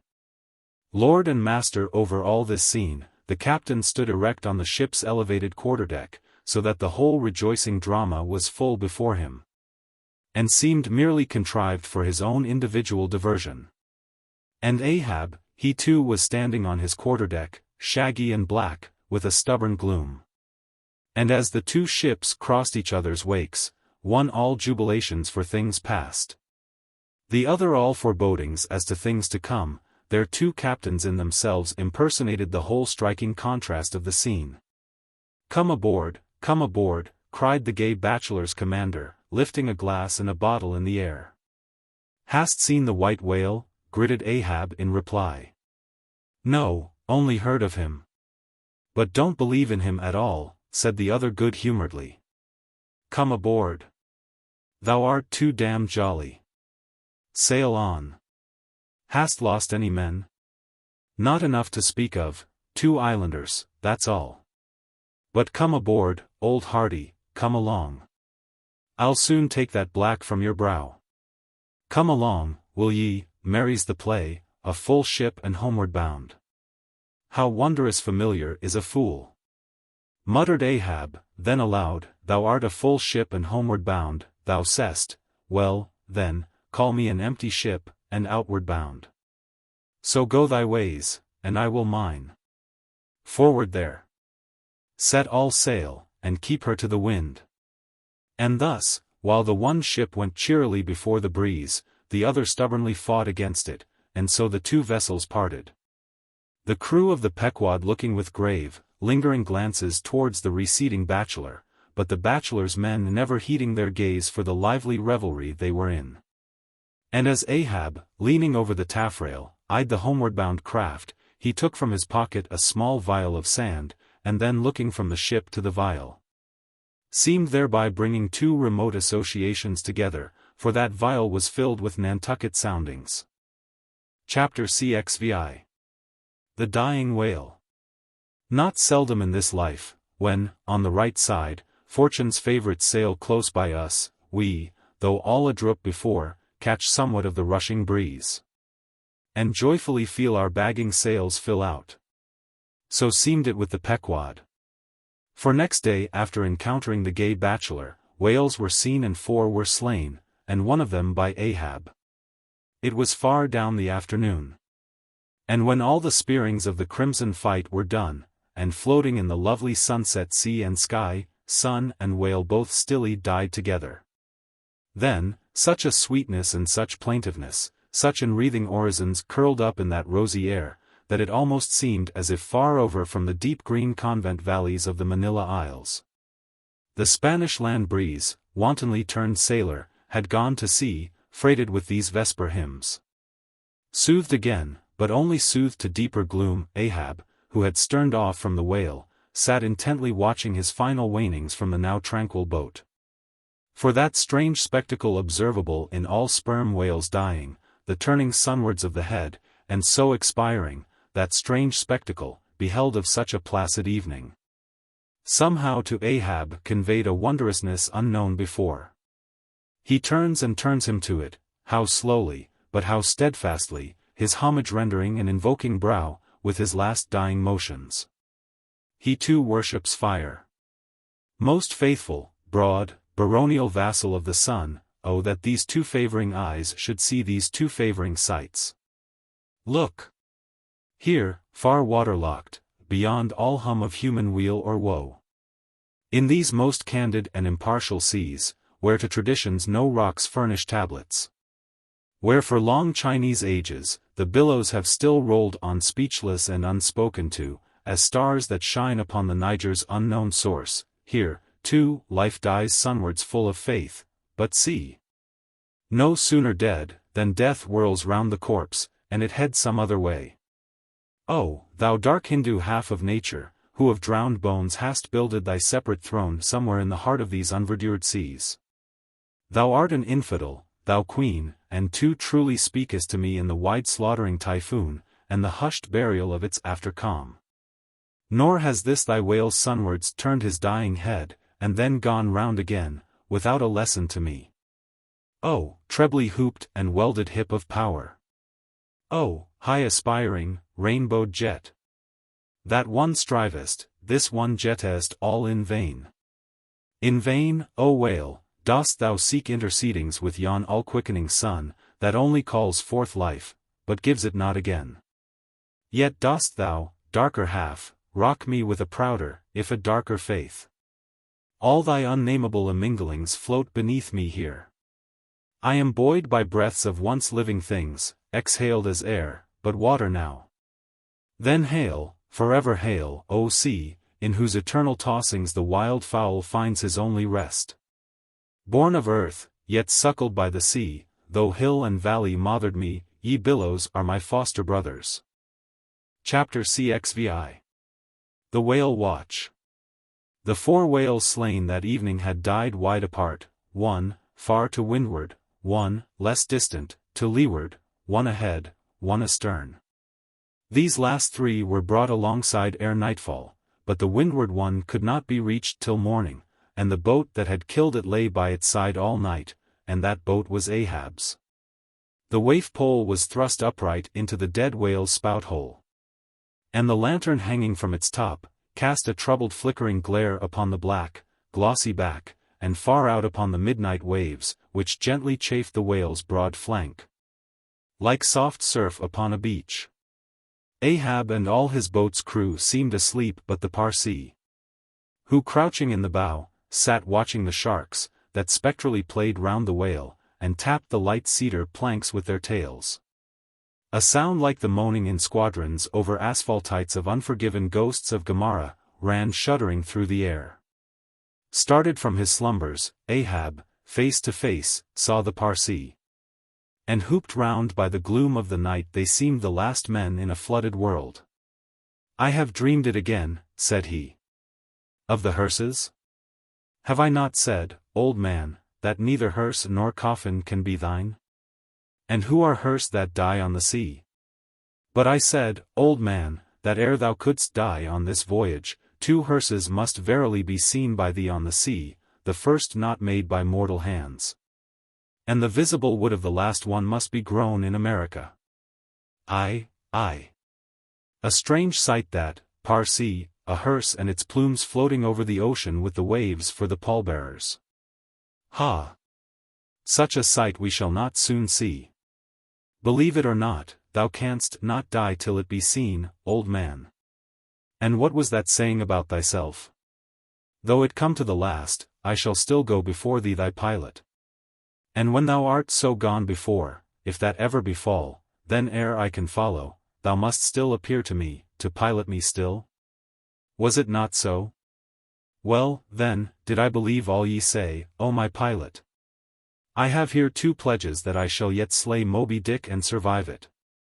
Take another pledge, old man, said the Parsee, as his eyes lighted up like fireflies in the gloom, hemp only can kill thee. The gallows, ye mean. I am immortal then, on land and on sea, cried Ahab, with a laugh of derision, immortal on land and on sea. Both were silent again, as one man. The grey dawn came on, and the slumbering crew arose from the boat's bottom, and ere noon the dead whale was brought to the ship. Chapter LXVI. The Quadrant. The season for the line at length drew near.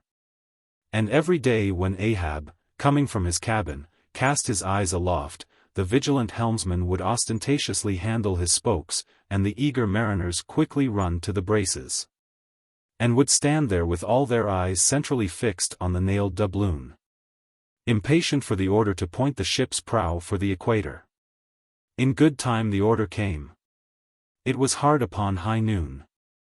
And Ahab, seated in the bows of his high-hoisted boat, was about taking his wonted daily observation of the sun to determine his latitude. Now, in that Japanese sea, the days in summer are as freshets of effulgences. That unblinkingly vivid Japanese sun seems the blazing focus of the glassy ocean's immeasurable burning glass. The sky looks lacquered, clouds there are none, the horizon floats, and this nakedness of unrelieved radiance is as the insufferable splendors of God's throne. Well, that Ahab's quadrant was furnished with colored glasses, through which to take sight of that solar fire. So, swinging his seated form to the roll of the ship, and with his astrological-looking instrument placed to his eye, he remained in that posture for some moments to catch the precise instant and the sun should gain its precise meridian. Meantime, while his whole attention was absorbed, the Parsee was kneeling beneath him on the ship's deck, and with face thrown up like Ahab's, was eyeing the same sun with him. Only the lids of his eyes half hooded their orbs, and his wild face was subdued to an earthly passionlessness. At length the desired observation was taken. And with his pencil upon his ivory leg, Ahab soon calculated what his latitude must be at that precise instant. Then falling into a moment's reverie, he again looked up towards the sun and murmured to himself, "Thou sea mark! Thou high and mighty pilot! Thou tellest me truly where I am, but canst thou cast the least hint where I shall be? Or canst thou tell where some other thing besides me is this moment living? Where is Moby-Dick? This instant thou must be eyeing him. These eyes of mine look into the very eye that is even now beholding him. Aye, and into the eye that is even now equally beholding the objects on the unknown, thither side of thee, thou sun."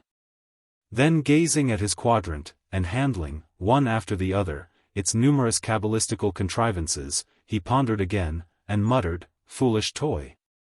Baby's plaything of haughty admirals, and commodores, and captains, the world brags of thee, of thy cunning and might.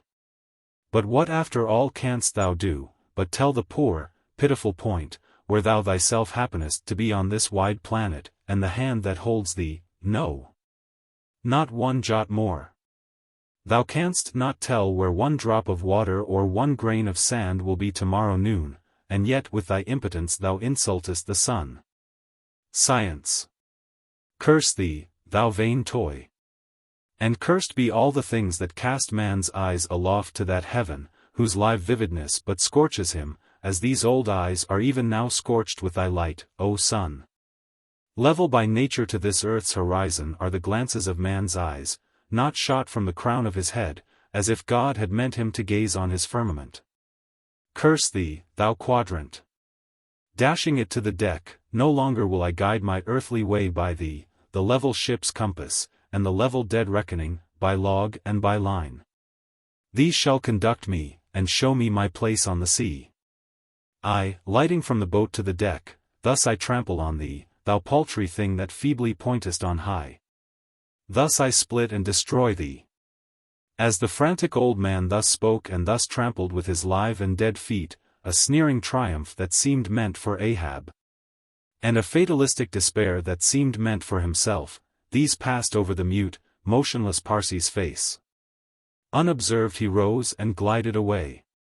While, awestruck by the aspect of their commander, the seamen clustered together on the forecastle, till Ahab, troubledly pacing the deck, shouted out, "To the braces! Up helm, square in!"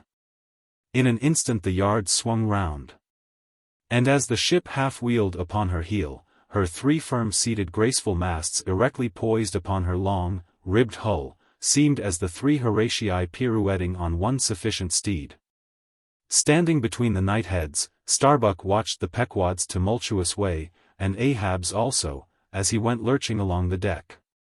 I have sat before the dense coal fire and watched it all aglow, full of its tormented flaming life, and I have seen it wane at last, down, down, to dumbest dust. Old man of oceans! Of all this fiery life of thine, what will at length remain but one little heap of ashes? Aye, cried Stubb, but sea coal ashes, mind ye that, Mr. Starbuck, sea coal, not your common charcoal. Well, well, I heard Ahab mutter, here someone thrusts these cards into these old hands of mine, swears that I must play them, and no others. And damn me, Ahab, but thou actest right. Live in the game, and die in it. Chapter LXXIX. The candles. Warmest climes but nurse the cruelest fangs, the tiger of Bengal crouches in spiced groves of ceaseless verdure. Skies the most effulgent but basket the deadliest thunders, gorgeous Cuba knows tornadoes that never swept tame northern lands. So, too, it is, that in these resplendent Japanese seas the mariner encounters the direst of all storms, the typhoon. It will sometimes burst from out that cloudless sky, like an exploding bomb upon a dazed and sleepy town. Towards evening of that day, the Pequod was torn of her canvas, and bare-poled was left to fight a typhoon which had struck her directly ahead. When darkness came on, sky and sea roared and split with the thunder, and blazed with the lightning. That showed the disabled masts fluttering here and there with the rags which the first fury of the tempest had left for its after-sport. Holding by a shroud, Starbuck was standing on the quarterdeck, at every flash of the lightning glancing aloft, to see what additional disaster might have befallen the intricate hamper there. While Stubb and Flask were directing the men in the higher hoisting and firmer lashing of the boats. But all their pains seemed naught. Though lifted to the very top of the cranes, the windward quarter-boat, Ahab's, did not escape. A great rolling sea, dashing high up against the reeling ship's high teetering side, stove in the boat's bottom at the stern, and left it again, all dripping through like a sieve. Bad work, bad work. Mr. Starbuck, said Stubb, regarding the wreck, but the sea will have its way. Stubb, for one, can't fight it. You see, Mr. Starbuck, a wave has such a great long start before it leaps, all round the world it runs, and then comes the spring. But as for me, all the start I have to meet it, is just across the deck here. But never mind, it's all in fun, so the old song sings. Oh! Jolly is the gale. And a joker is the whale. A flourishin' his tail. Such a funny, sporty, gamey, jesty, jokey, hokey-pokey lad, is the ocean, oh! The scud all a-flyin'. That's his flip only foamin'. When he stirs in the spicin'. Such a funny, sporty, gamey, jesty, jokey, hokey-pokey lad, is the ocean, oh! Thunder splits the ships. But he only smacks his lips. A tastin' of this flip. Such a funny, sporty, gamey, jesty, jokey, hokey-pokey lad, is the ocean, oh! Avast Stubb, cried Starbuck, let the typhoon sing, and strike his harp here in our rigging, but if thou art a brave man thou wilt hold thy peace. But I am not a brave man. Never said I was a brave man, I am a coward, and I sing to keep up my spirits. And I tell you what it is, Mr. Starbuck, there's no way to stop my singing in this world but to cut my throat. And when that's done, 10 to 1 I sing ye the doxology for a wind-up. Madman! Look through my eyes if thou hast none of thine own. What? How can you see better of a dark night than anybody else, never mind how foolish? Here! Cried Starbuck, seizing Stubb by the shoulder, and pointing his hand towards the weather bow, markest thou not that the gale comes from the eastward, the very course Ahab is to run for Moby-Dick? The very course he swung to this day noon? Now mark his boat there, where is that stove? In the stern sheets, man, where he is wont to stand, his standpoint is stove, man. Now jump overboard, and sing away, if thou must. I don't half understand ye, what's in the wind? Yes, yes, round the Cape of Good Hope is the shortest way to Nantucket, soliloquized Starbuck suddenly, heedless of Stubb's question. The gale that now hammers at us to stave us, we can turn it into a fair wind that will drive us towards home. Yonder, to windward, all is blackness of doom. But to leeward, homeward, I see it lightens up there, but not with the lightning. At that moment, in one of the intervals of profound darkness, following the flashes, a voice was heard at his side. And almost at the same instant a volley of thunder peals rolled overhead. "Who's there?" "Old Thunder," said Ahab, groping his way along the bulwarks to his pivot hole. But suddenly finding his path made plain to him by elbowed lances of fire. Now, as the lightning rod to a spire on shore is intended to carry off the perilous fluid into the soil, so the kindred rod which at sea some ships carry to each mast, is intended to conduct it into the water. But as this conductor must descend to considerable depth, that its end may avoid all contact with the hull. And as moreover, if kept constantly towing there, it would be liable to many mishaps, besides interfering not a little with some of the rigging, and more or less impeding the vessel's way in the water. Because of all this, the lower parts of a ship's lightning rods are not always overboard, but are generally made in long slender links, so as to be the more readily hauled up into the chains outside, or thrown down into the sea, as occasion may require. "The rods! The rods!" cried Starbuck to the crew, suddenly admonished to vigilance by the vivid lightning that had just been darting flambeaux, to light Ahab to his post. "Are they overboard? Drop them over, fore and aft. Quick!" "Avast," cried Ahab, "let's have fair play here, though we be the weaker side. Yet I'll contribute to raise rods on the Himalayas and Andes, that all the world may be secured. But out on privileges. Let them be, sir." "Look aloft," cried Starbuck. "The corpusants! The corpusants!" All the yardarms were tipped with a pallid fire, and touched at each tripointed lightning rod end with 3 tapering white flames. Each of the 3 tall masts was silently burning in that sulphurous air, like 3 gigantic wax tapers before an altar. "Blast the boat! Let it go!" cried Stubb at this instant, as a swashing sea heaved up under his own little craft, so that its gunwale violently jammed his hand, as he was passing a lashing. "Blast it!" But slipping backward on the deck, his uplifted eyes caught the flames, and immediately shifting his tone he cried, "The corpusants have mercy on us all. To sailors, oaths are household words, they will swear in the trance of the calm, and in the teeth of the tempest. They will imprecate curses from the topsail yardarms, when most they teeter over to a seething sea. But in all my voyagings, seldom have I heard a common oath when God's burning finger has been laid on the ship, when his mean, tekel upharsin has been woven into the shrouds and the cordage." While this pallidness was burning aloft, few words were heard from the enchanted crew, who in one thick cluster stood on the forecastle, all their eyes gleaming in that pale phosphorescence, like a far-away constellation of stars.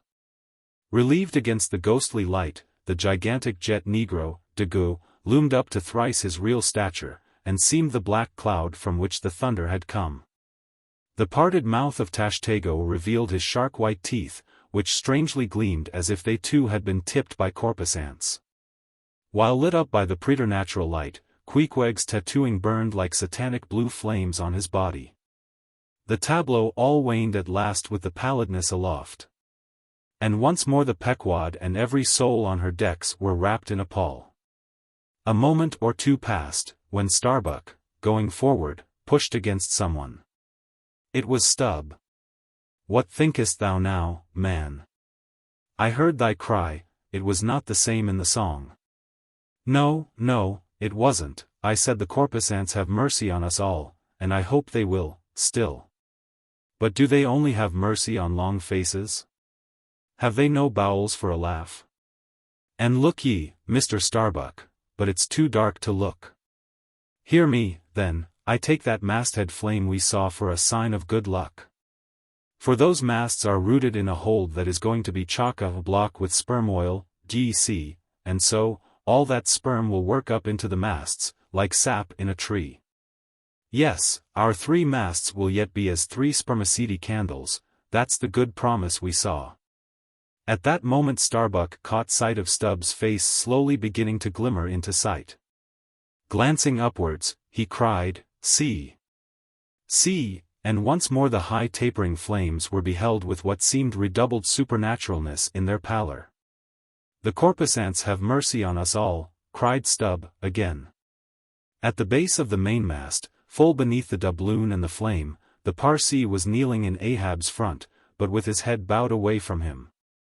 While nearby, from the arched and overhanging rigging, where they had just been engaged securing a spar, a number of the seamen, arrested by the glare, now cohered together, and hung pendulous, like a knot of numbed wasps from a drooping, orchard twig. In various enchanted attitudes, like the standing, or stepping, or running skeletons in Herculaneum, others remained rooted to the deck, but all their eyes upcast. "Aye, aye, men," cried Ahab. "Look up at it, mark it well, the white flame but lights the way to the white whale. Hand me those mainmast links there, I would fain feel this pulse, and let mine beat against it. Blood against fire. So." Then turning, the last link held fast in his left hand, he put his foot upon the Parsee.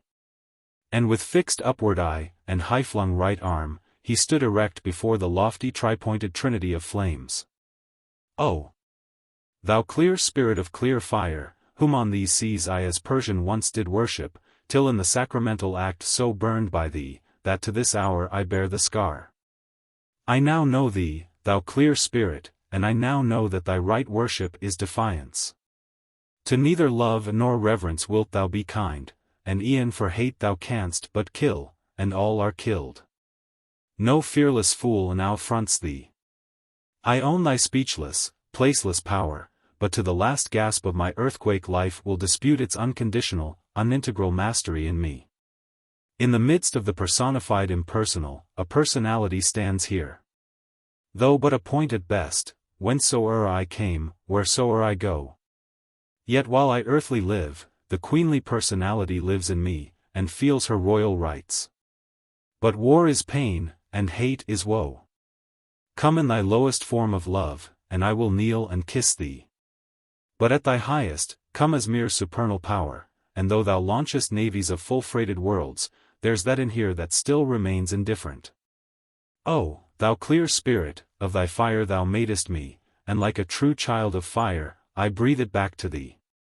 Sudden, repeated flashes of lightning.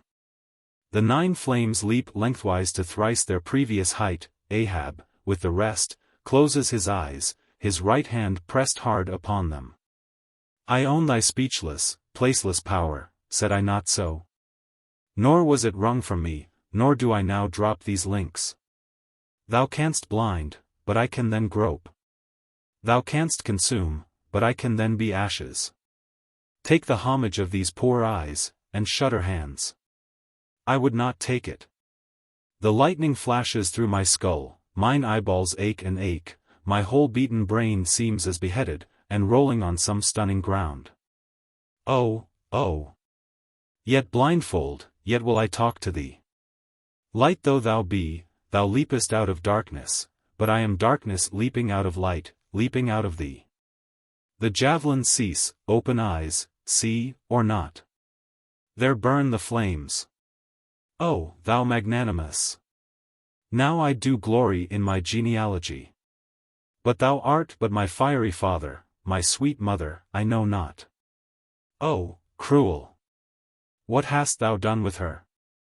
There lies my puzzle, but thine is greater. Thou knowest not how came ye, hence callest thyself unbegotten, certainly knowest not thy beginning, hence callest thyself unbegun. I know that of me, which thou knowest not of thyself, O, thou omnipotent.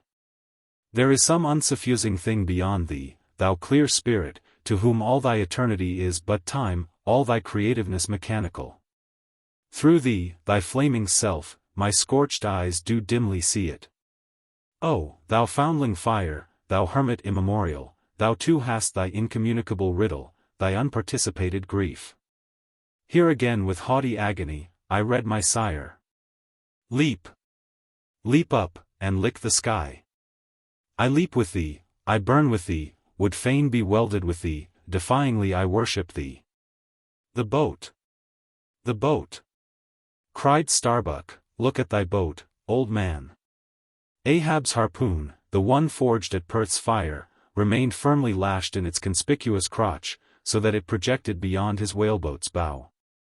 But the sea that had stove its bottom had caused the loose leather sheath to drop off, and from the keen steel barb there now came a levelled flame of pale, forked fire. As the silent harpoon burned there like a serpent's tongue, Starbuck grasped Ahab by the arm. God is against thee, old man, forbear, 'tis an ill voyage. Ill begun, ill continued. Let me square the yards, while we may, old man, and make a fair wind of it homewards, to go on a better voyage than this. Overhearing Starbuck, the panic-stricken crew instantly ran to the braces, though not a sail was left aloft.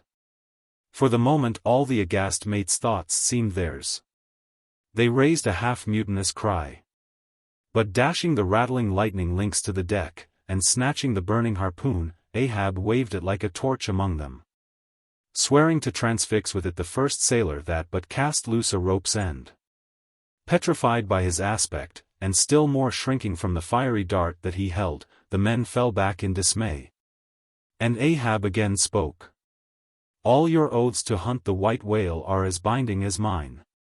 And heart, soul, and body, lungs and life, old Ahab is bound. And that ye may know to what tune this heart beats, look ye here, thus I blow out the last fear. And with one blast of his breath he extinguished the flame. As in the hurricane that sweeps the plain, men fly the neighborhood of some lone, gigantic elm, whose very height and strength but render it so much the more unsafe. Because so much the more a mark for thunderbolts. So at those last words of Ahab's many of the mariners did run from him in a terror of dismay. Chapter LXX. The deck towards the end of the first night watch. Ahab standing by the helm. Starbuck approaching him. We must send down the main topsail yard, sir. The band is working loose and the lee lift is half stranded. Shall I strike it, sir? Strike nothing, lash it. If I had skysail poles, I'd sway them up now. Sir, in God's name, sir. Well. The anchors are working, sir. Shall I get them inboard? Strike nothing, and stir nothing, but lash everything. The wind rises, but it has not got up to my tablelands yet. Quick, and see to it. By masts and keels. He takes me for the hunchbacked skipper of some coasting smack. Send down my main topsail yard. Ho, gluepots. Loftiest trucks were made for wildest winds, and this brain truck of mine now sails amid the cloud scud. Shall I strike that? Oh, none but cowards send down their brain trucks in tempest time. What a hoorush aloft there! I would e'en take it for sublime, did I not know that the colic is a noisy malady. Oh, take medicine, take medicine. Chapter LXXI. Midnight, the forecastle bulwarks. Stubb and Flask mounted on them, and passing additional lashings over the anchors they're hanging. No, Stubb. You may pound that not there as much as you please, but you will never pound into me what you were just now saying. And how long ago is it since you said the very contrary? Didn't you once say that whatever ship Ahab sails in, that ship should pay something extra on its insurance policy? Just as though it were loaded with powder barrels aft and boxes of lucifers forward? Stop, now, didn't you say so? Well, suppose I did? What then? I've part changed my flesh since that time, why not my mind? Besides, supposing we are loaded with powder barrels aft and lucifers forward, how the devil could the lucifers get a fire in this drenching spray here? Why, my little man, you have pretty red hair, but you couldn't get a fire now. Shake yourself, your Aquarius, or the water-bearer, Flask, might fill pitchers at your coat collar. Don't you see, then, that for these extra risks the marine insurance companies have extra guarantees? Here are hydrants, Flask. But hark, again, and I'll answer ye the other thing. First take your leg off from the crown of the anchor here, though, so I can pass the rope. Now listen. What's the mighty difference between holding a mast's lightning rod in the storm, and standing close by a mast that hasn't got any lightning rod at all in a storm? Don't you see, you timberhead, that no harm can come to the holder of the rod, unless the mast is first struck? What are you talking about, then? Not one ship in 100 carries rods, and Ahab, man, and all of us, were in no more danger then, in my poor opinion, than all the crews in 10,000 ships now sailing the seas. Why, you king post, I suppose you would have every man in the world go about with a small lightning rod running up the corner of his hat, like a militia officer's skewered feather, and trailing behind like his sash. Why don't ye be sensible, Flask? It's easy to be sensible, why don't ye, then? Any man with half an eye can be sensible. I don't know that, Stubb. You sometimes find it rather hard. Yes, when a fellow's soaked through, it's hard to be sensible, that's a fact. And I am about drenched with this spray. Never mind, catch the turn there, and pass it. Seems to me we are lashing down these anchors now as if they were never going to be used again. Tying these two anchors here, Flask, seems like tying a man's hands behind him. And what big generous hands they are, to be sure. These are your iron fists, hey? What a hold they have, too. I wonder, Flask, whether the world is anchored anywhere. If she is, she swings with an uncommon long cable, though. There, hammer that knot down, and we've done.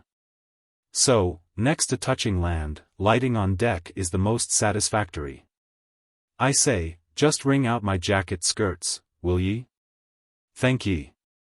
They laugh at long togs so, Flask, but seems to me, a long-tailed coat ought always to be worn in all storms afloat. The tails tapering down that way, serve to carry off the water, d'ye see. Same with cocked hats, the cocks form gable and eave troughs, Flask. No more monkey jackets and tarpaulins for me. I must mount a swallowtail, and drive down a beaver, so. Hullo. Phew. There goes my tarpaulin overboard, Lord, Lord, that the winds that come from heaven should be so unmannerly. This is a nasty night, lad. Chapter LXXI. Midnight aloft, thunder and lightning. The main topsail yard, Tashtego passing new lashings around it. Stop that thunder. Plenty too much thunder up here. What's the use of thunder? We don't want thunder, we want rum, give us a glass of rum. Chapter LXXI. The musket. During the most violent shocks of the typhoon, the man at the Pequod's jawbone tiller had several times been reelingly hurled to the deck by its spasmodic motions. Even though preventer tackles had been attached to it, for they were slack, because some play to the tiller was indispensable. In a severe gale like this, while the ship is but a tossed shuttlecock to the blast, it is by no means uncommon to see the needles in the compasses, at intervals, go round and round. It was thus with the Pequods. At almost every shock the helmsman had not failed to notice the whirling velocity with which they revolved upon the cards. It is a sight that hardly anyone can behold without some sort of unwanted emotion. Some hours after midnight, the typhoon abated so much that through the strenuous exertions of Starbuck and Stubb, one engaged forward and the other aft, the shivered remnants of the jib and fore and main topsails were cut adrift from the spars, and went eddying away to leeward, like the feathers of an albatross, which sometimes are cast to the winds when that storm-tossed bird is on the wing. The three corresponding new sails were now bent and reefed, and a storm trysail was set further aft, so that the ship soon went through the water with some precision again.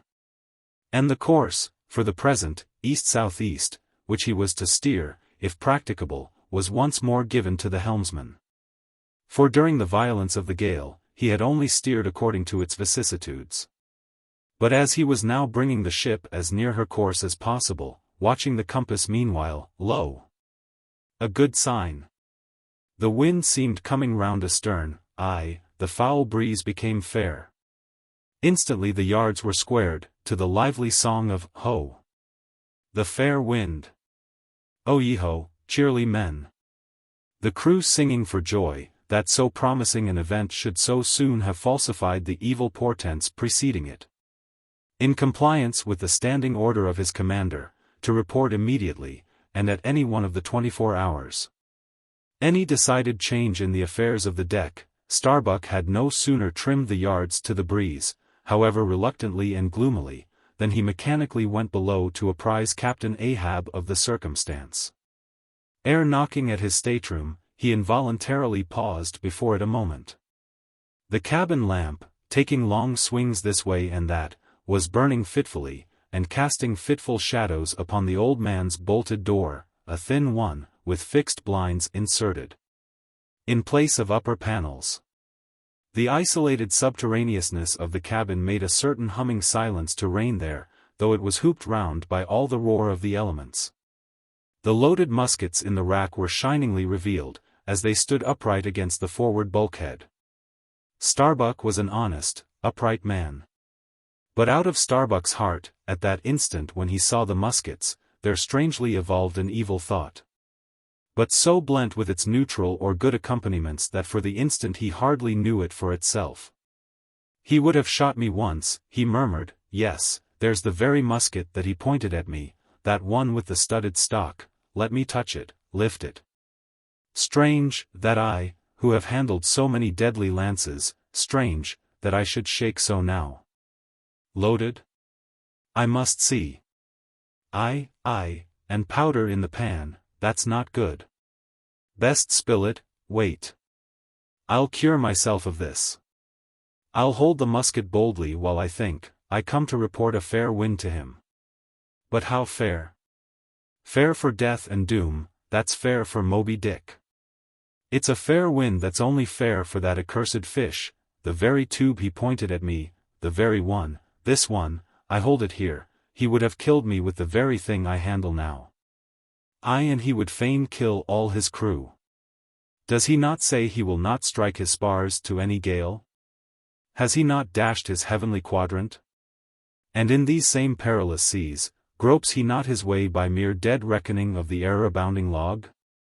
And in this very typhoon, did he not swear that he would have no lightning rods? But shall this crazed old man be tamely suffered to drag a whole ship's company down to doom with him? Yes, it would make him the wilful murderer of 30 men and more, if this ship come to any deadly harm, and come to deadly harm, my soul swears this ship will, if Ahab have his way. If, then, he were this instant put aside, that crime would not be his. Ha! Is he muttering in his sleep? Yes, just there, in there, he's sleeping. Sleeping? Aye, but still alive, and soon awake again. I can't withstand thee, then, old man. Not reasoning, not remonstrance, not entreaty wilt thou hearken to, all this thou scornest. Flat obedience to thy own flat commands, this is all thou breathest. Aye, and say'st the men have vowed thy vow, say'st all of us are Ahabs. Great God forbid, but is there no other way? No lawful way, make him a prisoner to be taken home? What? Hope to wrest this old man's living power from his own living hands? Only a fool would try it. Say he were pinioned even. Knotted all over with ropes and hawsers, chained down to ring bolts on this cabin floor, he would be more hideous than a caged tiger, then. I could not endure the sight. Could not possibly fly his howlings, all comfort, sleep itself, inestimable reason would leave me on the long intolerable voyage. What, then, remains? The land is hundreds of leagues away, and locked Japan the nearest. I stand alone here upon an open sea, with 2 oceans and a whole continent between me and law. Aye, 'tis so. Is heaven a murderer when its lightning strikes a would-be murderer in his bed, tindering sheets and skin together? And would I be a murderer, then, if, and slowly, stealthily, and half sideways looking, he placed the loaded musket's end against the door. On this level, Ahab's hammock swings within. His head this way. A touch, and Starbuck may survive to hug his wife and child again. Oh Mary. Mary, boy. Boy. Boy. But if I wake thee not to death, old man, who can tell to what unsound deep Starbuck's body this day week may sink, with all the crew? Great God, where art thou? Shall I? Shall I?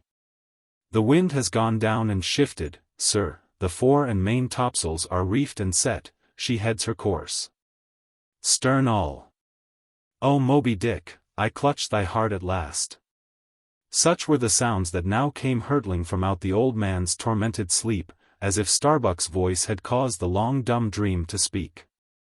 The yet leveled musket shook like a drunkard's arm against the panel. Starbuck seemed wrestling with an angel, but turning from the door, he placed the death tube in its rack, and left the place. He's too sound asleep, Mr. Stubb, go thou down, and wake him, and tell him. I must see to the deck here. Thou knowst what to say. Chapter LXXIV. The Needle. Next morning the not yet subsided sea rolled in long slow billows of mighty bulk, and striving in the Pequod's gurgling track, pushed her on like giants' palms outspread. The strong, unstaggering breeze abounded so, that sky and air seemed vast outbellying sails, the whole world boomed before the wind. Muffled in the full morning light, the invisible sun was only known by the spread intensity of his place, where his bayonet rays moved on in stacks. Emblazonings, as of crowned Babylonian kings and queens, reigned over everything. The sea was as a crucible of molten gold, that bubblingly leaps with light and heat. Long maintaining an enchanted silence, Ahab stood apart, and every time the teetering ship loweringly pitched down her bowsprit, he turned to eye the bright sun's rays produced ahead. And when she profoundly settled by the stern, he turned behind, and saw the sun's rearward place, and how the same yellow rays were blending with his undeviating wake. Ha, ha, my ship! Thou mightest well be taken now for the sea-chariot of the sun. Ho, ho! All ye nations before my prow, I bring the sun to ye. Yoke on the further billows, hullo! A tandem, I drive the sea. But suddenly reined back by some counter-thought, he hurried towards the helm, huskily demanding how the ship was heading. East so east, sir, said the frightened steersman. Thou least. Smiting him with his clenched fist. Heading east at this hour in the morning, and the sun astern? Upon this every soul was confounded. For the phenomenon just then observed by Ahab had unaccountably escaped everyone else, but its very blinding palpableness must have been the cause. Thrusting his head halfway into the binnacle, Ahab caught one glimpse of the compasses, his uplifted arm slowly fell, for a moment he almost seemed to stagger. Standing behind him Starbuck looked, and lo! The two compasses pointed east, and the Pequod was as infallibly going west. But ere the first wild alarm could get out abroad among the crew, the old man with a rigid laugh exclaimed, I have it. It has happened before. Mr. Starbuck, last night's thunder turned our compasses, that's all. Thou hast before now heard of such a thing, I take it. Aye. But never before has it happened to me, sir, said the pale mate, gloomily. Here, it must needs be said, that accidents like this have in more than one case occurred to ships in violent storms.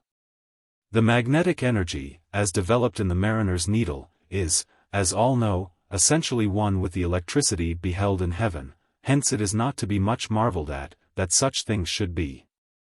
Instances where the lightning has actually struck the vessel, so as to smite down some of the spars and rigging, the effect upon the needle has at times been still more fatal. All its lodestone virtue being annihilated, so that the before magnetic steel was of no more use than an old wife's knitting needle. But in either case, the needle never again, of itself, recovers the original virtue thus marred or lost. And if the binnacle compasses be affected, the same fate reaches all the others that may be in the ship, even were the lowermost one inserted into the kelson. Deliberately standing before the binnacle, and eyeing the trans-pointed compasses, the old man, with the sharp of his extended hand, now took the precise bearing of the sun. And satisfied that the needles were exactly inverted, shouted out his orders for the ship's course to be changed accordingly. The yards were hard up, and once more the Pequod thrust her undaunted bows into the opposing wind, for the supposed fair one had only been juggling her. Meanwhile, whatever were his own secret thoughts, Starbuck said nothing, but quietly he issued all requisite orders. While Stubb and Flask, who in some small degree seemed then to be sharing his feelings, likewise unmurmuringly acquiesced. As for the men, though some of them lowly rumbled, their fear of Ahab was greater than their fear of fate. But as ever before, the pagan harpooneers remained almost wholly unimpressed.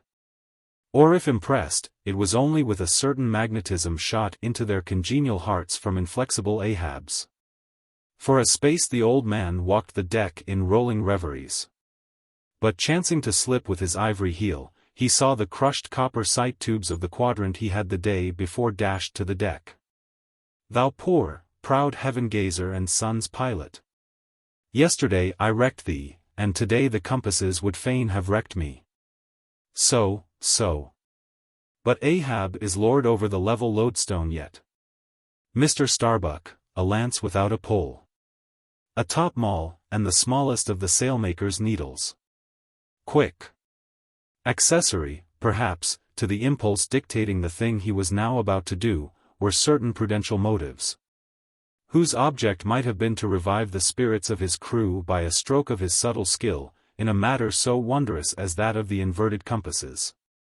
Besides, the old man well knew that to steer by trans-pointed needles, though clumsily practicable, was not a thing to be passed over by superstitious sailors, without some shudderings and evil portents.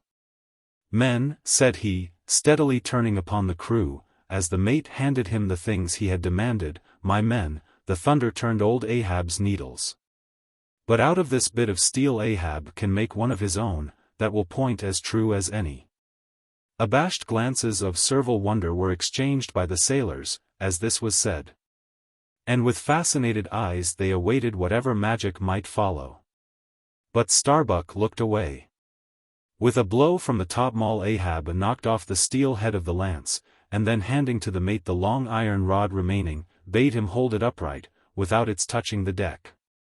Then, with the maul, after repeatedly smiting the upper end of this iron rod, he placed the blunted needle endwise on the top of it, and less strongly hammered that, several times. The mate still holding the rod as before. Then going through some small strange motions with it, whether indispensable to the magnetizing of the steel, or merely intended to augment the awe of the crew, is uncertain, he called for linen thread.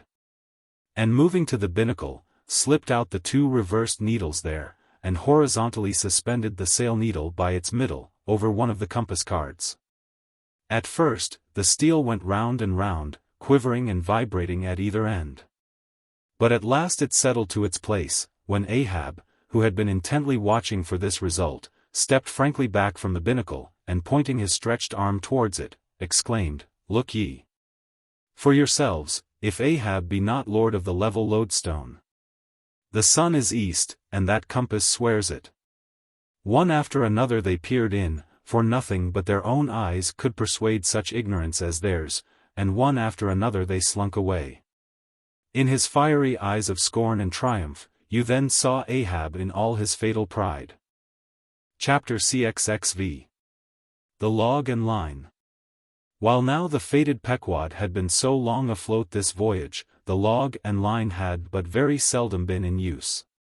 Owing to a confident reliance upon other means of determining the vessel's place, some merchantmen, and many whalemen, especially when cruising, wholly neglect to heave the log.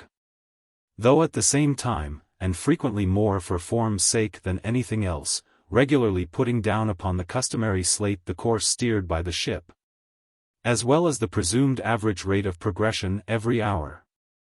It had been thus with the Pequod. The wooden reel and angular log attached hung, long untouched, just beneath the railing of the after bulwarks. Rains and spray had damped it. Sun and wind had warped it, all the elements had combined to rot a thing that hung so idly. But heedless of all this, his mood seized Ahab, as he happened to glance upon the reel, not many hours after the magnet scene, and he remembered how his quadrant was no more. And recalled his frantic oath about the level log and line. The ship was sailing plungingly, astern the billows rolled in riots. Forward, there. Heave the log. 2 seamen came. The golden-hued Tahitian and the grisly Manxman. Take the reel, one of ye, I'll heave.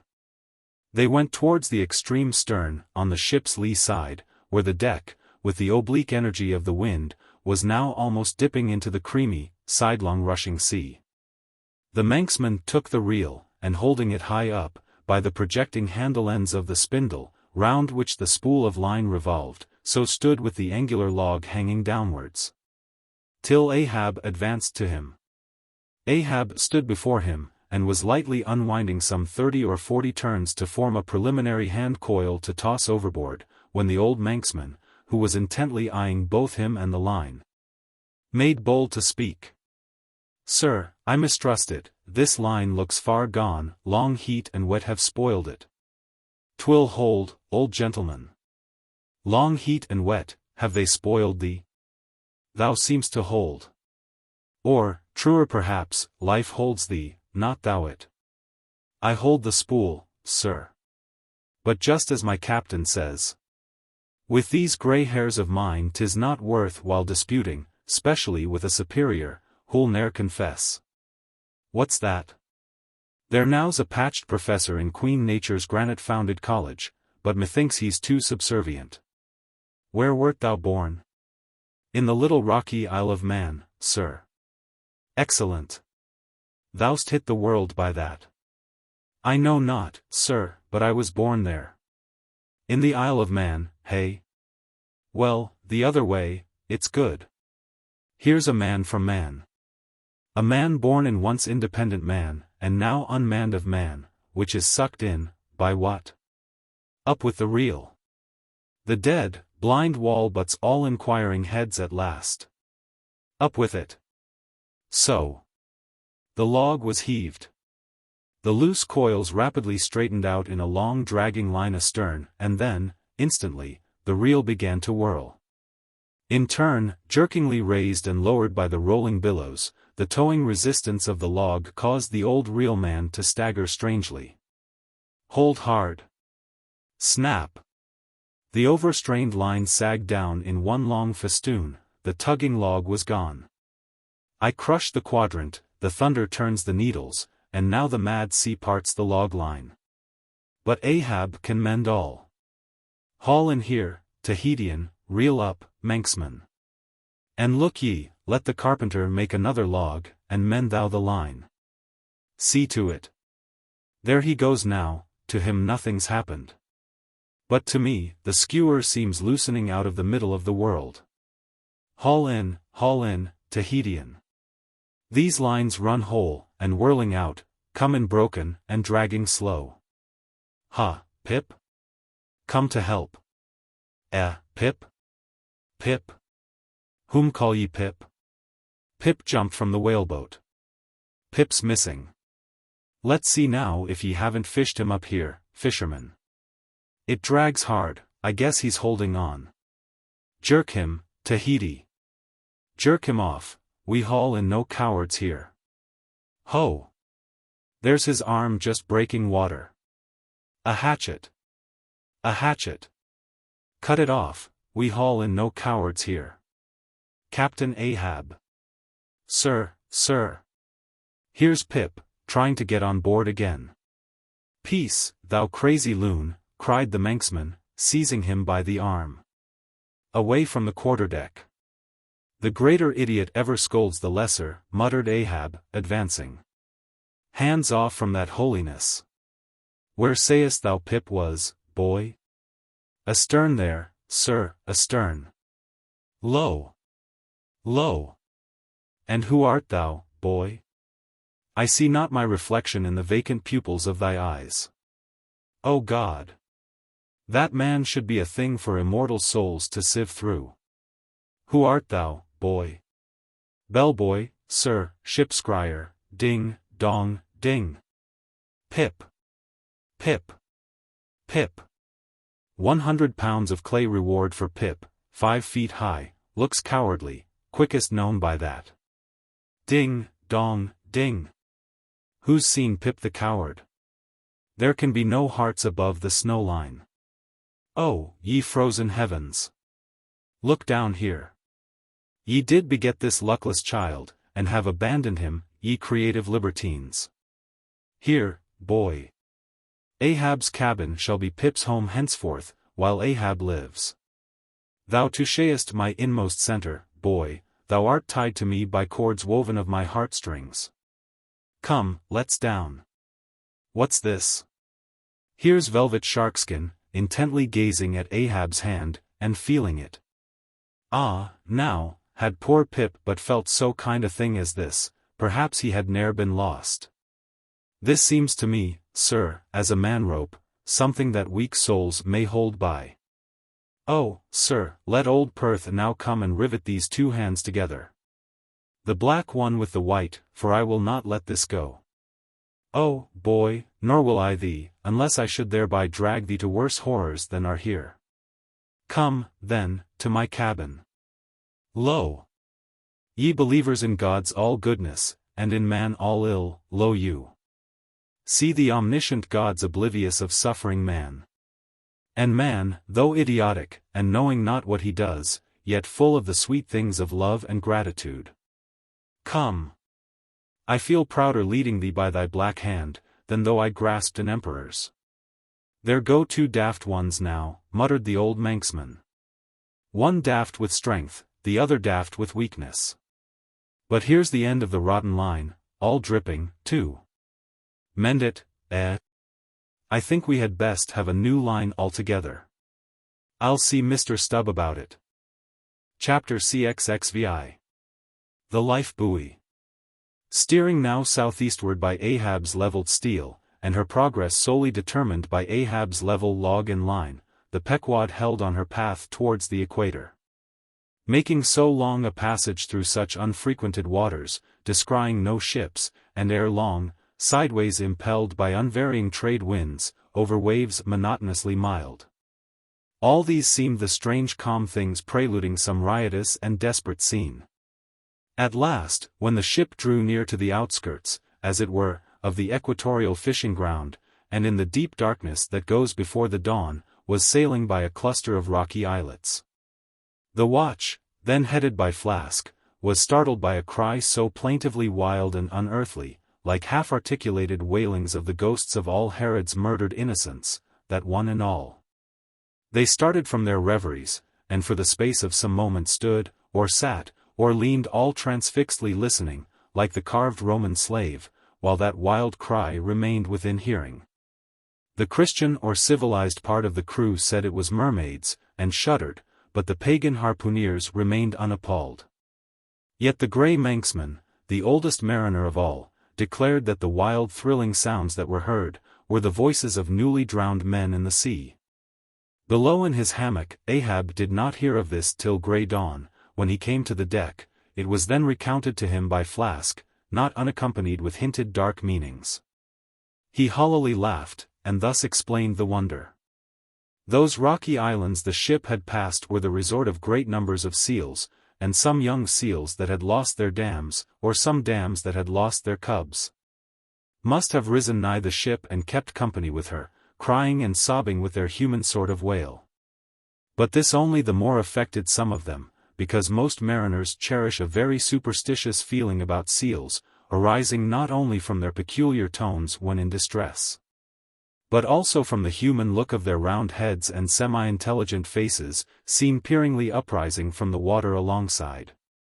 In the sea, under certain circumstances, seals have more than once been mistaken for men.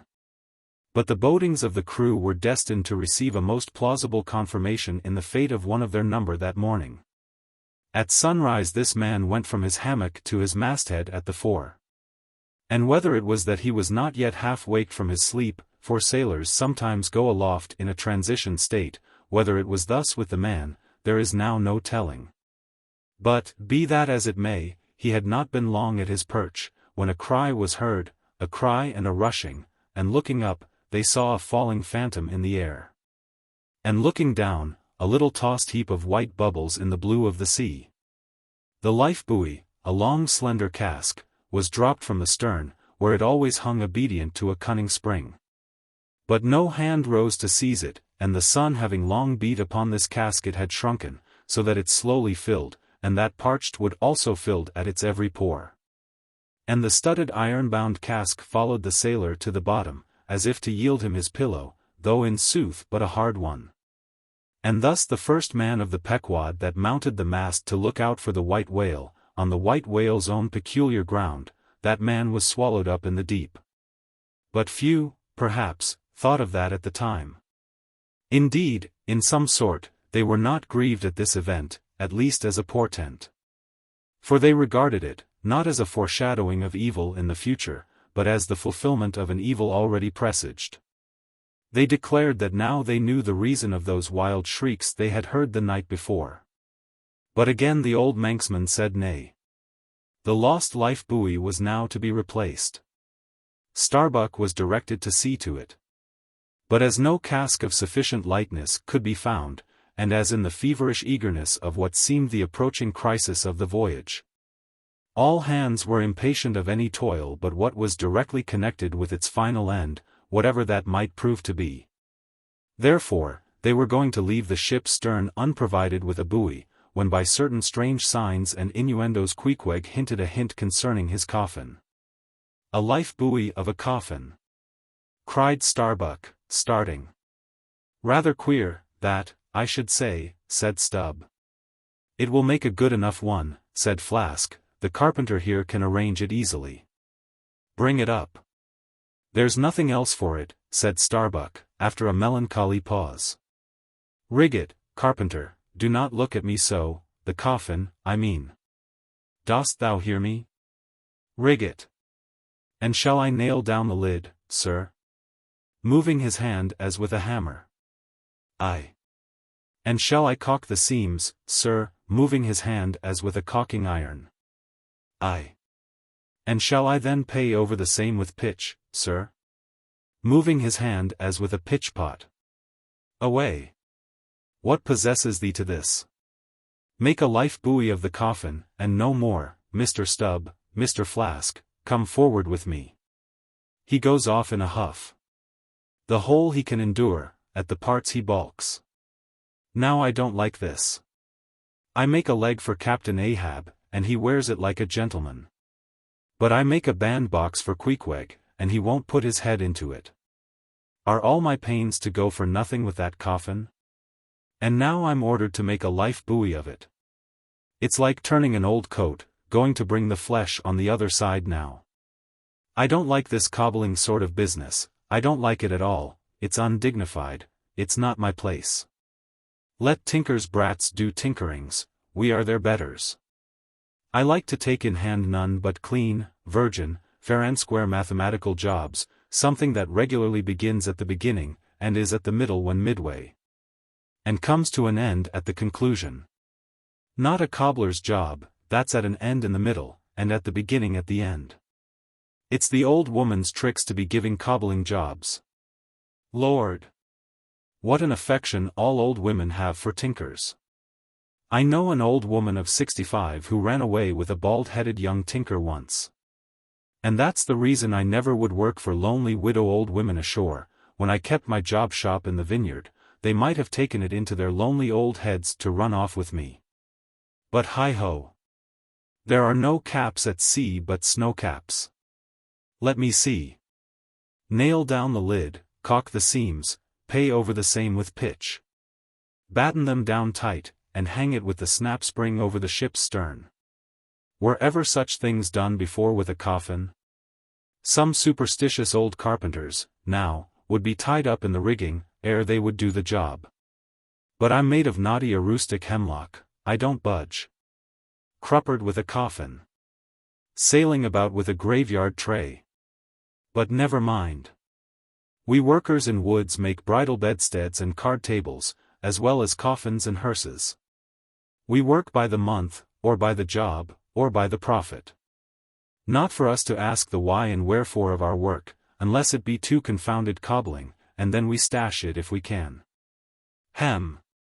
I'll do the job, now, tenderly. I'll have me, let's see, how many in the ship's company, all told. But I've forgotten. Anyway, I'll have me 30 separate, Turk's-headed lifelines, each 3 feet long hanging all round to the coffin. Then, if the hull go down, there'll be 30 lively fellows all fighting for one coffin, a sight not seen very often beneath the sun. Come hammer, caulking iron, pitchpot, and marlinspike. Let's to it. Chapter LXXVI. The deck. The coffin laid upon 2 line tubs, between the vice bench and the open hatchway, the carpenter caulking its seams. The string of twisted oakum slowly unwinding from a large roll of it placed in the bosom of his frock. Ahab comes slowly from the cabin gangway, and hears Pip following him. Back, lad.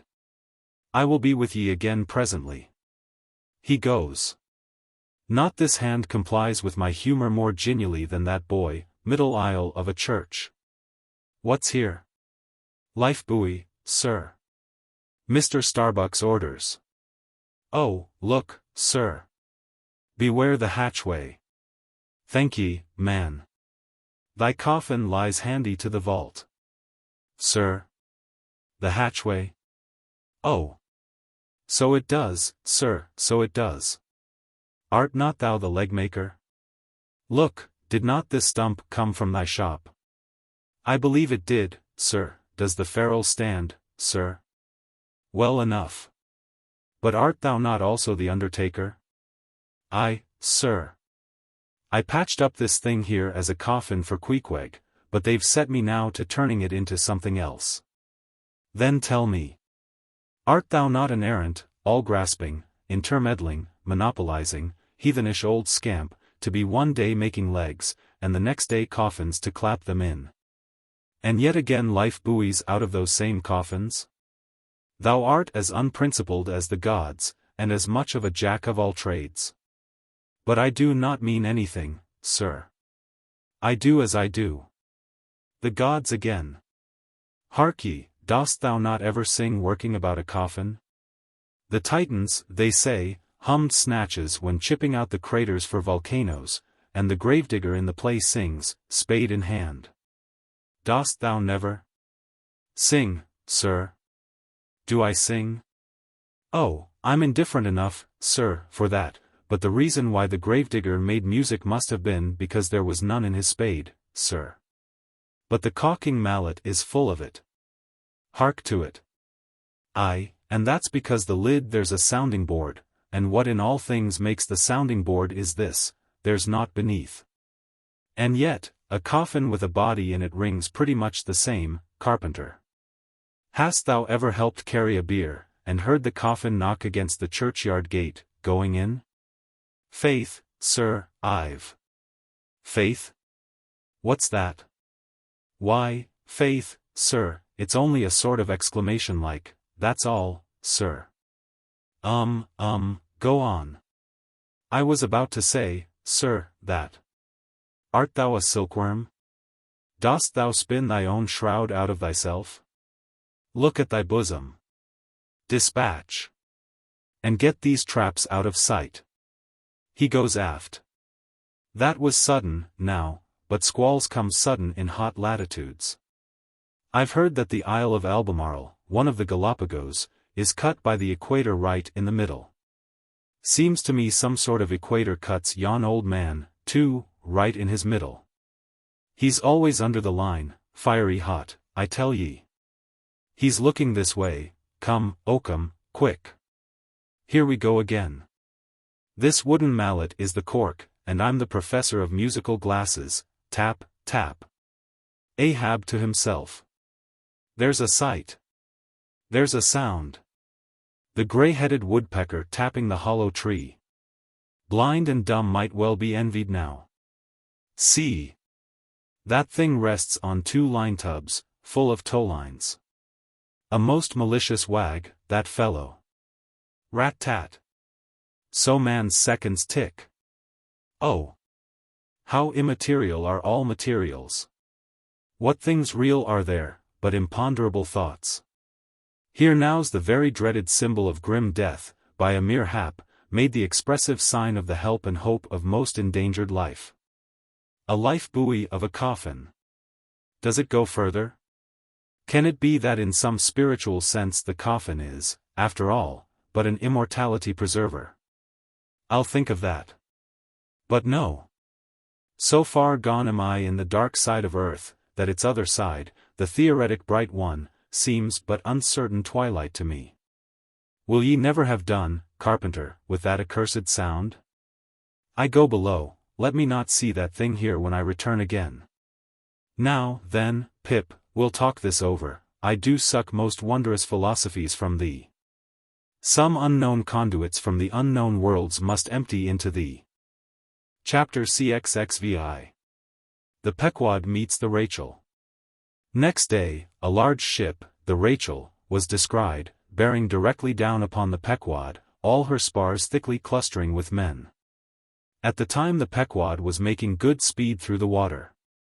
But as the broad-winged windward stranger shot nigh to her, the boastful sails all fell together as blank bladders that are burst, and all life fled from the smitten hull.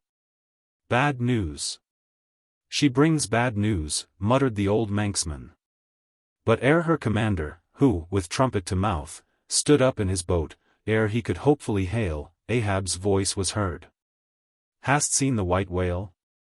Aye, yesterday. Have ye seen a whaleboat adrift? Throttling his joy, Ahab negatively answered this unexpected question. And would then have fain boarded the stranger, when the stranger captain himself, having stopped his vessel's way, was seen descending her side. A few keen pulls, and his boat hook soon clinched the Pequod's main chains, and he sprang to the deck. Immediately he was recognized by Ahab for a Nantucketer he knew. But no formal salutation was exchanged. Where was he? Not killed, cried Ahab, closely advancing. How was it? It seemed that somewhat late on the afternoon of the day previous, while 3 of the stranger's boats were engaged with a shoal of whales, which had led them some 4 or 5 miles from the ship. And while they were yet in swift chase to windward, the white hump and head of Moby-Dick had suddenly loomed up out of the water, not very far to leeward. Whereupon, the 4th rigged boat, a reserved one, had been instantly lowered in chase. After a keen sail before the wind, this 4th boat, the swiftest keeled of all, seemed to have succeeded in fastening, at least, as well as the man at the masthead could tell anything about it. In the distance he saw the diminished dotted boat, and then a swift gleam of bubbling white water, and after that nothing more. Whence it was concluded that the stricken whale must have indefinitely run away with his pursuers, as often happens. There was some apprehension, but no positive alarm, as yet. The recall signals were placed in the rigging, darkness came on. And forced to pick up her 3 far to windward boats, ere going in quest of the 4th one in the precisely opposite direction, the ship had not only been necessitated to leave that boat to its fate till near midnight, but, for the time, to increase her distance from it. But the rest of her crew being at last safe aboard, she crowded all sail, stunsail on stunsail, after the missing boat, kindling a fire in her trypots for a beacon. And every other man aloft on the lookout. But though when she had thus sailed a sufficient distance to gain the presumed place of the absent ones when last seen, though she then paused to lower her spare boats to pull all around her, and not finding anything, had again dashed on, again paused, and lowered her boats. And though she had thus continued doing till daylight, yet not the least glimpse of the missing keel had been seen. The story told, the stranger captain immediately went on to reveal his object in boarding the Pequod. He desired that ship to unite with his own in the search. By sailing over the sea some 4 or 5 miles apart, on parallel lines, and so sweeping a double horizon, as it were. I will wager something now, whispered Stubb to Flask, that someone in that missing boat wore off that captain's best coat, mayhap, his watch, he's so cursed anxious to get it back. Who ever heard of two pious whale ships cruising after one missing whaleboat in the height of the whaling season? See, Flask, only see how pale he looks, pale in the very buttons of his eyes. Look, it wasn't the coat, it must have been the... My boy, my own boy is among them. For God's sake, I beg, I conjure, here exclaimed the stranger captain to Ahab, who thus far had but icily received his petition. For 48 hours let me charter your ship, I will gladly pay for it, and roundly pay for it, if there be no other way, for 48 hours only that, you must, oh, you must. And you shall do this thing. His son, cried Stubb, oh, it's his son he's lost. I take back the coat and watch, what says Ahab? We must save that boy. He's drowned with the rest on them, last night, said the old Manx sailor standing behind them. I heard, all of ye heard their spirits. Now, as it shortly turned out, what made this incident of the Rachels the more melancholy, was the circumstance that not only was one of the captain's sons among the number of the missing boat's crew, but among the number of the other boat's crews, at the same time, but on the other hand, separated from the ship during the dark vicissitudes of the chase, there had been still another son.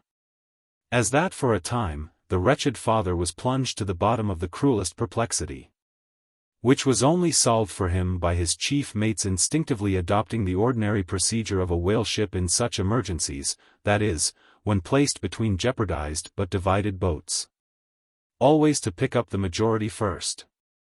But the captain, for some unknown constitutional reason, had refrained from mentioning all this, and not till forced to it by Ahab's iciness did he allude to his one yet missing boy. A little lad, but 12 years old, whose father with the earnest but unmisgiving hardihood of a Nantucketer's paternal love had thus early sought to initiate him in the perils and wonders of a vocation almost immemorially the destiny of all his race. Nor does it unfrequently occur, that Nantucket captains will send a son of such tender age away from them, for a protracted 3 or 4 years' voyage in some other ship than their own, so that their first knowledge of a whaleman's career shall be unenervated by any chance display of a father's natural but untimely partiality, or undue apprehensiveness and concern. Meantime, now the stranger was still beseeching his poor boon of Ahab, and Ahab still stood like an anvil, receiving every shock, but without the least quivering of his own. I will not go, said the stranger, till you say aye to me. Do to me as you would have me do to you in the like case. For you too have a boy, Captain Ahab, though but a child, and nestling safely at home now, a child of your old age too. Yes, yes, you relent. I see it. Run, run, men, now, and stand by to square in the yards. Avast, cried Ahab, touch not a rope yarn. Then in a voice that prolongingly molded every word, Captain Gardiner, I will not do it. Even now I lose time. Goodbye, goodbye. God bless ye, man, and may I forgive myself, but I must go. Mr. Starbuck, look at the binnacle watch, and in 3 minutes from this present instant warn off all strangers, then brace forward again, and let the ship sail as before. Hurriedly turning, with averted face, he descended into his cabin, leaving the strange captain transfixed at this unconditional and utter rejection of his so earnest suit. But starting from his enchantment, Gardiner silently hurried to the side, more fell than stepped into his boat, and returned to his ship. Soon the two ships diverged their wakes. And long as the strange vessel was in view, she was seen to yaw hither and thither at every dark spot, however small, on the sea. This way and that her yards were swung round. Starboard and larboard, she continued to tack, now she beat against a head sea, and again it pushed her before it. While all the while, her masts and yards were thickly clustered with men, as 3 tall cherry trees, when the boys are cherrying among the boughs. But by her still halting course and winding, woeful way, you plainly saw that this ship that so wept with spray, still remained without comfort. She was Rachel, weeping for her children, because they were not. Chapter LXXIX. The cabin. Ahab moving to go on deck, Pip catches him by the hand to follow. Lad, lad, I tell thee thou must not follow Ahab now. The hour is coming when Ahab would not scare thee from him, yet would not have thee by him. There is that in thee, poor lad, which I feel too curing to my malady. Like cures like. And for this hunt, my malady becomes my most desired health. Do thou abide below here, where they shall serve thee, as if thou wert the captain. I, lad, thou shalt sit here in my own screwed chair. Another screw to it, thou must be. No, no, no. Ye have not a whole body, sir, do ye but use poor me for your one lost leg, only tread upon me, sir, I ask no more, so I remain a part of ye. Oh! Spite of million villains, this makes me a bigot in the fadeless fidelity of man, and a black. And crazy, but methinks like cures like applies to him too, he grows so sane again. They tell me, sir, that Stubb did once desert poor little Pip, whose drowned bones now show white, for all the blackness of his living skin.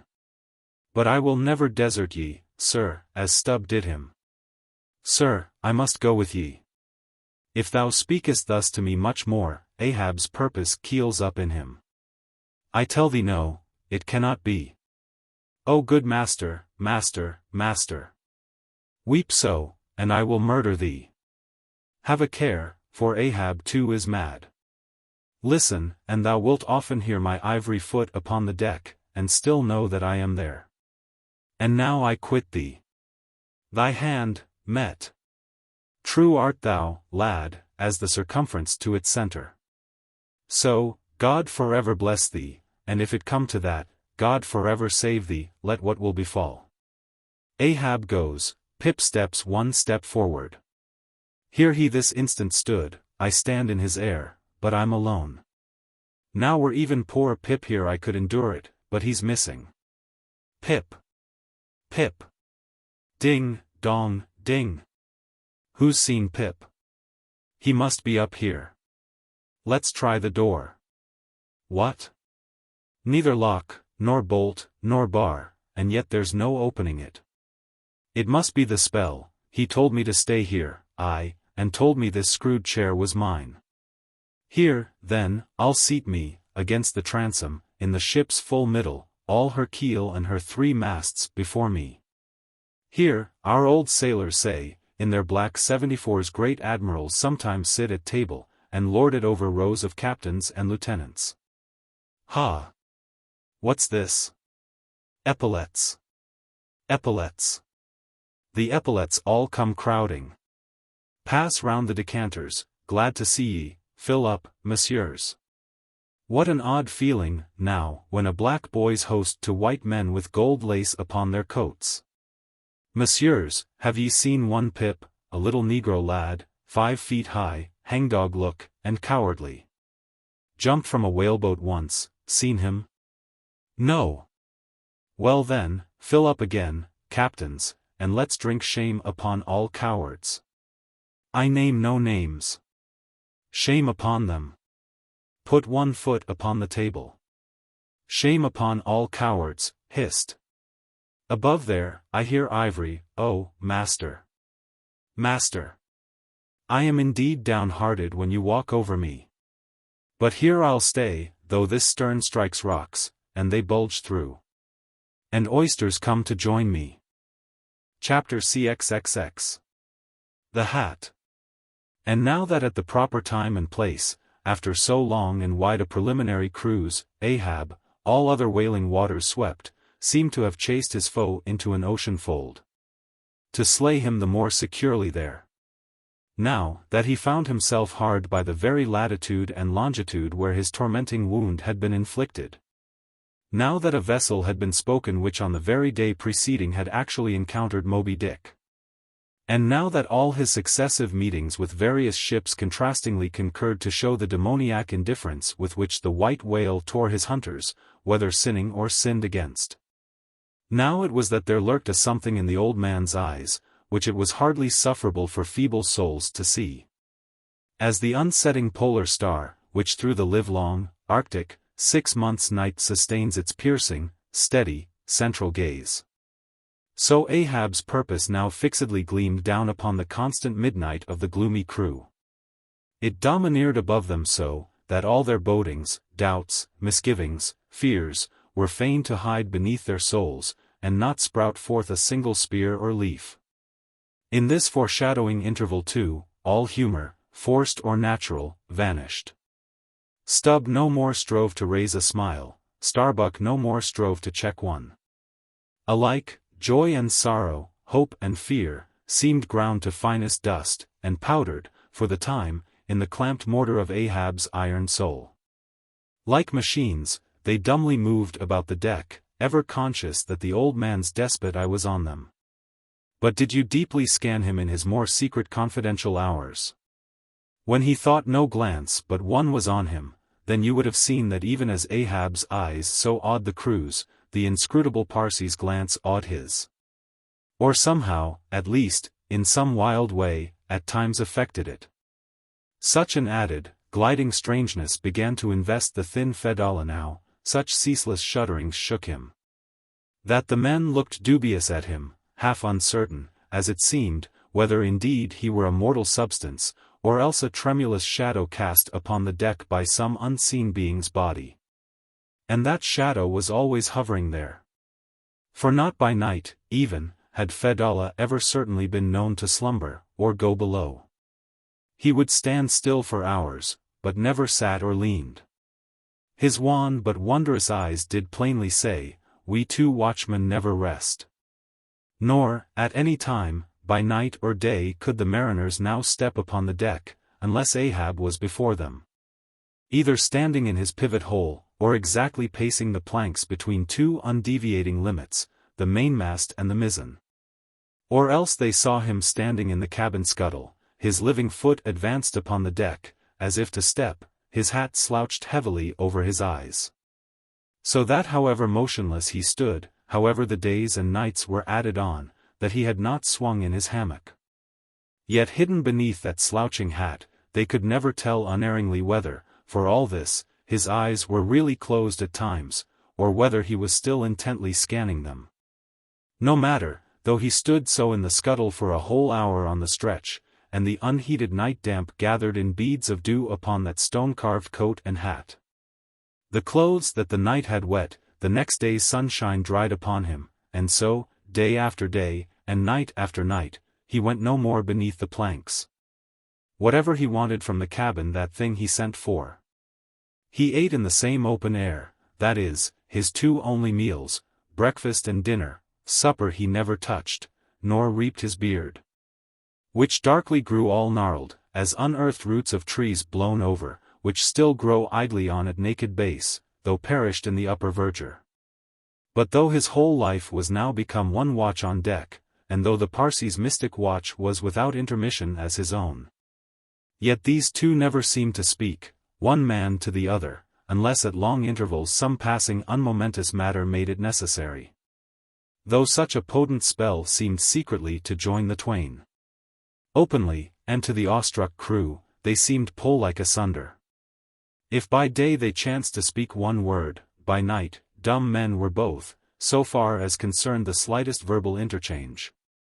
At times, for longest hours, without a single hail, they stood far parted in the starlight, Ahab in his scuttle, the Parsi by the mainmast, but still fixedly gazing upon each other. As if in the Parsi Ahab saw his forethrown shadow, in Ahab the Parsi his abandoned substance.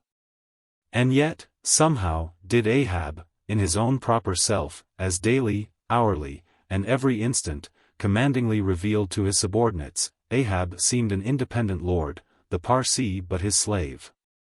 Still again both seemed yoked together, and an unseen tyrant driving them, the lean shade siding the solid rib. For be this Parsi what he may, all rib and keel was solid Ahab. At the first faintest glimmering of the dawn, his iron voice was heard from aft, "Man the mastheads." And all through the day, till after sunset and after twilight, the same voice every hour, at the striking of the helmsman's bell, was heard, "What d'ye see, sharp? Sharp." But when 3 or 4 days had slided by, after meeting the children seeking Rachel, and no spout had yet been seen. The monomaniac old man seemed distrustful of his crew's fidelity. At least, of nearly all except the pagan harpooneers. He seemed to doubt, even, whether Stubb and Flask might not willingly overlook the sight he sought.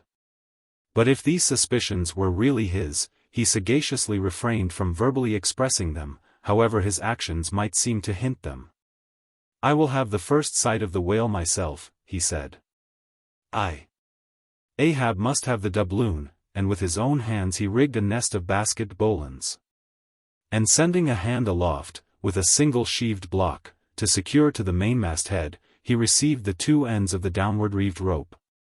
And attaching one to his basket prepared a pin for the other end, in order to fasten it at the rail. This done, with that end yet in his hand and standing beside the pin, he looked round upon his crew, sweeping from one to the other, pausing his glance long upon Daggoo, Queequeg, Tashtego.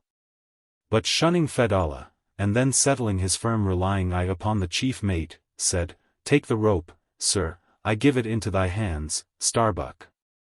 Then arranging his person in the basket, he gave the word for them to hoist him to his perch, Starbuck being the one who secured the rope at last, and afterwards stood near it. And thus, with one hand clinging round the royal mast, Ahab gazed abroad upon the sea for miles and miles, ahead, astern, this side and that, within the wide expanded circle commanded at so great a height. When in working with his hands at some lofty almost isolated place in the rigging, which chances to afford no foothold, the sailor at sea is hoisted up to that spot, and sustained there by the rope. Under these circumstances, its fastened end on deck is always given in strict charge to some one man who has the special watch of it. Because in such a wilderness of running rigging, whose various different relations aloft cannot always be infallibly discerned by what is seen of them at the deck. And when the deck ends of these ropes are being every few minutes cast down from the fastenings, it would be but a natural fatality, if, unprovided with a constant watchman, the hoisted sailor should by some carelessness of the crew be cast adrift and fall all swooping to the sea. So Ahab's proceedings in this matter were not unusual. The only strange thing about them seemed to be, that Starbuck, almost the one only man who had ever ventured to oppose him with anything in the slightest degree approaching to decision, one of those two, whose faithfulness on the lookout he had seemed to doubt somewhat. It was strange, that this was the very man he should select for his watchman, freely giving his whole life into such an otherwise distrusted person's hands. Now, the first time Ahab was perched aloft, ere he had been there 10 minutes. One of those red-billed savage seahawks which so often fly incommodiously close round the manned mastheads of whalemen in these latitudes. One of these birds came wheeling and screaming round his head in a maze of untrackably swift circlings. Then it darted 1,000 feet straight up into the air. Then spiralized downwards, and went eddying again round his head. But with his gaze fixed upon the dim and distant horizon, Ahab seemed not to mark this wild bird. Nor, indeed, would anyone else have marked it much, it being no uncommon circumstance, only now almost the least heedful I seemed to see some sort of cunning meaning in almost every sight. Your hat, sir!" suddenly cried the Sicilian seaman, who being posted at the mizzenmast head, stood directly behind Ahab, though somewhat lower than his level, and with a deep gulf of air dividing them. But already the sable wing was before the old man's eyes, the long hooked bill at his head. With a scream, the black hawk darted away with his prize. An eagle flew thrice round Tarquin's head, removing his cap to replace it, and thereupon Tanaquil, his wife, declared that Tarquin would be king of Rome. But only by the replacing of the cap was that omen accounted good. Ahab's hat was never restored, the wild hawk flew on and on with it, far in advance of the prow, and at last disappeared. While from the point of that disappearance, a minute black spot was dimly discerned, falling from that vast height into the sea. Chapter LXXII. The Pequod Meets the Delight. The intense Pequod sailed on, the rolling waves and days went by, the life-buoy coffin still lightly swung. And another ship, most miserably misnamed the Delight, was descried. As she drew nigh, all eyes were fixed upon her broad beams, called shears, which, in some whaling ships, cross the quarterdeck at the height of 8 or 9 feet, serving to carry the spare, unrigged, or disabled boats. Upon the stranger's shears were beheld the shattered, white ribs, and some few splintered planks, of what had once been a whaleboat. But you now saw through this wreck, as plainly as you see through the peeled, half unhinged, and bleaching skeleton of a horse. Hast seen the white whale? Look! Replied the hollow-cheeked captain from his taffrail, and with his trumpet he pointed to the wreck. Hast killed him? The harpoon is not yet forged that ever will do that, answered the other, sadly glancing upon a rounded hammock on the deck, whose gathered sides some noiseless sailors were busy in sewing together.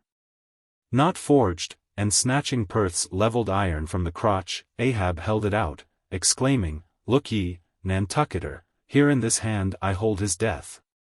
Tempered in blood, and tempered by lightning are these barbs, and I swear to temper them triply in that hot place behind the fin, where the white whale most feels his accursed life. Then God keep thee, old man, seest thou that, pointing to the hammock, I bury but one of 5 stout men, who were alive only yesterday, but were dead ere night. Only that one I bury. The rest were buried before they died, you sail upon their tomb. Then turning to his crew, Are ye ready there? Place the plank then on the rail, and lift the body, so, then, oh God, advancing towards the hammock with uplifted hands, may the resurrection and the life. Brace forward.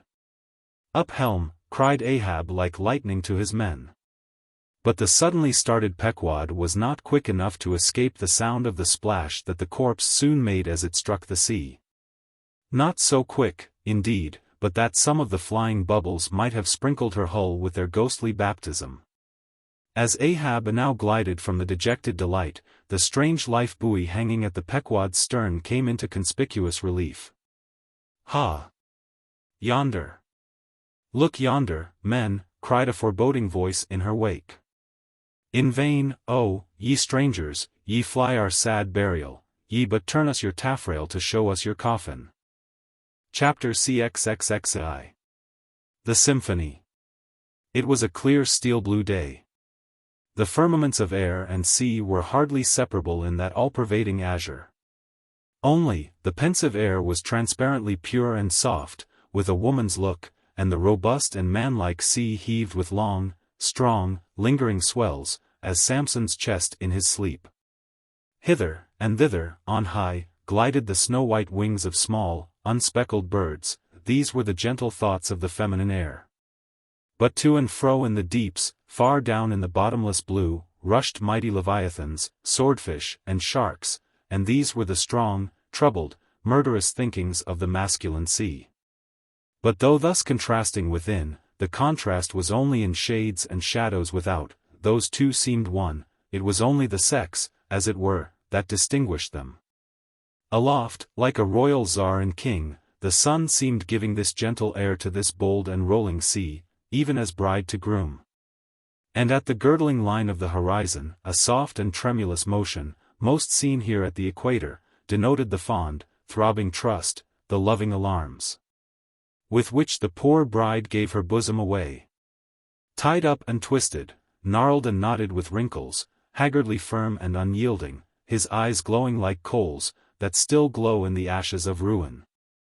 Untottering Ahab stood forth in the clearness of the morn, lifting his splintered helmet of a brow to the fair girl's forehead of heaven.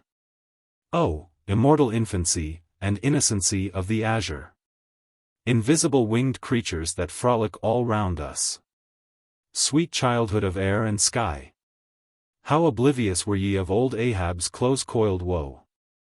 But so have I seen little Miriam and Martha, laughing-eyed elves, heedlessly gambol around their old sire, sporting with the circle of singed locks which grew on the marge of that burnt-out crater of his brain. Slowly crossing the deck from the scuttle, Ahab leaned over the side and watched how his shadow in the water sank and sank to his gaze, the more and the more that he strove to pierce the profundity. But the lovely aromas in that enchanted air did at last seem to dispel, for a moment, the cankerous thing in his soul. That glad, happy air, that winsome sky, did at last stroke and caress him. The stepmother world, so long cruel, forbidding, now threw affectionate arms round his stubborn neck, and did seem to joyously sob over him, as if over one, that however wilful and erring, she could yet find it in her heart to save and to bless. From beneath his slouched hat Ahab dropped a tear into the sea, nor did all the Pacific contain such wealth as that one we drop. Starbuck saw the old man.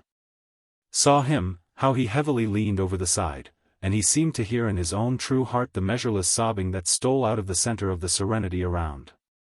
Careful not to touch him, or be noticed by him, he yet drew near to him, and stood there. Ahab turned. Starbuck. Sir. Oh, Starbuck. It is a mild, mild wind, and a mild-looking sky.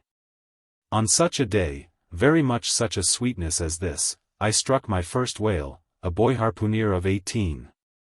40 years ago. 40 years of continual whaling. 40 years of privation, and peril, and storm time. 40 years on the pitiless sea. For 40 years has Ahab forsaken the peaceful land, for 40 years to make war on the horrors of the deep. Aye, and yes, Starbuck, out of those 40 years I have not spent 3 ashore. When I think of this life I have led, the desolation of solitude it has been. The mass-owned, walled town of a captain's exclusiveness, which admits but small entrance to any sympathy from the green country without, oh, weariness. Heaviness. Guinea Coast slavery of solitary command, when I think of all this. Only half suspected, not so keenly known to me before, and how for 40 years I have fed upon dry salted fare, fit emblem of the dry nourishment of my soil. When the poorest landsman has had fresh fruit to his daily hand, and broken the world's fresh bread to my mouldy crusts, away, whole oceans away, from that young girl-wife I wedded past 50. And sailed for Cape Horn the next day, leaving but one dent in my marriage pillow, wife? Wife? Rather a widow with her husband alive. I widowed that poor girl when I married her, Starbuck. And then, the madness, the frenzy, the boiling blood and the smoking brow, with which, for 1,000 lowerings old Ahab has furiously, foamingly chased his prey, more a demon than a man, I. What a 40 years fool, old fool, has old Ahab been. Why this strife of the chase? Why weary, and palsy the arm at the oar, and the iron, and the lance? How the richer or better is Ahab now? Behold. Oh, Starbuck. Is it not hard, that with this weary load I bear, one poor leg should have been snatched from under me? Here, brush this old hair aside, it blinds me, that I seem to weep. Locks so grey did never grow but from out some ashes. But do I look very old, so very, very old, Starbuck? I feel deadly faint, bowed, and humped, as though I were Adam, staggering beneath the piled centuries since paradise. God! Crack my heart, stave my brain, mockery. Bitter, biting mockery of grey hairs, have I lived enough joy to wear ye, and seem and feel thus intolerably old? Close. Stand close to me, Starbuck, let me look into a human eye. It is better than to gaze into sea or sky, better than to gaze upon God. By the green land, by the bright hearthstone. This is the magic glass, man, I see my wife and my child in thine eye. No. Stay on board, lower not when I do, when branded Ahab gives chase to Moby-Dick. That hazard shall not be thine. No. Not with the far-away home I see in that eye. Oh, my captain. Noble soul. Grand old heart, after all. Why should anyone give chase to that hated fish? Away with me. Let us fly these deadly waters. Let us home. Wife and child, too, are Starbuck's, wife and child of his brotherly, sisterly, playfellow youth, even as thine, sir, are the wife and child of thy loving, longing, paternal old age. Away! Let us away, this instant let me alter the course. How cheerily, how hilariously, O my captain, would we bowl on our way to see old Nantucket again. I think, sir, they have some such mild blue days, even as this, in Nantucket. They have. I have seen them, some summer days in the morning. About this time, yes, it is his noon nap now, the boy vivaciously wakes, sits up in bed, and his mother tells him of me, of cannibal old me. How I am abroad upon the deep, but will yet come back to dance him again. 'Tis my Mary herself. She promised that my boy, every morning, should be carried to the hill to catch the first glimpse of his father's sail. Yes. No more. It is done. We head for Nantucket. Come, my captain, study out the course, and let us away. See. The boy's face from the window. The boy's hand on the hill. But Ahab's glance was averted. Like a blighted fruit tree he shook, and cast his last, cindered apple to the soil. What is it, what nameless, inscrutable, unearthly thing is it?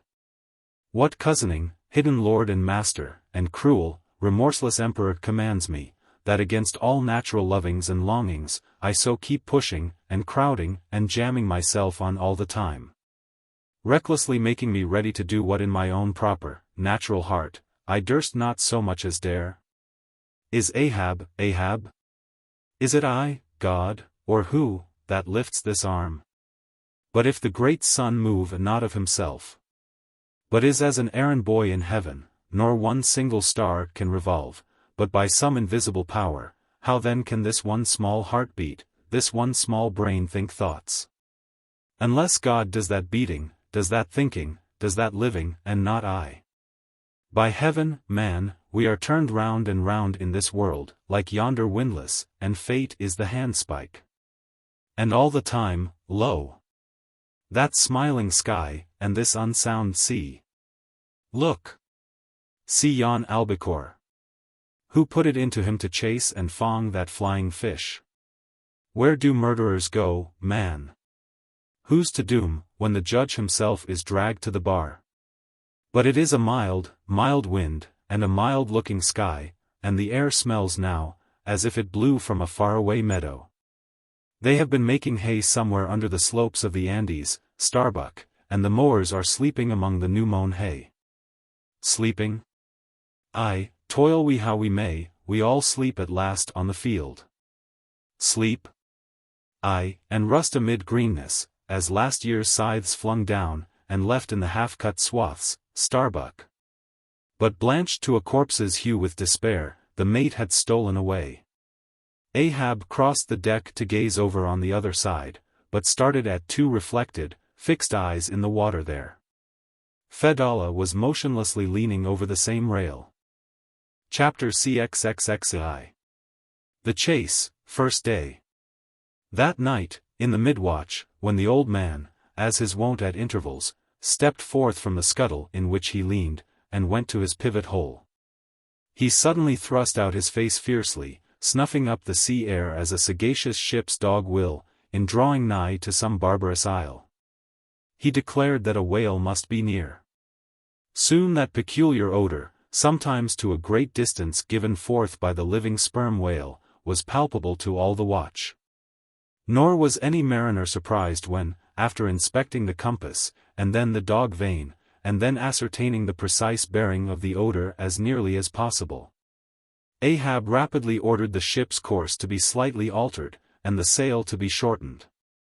The acute policy dictating these movements was sufficiently vindicated at daybreak, by the sight of a long sleek on the sea directly and lengthwise ahead, smooth as oil, and resembling in the pleated watery wrinkles bordering it, the polished metallic-like marks of some swift tide rip, at the mouth of a deep, rapid stream. Man the mastheads! Call all hands! Thundering with the butts of 3 clubbed handspikes on the forecastle deck, Dagur roused the sleepers with such judgment claps that they seemed to exhale from the scuttle. So instantaneously did they appear with their clothes in their hands. "What d'ye see?" cried Ahab, flattening his face to the sky. "Nothing, nothing, sir," was the sound hailing down in reply. "T'gallant sails, stun sails. Alow and aloft, and on both sides." All sail being set, he now cast loose the lifeline, reserved for swaying him to the main royal masthead.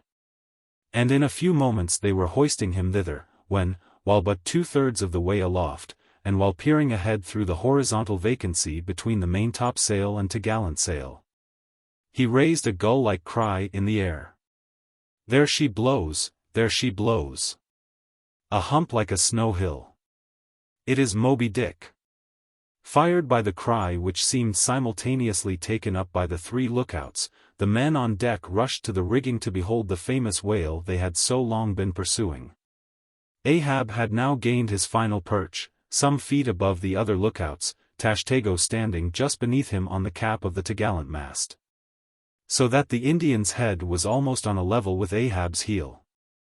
From this height the whale was now seen some mile or so ahead, at every roll of the sea revealing his high sparkling hump, and regularly jetting his silent spout into the air. To the credulous mariners it seemed the same silent spout they had so long ago beheld in the moonlit Atlantic and Indian Oceans. "And did none of ye see it before?" cried Ahab, hailing the perched men all around him. "I saw him almost that same instant, sir, that Captain Ahab did, and I cried out," said Tashtego. "Not the same instant." "Not the same, no, the doubloon is mine, fate reserved the doubloon for me. None of ye could have raised the white whale first. There she blows, there she blows, there she blows. There again, he cried, in long-drawn, lingering, methodic tones, attuned to the gradual prolongings of the whale's visible jets. He's going to sound. In stun sails. Down t'gallant sails. Stand by 3 boats. Mr. Starbuck, remember, stay on board, and keep the ship. Helm there. Luff a point. So, steady, man, steady. There go flukes. No. Only black water. Already the boat's there. Stand by. Lower me, Mr. Starbuck, lower, quicker, and he slid through the air to the deck. He is heading straight to leeward, sir, cried Stubb, right away from us, cannot have seen the ship yet. Be dumb, man. Stand by the braces. Hard down the helm, brace up. Shiver her, so, well that. Boats. Soon all the boats but Starbuck's were dropped, all the boat sails set, all the paddles plying, with rippling swiftness, shooting to leeward. And Ahab heading the onset. A pale, death glimmer lit up Fidala's sunken eyes, a hideous motion gnawed his mouth. Like noiseless nautilus shells, their light prows sped through the sea. But only slowly they neared the foe. As they neared him, the ocean grew still more smooth, seemed drawing a carpet over its waves, seemed a noon meadow, so serenely it spread. At length the breathless hunter came so nigh his seemingly unsuspecting prey, that his entire dazzling hump was distinctly visible, sliding along the sea as if an isolated thing, and continually set in a revolving ring of finest, fleecy, greenish foam. He saw the vast, involved wrinkles of the slightly projecting head beyond. Before it, far out on the soft Turkish rugged waters, went the glistening white shadow from his broad, milky forehead, a musical rippling playfully accompanying the shade. And behind, the blue waters interchangeably flowed over into the moving valley of his steady wake, and on either hand bright bubbles arose and danced by his side. But these were broken again by the light toes of hundreds of gay fowl softly feathering the sea, alternate with their fitful flight.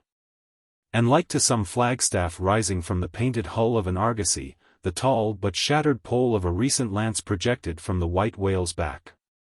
And at intervals one of the cloud of soft-toed fowls hovering, and to and fro skimming like a canopy over the fish, silently perched and rocked on this pole. the long tail feathers streaming like pennons. A gentle joyousness, a mighty mildness of repose in swiftness, invested the gliding whale. Not the white bull Jupiter swimming away with ravished Europa clinging to his graceful horns. His lovely, leering eyes sideways intent upon the maid, with smooth bewitching fleetness, rippling straight for the nuptial bower in Crete, not Jove, not that great majesty supreme, did surpass the glorified white whale as he so divinely swam. On each soft side, coincident with the parted swell, that but once leaving him, then flowed so wide away, on each bright side, the whale shed off enticings. No wonder there had been some among the hunters who, namelessly transported and allured by all this serenity, had ventured to assail it, but had fatally found that quietude but the vesture of tornadoes. Yet calm, enticing calm, O whale! Thou glidest on, to all who for the first time eye thee, no matter how many in that same way thou mayst have bejuggled and destroyed before. And thus, through the serene tranquillities of the tropical sea, among waves whose hand-clappings were suspended by exceeding rapture, Moby-Dick moved on. Still withholding from sight the full terrors of his submerged trunk, entirely hiding the wrenched hideousness of his jaw. But soon the forepart of him slowly rose from the water. For an instant his whole marbleized body formed a high arch, like Virginia's natural bridge, and warningly waving his bannered flukes in the air, the grand god revealed himself, sounded, and went out of sight. Hoveringly halting, and dipping on the wing, the white seafowls longingly lingered over the agitated pool that he left. With oars apeak, and paddles down, the sheets of their sails adrift, the three boats now stilly floated, awaiting Moby-Dick's reappearance. "An hour," said Ahab, standing rooted in his boat's stern, and he gazed beyond the whale's place, towards the dim blue spaces and wide wooing vacancies to leeward. It was only an instant. For again his eyes seemed whirling round in his head as he swept the watery circle. The breeze now freshened, the sea began to swell. The birds," cried Tashtego. In long Indian file, as when herons take wing, the white birds were now all flying towards Ahab's boat. And when within a few yards began fluttering over the water there, wheeling round and round, with joyous, expectant cries. Their vision was keener than man's. Ahab could discover no sign in the sea. But suddenly as he peered down and down into its depths, he profoundly saw a white living spot no bigger than a white weasel, with wonderful celerity uprising, and magnifying as it rose. Till it turned, and then there were plainly revealed two long crooked rows of white, glistening teeth, floating up from the undiscoverable bottom. It was Moby-Dick's open mouth and scrolled jaw, his vast, shadowed bulk still half blending with the blue of the sea. The glittering mouth yawned beneath the boat like an open-doored marble tomb. And giving one sidelong sweep with his steering oar, Ahab whirled the craft aside from this tremendous apparition.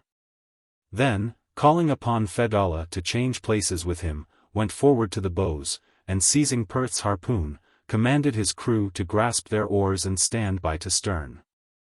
Now, by reason of this timely spinning round the boat upon its axis, its bow, by anticipation, was made to face the whale's head while yet under water. But as if perceiving this stratagem, Moby-Dick, with that malicious intelligence ascribed to him, sidelingly transplanted himself, as it were, in an instant, shooting his pleated head lengthwise beneath the boat. Through and through. Through every plank and each rib, it thrilled for an instant, the whale obliquely lying on his back, in the manner of a biting shark, slowly and feelingly taking its bows full within his mouth.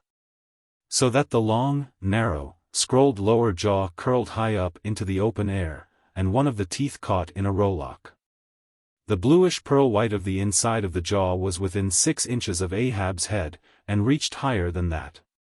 In this attitude the white whale now shook the slight cedar as a mildly cruel cat her mouse. With unastonished eyes Fedallah gazed, and crossed his arms. But the tiger-yellow crew were tumbling over each other's heads to gain the uttermost stern. And now, while both elastic gunwales were springing in and out, as the whale dallied with the doomed craft in this devilish way, and from his body being submerged beneath the boat, he could not be darted at from the bows, for the bows were almost inside of him, as it were. And while the other boats involuntarily paused, as before a quick crisis impossible to withstand, then it was that monomaniac Ahab, furious with this tantalizing vicinity of his foe, which placed him all alive and helpless in the very jaws he hated. Frenzied with all this, he seized the long bone with his naked hands, and wildly strove to wrench it from its grip. As now he thus vainly strove, the jaw slipped from him. The frail gunwales bent in, collapsed, and snapped, as both jaws, like an enormous shears, sliding further aft, bit the craft completely in twain, and locked themselves fast again in the sea, midway between the two floating wrecks. These floated aside, the broken ends drooping, the crew at the stern wreck clinging to the gunwales, and striving to hold fast to the oars to lash them across. At that preluding moment, ere the boat was yet snapped, Ahab, the first to perceive the whale's intent, by the crafty upraising of his head, a movement that loosed his hold for the time. At that moment his hand had made one final effort to push the boat out of the bite. But only slipping further into the whale's mouth, and tilting over sideways as it slipped, the boat had shaken off his hold on the jaw, spilled him out of it, as he leaned to the push. And so he fell flat-faced upon the sea. Ripplingly withdrawing from his prey, Moby-Dick now lay at a little distance, vertically thrusting his oblong white head up and down in the billows, and at the same time slowly revolving his whole spindled body, so that when his vast wrinkled forehead rose, some 20 or more feet out of the water, the now rising swells, with all their confluent waves, dazzlingly broke against it, vindicatively tossing their shivered spray still higher into the air. 22 So, in a gale, the but half-baffled channel billows only recoil from the base of the Eddystone, triumphantly to overleap its summit with their scud. But soon resuming his horizontal attitude, Moby-Dick swam swiftly round and round the wrecked crew, sideways churning the water in his vengeful wake, as if lashing himself up to still another and more deadly assault. The sight of the splintered boat seemed to madden him, as the blood of grapes and mulberries cast before Antiochus's elephants in the book of Maccabees. Meanwhile Ahab half smothered in the foam of the whale's insolent tail, and too much of a cripple to swim, though he could still keep afloat, even in the heart of such a whirlpool as that. Helpless Ahab's head was seen, like a tossed bubble which the least chance shock might burst. From the boat's fragmentary stern, Fedallah incuriously and mildly eyed him. The clinging crew, at the other drifting end, could not succor him, more than enough was it for them to look to themselves. For so revolvingly appalling was the white whale's aspect, and so planetarily swift the ever-contracting circles he made, that he seemed horizontally swooping upon them. And though the other boats, unharmed, still hovered hard by, still they dared not pull into the eddy to strike, lest that should be the signal for the instant destruction of the jeopardized castaways, Ahab and all. Nor in that case could they themselves hope to escape. With straining eyes, then, they remained on the outer edge of the direful zone, whose center had now become the old man's head.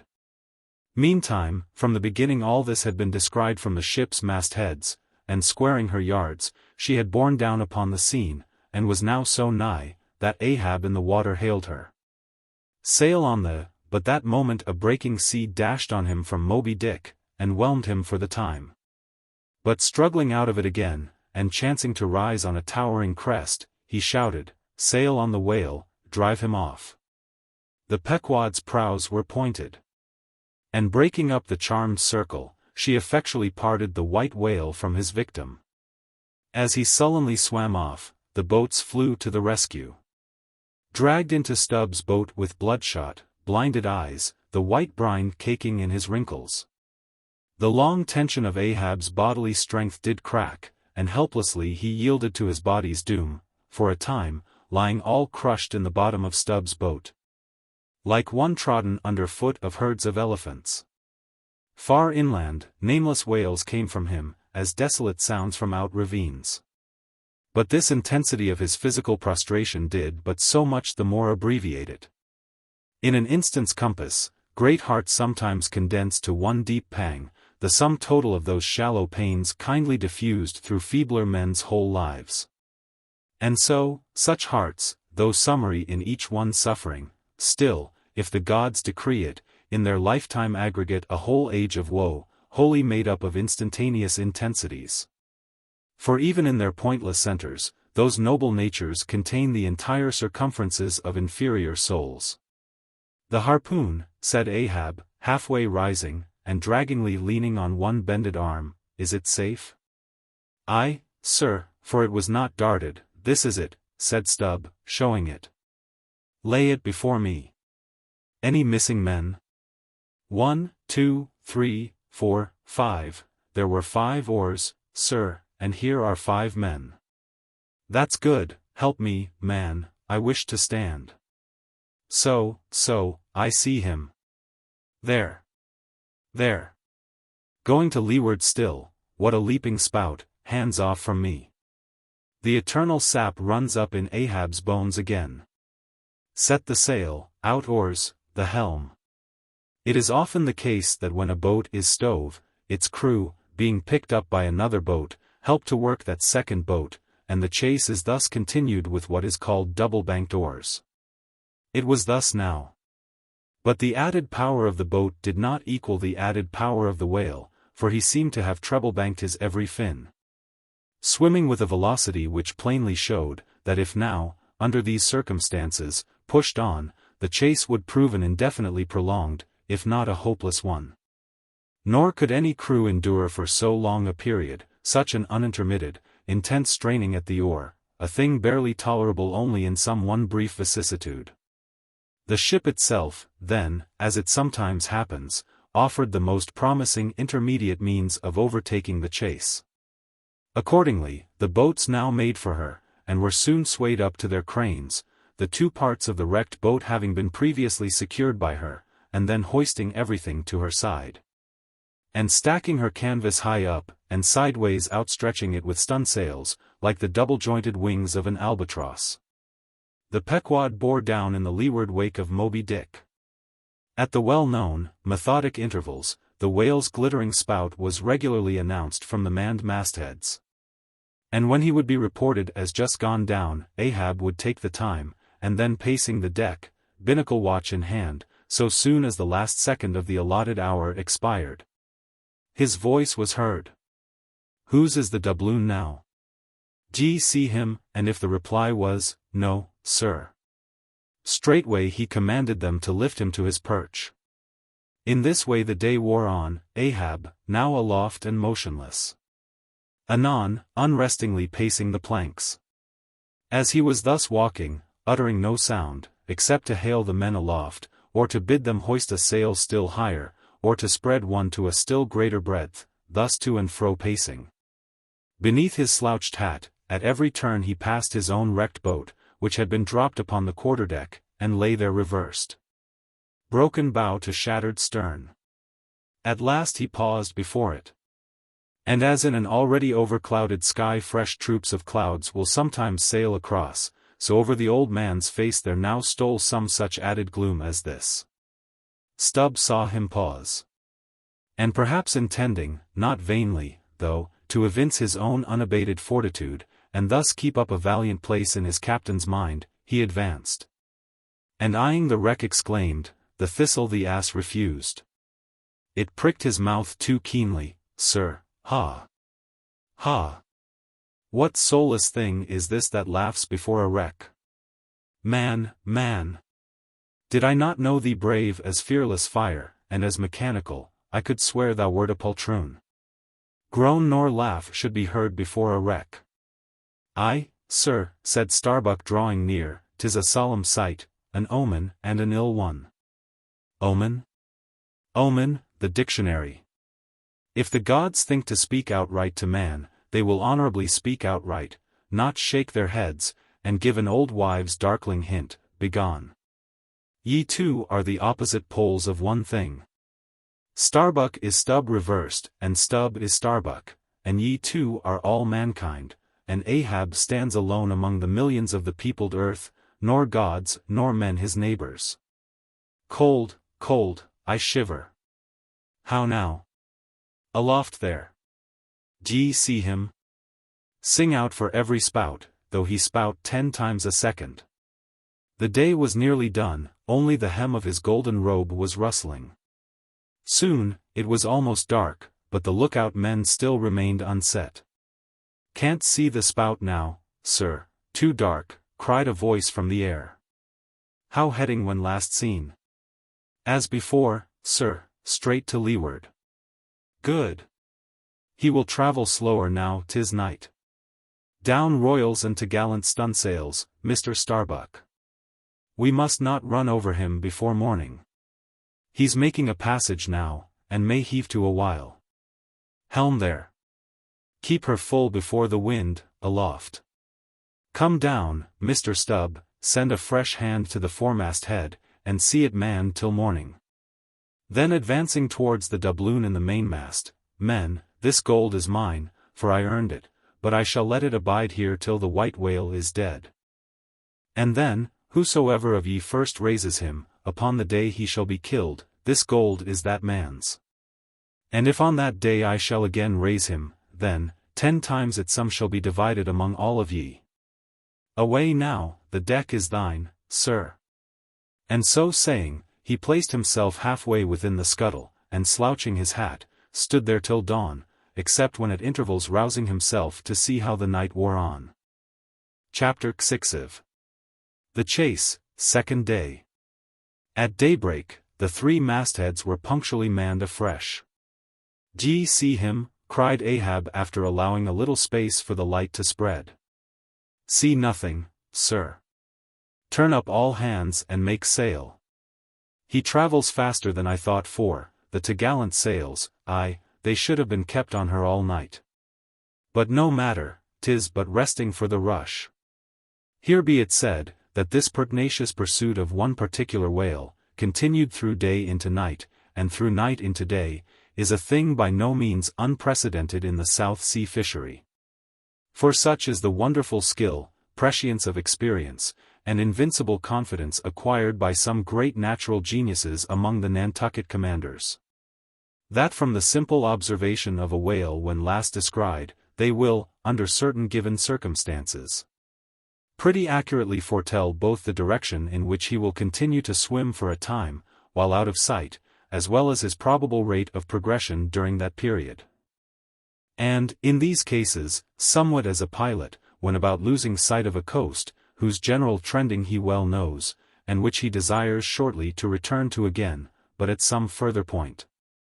Like as this pilot stands by his compass, and takes the precise bearing of the cape at present visible, in order the more certainly to hit aright the remote, unseen headland, eventually to be visited, so does the fisherman, at his compass, with the whale. For after being chased, and diligently marked, through several hours of daylight, then, when night obscures the fish, the creature's future wake through the darkness is almost as established to the sagacious mind of the hunter, as the pilot's coast is to him. So that to this hunter's wondrous skill, the proverbial evanescence of a thing rid in water, awake, is to all desired purposes well nigh as reliable as the steadfast land. And as the mighty iron leviathan of the modern railway is so familiarly known in its every pace, that, with watches in their hands, men time his rate as doctors that of a baby's pulse. And lightly say of it, the up train or the down train will reach such or such a spot, at such or such an hour. Even so, almost, there are occasions when these Nantucketers time that other leviathan of the deep, according to the observed humor of his speed, and say to themselves, so many hours hence this whale will have gone 200 miles, will have about reached this or that degree of latitude or longitude. But to render this acuteness at all successful in the end, the wind and the sea must be the whaleman's allies. For of what present avail to the becalmed or wind-bound mariner is the skill that assures him he is exactly 93 leagues and a quarter from his port?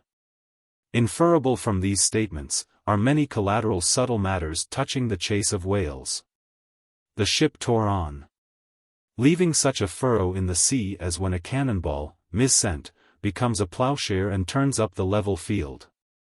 By salt and hemp, cried Stubb, but this swift motion of the deck creeps up one's legs and tingles at the heart. This ship and I are two brave fellows, ha, ha. Someone take me up, and launch me, spine-wise, on the sea, for by live oaks. My spine's a keel. Ha, ha. We go the gate that leaves no dust behind. There she blows, she blows, she blows. Right ahead, was now the masthead cry. Aye, cried Stubb, I knew it, ye can't escape, blow on and split your spout, O whale. The mad fiend himself is after ye. Blow your trump, blister your lungs, Ahab will dam off your blood, as a miller shuts his water gate upon the stream. And Stubb did but speak out for well nigh all that crew. The frenzies of the chase had by this time worked them bubblingly up, like old wine worked anew. Whatever pale fears and forebodings some of them might have felt before, these were not only now kept out of sight through the growing awe of Ahab, but they were broken up, and on all sides routed, as timid prairie hares that scatter before the bounding bison.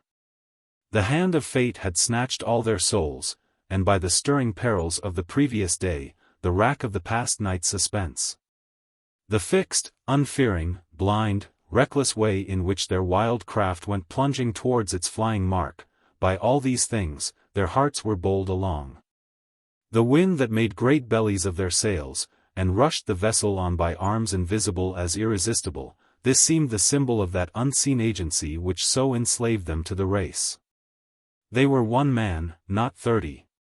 For as the one ship that held them all, though it was put together of all contrasting things, oak, and maple, and pine wood, iron, and pitch, and hemp, yet all these ran into each other in the one concrete hull, which shot on its way, both balanced and directed by the long central keel. Even so, all the individualities of the crew, this man's valor, that man's fear, guilt and guiltiness, all varieties were welded into oneness, and were all directed to that fatal goal which Ahab their one lord and keel did point to. The rigging lived. The mastheads, like the tops of tall palms, were outspreadingly tufted with arms and legs. Clinging to a spar with one hand, some reached forth the other with impatient wavings. Others, shading their eyes from the vivid sunlight, sat far out on the rocking yards, all the spars in full bearing of mortals, ready and ripe for their fate. Ah! How they still strove through that infinite blueness to seek out the thing that might destroy them. Why sing ye not out for him, if ye see him? Cried Ahab, when, after the lapse of some minutes since the first cry, no more had been heard. Sway me up, men, ye have been deceived, not Moby-Dick casts one odd jet that way, and then disappears. It was even so, in their headlong eagerness, the men had mistaken some other thing for the whale spout, as the event itself soon proved, for hardly had Ahab reached his perch. Hardly was the rope belayed to its pin on deck, when he struck the keynote to an orchestra, that made the air vibrate as with the combined discharges of rifles. The triumphant halloo of 30 buckskin lungs was heard, as, much nearer to the ship than the place of the imaginary jet, less than a mile ahead, Moby-Dick bodily burst into view. For not by any calm and indolent spoutings, not by the peaceable gush of that mystic fountain in his head, did the white whale now reveal his vicinity, but by the far more wondrous phenomenon of breaching. Rising with his utmost velocity from the furthest depths, the sperm whale thus booms his entire bulk into the pure element of air, and piling up a mountain of dazzling foam, shows his place to the distance of 7 miles and more. In those moments, the torn, enraged waves he shakes off, seem his main. In some cases, this breaching is his act of defiance. There she breaches! There she breaches! Was the cry, as in his immeasurable bravadoes the white whale tossed himself salmon-like to heaven. So suddenly seen in the blue plain of the sea, and relieved against the still bluer margin of the sky, the spray that he raised, for the moment, intolerably glittered and glared like a glacier, and stood there gradually fading and fading away from its first sparkling intensity, to the dim mistiness of an advancing shower in a vale. "Aye, breach your last to the sun, Moby-Dick!" cried Ahab, "thy hour and thy harpoon are at hand, down. Down all of ye, but one man at the fore." The boats, stand by. Unmindful of the tedious rope ladders of the shrouds, the men, like shooting stars, slid to the deck, by the isolated backstays and halyards. While Ahab, less dartingly, but still rapidly was dropped from his perch. Lower away, he cried, so soon as he had reached his boat, a spare one, rigged the afternoon previous. Mr. Starbuck, the ship is thine, keep away from the boats, but keep near them. Lower, all. As if to strike a quick terror into them, by this time being the first assailant himself, Moby-Dick had turned, and was now coming for the three crews. Ahab's boat was central. And cheering his men, he told them he would take the whale head in head, that is, pull straight up to his forehead, a not uncommon thing. For when within a certain limit, such a course excludes the coming onset from the whale's sidelong vision. But ere that close limit was gained, and while yet all three boats were plain as the ship's three masts to his eye, the white whale churning himself into furious speed, almost in an instant as it were, rushing among the boats with open jaws, and a lashing tail, offered appalling battle on every side. And heedless of the irons darted at him from every boat, seemed only intent on annihilating each separate plank of which those boats were made. But skillfully maneuvered, incessantly wheeling like trained chargers in the field, the boats for a while eluded him, though, at times, but by a plank's breadth. While all the time, Ahab's unearthly slogan tore every other cry but his to shreds.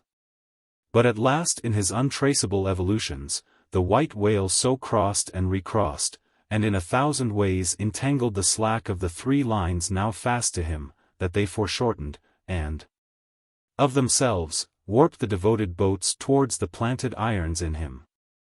Though now for a moment the whale drew aside a little, as if to rally for a more tremendous charge.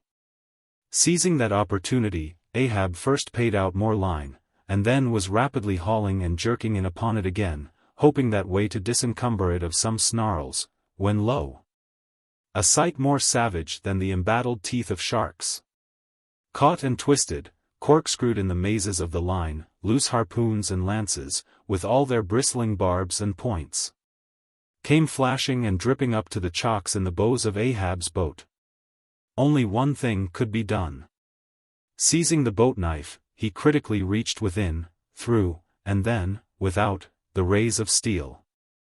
Dragged in the line beyond, past it, inboard, to the bowsman, and then, twice sundering the rope near the chocks, dropped the intercepted faggot of steel into the sea, and was all fast again. That instant, the white whale made a sudden rush among the remaining tangles of the other lines, by so doing, irresistibly dragged the more involved boats of Stubb and Flask towards his flukes. Dashed them together like two rolling husks on a surf-beaten beach, and then, diving down into the sea, disappeared in a boiling maelstrom, in which, for a space, the odorous cedar chips of the wrecks danced round and round, like the grated nutmeg in a swiftly stirred bowl of punch. While the two crews were yet circling in the waters, reaching out after the revolving line-tubs, oars, and other floating furniture, while a slope little Flask bobbed up and down like an empty vial, twitching his legs upwards to escape the dreaded jaws of sharks. And Stubb was lustily singing out for someone to ladle him up, and while the old man's line, now parting, admitted of his pulling into the creamy pool to rescue whom he could. In that wild simultaneousness of 1,000 concreted perils, Ahab's yet unstricken boat seemed drawn up towards heaven by invisible wires, as, arrow-like, shooting perpendicularly from the sea. The white whale dashed his broad forehead against its bottom, and sent it, turning over and over, into the air, till it fell again, gunwale downwards, and Ahab and his men struggled out from under it, like seals from a seaside cave. The first uprising momentum of the whale, modifying its direction as he struck the surface, involuntarily launched him along it, to a little distance from the center of the destruction he had made. And with his back to it, he now lay for a moment slowly feeling with his flukes from side to side. And whenever a stray oar, bit of plank, the least chip or crumb of the boats touched his skin, his tail swiftly drew back, and came sideways smiting the sea. But soon, as if satisfied that his work for that time was done, he pushed his pleated forehead through the ocean, and trailing after him the intertangled lines, continued his leeward way at a traveller's methodic pace.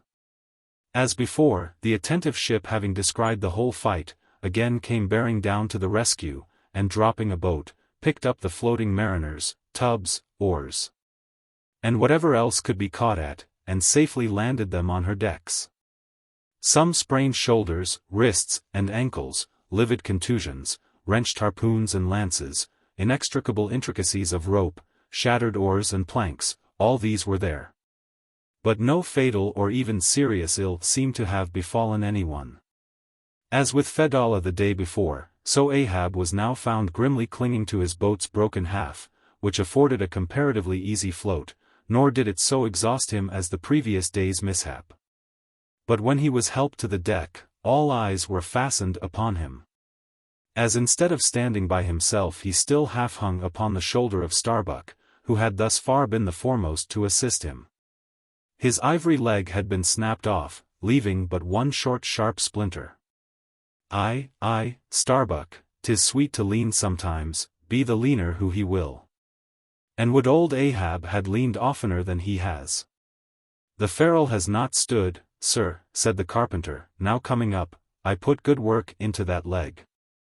But no bones broken, sir, I hope, said Stubb with true concern. Aye. And all splintered to pieces, Stubb, d'ye see it, but even with a broken bone, old Ahab is untouched. And I account no living bone of mine one jot more me, than this dead one that's lost.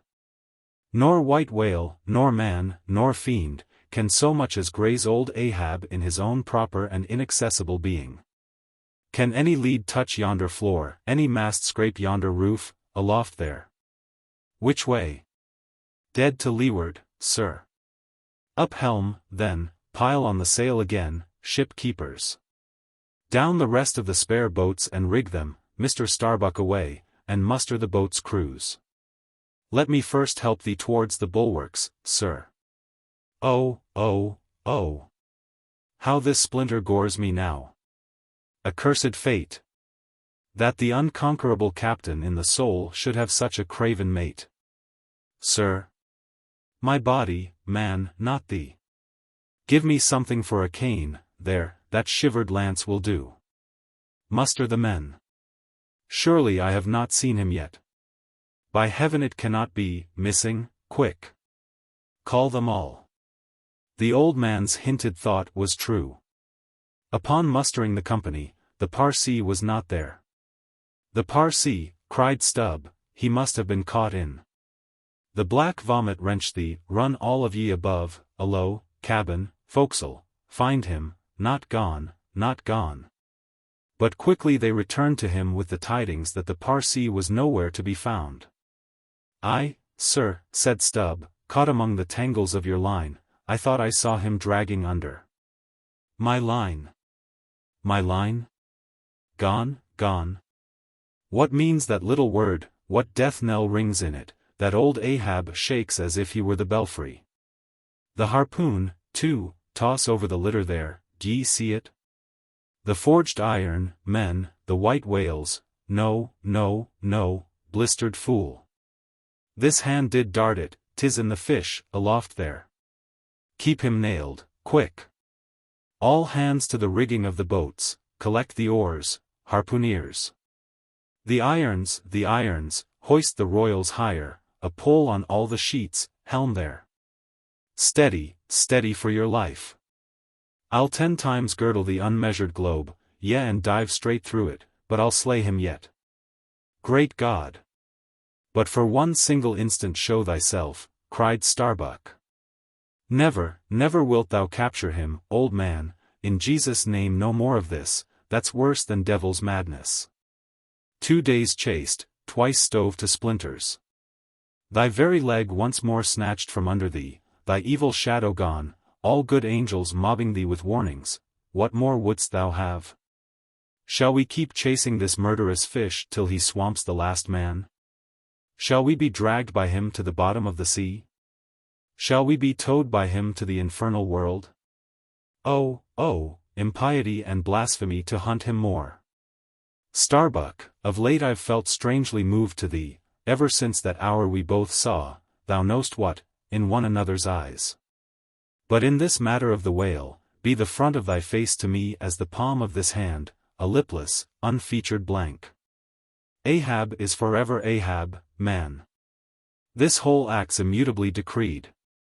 'Twas rehearsed by thee and me a billion years before this ocean rolled. Fool! I am the fate's lieutenant, I act under orders. Look thou, underling. That thou obeyest mine, stand round me, men. Ye see an old man cut down to the stump, leaning on a shivered lance, propped up on a lonely foot. 'Tis Ahab, his body's part, but Ahab's soul's a centipede, that moves upon 100 legs. I feel strained, half-stranded, as ropes that tow dismasted frigates in a gale, and I may look so. But ere I break, ye'll hear me crack. And till ye hear that, know that Ahab's hawser tows his purpose yet. Believe ye, men, in the things called omens? Then laugh aloud, and cry encore. For ere they drown, drowning things will twice rise to the surface, then rise again, to sink for evermore. So with Moby-Dick, 2 days he's floated, tomorrow will be the 3rd. Aye, men, he'll rise once more, but only to spout his last. D'ye feel brave, men, brave? As fearless fire, cried Stubb. And as mechanical, muttered Ahab. Then as the men went forward, he muttered on, the things called omens. And yesterday I talked the same to Starbuck there, concerning my broken boat. Oh! How valiantly I seek to drive out of others' hearts what's clinched so fast in mine, the Parsee, gone, gone. And he was to go before, but still was to be seen again ere I could perish, how's that? There's a riddle now might baffle all the lawyers backed by the ghosts of the whole line of judges, like a hawk's beak it pecks my brain. I'll solve it, though. When dusk descended, the whale was still in sight to leeward. So once more the sail was shortened, and everything passed nearly as on the previous night. Only, the sound of hammers, and the hum of the grindstone was heard till nearly daylight. As the men toiled by lanterns in the complete and careful rigging of the spare boats and sharpening their fresh weapons for the morrow. Meantime, of the broken keel of Ahab's wrecked craft the carpenter made him another leg, while still as on the night before, slouched Ahab stood fixed within his scuttle. His heliotrope glance anticipatingly gone backward on its dial, sat due eastward for the earliest sun. Chapter LXXV. The Chase, 3rd Day. The morning of the 3rd day dawned fair and fresh, and once more the solitary nightman at the foremast head was relieved by crowds of the daylight lookouts, who dotted every mast and almost every spar. "D'ye see him?" cried Ahab, but the whale was not yet in sight. "In his infallible wake, though, but follow that wake, that's all. Helm there, steady, as thou goest, and hast been going. What a lovely day again! Were it a new-made world, and made for a summer-house to the angels, and this morning the first of its throwing open to them, a fairer day could not dawn upon that world. Here's food for thought, had Ahab time to think, but Ahab never thinks, he only feels, that's tingling enough for mortal man. To think's audacity. God only has that right and privilege. Thinking is, or ought to be, a coolness and a calmness, and our poor hearts throb, and our poor brains beat too much for that. And yet, I've sometimes thought my brain was very calm, frozen calm, this old skull cracks so, like a glass in which the contents turn to ice, and shiver it. And still this hair is growing now. This moment growing, and heat must breed it, but no, it's like that sort of common grass that will grow anywhere, between the earthy clefts of Greenland ice or in Vesuvius lava. How the wild winds blow it, they whip it about me as the torn shreds of split sails lash the tossed ship they cling to. A vile wind that has no doubt blown ere this through prison corridors and cells, and wards of hospitals, and ventilated them, and now comes blowing hither as innocent as fleeces. Out upon it! It's tainted. Were I the wind, I'd blow no more on such a wicked, miserable world. I'd crawl somewhere to a cave, and slink there. And yet, 'tis a noble and heroic thing, the wind. Who ever conquered it? In every fight it has the last and bitterest blow. Run tilting at it, and you but run through it. Ha! A coward wind that strikes stark naked men, but will not stand to receive a single blow. Even Ahab is a braver thing, a nobler thing than that. Would now the wind but had a body. But all the things that most exasperate and outrage mortal man, all these things are bodiless, but only bodiless as objects, not as agents. There's a most special, a most cunning, oh, a most malicious difference. And yet, I say again, and swear it now, that there's something all glorious and gracious in the wind. These warm trade winds, at least, that in the clear heavens blow straight on, in strong and steadfast, vigorous mildness. And veer not from their mark, however the baser currents of the sea may turn and tack, and mightiest Mississippis of the land swift and swerve about, uncertain where to go at last. And by the eternal poles. These same trades that so directly blow my good ship on, these trades, or something like them, something so unchangeable, and full as strong, blow my keeled soul along. To it. Aloft there. What d'ye see? Nothing, sir. Nothing. And noon at hand. The doubloon goes a-begging. See the sun. Aye, it must be so. I've oversailed him. How, got the start? Aye, he's chasing me now, not I, him, that's bad, I might have known it, too. Fool. The lines, the harpoons he's towing. I have run him by last night. About. Come down, all of ye, but the regular lookouts. Man the braces. Steering as she had done, the wind had been somewhat on the Pequod's quarter, so that now being pointed in the reverse direction. The braced ship sailed hard upon the breeze as she rechurned the cream in her own white wake.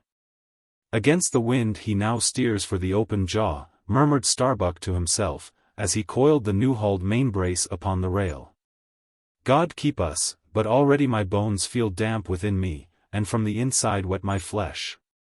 I misdoubt me that I disobey my God in obeying him. Stand by to sway me up, cried Ahab, advancing to the hempen basket. We should meet him soon. Aye, sir, and straightway Starbuck did Ahab's bidding, and once more Ahab swung on high. A whole hour now passed. Gold beaten out to ages. Time itself now held long breaths with keen suspense. But at last, some 3 points off the weather bow, Ahab descried the spout again, and instantly from the 3 mastheads 3 shrieks went up as if the tongues of fire had voiced it. Forehead to forehead I meet thee, this third time, Moby-Dick. On deck there, brace sharper up, crowd her into the wind's eye. He's too far off to lower yet, Mr. Starbuck. The sails shake. Stand over that helmsman with a topmaul. So, he travels fast, and I must down. But let me have one more good round look aloft here at the sea, there's time for that. An old sight, and yet somehow so young, and not changed a wink since I first saw it, a boy, from the sandhills of Nantucket. The same to Noah as to me. There's a soft shower to leeward. Such lovely leewardings. They must lead somewhere, to something else than common land, more palmy than the palms. Leeward. The white whale goes that way. Look to windward, then, the better if the bitter a quarter. But goodbye, old masthead. What's this, green? Aye, tiny mosses in these warped cracks. No such green weather stains on Ahab's head. There's the difference now between man's old age and matters. But I, old mast, we both grow old together. Sound in our hulls, though, are we not, my ship? Aye, minus a leg, that's all. By heaven, this dead wood has the better of my live flesh every way. I can't compare with it. And I've known some ships made of dead trees outlast the lives of men made of the most vital stuff of vital fathers. What's that he said? He should still go before me, my pilot. And yet to be seen again? But where? Will I have eyes at the bottom of the sea, supposing I descend those endless stairs? And all night I've been sailing from him, wherever he did sink to. I, like many more thou toldst direful truth as touching thyself, O Parsee, but, Ahab, there thy shot fell short. Goodbye, masthead, keep a good eye upon the whale, the while I'm gone. We'll talk tomorrow, nay, tonight, when the white whale lies down there, tied by head and tail. He gave the word. And still gazing round him, was steadily lowered through the cloven blue air to the deck. In due time the boats were lowered. But as standing in his shallop stern, Ahab just hovered upon the point of the descent, he waved to the mate, who held one of the tackle ropes on deck, and bade him pause. Starbuck. Sir. For the third time my soul's ship starts upon this voyage, Starbuck. Aye, sir, thou wilt have it so. Some ships sail from their ports, and ever afterwards are missing, Starbuck. Truth, sir, saddest truth. Some men die at ebb tide, some at low water, some at the full of the flood, and I feel now like a billow that's all one crested comb, Starbuck. I am old. Shake hands with me, man. Their hands met, their eyes fastened, Starbuck's tears the glue. Oh, my captain, noble heart, go not, see, it's a brave man that weeps. How great the agony of the persuasion then! Lower away! Cried Ahab, tossing the mate's arm from him. Stand by the crew! In an instant the boat was pulling round close under the stern. The sharks! The sharks! Cried a voice from the low cabin window there, Oh master, my master, come back! But Ahab heard nothing, for his own voice was high lifted then, and the boat leaped on. Yet the voice spake true. For scarce had he pushed from the ship, when numbers of sharks, seemingly rising from out the dark waters beneath the hull, maliciously snapped at the blades of the oars. Every time they dipped in the water. And in this way accompanied the boat with their bites. It is a thing not uncommonly happening to the whaleboats in those swarming seas. The sharks at times apparently following them in the same prescient way that vultures hover over the banners of marching regiments in the east. But these were the first sharks that had been observed by the Pequod since the white whale had been first descried. And whether it was that Ahab's crew were all such tiger-yellow barbarians, and therefore their flesh more musky to the senses of the sharks, a matter sometimes well known to affect them, however it was, they seemed to follow that one boat without molesting the others. Heart of wrought steel, murmured Starbuck gazing over the side, and following with his eyes the receding boat, canst thou yet ring boldly to that sight? Lowering thy keel among ravening sharks, and followed by them, open-mouthed to the chase, and this the critical third day, for when 3 days flow together in one continuous intense pursuit. Be sure the first is the morning, the second the noon, and the third the evening and the end of that thing, be that end what it may. Oh! My God! What is this that shoots through me, and leaves me so deadly calm, yet expectant, fixed at the top of a shutter? Future things swim before me, as in empty outlines and skeletons. All the past is somehow grown dim. Mary, girl! Thou fadest in pale glories behind me, boy. I seem to see but thy eyes grown wondrous blue. Strangest problems of life seem clearing. But clouds sweep between, is my journey's end coming? My legs feel faint, like his who has footed it all day. Feel thy heart, beats it yet? Stir thyself, Starbuck, stave it off, move, move. Speak aloud, masthead there. See ye my boy's hand on the hill, crazed, aloft there, keep thy keenest eye upon the boats, mark well the whale, ho! Again, drive off that hawk. See! He pecks, he tears the vane, pointing to the red flag flying at the main truck, ha! He soars away with it, where's the old man now? Seest thou that sight, O Ahab, shudder, shudder. The boats had not gone very far, when by a signal from the mastheads, a downward pointed arm, Ahab knew that the whale had sounded. But intending to be near him at the next rising, he held on his way a little sideways from the vessel. The becalmed crew maintaining the profoundest silence, as the head-beat waves hammered and hammered against the opposing bow. Drive, drive in your nails, O ye waves! To their uttermost heads drive them in. Ye but strike a thing without a lid, and no coffin and no hearse can be mine, and hemp only can kill me. Ha! Ha! Suddenly the waters around them slowly swelled in broad circles, then quickly upheaved, as if sideways sliding from a submerged berg of ice, swiftly rising to the surface. A low rumbling sound was heard, a subterraneous hum, and then all held their breaths. As bedraggled with trailing ropes, and harpoons, and lances, a vast form shot lengthwise, but obliquely from the sea. Shrouded in a thin drooping veil of mist, it hovered for a moment in the rainbowed air, and then fell swamping back into the deep. Crushed 30 feet upwards, the waters flashed for an instant like heaps of fountains, then brokenly sank in a shower of flakes. Leaving the circling surface creamed like new milk round the marble trunk of the whale. "Give way," cried Ahab to the oarsmen, and the boats darted forward to the attack.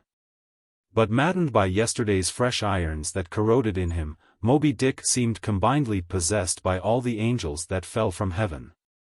The wide tiers of welded tendons overspreading his broad white forehead, beneath the transparent skin, looked knitted together, as head-on, he came churning his tail among the boats. And once more flailed them apart, spilling out the irons and lances from the two mates' boats, and dashing in one side of the upper part of their bows, but leaving Ahab's almost without a scar.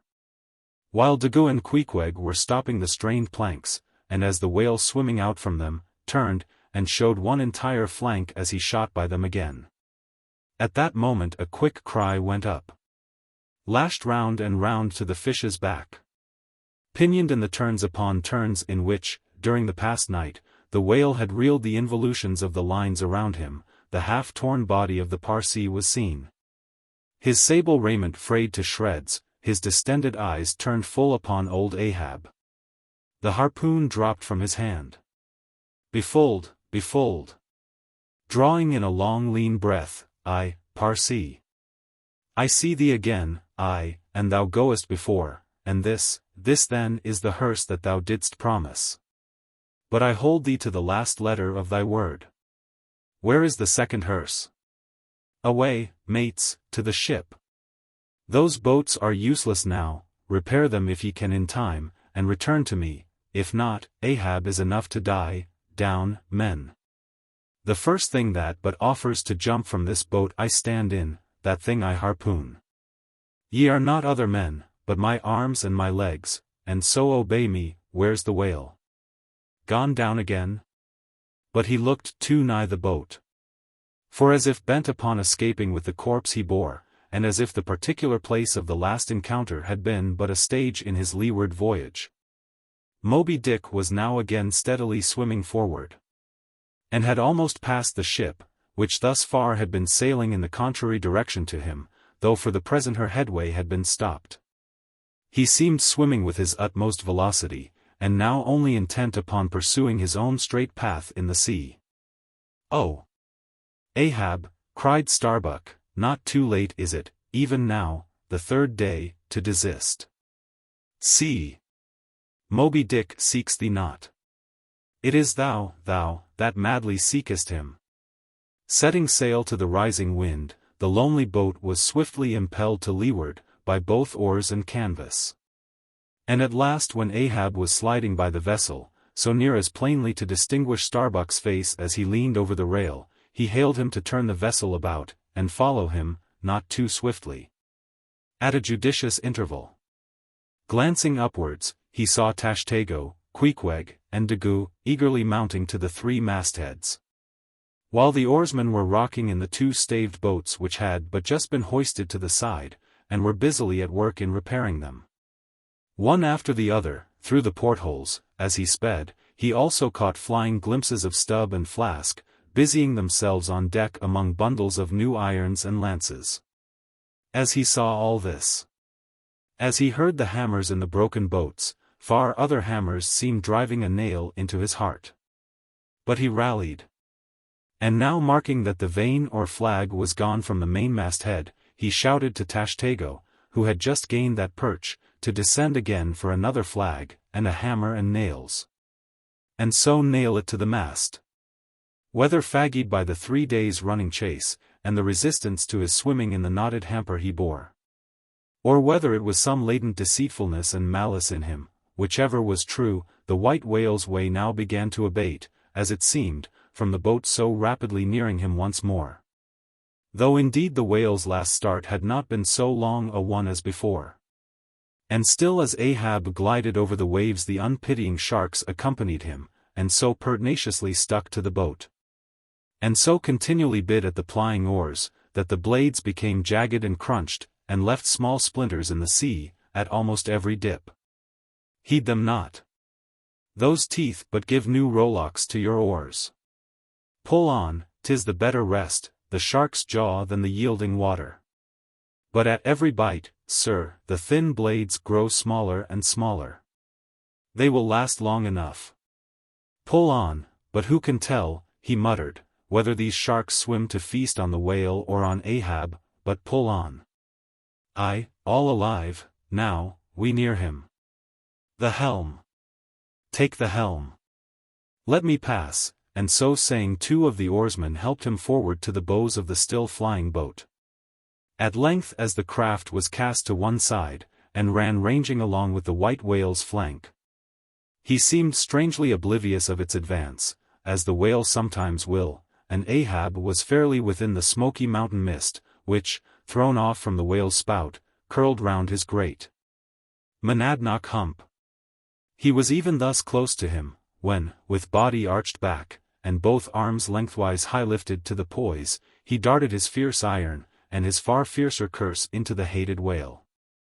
As both steel and curse sank to the socket, as if sucked into a morass, Moby-Dick sideways writhed, spasmodically rolled his nigh flank against the bow, and, without staving a hole in it, so suddenly canted the boat over, that had it not been for the elevated part of the gunwale to which he then clung, Ahab would once more have been tossed into the sea. As it was, 3 of the oarsmen, who foreknew not the precise instant of the dart, and were therefore unprepared for its effects, these were flung out. But so fell, that, in an instant 2 of them clutched the gunwale again, and rising to its level on a combing wave, hurled themselves bodily inboard again. The 3rd man helplessly dropping astern, but still afloat and swimming. Almost simultaneously, with a mighty volition of ungraduated, instantaneous swiftness, the white whale darted through the weltering sea. But when Ahab cried out to the steersman to take new turns with the line, and hold it so, and commanded the crew to turn round on their seats, and tow the boat up to the mark, the moment the treacherous line felt that double strain and tug, it snapped in the empty air. What breaks in me? Some sinew cracks, 'tis whole again, oars. Oars. Burst in upon him. Hearing the tremendous rush of the sea-crashing boat, the whale wheeled round to present his blank forehead at bay, but in that evolution, catching sight of the nearing black hull of the ship, seemingly seeing in it the source of all his persecutions, bethinking it, it may be, a larger and nobler foe. Of a sudden, he bore down upon its advancing prow, smiting his jaws amid fiery showers of foam. Ahab staggered, his hand smote his forehead. I grow blind, hands. Stretch out before me that I may yet grope my way. Is't night? The whale. The ship, cried the cringing oarsman. Oars. Oars. Slope downwards to thy depths, O sea, that ere it be forever too late, Ahab may slide this last time upon his mark. I see, the ship. The ship. Dash on, my men. Will ye not save my ship? But as the oarsmen violently forced their boat through the sledge-hammering seas, the before whale-smitten bow ends of 2 planks burst through, and in an instant almost, the temporarily disabled boat lay nearly level with the waves. Its half-waiting, splashing crew, trying hard to stop the gap and bail out the pouring water. Meantime, for that one beholding instant, Tashtego's masthead hammer remained suspended in his hand. And the red flag, half wrapping him as with a plaid, then streamed itself straight out from him, as his own forward-flowing heart. While Starbuck and Stubb, standing upon the bowsprit beneath, caught sight of the downcoming monster just as soon as he. The whale, the whale! Up helm, up helm! Oh, all ye sweet powers of air, now hug me close. Let not Starbuck die, if die he must, in a woman's fainting fit. Up helm, I say, ye fools, the jaw.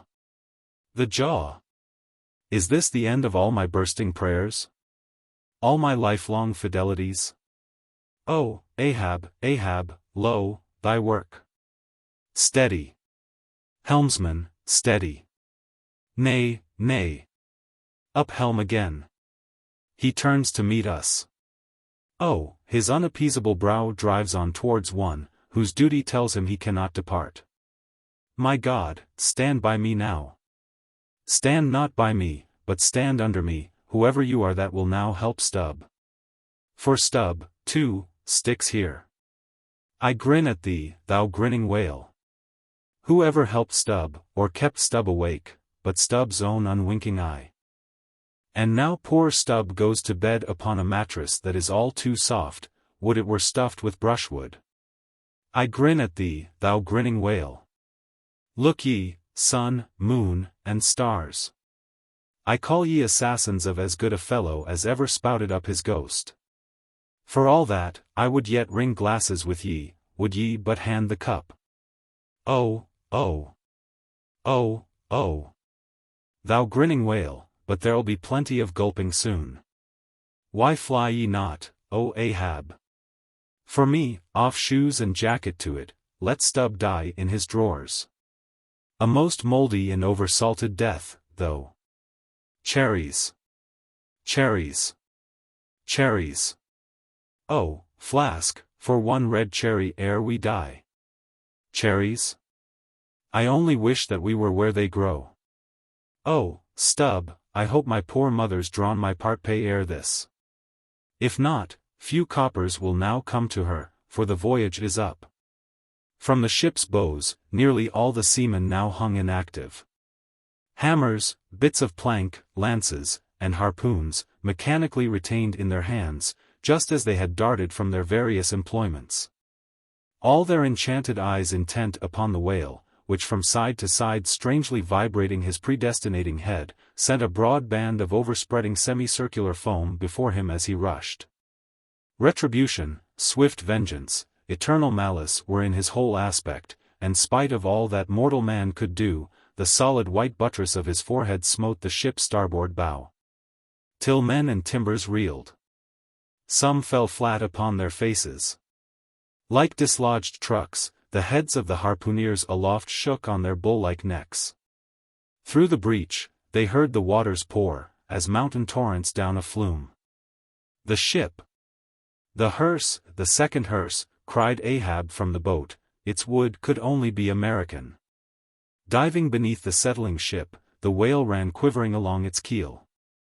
But turning under water, swiftly shot to the surface again, far off the other bow, but within a few yards of Ahab's boat, where, for a time, he lay quiescent. I turn my body from the sun. What ho, Tashtego! Let me hear thy hammer. Oh! Ye three unsurrendered spires of mine, thou uncracked keel, and only God-bullied hull. Thou firm deck, and haughty helm, and pole-pointed prow, death-glorious ship. Must ye then perish, and without me? Am I cut off from the last fond pride of meanest shipwrecked captains? Oh, lonely death on lonely life! Oh, now I feel my topmost greatness lies in my topmost grief. Ho, ho! From all your furthest bounds, pour ye now in, ye bold billows of my whole foregone life, and top this one-piled comber of my death. Towards thee I roll, thou all-destroying but unconquering whale. To the last I grapple with thee, from hell's heart I stab at thee, for hate's sake I spit my last breath at thee. Sink all coffins and all hearses to one common pool. And since neither can be mine, let me then tow to pieces, while still chasing thee, though tied to thee, thou damned whale. Thus, I give up the spear. The harpoon was darted. The stricken whale flew forward, with igniting velocity the line ran through the groove, ran foul. Ahab stooped to clear it, he did clear it. But the flying turn caught him round the neck, and voicelessly as Turkish mutes bowstring their victim, he was shot out of the boat, ere the crew knew he was gone. Next instant, the heavy ice-splice in the rope's final end flew out of the stark empty tub, knocked down an oarsman, and smiting the sea, disappeared in its depths. For an instant, the tranced boat's crew stood still, then turned. The ship? Great God, where is the ship? Soon they through dim, bewildering mediums saw her sidelong fading phantom, as in the gaseous Fata Morgana, only the uppermost masts out of water. While fixed by infatuation, or fidelity, or fate, to their once lofty perches, the pagan harpooneers still maintained their sinking lookouts on the sea. And now, concentric circles seized the lone boat itself, and all its crew, and each floating oar, and every lance pole, and spinning, animate and inanimate, all round and round in one vortex. Carried the smallest chip of the Pequod out of sight. But as the last whelmings intermixingly poured themselves over the sunken head of the Indian at the mainmast, leaving a few inches of the erect spar yet visible.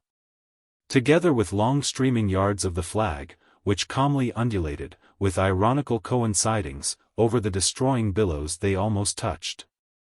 At that instant, a red arm and a hammer hovered backwardly uplifted in the open air, in the act of nailing the flag faster and yet faster to the subsiding spar. A skyhawk that tauntingly had followed the main truck downwards from its natural home among the stars, pecking at the flag, and incommoding Tashtego there.